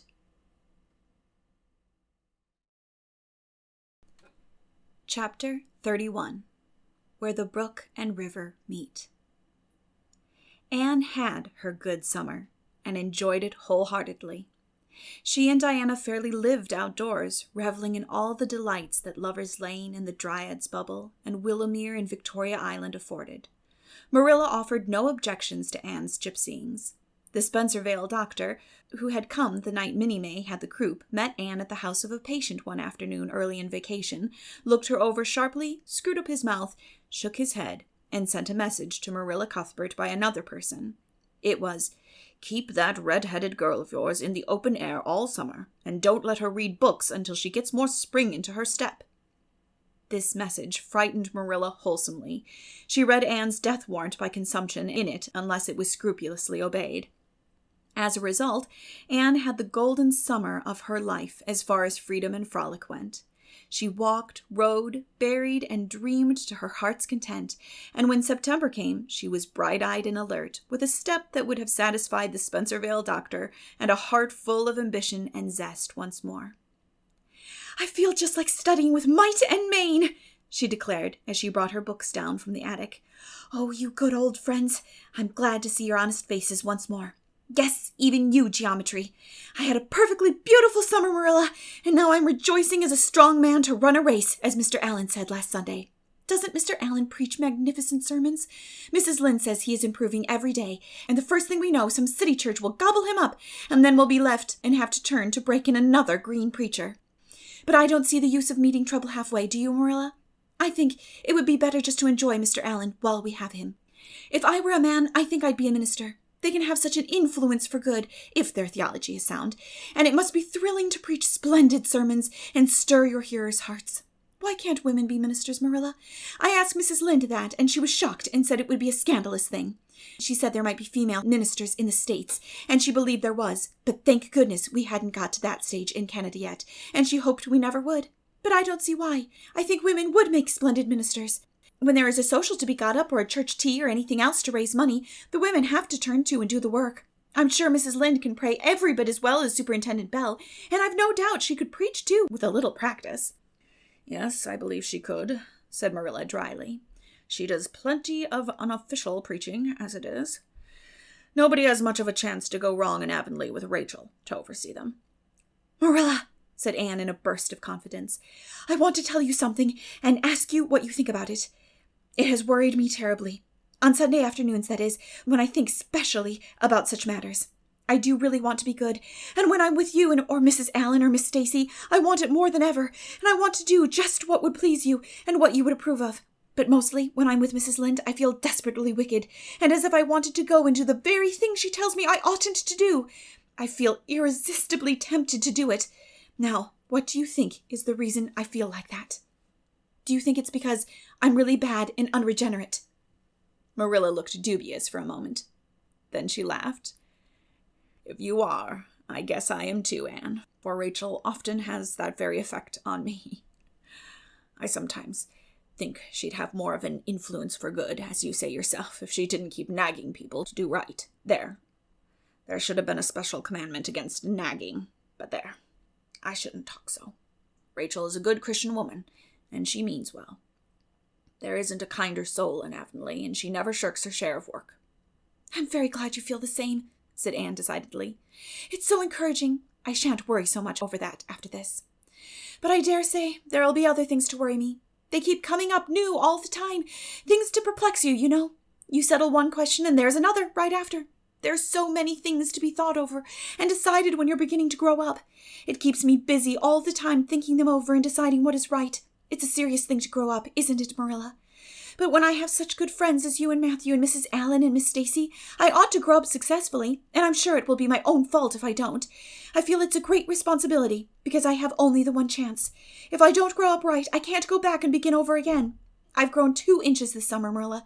Mr. Gillis measured me at Ruby's party. I'm so glad you made my new dresses longer. That dark green one is so pretty, and it was sweet of you to put on the flounce. Of course, I know it wasn't really necessary. But flounces are so stylish this fall, and Josie Pye has flounces on all her dresses. I know I'll be able to study better because of mine. I shall have such a comfortable feeling deep down in my mind about that flounce." "It's worth something to have that," admitted Marilla. Miss Stacy came back to Avonlea School and found all her pupils eager for work once more.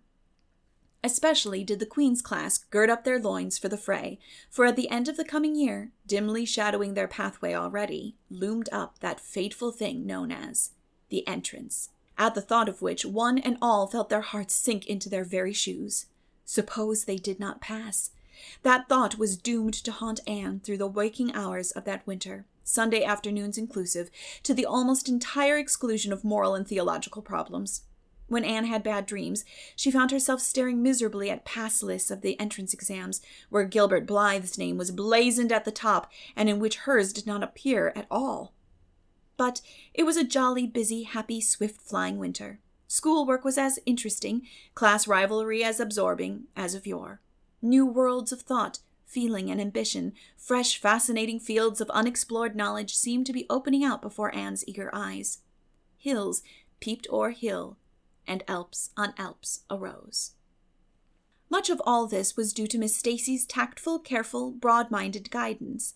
She led her class to think and explore and discover for themselves, and encouraged straying from the old beaten paths to a degree that quite shocked Mrs. Lynde and the school trustees, who viewed all innovations on established methods rather dubiously. Apart from her studies, Anne expanded socially, for Marilla, mindful of the Spencervale doctor's dictum, no longer vetoed occasional outings. The debating club flourished and gave several concerts. There were 1 or 2 parties almost verging on grown-up affairs. There were sleigh drives and skating frolics galore. Between times Anne grew, shooting up so rapidly that Marilla was astonished one day, when they were standing side by side, to find the girl was taller than herself. "Why, Anne, how you've grown," she said, almost unbelievingly. A sigh followed on the words. Marilla felt a queer regret over Anne's inches. The child she had learned to love had vanished somehow, and here was this tall, serious-eyed girl of 15, with the thoughtful brow and the proudly poised little head in her place. Marilla loved the girl as much as she had loved the child, but she was conscious of a queer, sorrowful sense of loss, and that night, when Anne had gone to prayer meeting with Diana, Marilla sat alone in the wintry twilight and indulged in the weakness of a cry. Matthew, coming in with a lantern, caught her at it and gazed at her in such consternation that Marilla had to laugh through her tears. "I was thinking about Anne," she explained. "She's got to be such a big girl, and she'll probably be away from us next winter. I'll miss her terribly." "She'll be able to come home often," comforted Matthew, to whom Anne was, as yet, and always would be, the little, eager girl he had brought home from Bright River on that June evening 4 years before. "The branch railroad will be built to Carmody by that time. It won't be the same thing as having her here all the time," sighed Marilla gloomily, determined to enjoy her luxury of grief uncomforted. "But there, men can't understand these things." There were other changes in Anne no less real than the physical change. For one thing, she became much quieter. Perhaps she thought all the more and dreamed as much as ever, but she certainly talked less. Marilla noticed and commented on this also. "You don't chatter half as much as you used to, Anne, nor use half as many big words. What has come over you?" Anne colored and laughed a little as she dropped her book and looked dreamily out of the window, where big fat red buds were bursting out on the creeper in response to the lure of the spring sunshine. "I don't know. I don't want to talk as much," she said, denting her chin thoughtfully with her forefinger. "It's nicer to think dear, pretty thoughts, and keep them in one's heart like treasures. I don't like to have them laughed at or wondered over, and somehow I don't want to use big words anymore. It's almost a pity, isn't it, now that I'm really growing big enough to say them if I did want to. It's fun to be almost grown up in some ways, but it's not the kind of fun I expected, Marilla. There's so much to learn and do and think that there isn't time for big words. Besides, Miss Stacy says the short ones are much stronger and better. She makes us write all our essays as simply as possible. It was hard at first. I was used to crowding in all the fine big words I could think of, and I thought of any number of them. But I've got used to it now, and I see it's so much better." "What has become of your story club? I haven't heard you speak of it for a long time." "The story club isn't in existence any longer. We hadn't time for it, and anyhow, I think we had got tired of it. It was silly to be writing about love and murder and elopements and mysteries. Miss Stacy sometimes has us write a story for training in composition, but she won't let us write anything but what might happen in Avonlea in our own lives, and she criticizes it very sharply and makes us criticize our own, too. I never thought my compositions had so many faults until I began to look for them myself. I felt so ashamed I wanted to give up altogether, but Miss Stacy says I could learn to write well if I only trained myself to be my own severest critic, and so I am trying to." "You've only 2 more months before the entrance," said Marilla. "Do you think you'll be able to get through?" Anne shivered. "I don't know. Sometimes I think I'll be all right, and then I get horribly afraid. We've studied hard, and Miss Stacy has drilled us thoroughly, but we mayn't get through for all that. We've each got a stumbling block. Mine is geometry, of course, and Jane's is Latin, and Ruby's and Charlie's is algebra, and Josie's is arithmetic. Moody Spurgeon says he feels it in his bones that he is going to fail in English history. Miss Stacy is going to give us examinations in June just as hard as we'll have at the entrance, and mark us just as strictly, so we'll have some idea. I wish it was all over, Marilla. It haunts me. Sometimes I wake up in the night and wonder what I'll do if I don't pass. Why, go to school next year and try again, said Marilla unconcernedly. Oh, I don't believe I'd have the heart for it. It would be such a disgrace to fail, especially if the others passed. And I get so nervous in an examination that I'm likely to make a mess of it. I wish I had nerves like Jane Andrews. Nothing rattles her. Anne sighed, and, dragging her eyes from the witcheries of the spring world, the beckoning day of breeze and blue and the green things uprising in the garden, buried herself resolutely in her book. There would be other springs, but if she did not succeed in passing the entrance, Anne felt convinced that she would never recover sufficiently to enjoy them.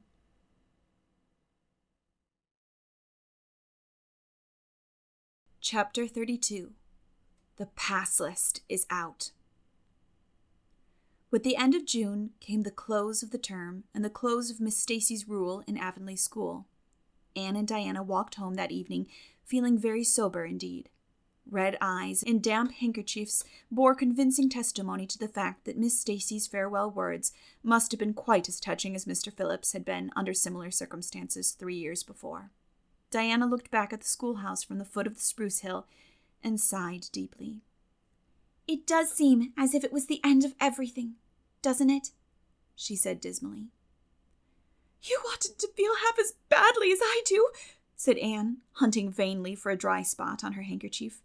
You'll be back again next winter, but I suppose I've left the dear old school forever. If I have good luck, that is.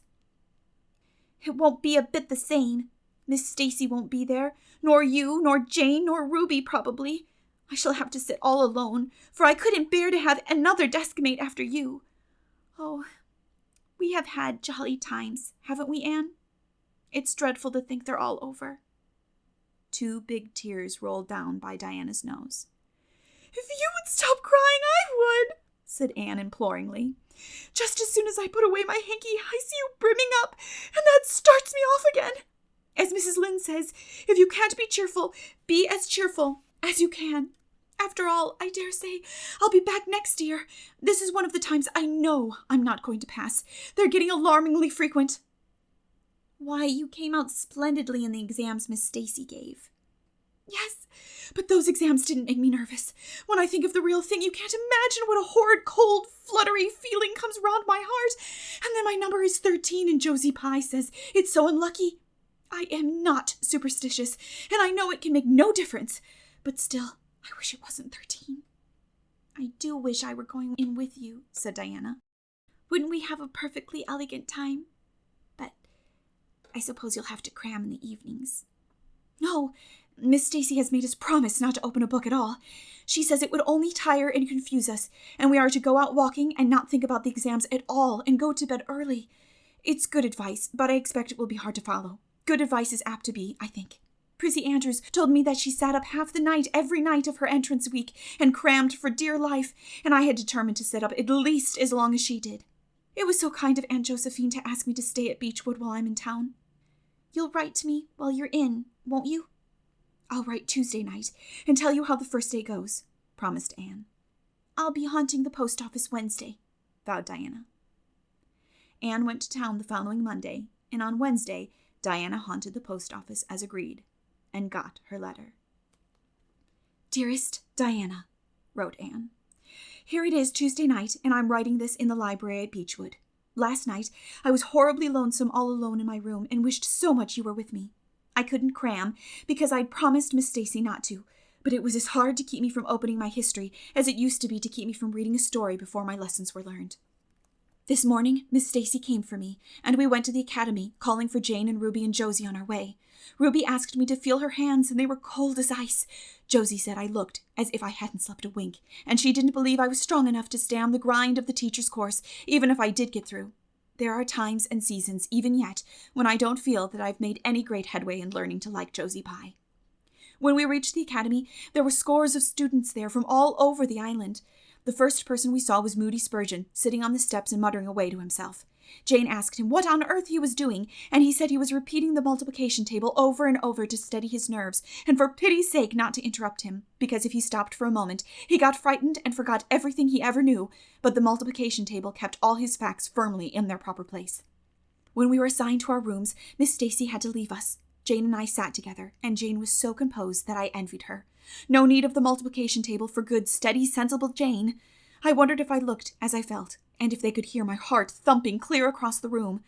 Then a man came in and began distributing the English examination sheets.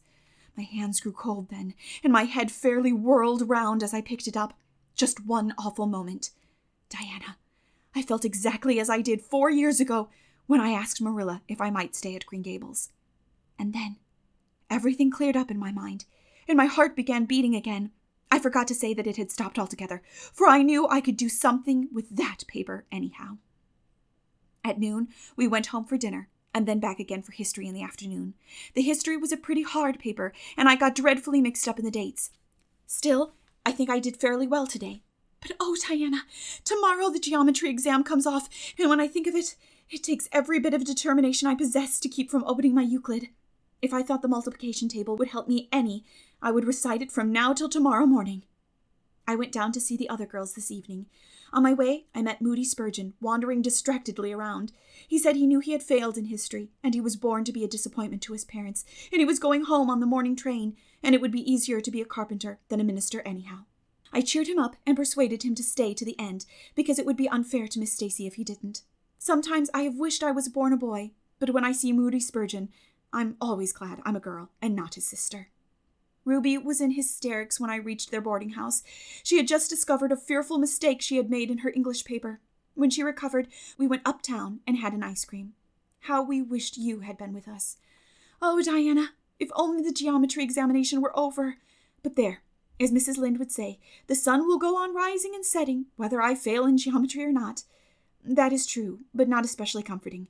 I think I'd rather it didn't go on, if I failed. Yours devotedly, Anne. The geometry examination and all the others were over in due time, and Anne arrived home on Friday evening, rather tired, but with an air of chastened triumph about her. Diana was over at Green Gables when she arrived, and they met as if they had been parted for years. You old darling! It's perfectly splendid to see you back again. It seems like an age since you went to town, and oh, Anne, how did you get along? Pretty well, I think, in everything but the geometry. I don't know whether I passed in it or not, and I have a creepy, crawling presentiment that I didn't. Oh, how good it is to be back! Green Gables is the dearest, loveliest spot in the world. How did the others do? The girls say they know they didn't pass, but I think they did pretty well. Josie says the geometry was so easy a child of 10 could do it. Moody Spurgeon still thinks he failed in history, and Charlie says he failed in algebra, but we don't really know anything about it, and won't until the pass list is out. That won't be for a fortnight. Fancy living a fortnight in such suspense. I wish I could go to sleep and never wake up until it is over. Diana knew it would be useless to ask how Gilbert Blythe had fared, so she merely said, "Oh, you'll pass all right. Don't worry." "I'd rather not pass at all than not come out pretty well up on the list," flashed Anne, by which she meant, and Diana knew she meant, that success would be incomplete and bitter if she did not come out ahead of Gilbert Blythe. With this end in view, Anne had strained every nerve during the examinations. So had Gilbert. They had met and passed each other on the street a dozen times without any sign of recognition, and every time Anne had held her head a little higher and wished a little more earnestly that she had made friends with Gilbert when he had asked her, and vowed a little more determinedly to surpass him in the examination. She knew that all Avonlea Jr. was wondering which would come out first. She even knew that Jimmy Glover and Ned Wright had a bet on the question, and that Josie Pye had said there was no doubt in the world that Gilbert would be first, and she felt that her humiliation would be unbearable if she failed. But she had another and nobler motive for wishing to do well. She wanted to pass high for the sake of Matthew and Marilla, especially Matthew. Matthew had declared to her his conviction that she would beat the whole island. That, Anne felt, was something it would be foolish to hope for, even in the wildest dreams. But she did hope fervently that she would be among the first 10 at least, so that she might see Matthew's kindly brown eyes gleam with pride in her achievement. That, she felt, would be a sweet reward indeed for all her hard work and patient grubbing among unimaginative equations and conjugations. At the end of the fortnight, Anne took to haunting the post office also, in the distracted company of Jane, Ruby, and Josie, opening the Charlottetown dailies with shaking hands and cold, sink-away feelings as bad as any experienced during the entrance week. Charlie and Gilbert were not above doing this too, but Moody Spurgeon stayed resolutely away. "I haven't got the grit to go there and look at the paper in cold blood," he told Anne. "I'm just going to wait until somebody comes and tells me suddenly whether I've passed or not." When 3 weeks had gone by without the pass list appearing, Anne began to feel that she really couldn't stand the strain much longer. Her appetite failed, and her interest in Avonlea doings languished. Mrs. Lynde wanted to know what else you could expect with a Tory superintendent of education at the head of affairs, and Matthew, noting Anne's paleness and indifference and the lagging steps that bore her home from the post office every afternoon, began seriously to wonder if he hadn't better vote Grit at the next election. But one evening, the news came. Anne was sitting at her open window, for the time forgetful of the woes of examinations and the cares of the world, as she drank in the beauty of the summer dusk, sweet-scented with flower breaths from the garden below, and sibilant and rustling from the stir of poplars. The eastern sky above the firs was flushed faintly pink from the reflection of the west, and Anne was wondering dreamily if the spirit of color looked like that, when she saw Diana come flying down through the firs, over the log bridge, and up the slope with a fluttering newspaper in her hand. Anne sprang to her feet, knowing at once what that paper contained. The pass list was out. Her head whirled, and her heart beat until it hurt her. She could not move a step. It seemed an hour to her before Diana came rushing along the hall and burst into the room without even knocking, so great was her excitement. "Anne, you've passed!" she cried. "Passed the very first! You and Gilbert, both! Your ties! But your name is first! Oh, I'm so proud!" Diana flung the paper on the table and herself on Anne's bed, utterly breathless and incapable of further speech. Anne lighted the lamp, oversetting the match safe, and using up 6 matches before her shaking hands could accomplish the task. Then she snatched up the paper. Yes, she had passed. There was her name at the very top of a list of 200. That moment was worth living for. "You did it! You did just splendidly, Anne!" puffed Diana, recovering sufficiently to sit up and speak, for Anne, starry-eyed and rapt, had not uttered a word. "Father brought the paper home from Bright River not 10 minutes ago. It came out on the afternoon train, you know, and won't be here till tomorrow by mail. And when I saw the pass list, I just rushed over like a wild thing. You've all passed, every one of you, Moody Spurgeon and all, although he's conditioned in history. Jane and Ruby did pretty well. They're halfway up, and so did Charlie. Josie just scraped through with 3 marks to spare, but you'll see, she'll put on as many airs as if she'd led. Won't Miss Stacy be delighted? Oh, Anne, what does it feel like to see your name at the head of a pass list like that? If it were me, I know I'd go crazy with joy. I'm pretty near crazy as it is. But you're as calm and cool as a spring evening." "I'm just dazzled inside," said Anne.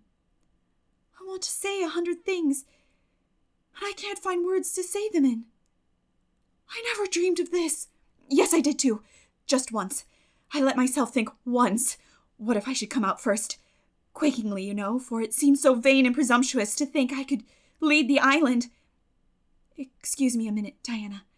I must run right out to the field to tell Matthew. Then we'll go up the road and tell the good news to the others." They hurried to the hayfield below the barn where Matthew was coiling hay, and as luck would have it, Mrs. Lynde was talking to Marilla at the lane fence. "Oh, Matthew!" exclaimed Anne. "I've passed, and I'm first, or one of the first. I'm not vain, but I'm thankful." "Well, now, I always said it," said Matthew, gazing at the pass list delightedly. "I knew you could beat them all easy." "You've done pretty well, I must say, Anne," said Marilla, trying to hide her extreme pride in Anne from Mrs. Rachel's critical eye. But that good soul said heartily, "I just guess she has done well, and far be it from me to be backward in saying it. You're a credit to your friends, Anne, that's what, and we're all proud of you." That night Anne, who had wound up a delightful evening by a serious little talk with Mrs. Allen at the manse, knelt sweetly by her open window in a great sheen of moonshine and murmured a prayer of gratitude and aspiration that came straight from her heart. There was in it thankfulness for the past and reverent petition for the future, and when she slept on her white pillow, her dreams were as fair and bright and beautiful as maidenhood might desire. Chapter 33. The Hotel Concert. "Put on your white organdy by all means, Anne," advised Diana decidedly. They were together in the East Gable chamber. Outside, it was only twilight, a lovely yellowish-green twilight with a clear blue cloudless sky. A big round moon, slowly deepening from her pallid luster into burnished silver, hung over the haunted wood. The air was full of sweet summer sounds, sleepy birds twittering, freakish breezes, far-away voices and laughter. But in Anne's room, the blind was drawn and the lamp lighted, for an important toilette was being made. The East Gable was a very different place from what it had been on that night 4 years before, when Anne had felt its bareness penetrate to the marrow of her spirit with its inhospitable chill. Changes had crept in, Marilla conniving at them resignedly, until it was as sweet and dainty a nest as a young girl could desire. The velvet carpet with the pink roses and the pink silk curtains of Anne's early visions had certainly never materialized, but her dreams had kept pace with her growth, and it is not probable she lamented them. The floor was covered with a pretty matting, and the curtains that softened the high window and fluttered in the vagrant breezes were of pale green art muslin. The walls hung not with gold and silver brocade tapestry, but with a dainty apple blossom paper, were adorned with a few good pictures given Anne by Mrs. Allen. Miss Stacy's photograph occupied the place of honor, and Anne made a sentimental point of keeping fresh flowers on the bracket under it. Tonight, a spike of white lilies faintly perfumed the room like the dream of a fragrance.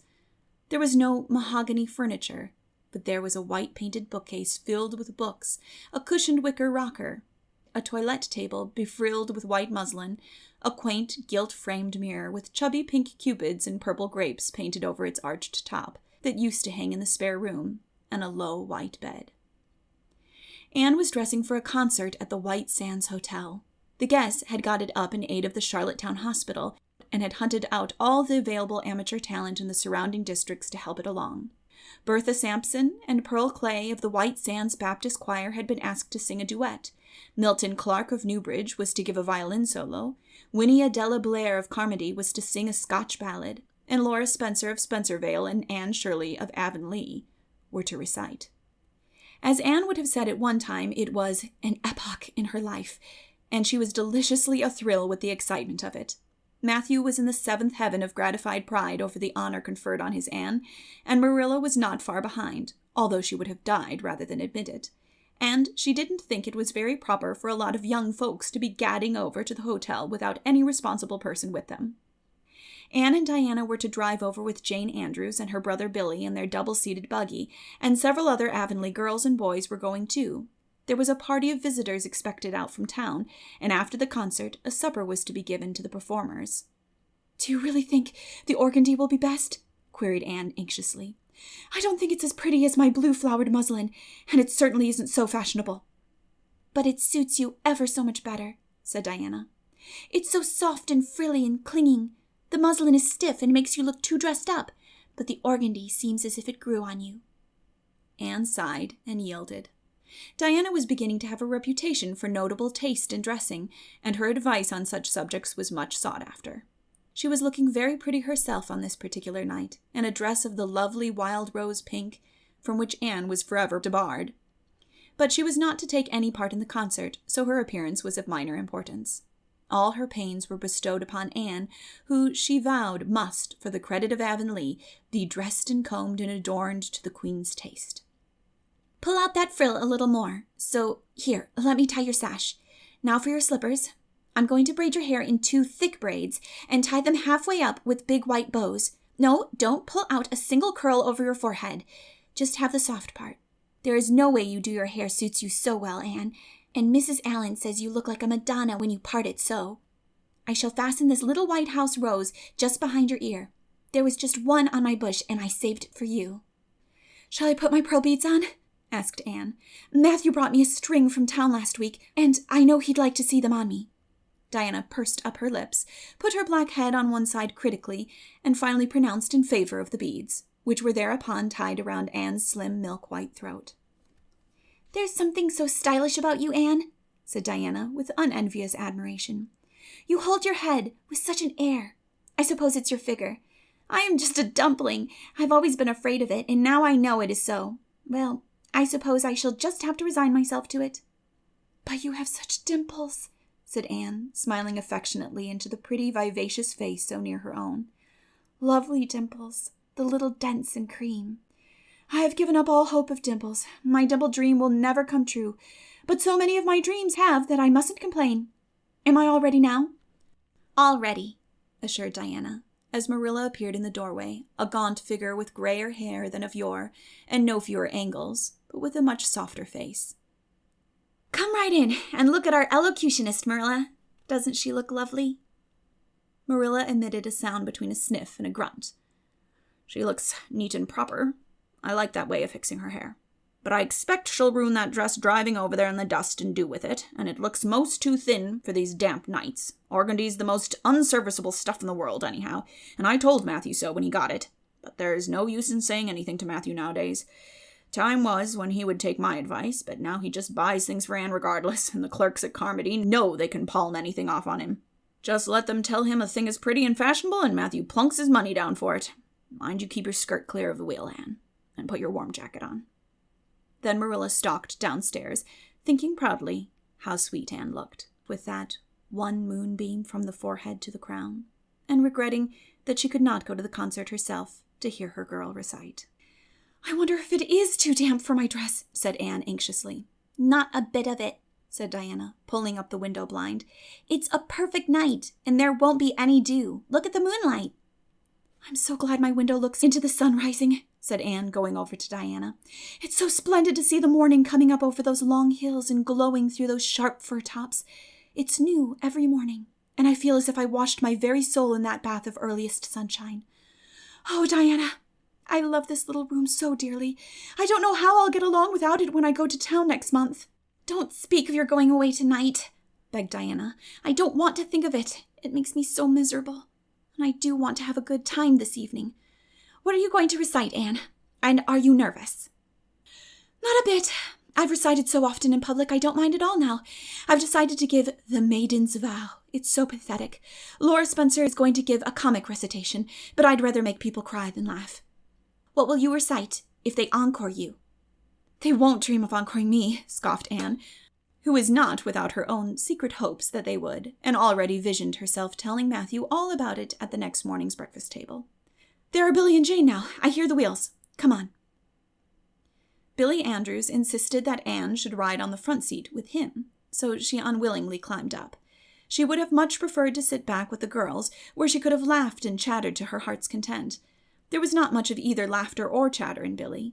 He was a big, fat, stolid youth of 20, with a round, expressionless face and a painful lack of conversational gifts. But he admired Anne immensely, and was puffed up with pride over the prospect of driving to White Sands with that slim, upright figure beside him. Anne, by dint of talking over her shoulder to the girls and occasionally passing a sop of civility to Billy, who grinned and chuckled and never could think of any reply until it was too late, contrived to enjoy the drive in spite of all. It was a night for enjoyment. The road was full of buggies, all bound for the hotel, and laughter, silver clear, echoed and re-echoed along it. When they reached the hotel, it was a blaze of light from top to bottom.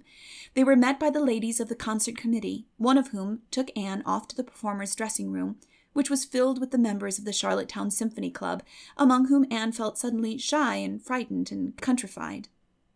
Her dress, which in the East Gable had seemed so dainty and pretty, now seemed simple and plain.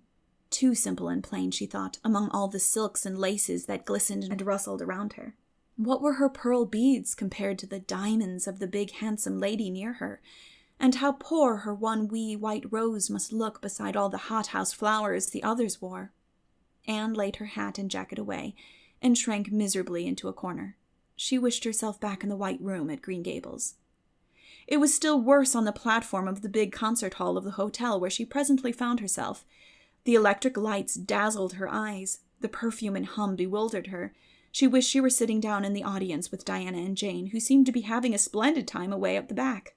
She was wedged in between a stout lady in pink silk and a tall, scornful-looking girl in a white lace dress. The stout lady occasionally turned her head squarely around and surveyed Anne through her eyeglasses, until Anne, acutely sensitive of being so scrutinized, felt that she must scream aloud, and the white lace girl kept talking audibly to her next neighbor about the country bumpkins and rustic belles in the audience, languidly anticipating such fun from the displays of local talent on the program. Anne believed that she would hate that white lace girl to the end of her life. Unfortunately for Anne, a professional elocutionist was staying at the hotel and had consented to recite. She was a lithe, dark-eyed woman in a wonderful gown of shimmering gray stuff like woven moonbeams, with gems on her neck and in her dark hair. She had a marvelously flexible voice and wonderful power of expression. The audience went wild over her selection. Anne, forgetting all about herself and her troubles for the time, listened with rapt and shining eyes. But when the recitation ended, she suddenly put her hands over her face. She could never get up and recite after that. Never. Had she ever thought she could recite? Oh, if she were only back at Green Gables. At this unpropitious moment, her name was called. Somehow Anne, who did not notice the rather guilty little start of surprise the white lace girl gave, and would not have understood the subtle compliment implied therein if she had, got on her feet and moved dizzily out to the front. She was so pale that Diana and Jane down in the audience clasped each other's hands in nervous sympathy. Anne was the victim of an overwhelming attack of stage fright. Often as she had recited in public, she had never before faced such an audience as this, and the sight of it paralyzed her energies completely. Everything was so strange, so brilliant, so bewildering. The rows of ladies in evening dress, the critical faces, the whole atmosphere of wealth and culture about her. Very different this from the plain benches at the debating club, filled with the homely, sympathetic faces of friends and neighbors. These people, she thought, would be merciless critics. Perhaps, like the white lace girl, they anticipated amusement from her rustic efforts. She felt hopelessly, helplessly ashamed and miserable. Her knees trembled. Her heart fluttered. A horrible faintness came over her. Not a word could she utter, and the next moment she would have fled from the platform despite the humiliation which she felt must ever after be her portion if she did so. But suddenly, as her dilated, frightened eyes gazed out over the audience, she saw Gilbert Blythe, away at the back of the room, bending forward with a smile on his face. A smile which seemed to Anne at once triumphant and taunting. In reality, it was nothing of the kind. Gilbert was merely smiling with appreciation of the whole affair in general, and of the effect produced by Anne's slender white form and spiritual face against a background of palms in particular. Josie Pye, whom he had driven over, sat beside him, and her face certainly was both triumphant and taunting. But Anne did not see Josie, and would not have cared if she had. She drew a long breath and flung her head up proudly, courage and determination tingling over her like an electric shock. She would not fail before Gilbert Blythe. He should never be able to laugh at her. Never, never. Her fright and nervousness vanished, and she began her recitation, her clear, sweet voice reaching to the farthest corner of the room without a tremor or a break. Self-possession was fully restored to her, and in the reaction from the horrible moment of powerlessness, she recited as she had never done before.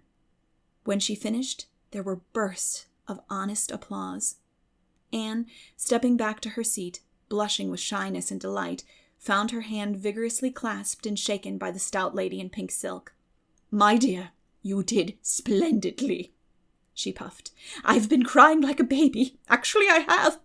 They're encoring you. They're bound to have you back." "Oh, I can't go," said Anne confusedly. "But yet I must, or Matthew will be disappointed. He said they would encore me. Then don't disappoint Matthew, said the Pink Lady, laughing. Smiling, blushing, limpid-eyed, Anne tripped back and gave a quaint, funny little selection that captivated her audience still further. The rest of the evening was quite a little triumph for her. When the concert was over, the stout Pink Lady, who was the wife of an American millionaire, took her under her wing and introduced her to everybody, and everybody was very nice to her. The professional elocutionist, Mrs. Evans, came and chatted with her, telling her that she had a charming voice and interpreted her selections beautifully. Even the white lace girl paid her a languid little compliment. They had supper in the big, beautifully decorated dining room. Diana and Jane were invited to partake of this also, since they had come with Jane, but Billy was nowhere to be found, having decamped in mortal fear of some such invitation. He was in waiting for them, with the team, however, when it was all over, and the three girls came merrily out into the calm white moonshine radiance. Anne breathed deeply and looked into the clear sky beyond the dark boughs of the firs. Oh, it was good to be out again in the purity and silence of the night. How great and still and wonderful everything was, with the murmur of the sea sounding through it, and the darkling cliffs beyond like grim giants guarding enchanted coasts. "Hasn't it been a perfectly splendid time?" sighed Jane as they drove away. "I just wish I was a rich American and could spend my summer at a hotel and wear jewels and low-necked dresses and have ice cream and chicken salad every blessed day. I'm sure it would be ever so much more fun than teaching school. Anne, your recitation was simply great, although I thought at first you were never going to begin. I think it was better than Mrs. Evans." "Oh, no, don't say things like that, Jane," said Anne quickly, "because it sounds silly. It couldn't be better than Mrs. Evans, you know, for she is a professional, and I'm only a schoolgirl with a little knack of reciting. I'm quite satisfied if the people just like mine pretty well."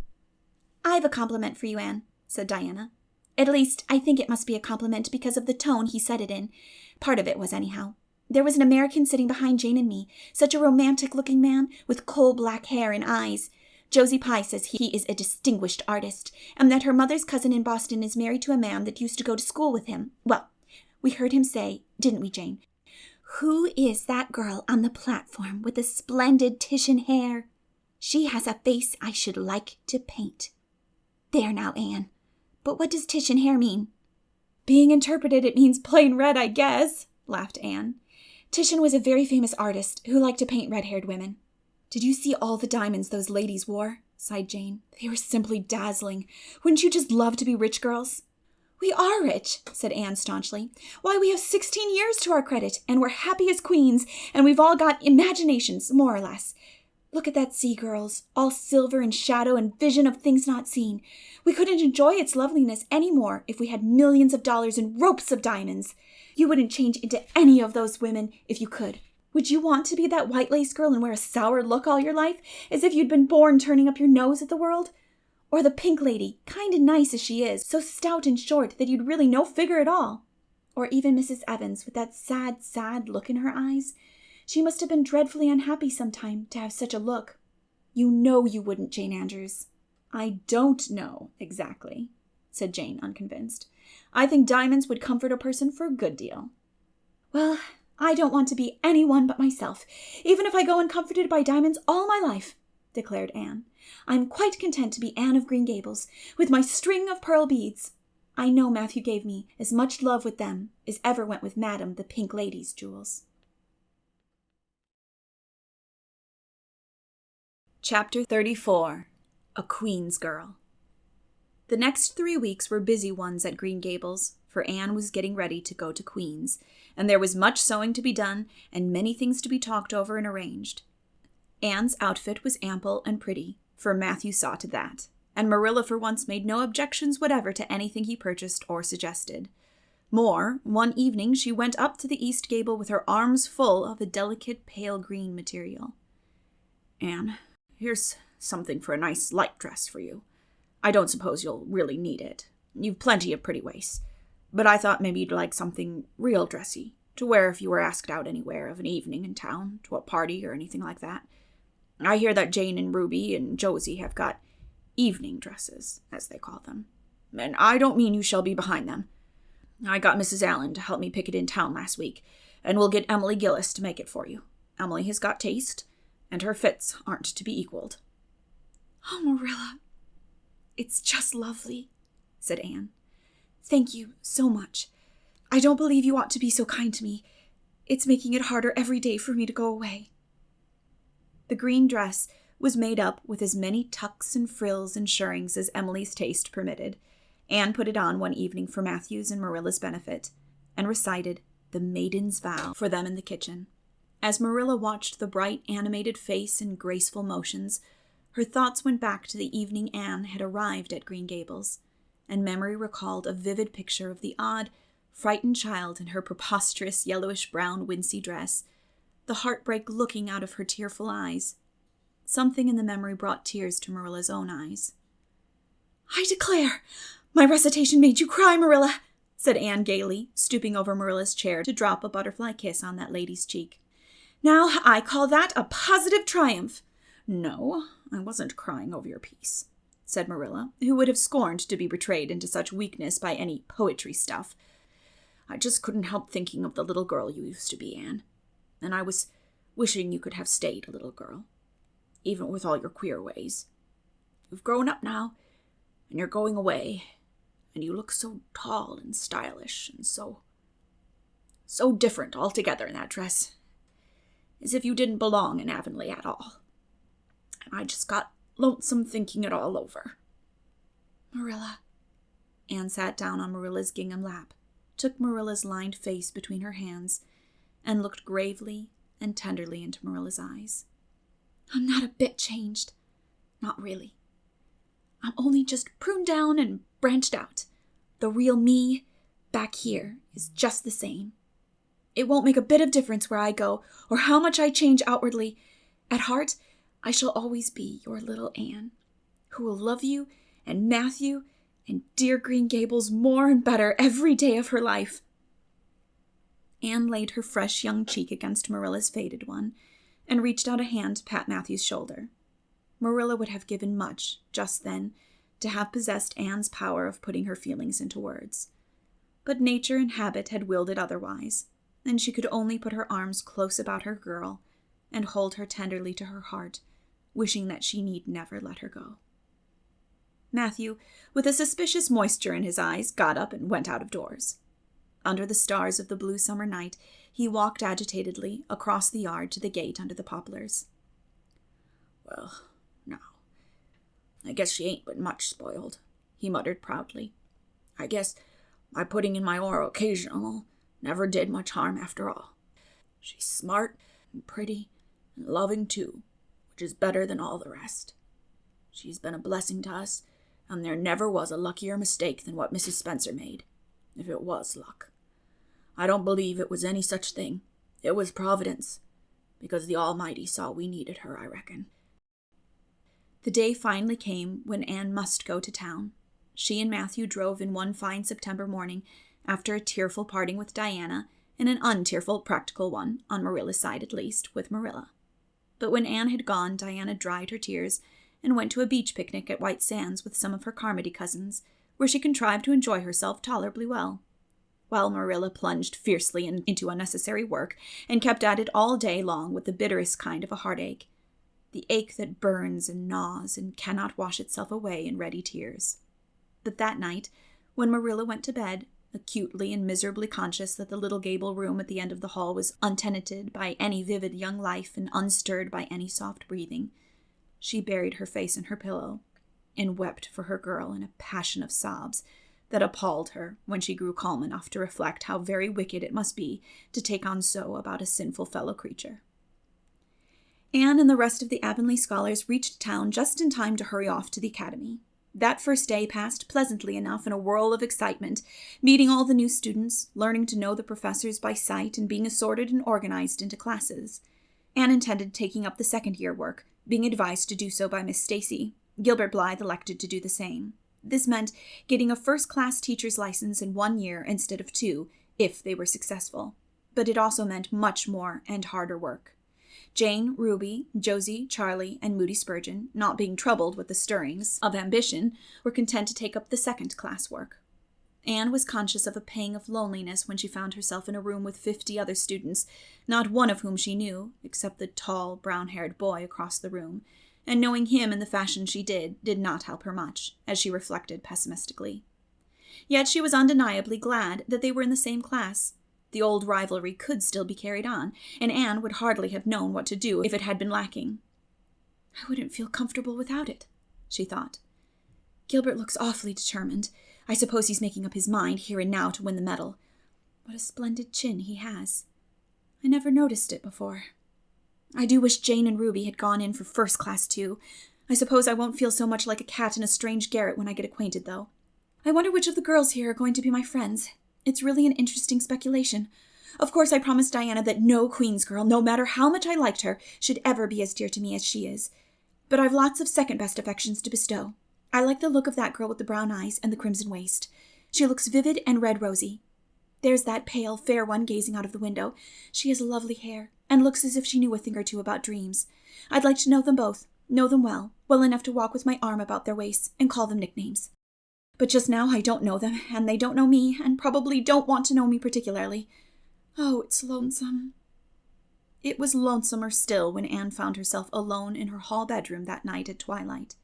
She was not to board with the other girls, who all had relatives in town to take pity on them. Miss Josephine Barry would have liked to board her, but Beechwood was so far from the academy that it was out of the question. So Miss Barry hunted up a boarding house, assuring Matthew and Marilla that it was the very place for Anne. "The lady who keeps it is a reduced gentlewoman," explained Miss Barry. "Her husband was a British officer, and she is very careful what sort of boarders she takes. Anne will not meet with any objectionable persons under her roof. The table is good, and the house is near the academy in a quiet neighborhood." All this might be quite true, and indeed proved to be so, but it did not materially help Anne in the first agony of homesickness that seized upon her. She looked dismally about her narrow little room, with its dull, papered, pictureless walls, its small iron bedstead and empty bookcase, and a horrible choke came into her throat as she thought of her own white room at Green Gables, where she would have the pleasant consciousness of a great green still outdoors, of sweet peas growing in the garden and moonlight falling on the orchard, of the brook below the slope and the spruce boughs tossing in the night wind beyond it, of a vast starry sky, and the light from Diana's window shining out through the gap in the trees. Here there was nothing of this. Anne knew that outside of her window was a hard street, with a network of telephone wires shutting out the sky, the tramp of alien feet, and 1,000 lights gleaming on stranger faces. She knew that she was going to cry, and fought against it. "I won't cry. It's silly and weak. There's the third tear splashing down my nose. There are more coming. I must think of something funny to stop them. And there's nothing funny except that it is connected with Avonlea, and that only makes things worse. 4, 5. I'm going home next Friday, but that seems 100 years away. Oh, Matthew is nearly home by now, and Marilla is at the gate, looking down the lane for him. 6, 7, 8. Oh, there's no use in counting them. They're coming in a flood presently. I can't cheer up. I don't want to cheer up. It's nicer to be miserable." The flood of tears would have come, no doubt, had not Josie Pye appeared at that moment. In the joy of seeing a familiar face, Anne forgot that there had never been much love lost between her and Josie. As a part of Avonlea life, even a Pye was welcome. "I'm so glad you came up," Anne said sincerely. "You've been crying," remarked Josie, with aggravating pity. "I suppose you're homesick. Some people have so little self-control in that respect. I've no intention of being homesick, I can tell you. Town's too jolly after that poky old Avonlea. I wonder how I ever existed there so long. You shouldn't cry, Anne. It isn't becoming, for your nose and eyes get red, and then you seem all red. I had a perfectly scrumptious time in the academy today. Our French professor is simply a duck. His moustache would give you kerwallops of the heart. Have you anything eatable around, Anne? I'm literally starving. I guess likely Marilla'd load you up with cake. That's why I called round. Otherwise I'd have gone to the park to hear the band play with Frank Stockley. He boards some place as I do, and he's a sport. He noticed you in class today and asked me who the red-headed girl was. I told him you were an orphan that the Cuthberts had adopted, and nobody knew very much about what you'd been before that." Anne was wondering if, After all, solitude and tears were not more satisfactory than Josie Pye's companionship when Jane and Ruby appeared, each with an inch of Queen's color ribbon, purple and scarlet, pinned proudly to her coat. As Josie was not speaking to Jane just then, she had to subside into comparative harmlessness. "Well," said Jane with a sigh, "I feel as if I'd lived many moons since the morning. I ought to be home studying my Virgil. That horrid old professor gave us 20 lines to start in on tomorrow, but I simply couldn't settle down to study tonight. Anne, methinks I see the traces of tears. If you've been crying, do own up. It will restore my self-respect, for I was shedding tears freely before Ruby came along. I don't mind being a goose so much if somebody else is goosey too. Cake? You'll give me a teeny piece, won't you? Thank you. It has the real Avonlea flavor." Ruby, perceiving the Queen's calendar lying on the table, wanted to know if Anne meant to try for the gold medal. Anne blushed and admitted she was thinking of it. "Oh, that reminds me," said Josie. "Queen's is to get one of the Avery scholarships after all. The word came today. Frank Stockley told me. His uncle is one of the board of governors, you know. It will be announced in the academy tomorrow." An Avery scholarship. Anne felt her heart beat more quickly, and the horizons of her ambition shifted and broadened as if by magic. Before Josie had told the news, Anne's highest pinnacle of aspiration had been a teacher's provincial license, class first, at the end of the year, and perhaps the medal. But now, in one moment, Anne saw herself winning the Avery scholarship, taking an arts course at Redmond College, and graduating in a gown and mortarboard, all before the echo of Josie's words had died away. For the Avery scholarship was in English, and Anne felt that here her foot was on her native heath. A wealthy manufacturer of New Brunswick had died and left part of his fortune to endow a large number of scholarships to be distributed among the various high schools and academics of the maritime provinces, according to their respective standings. There had been much doubt whether one would be allotted to Queen's, but the matter was settled at last, and at the end of the year the graduate who made the highest mark in English and English literature would win the scholarship. $250 a year for 4 years at Redmond College. No wonder that Anne went to bed that night with tingling cheeks. "I'll win that scholarship if hard work can do it," she resolved. "Wouldn't Matthew be proud if I got to be a B.A.? Oh, it's delightful to have ambitions. I'm so glad I have such a lot. And there never seems to be any end to them. That's the best of it. Just as soon as you attain one ambition, you see another one glittering higher up still. It does make life so interesting." Chapter 35. The Winter at Queen's. Anne's homesickness wore off, greatly helped in the wearing by her weekend visits home. As long as the open weather lasted, the Avonlea students went out to Carmody on the New Branch Railway every Friday night. Diana and several other Avonlea young folks were generally on hand to meet them, and they all walked over to Avonlea in a merry party. Anne thought those Friday evening gypsyings over the autumnal hills in the crisp golden air, with the home lights of Avonlea twinkling beyond, were the best and dearest hours in the whole week. Gilbert Blythe nearly always walked with Ruby Gillis and carried her satchel for her. Ruby was a very handsome young lady, now thinking herself quite as grown up as she really was. She wore her skirts as long as her mother would let her, and did her hair up in town, though she had to take it down when she went home. She had large, bright blue eyes, a brilliant complexion, and a plump, showy figure. She laughed a great deal, was cheerful and good-tempered, and enjoyed the pleasant things of life frankly. "But I shouldn't think she was the sort of girl Gilbert would like," whispered Jane to Anne. Anne did not think so either, but she would not have said so for the Avery scholarship.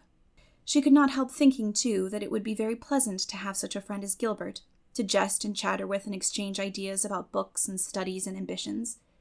Gilbert had ambitions, she knew, and Ruby Gillis did not seem the sort of person with whom such could be profitably discussed.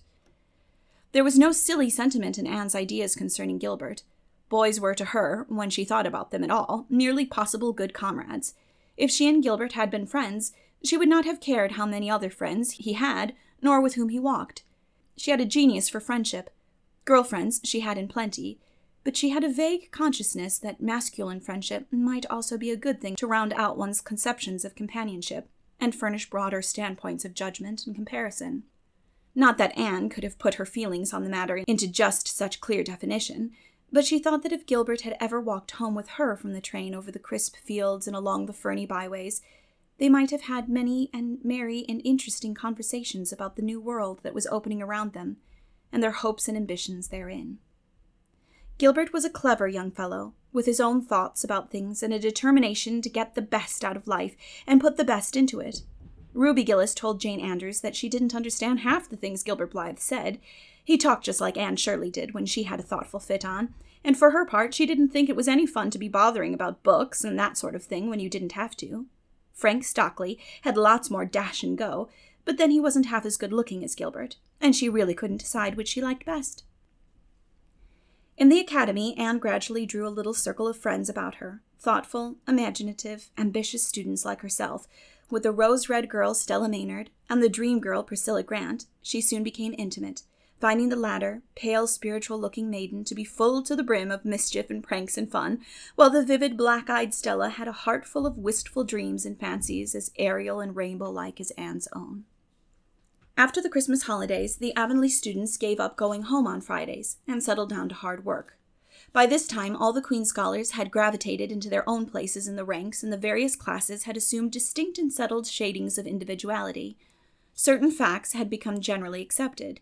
It was admitted that the medal contestants had practically narrowed down to 3, Gilbert Blythe, Anne Shirley, and Lewis Wilson. The Avery Scholarship was more doubtful, any one of the certain 6 being a possible winner.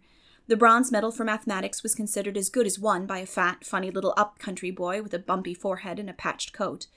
Ruby Gillis was the handsomest girl of the year at the academy.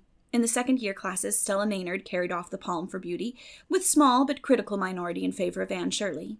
Ethel Marr was admitted by all competent judges to have the most stylish modes of hairdressing, and Jane Andrews, plain, plodding, conscientious Jane, carried off the honors to the domestic science course. Even Josie Pye attained a certain preeminence as the sharpest-tongued young lady in attendance at Queen's, so it may be fairly stated that Miss Stacy's old pupils held their own in the wider arena of the academical course. Anne worked hard and steadily. Her rivalry with Gilbert was as intense as it had ever been in Avonlea School, although it was not known in the class at large, but somehow the bitterness had gone out of it. Anne no longer wished to win for the sake of defeating Gilbert, rather for the proud consciousness of a well-won victory over a worthy foeman.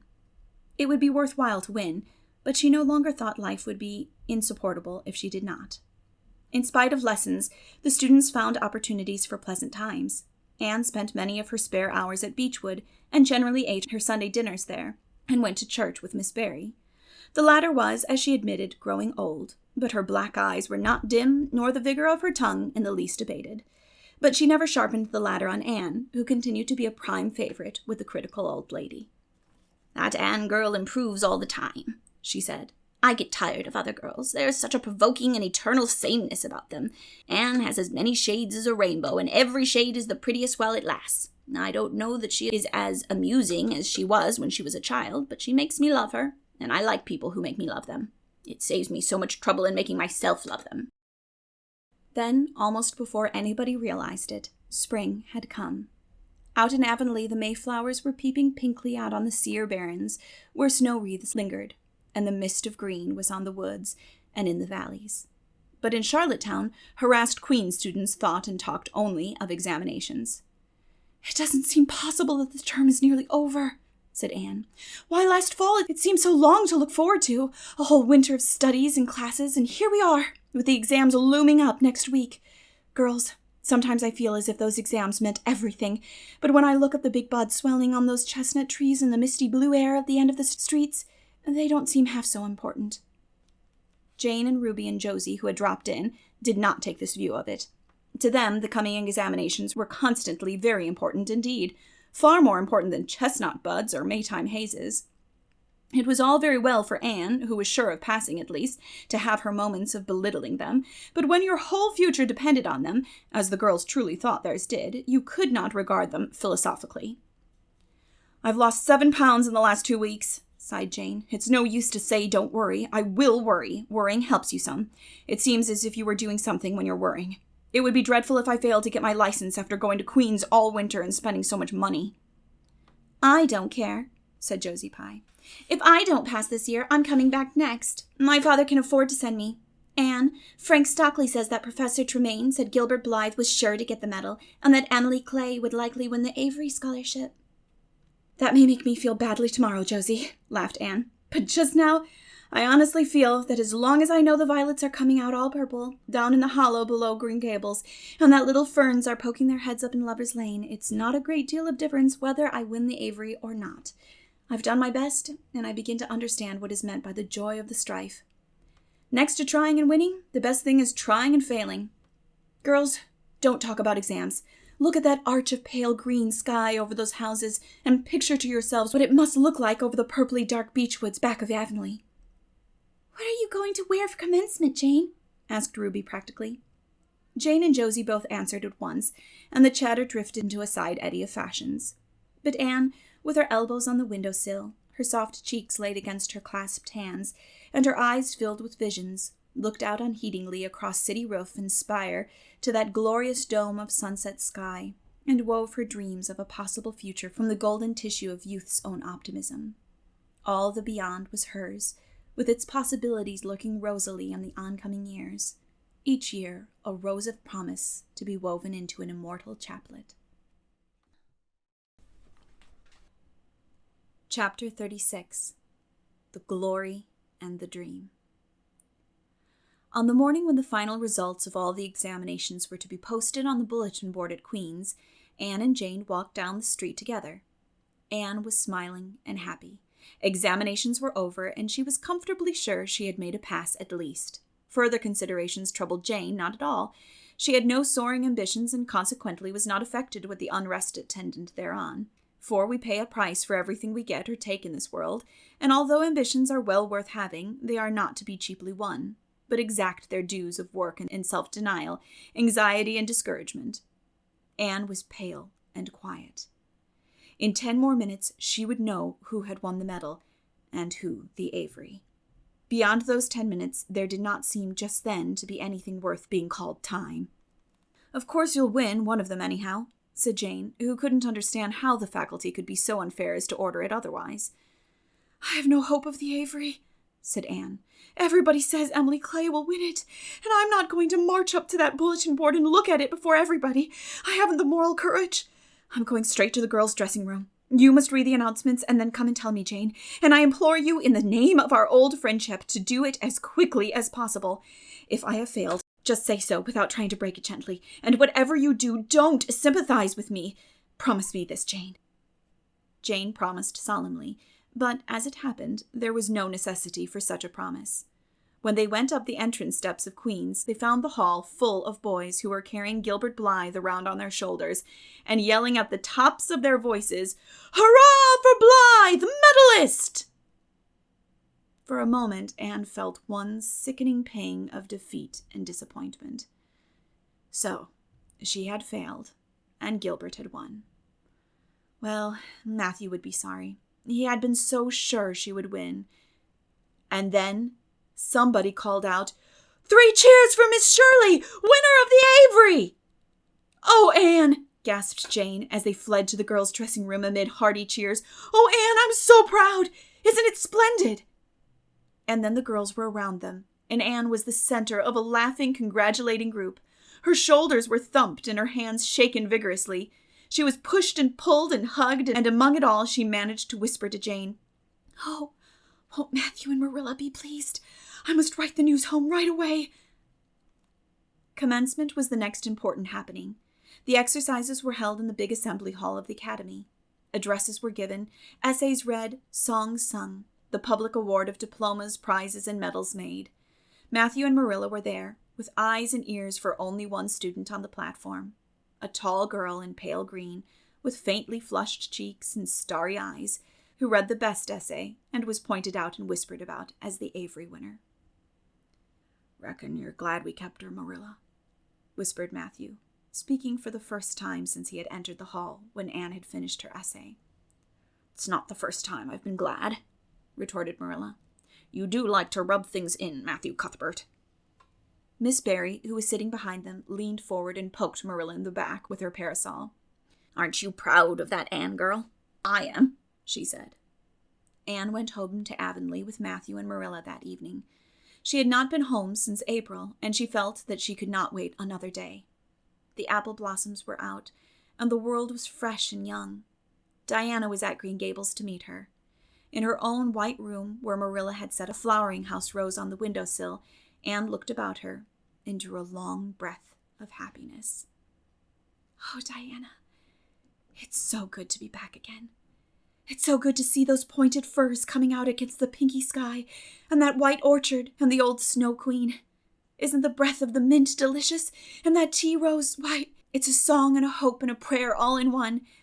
And it's good to see you again, Diana." "I thought you liked that Stella Maynard better than me," said Diana reproachfully. "Josie Pye told me you did. Josie said you were infatuated with her." Anne laughed and pelted Diana with the faded June lilies of her bouquet. "Stella Maynard is the dearest girl in the world except one, and you are that one, Diana," she said. "I love you more than ever, and I've so many things to tell you, but just now I feel as if it were joy enough to sit here and look at you. I'm tired, I think. Tired of being studious and ambitious. I mean to spend at least 2 hours tomorrow lying out in the orchard grass thinking of absolutely nothing." "You've done splendidly, Anne.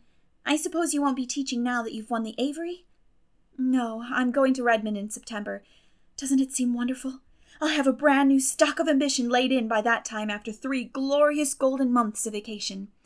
Jane and Ruby are going to teach. Isn't it splendid to think we all got through, even to Moody Spurgeon and Josie Pye?" "The Newbridge trustees have offered Jane their school already," said Diana. "Gilbert Blythe is going to teach, too. He has to. His father can't afford to send him to college next year, after all, so he means to earn his own way through. I expect he'll get the school here if Miss Ames decides to leave." Anne felt a queer little sensation of dismayed surprise. She had not known this. She had expected that Gilbert would be going to Redmond also. What would she do without their inspiring rivalry? Would not work, even at a coeducational college with a real degree in prospect, be rather flat without her friend, the enemy? The next morning at breakfast it suddenly struck Anne that Matthew was not looking well. Surely he was much grayer than he had been a year before. "Marilla," she said hesitatingly, when he had gone out, "is Matthew quite well?" "No, he isn't," said Marilla in a troubled tone. "He's had some real bad spells with his heart this spring, and he won't spare himself a mite. I've been real worried about him. But he's some better this while back, and we've got a good hired man, so I'm hoping he'll kind of rest and pick up. Maybe he will now you're home. You always cheer him up." Anne leaned across the table and took Marilla's face in her hands. "You are not looking as well yourself as I'd like to see you, Marilla. You look tired. I'm afraid you've been working too hard. You must take a rest now that I'm home. I'm just going to take this one day off to visit all the dear old spots and hunt up my old dreams, and then it will be your turn to be lazy while I do the work." Marilla smiled affectionately at her girl. "It's not the work, it's my head. I have a pain so often now behind my eyes. Dr. Spencer's been fussing with glasses, but they don't do me any good. There is a distinguished oculist coming to the island the last of June, and the doctor says I must see him. I guess I'll have to. I can't read or sew with any comfort now. Well, Anne, you've done real well at Queen's, I must say. To take first-class license in 1 year and win the Avery scholarship, well. Mrs. Lynde says pride goes before a fall, and she doesn't believe in the higher education of women at all. She says it unfits them for woman's true sphere. I don't believe a word of it. Speaking of Rachel reminds me, did you hear anything about the Abbey Bank lately, Anne?" "I heard that it was shaky," answered Anne. "Why?" "That is what Rachel said. She was up here one day last week and said there was some talk about it. Matthew felt real worried. All we have saved is in that bank, every penny. I wanted Matthew to put it in the savings bank in the first place, but old Mr. Abbey was a great friend of Father's, and he'd always banked with him. Matthew said any bank with him at the head of it was good enough for anybody." "I think he has only been its nominal head for many years," said Anne. "He is a very old man. His nephews are really at the head of the institution." "Well, when Rachel told us that, I wanted Matthew to draw our money right out, and he said he'd think of it. But Mr. Russell told him yesterday that the bank was all right." Anne had her good day in the companionship of the outdoor world. She never forgot that day. It was so bright and golden and fair, so free from shadow and so lavish of blossom. Anne spent some of its rich hours in the orchard. She went to the Dryad's Bubble in Willowmere and Violet Vale. She called at the manse and had a satisfying talk with Mrs. Allen. And finally, in the evening, she went with Matthew for the cows, through Lover's Lane to the back pasture. The woods were all gloried through with sunset, and the warm splendor of it streamed down through the hill gaps in the west. Matthew walked slowly with bent head. Anne, tall and erect, suited her springing steps to his. "You've been working too hard today, Matthew," she said reproachfully. "Why won't you take things easier?" "Well, now I can't seem to," said Matthew, as he opened the yard gate to let the cows through. "It's only that I'm getting old, Anne, and keep forgetting it. Well, I've always worked pretty hard, and I'd rather drop in the harness." "If I had been the boy you sent for," said Anne wistfully, "I'd be able to help you so much now, and spare you in 100 ways. I could find it in my heart to wish I had been, just for that." "Well, no, I'd rather have you than a dozen boys, Anne," said Matthew, patting her hand. "Just mind you that, rather than a dozen boys. Well, now, I guess it wasn't a boy that took the Avery scholarship, was it? It was a girl. My girl that I'm proud of." He smiled his shy smile at her as he went into the yard. Anne took the memory of it with her when she went to her room that night and sat for a long while at her open window, thinking of the past and dreaming of the future. Outside, the Snow Queen was mistily white in the moonshine. The frogs were singing in the marsh beyond Orchard Slope. Anne always remembered the silvery, peaceful beauty and fragrant calm of that night. It was the last night before sorrow touched her life. And no life is ever quite the same again, when once that cold, sanctifying touch has been laid upon it.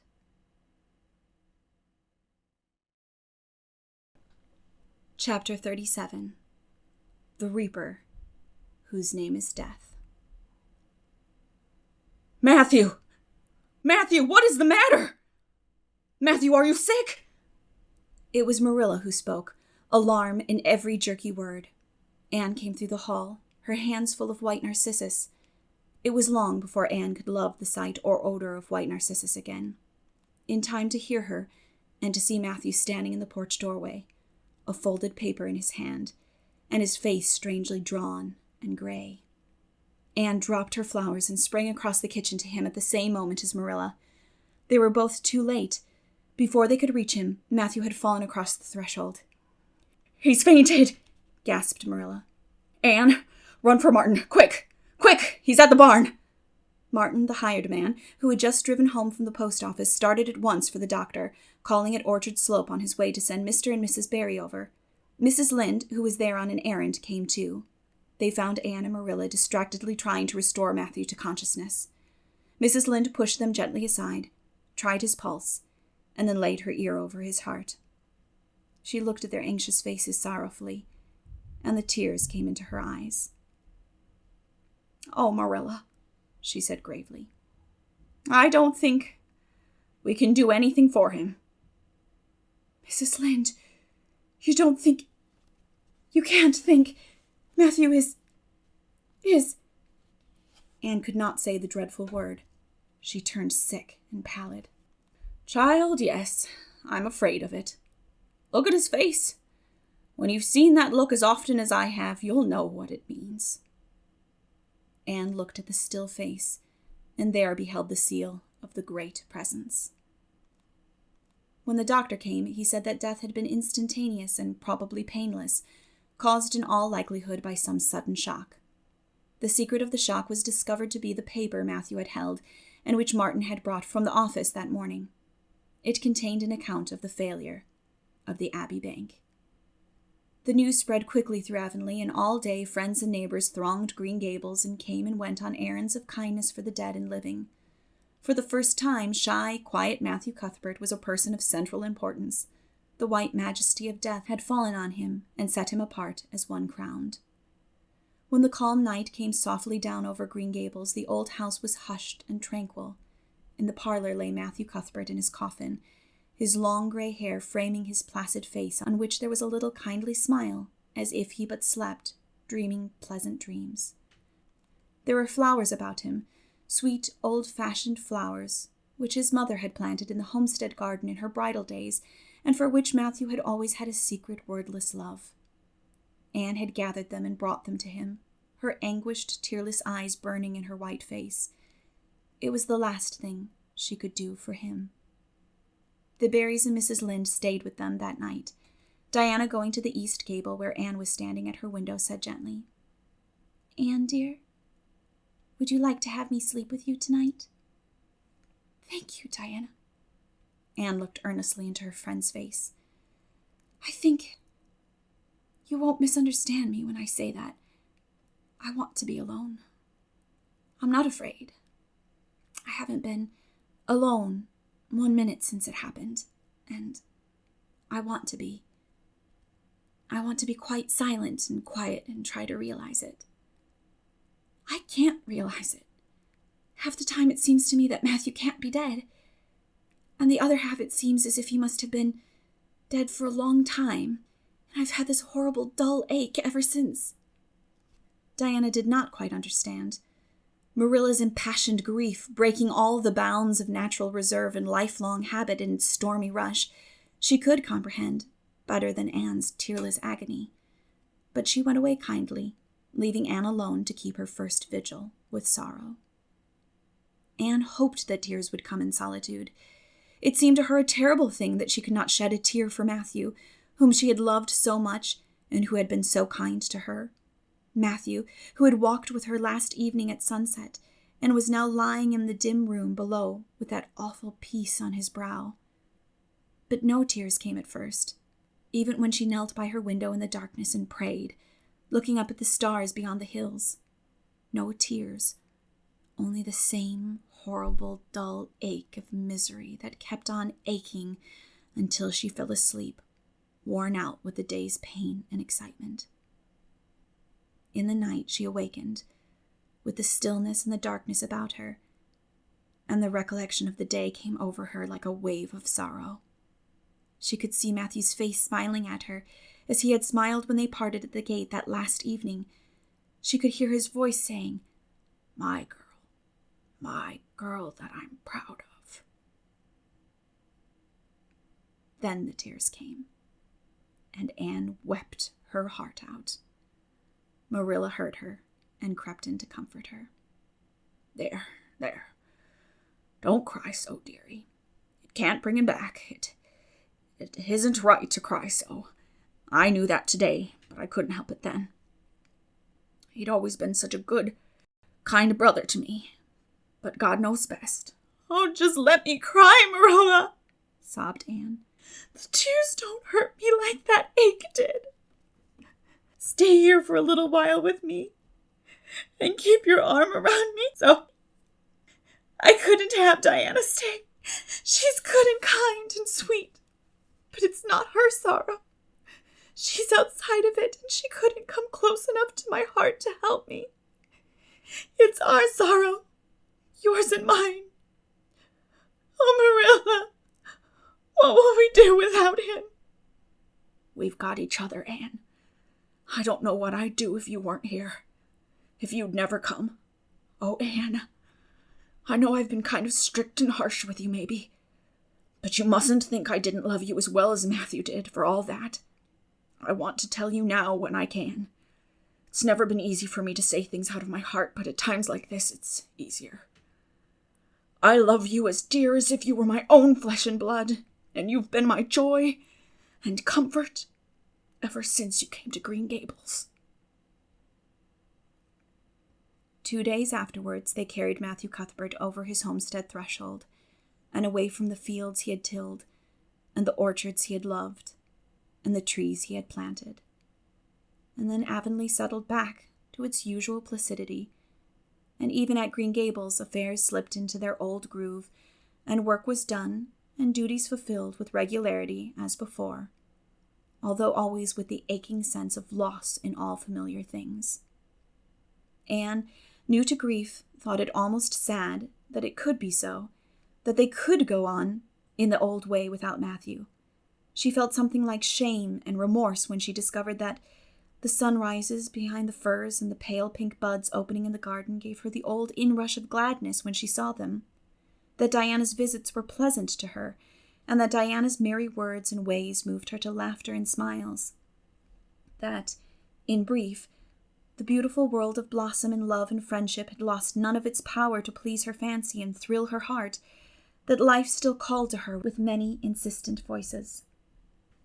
It seems like disloyalty to Matthew somehow, to find pleasure in these things now that he is gone, she said wistfully to Mrs. Allen one evening when they were together in the manse garden. I miss him so much, all the time. And yet, Mrs. Allen, the world and life seem very beautiful and interesting to me for all. Today, Diana said something funny, and I found myself laughing. I thought when it happened I could never laugh again, and it somehow seems as if I oughtn't to. When Matthew was here, he liked to hear you laugh, and he liked to know that you found pleasure in the pleasant things around you, said Mrs. Allen gently. He is just away now, and he likes to know it just the same. I am sure we should not shut our hearts against the healing influences that nature offers us. But I understand your feeling. I think we all experience the same thing. We resent the thought that anything can please us when someone we love is no longer here to share the pleasure with us, and we almost feel as if we were unfaithful to our sorrow when we find our interest in life returning to us. I was down to the graveyard to plant a rose bush on Matthew's grave this afternoon, said Anne dreamily. I took a slip of the little white Scotch rose bush his mother brought out from Scotland long ago. Matthew always liked those roses the best. They were so small and sweet on their thorny stems. It made me feel glad that I could plant it by his grave, as if I were doing something that must please him and taking it there to be near him. I hope he has roses like them in heaven. Perhaps the souls of all those little white roses that he has loved so many summers were all there to meet him. I must go now. Marilla is all alone, and she gets lonely at twilight. She will be lonelier still, I fear, when you go away again to college, said Mrs. Allen. Anne did not reply. She said good night and went slowly back to Green Gables. Marilla was sitting on the front door steps, and Anne sat down beside her. The door was open behind them, held back by a big pink conch shell with hints of sea sunsets in its smooth inner convolutions. Anne gathered some sprays of pale yellow honeysuckle and put them in her hair. She liked the delicious hint of fragrance, as of some aerial benediction above her every time she moved. Dr. Spencer was here while you were away, Marilla said. He says that the specialist will be in town tomorrow, and he insists that I must go in and have my eyes examined. I suppose I'd better go and have it over. I'll be more than thankful if the man can give me the right kind of glasses to suit my eyes. You won't mind staying here alone while I'm away, will you? Martin will have to drive me in, and there's ironing and baking to do. I shall be all right. Diana will come over for company for me. I shall attend to the ironing and baking beautifully. You needn't fear that I'll starch the handkerchiefs or flavor the cake with liniment. Marilla laughed. What a girl you were for making mistakes in them days, Anne. You were always getting into scrapes. I did used to think you were possessed. Do you mind the time you dyed your hair? Yes, indeed. I shall never forget it, smiled Anne, touching the heavy braid of her hair that was wound about her shapely head. I laugh a little now sometimes when I think what a worry my hair used to be to me. But I don't laugh much, because it was a very real trouble then. I did suffer terribly over my hair and my freckles. My freckles are really gone, and people are nice enough to tell me my hair is auburn now. All but Josie Pye. She informed me yesterday that she really thought it was redder than ever, or at least my black dress made it look redder, and she asked me if people who had red hair ever got used to having it. Marilla, I've almost decided to give up trying to like Josie Pye. I've made what I would once have called a heroic effort to like her, but Josie Pye won't be liked. Josie is a pie, said Marilla sharply, so she can't help being disagreeable. I suppose people of that kind serve some useful purpose in society, but I must say I don't know what it is any more than I know the use of thistles. Is Josie going to teach?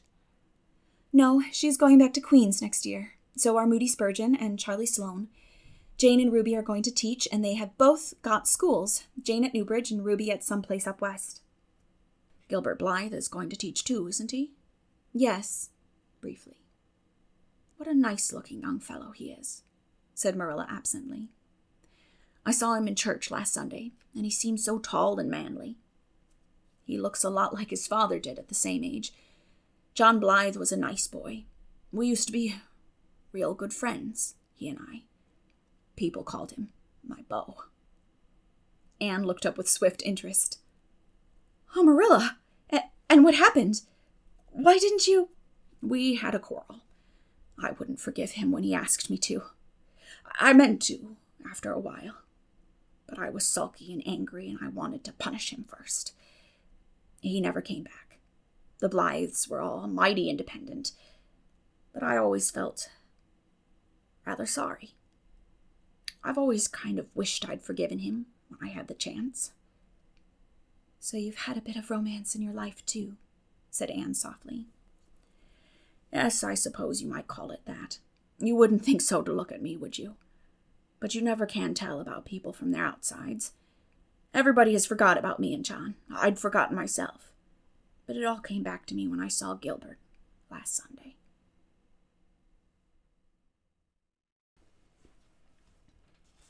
Chapter 38. The Bend in the Road. Marilla went to town the next day and returned in the evening. Anne had gone over to Orchard Slope with Diana and came back to find Marilla in the kitchen, sitting by the table with her head leaning on her hand. Something in her dejected attitude struck a chill to Anne's heart. She had never seen Marilla sit limply inert like that. "Are you very tired, Marilla?" "Yes. No. I don't know," said Marilla wearily, looking up. "I suppose I am tired, but I haven't thought about it. It's not that." "Did you see the oculist? What did he say?" asked Anne anxiously. "Yes, I saw him. He examined my eyes. He says that if I give up all reading and sewing entirely and any kind of work that strains the eyes, and if I'm careful not to cry, and if I wear the glasses he's given me, he thinks my eyes may not get any worse, and my headaches will be cured. But if I don't, he says I'll certainly be stone blind in 6 months. Blind. Anne. Just think of it." For a minute, Anne, after her first quick exclamation of dismay, was silent. It seemed to her that she could not speak. Then she said bravely, but with a catch in her voice, "Marilla, don't think of it. You know he has given you hope. If you are careful, you won't lose your sight altogether, and if his glasses cure your headaches, it will be a great thing." "I don't call it much hope," said Marilla bitterly. "What am I to live for if I can't read or sew or do anything like that? I might as well be blind or dead. And as for crying, I can't help that when I get lonesome. But there, it's no good talking about it. If you get me a cup of tea, I'll be thankful. I'm about done out. Don't say anything about this to anyone for a spell yet, anyway. I can't bear that folks talk about it." When Marilla had eaten her lunch, Anne persuaded her to go to bed. Then Anne went herself to the east gable and sat down by her window in the darkness alone with her tears and her heaviness of heart. How sadly things had changed since she had sat there the night after coming home. Then she had been full of hope and joy, and the future had looked rosy with promise. Anne felt as if she had lived years since then. But before she went to bed, there was a smile on her lips and peace in her heart. She had looked her duty courageously in the face and found it a friend, as duty ever is when we meet it frankly. One afternoon, a few days later, Marilla came slowly in from the yard where she had been talking to a caller, a man whom Anne knew by sight as John Sadler from Carmody. Anne wondered what he could have been saying to bring that look to Marilla's face. "What did Mr. Sadler want, Marilla?" Marilla sat down by the window and looked at Anne. There were tears in her eyes in defiance of the oculist's prohibition, and her voice broke as she said, "He heard that I was going to sell Green Gables, and he wants to buy it." "Buy it? Buy Green Gables?" Anne wondered if she had heard aright. "Oh, Marilla, you don't mean to sell Green Gables?" "Anne, I don't know what else is to be done. I've thought it all over. If my eyes were strong, I could stay here and make out to look after things and manage with a good hired man. But as it is, I can't. I may lose my sight altogether, and anyway, I'll not be fit to run things. Oh, I never thought I'd live to see the day when I'd have to sell my home. But things would only go behind worse and worse all the time until nobody would want to buy it. Every cent of our money went in that bank, and there's some notes Matthew gave last fall to pay. Mrs. Lynde advises me to sell the farm and board somewhere, with her, I suppose. It won't bring much. It's small and the buildings are old. But it'll be enough for me to live on, I reckon. I'm thankful you're provided for with that scholarship, Anne. I'm sorry you won't have a home to come to in your vacations, that's all. But I suppose you'll manage somehow. Marilla broke down and wept bitterly. You mustn't sell Green Gables, said Anne resolutely. Oh, Anne, I wish I didn't have to. But you can see for yourself I can't stay here alone. I'd go crazy with trouble and loneliness, and my sight would go. I know it would. You won't have to stay here alone, Marilla. I'll be with you. I'm not going to Redmond. Not going to Redmond?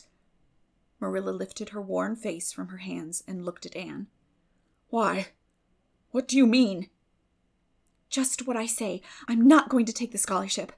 I decided so the night after you came home from town. You surely don't think I would leave you alone in your trouble, Marilla, after all you've done for me.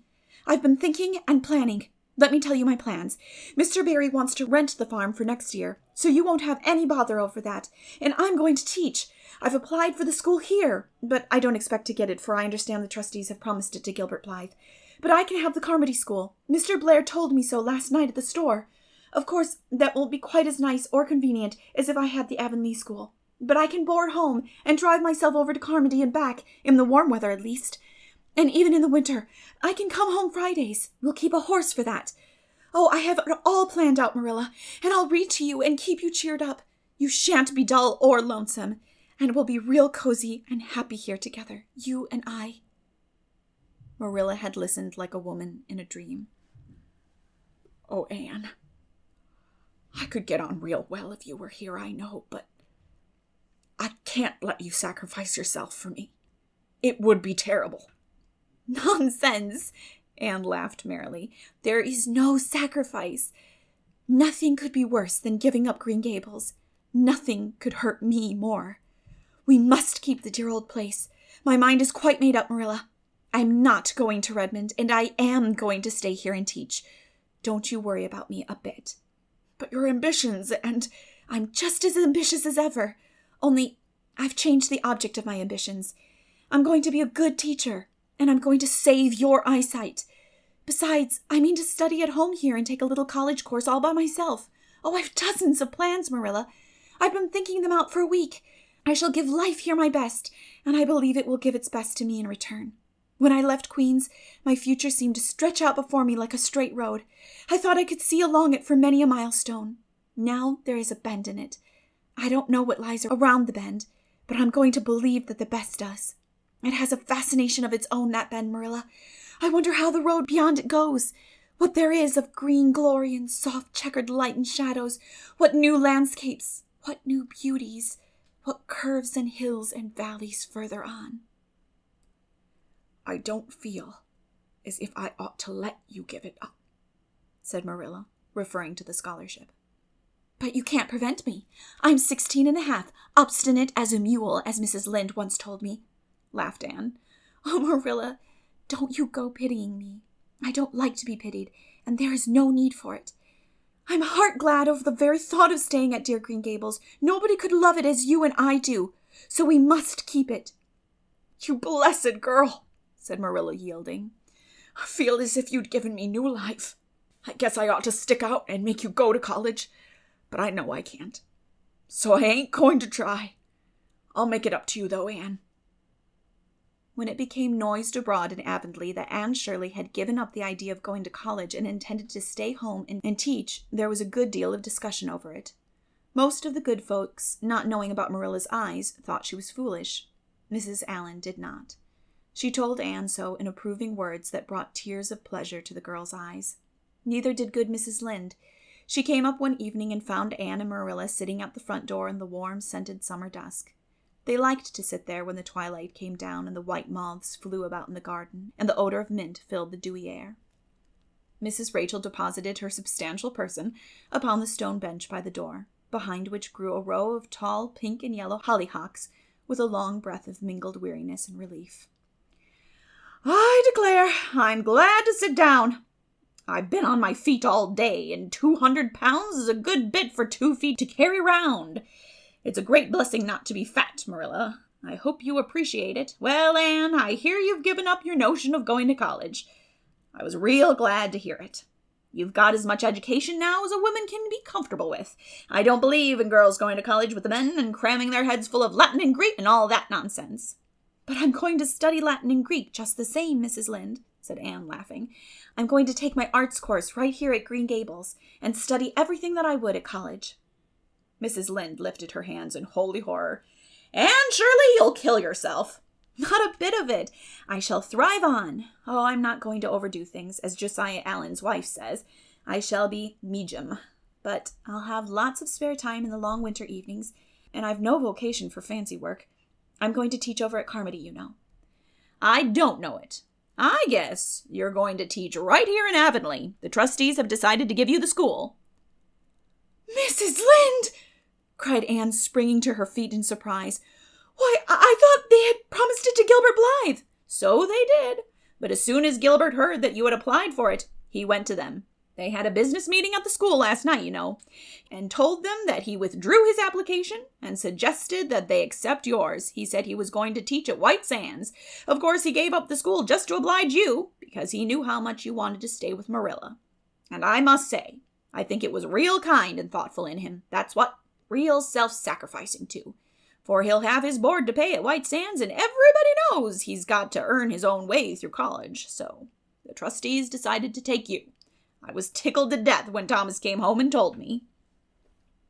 "I don't feel that I ought to take it," murmured Anne. "I mean, I don't think I ought to let Gilbert make such a sacrifice for me." "I guess you can't prevent him now. He signed papers with the White Sands trustees, so it wouldn't do him any good now if you were to refuse. Of course you'll take the school. You'll get along all right now, and there are no pies going. Josie was the last of them, and a good thing she was, that's what. There's been some pie or other to Avonlea School for the last 20 years, and I guess their mission in life was to keep school teachers reminded that Earth isn't their home.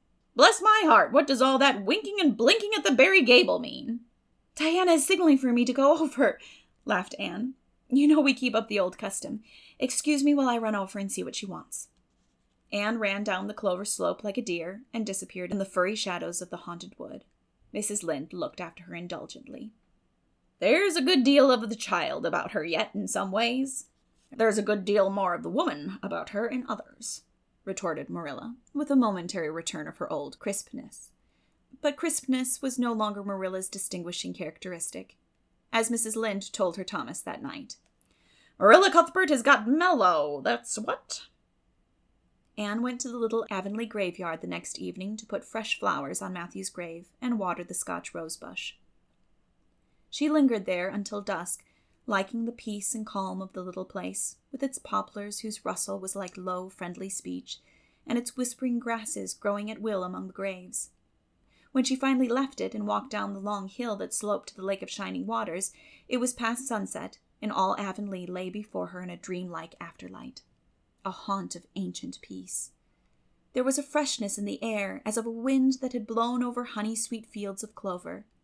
Home lights twinkled out here and there among the homestead trees. Beyond lay the sea, misty and purple, with its haunting, unceasing murmur. The west was a glory of soft mingled hues, and the pond reflected them all in still softer shadings. The beauty of it all thrilled Anne's heart, and she gratefully opened the gates of her soul to it. "Dear old world," she murmured, "you are very lovely, and I am glad to be alive in you." Halfway down the hill, a tall lad came whistling out of a gate before the Blythe homestead. It was Gilbert, and the whistle died on his lips as he recognized Anne.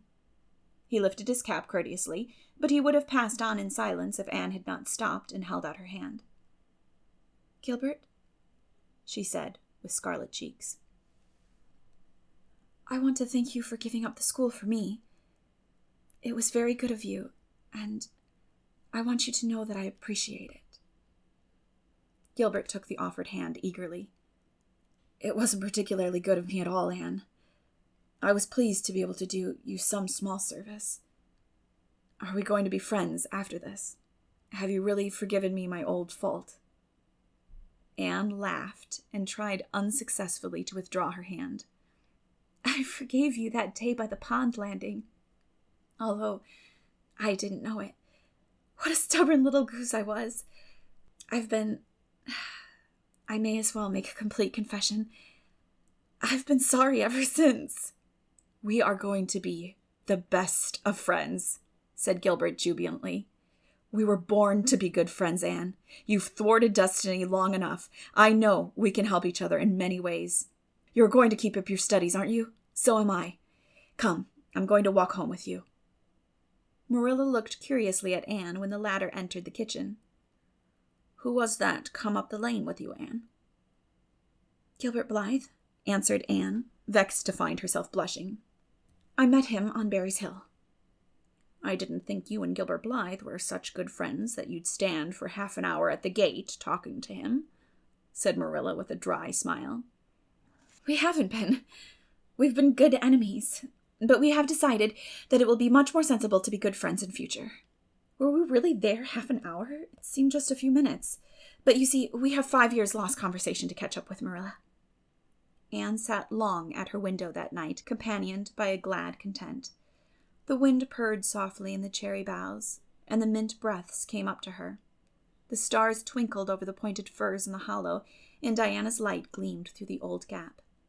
Anne's horizons had closed in since the night she had sat there after coming home from Queen's, but if the path set before her feet was to be narrow, she knew that flowers of quiet happiness would bloom along it. The joys of sincere work and worthy aspiration and congenial friendship were to be hers. Nothing could rob her of her birthright of fancy or her ideal world of dreams. And there was always the bend in the road. "God's in his heaven. All's right with the world," whispered Anne softly.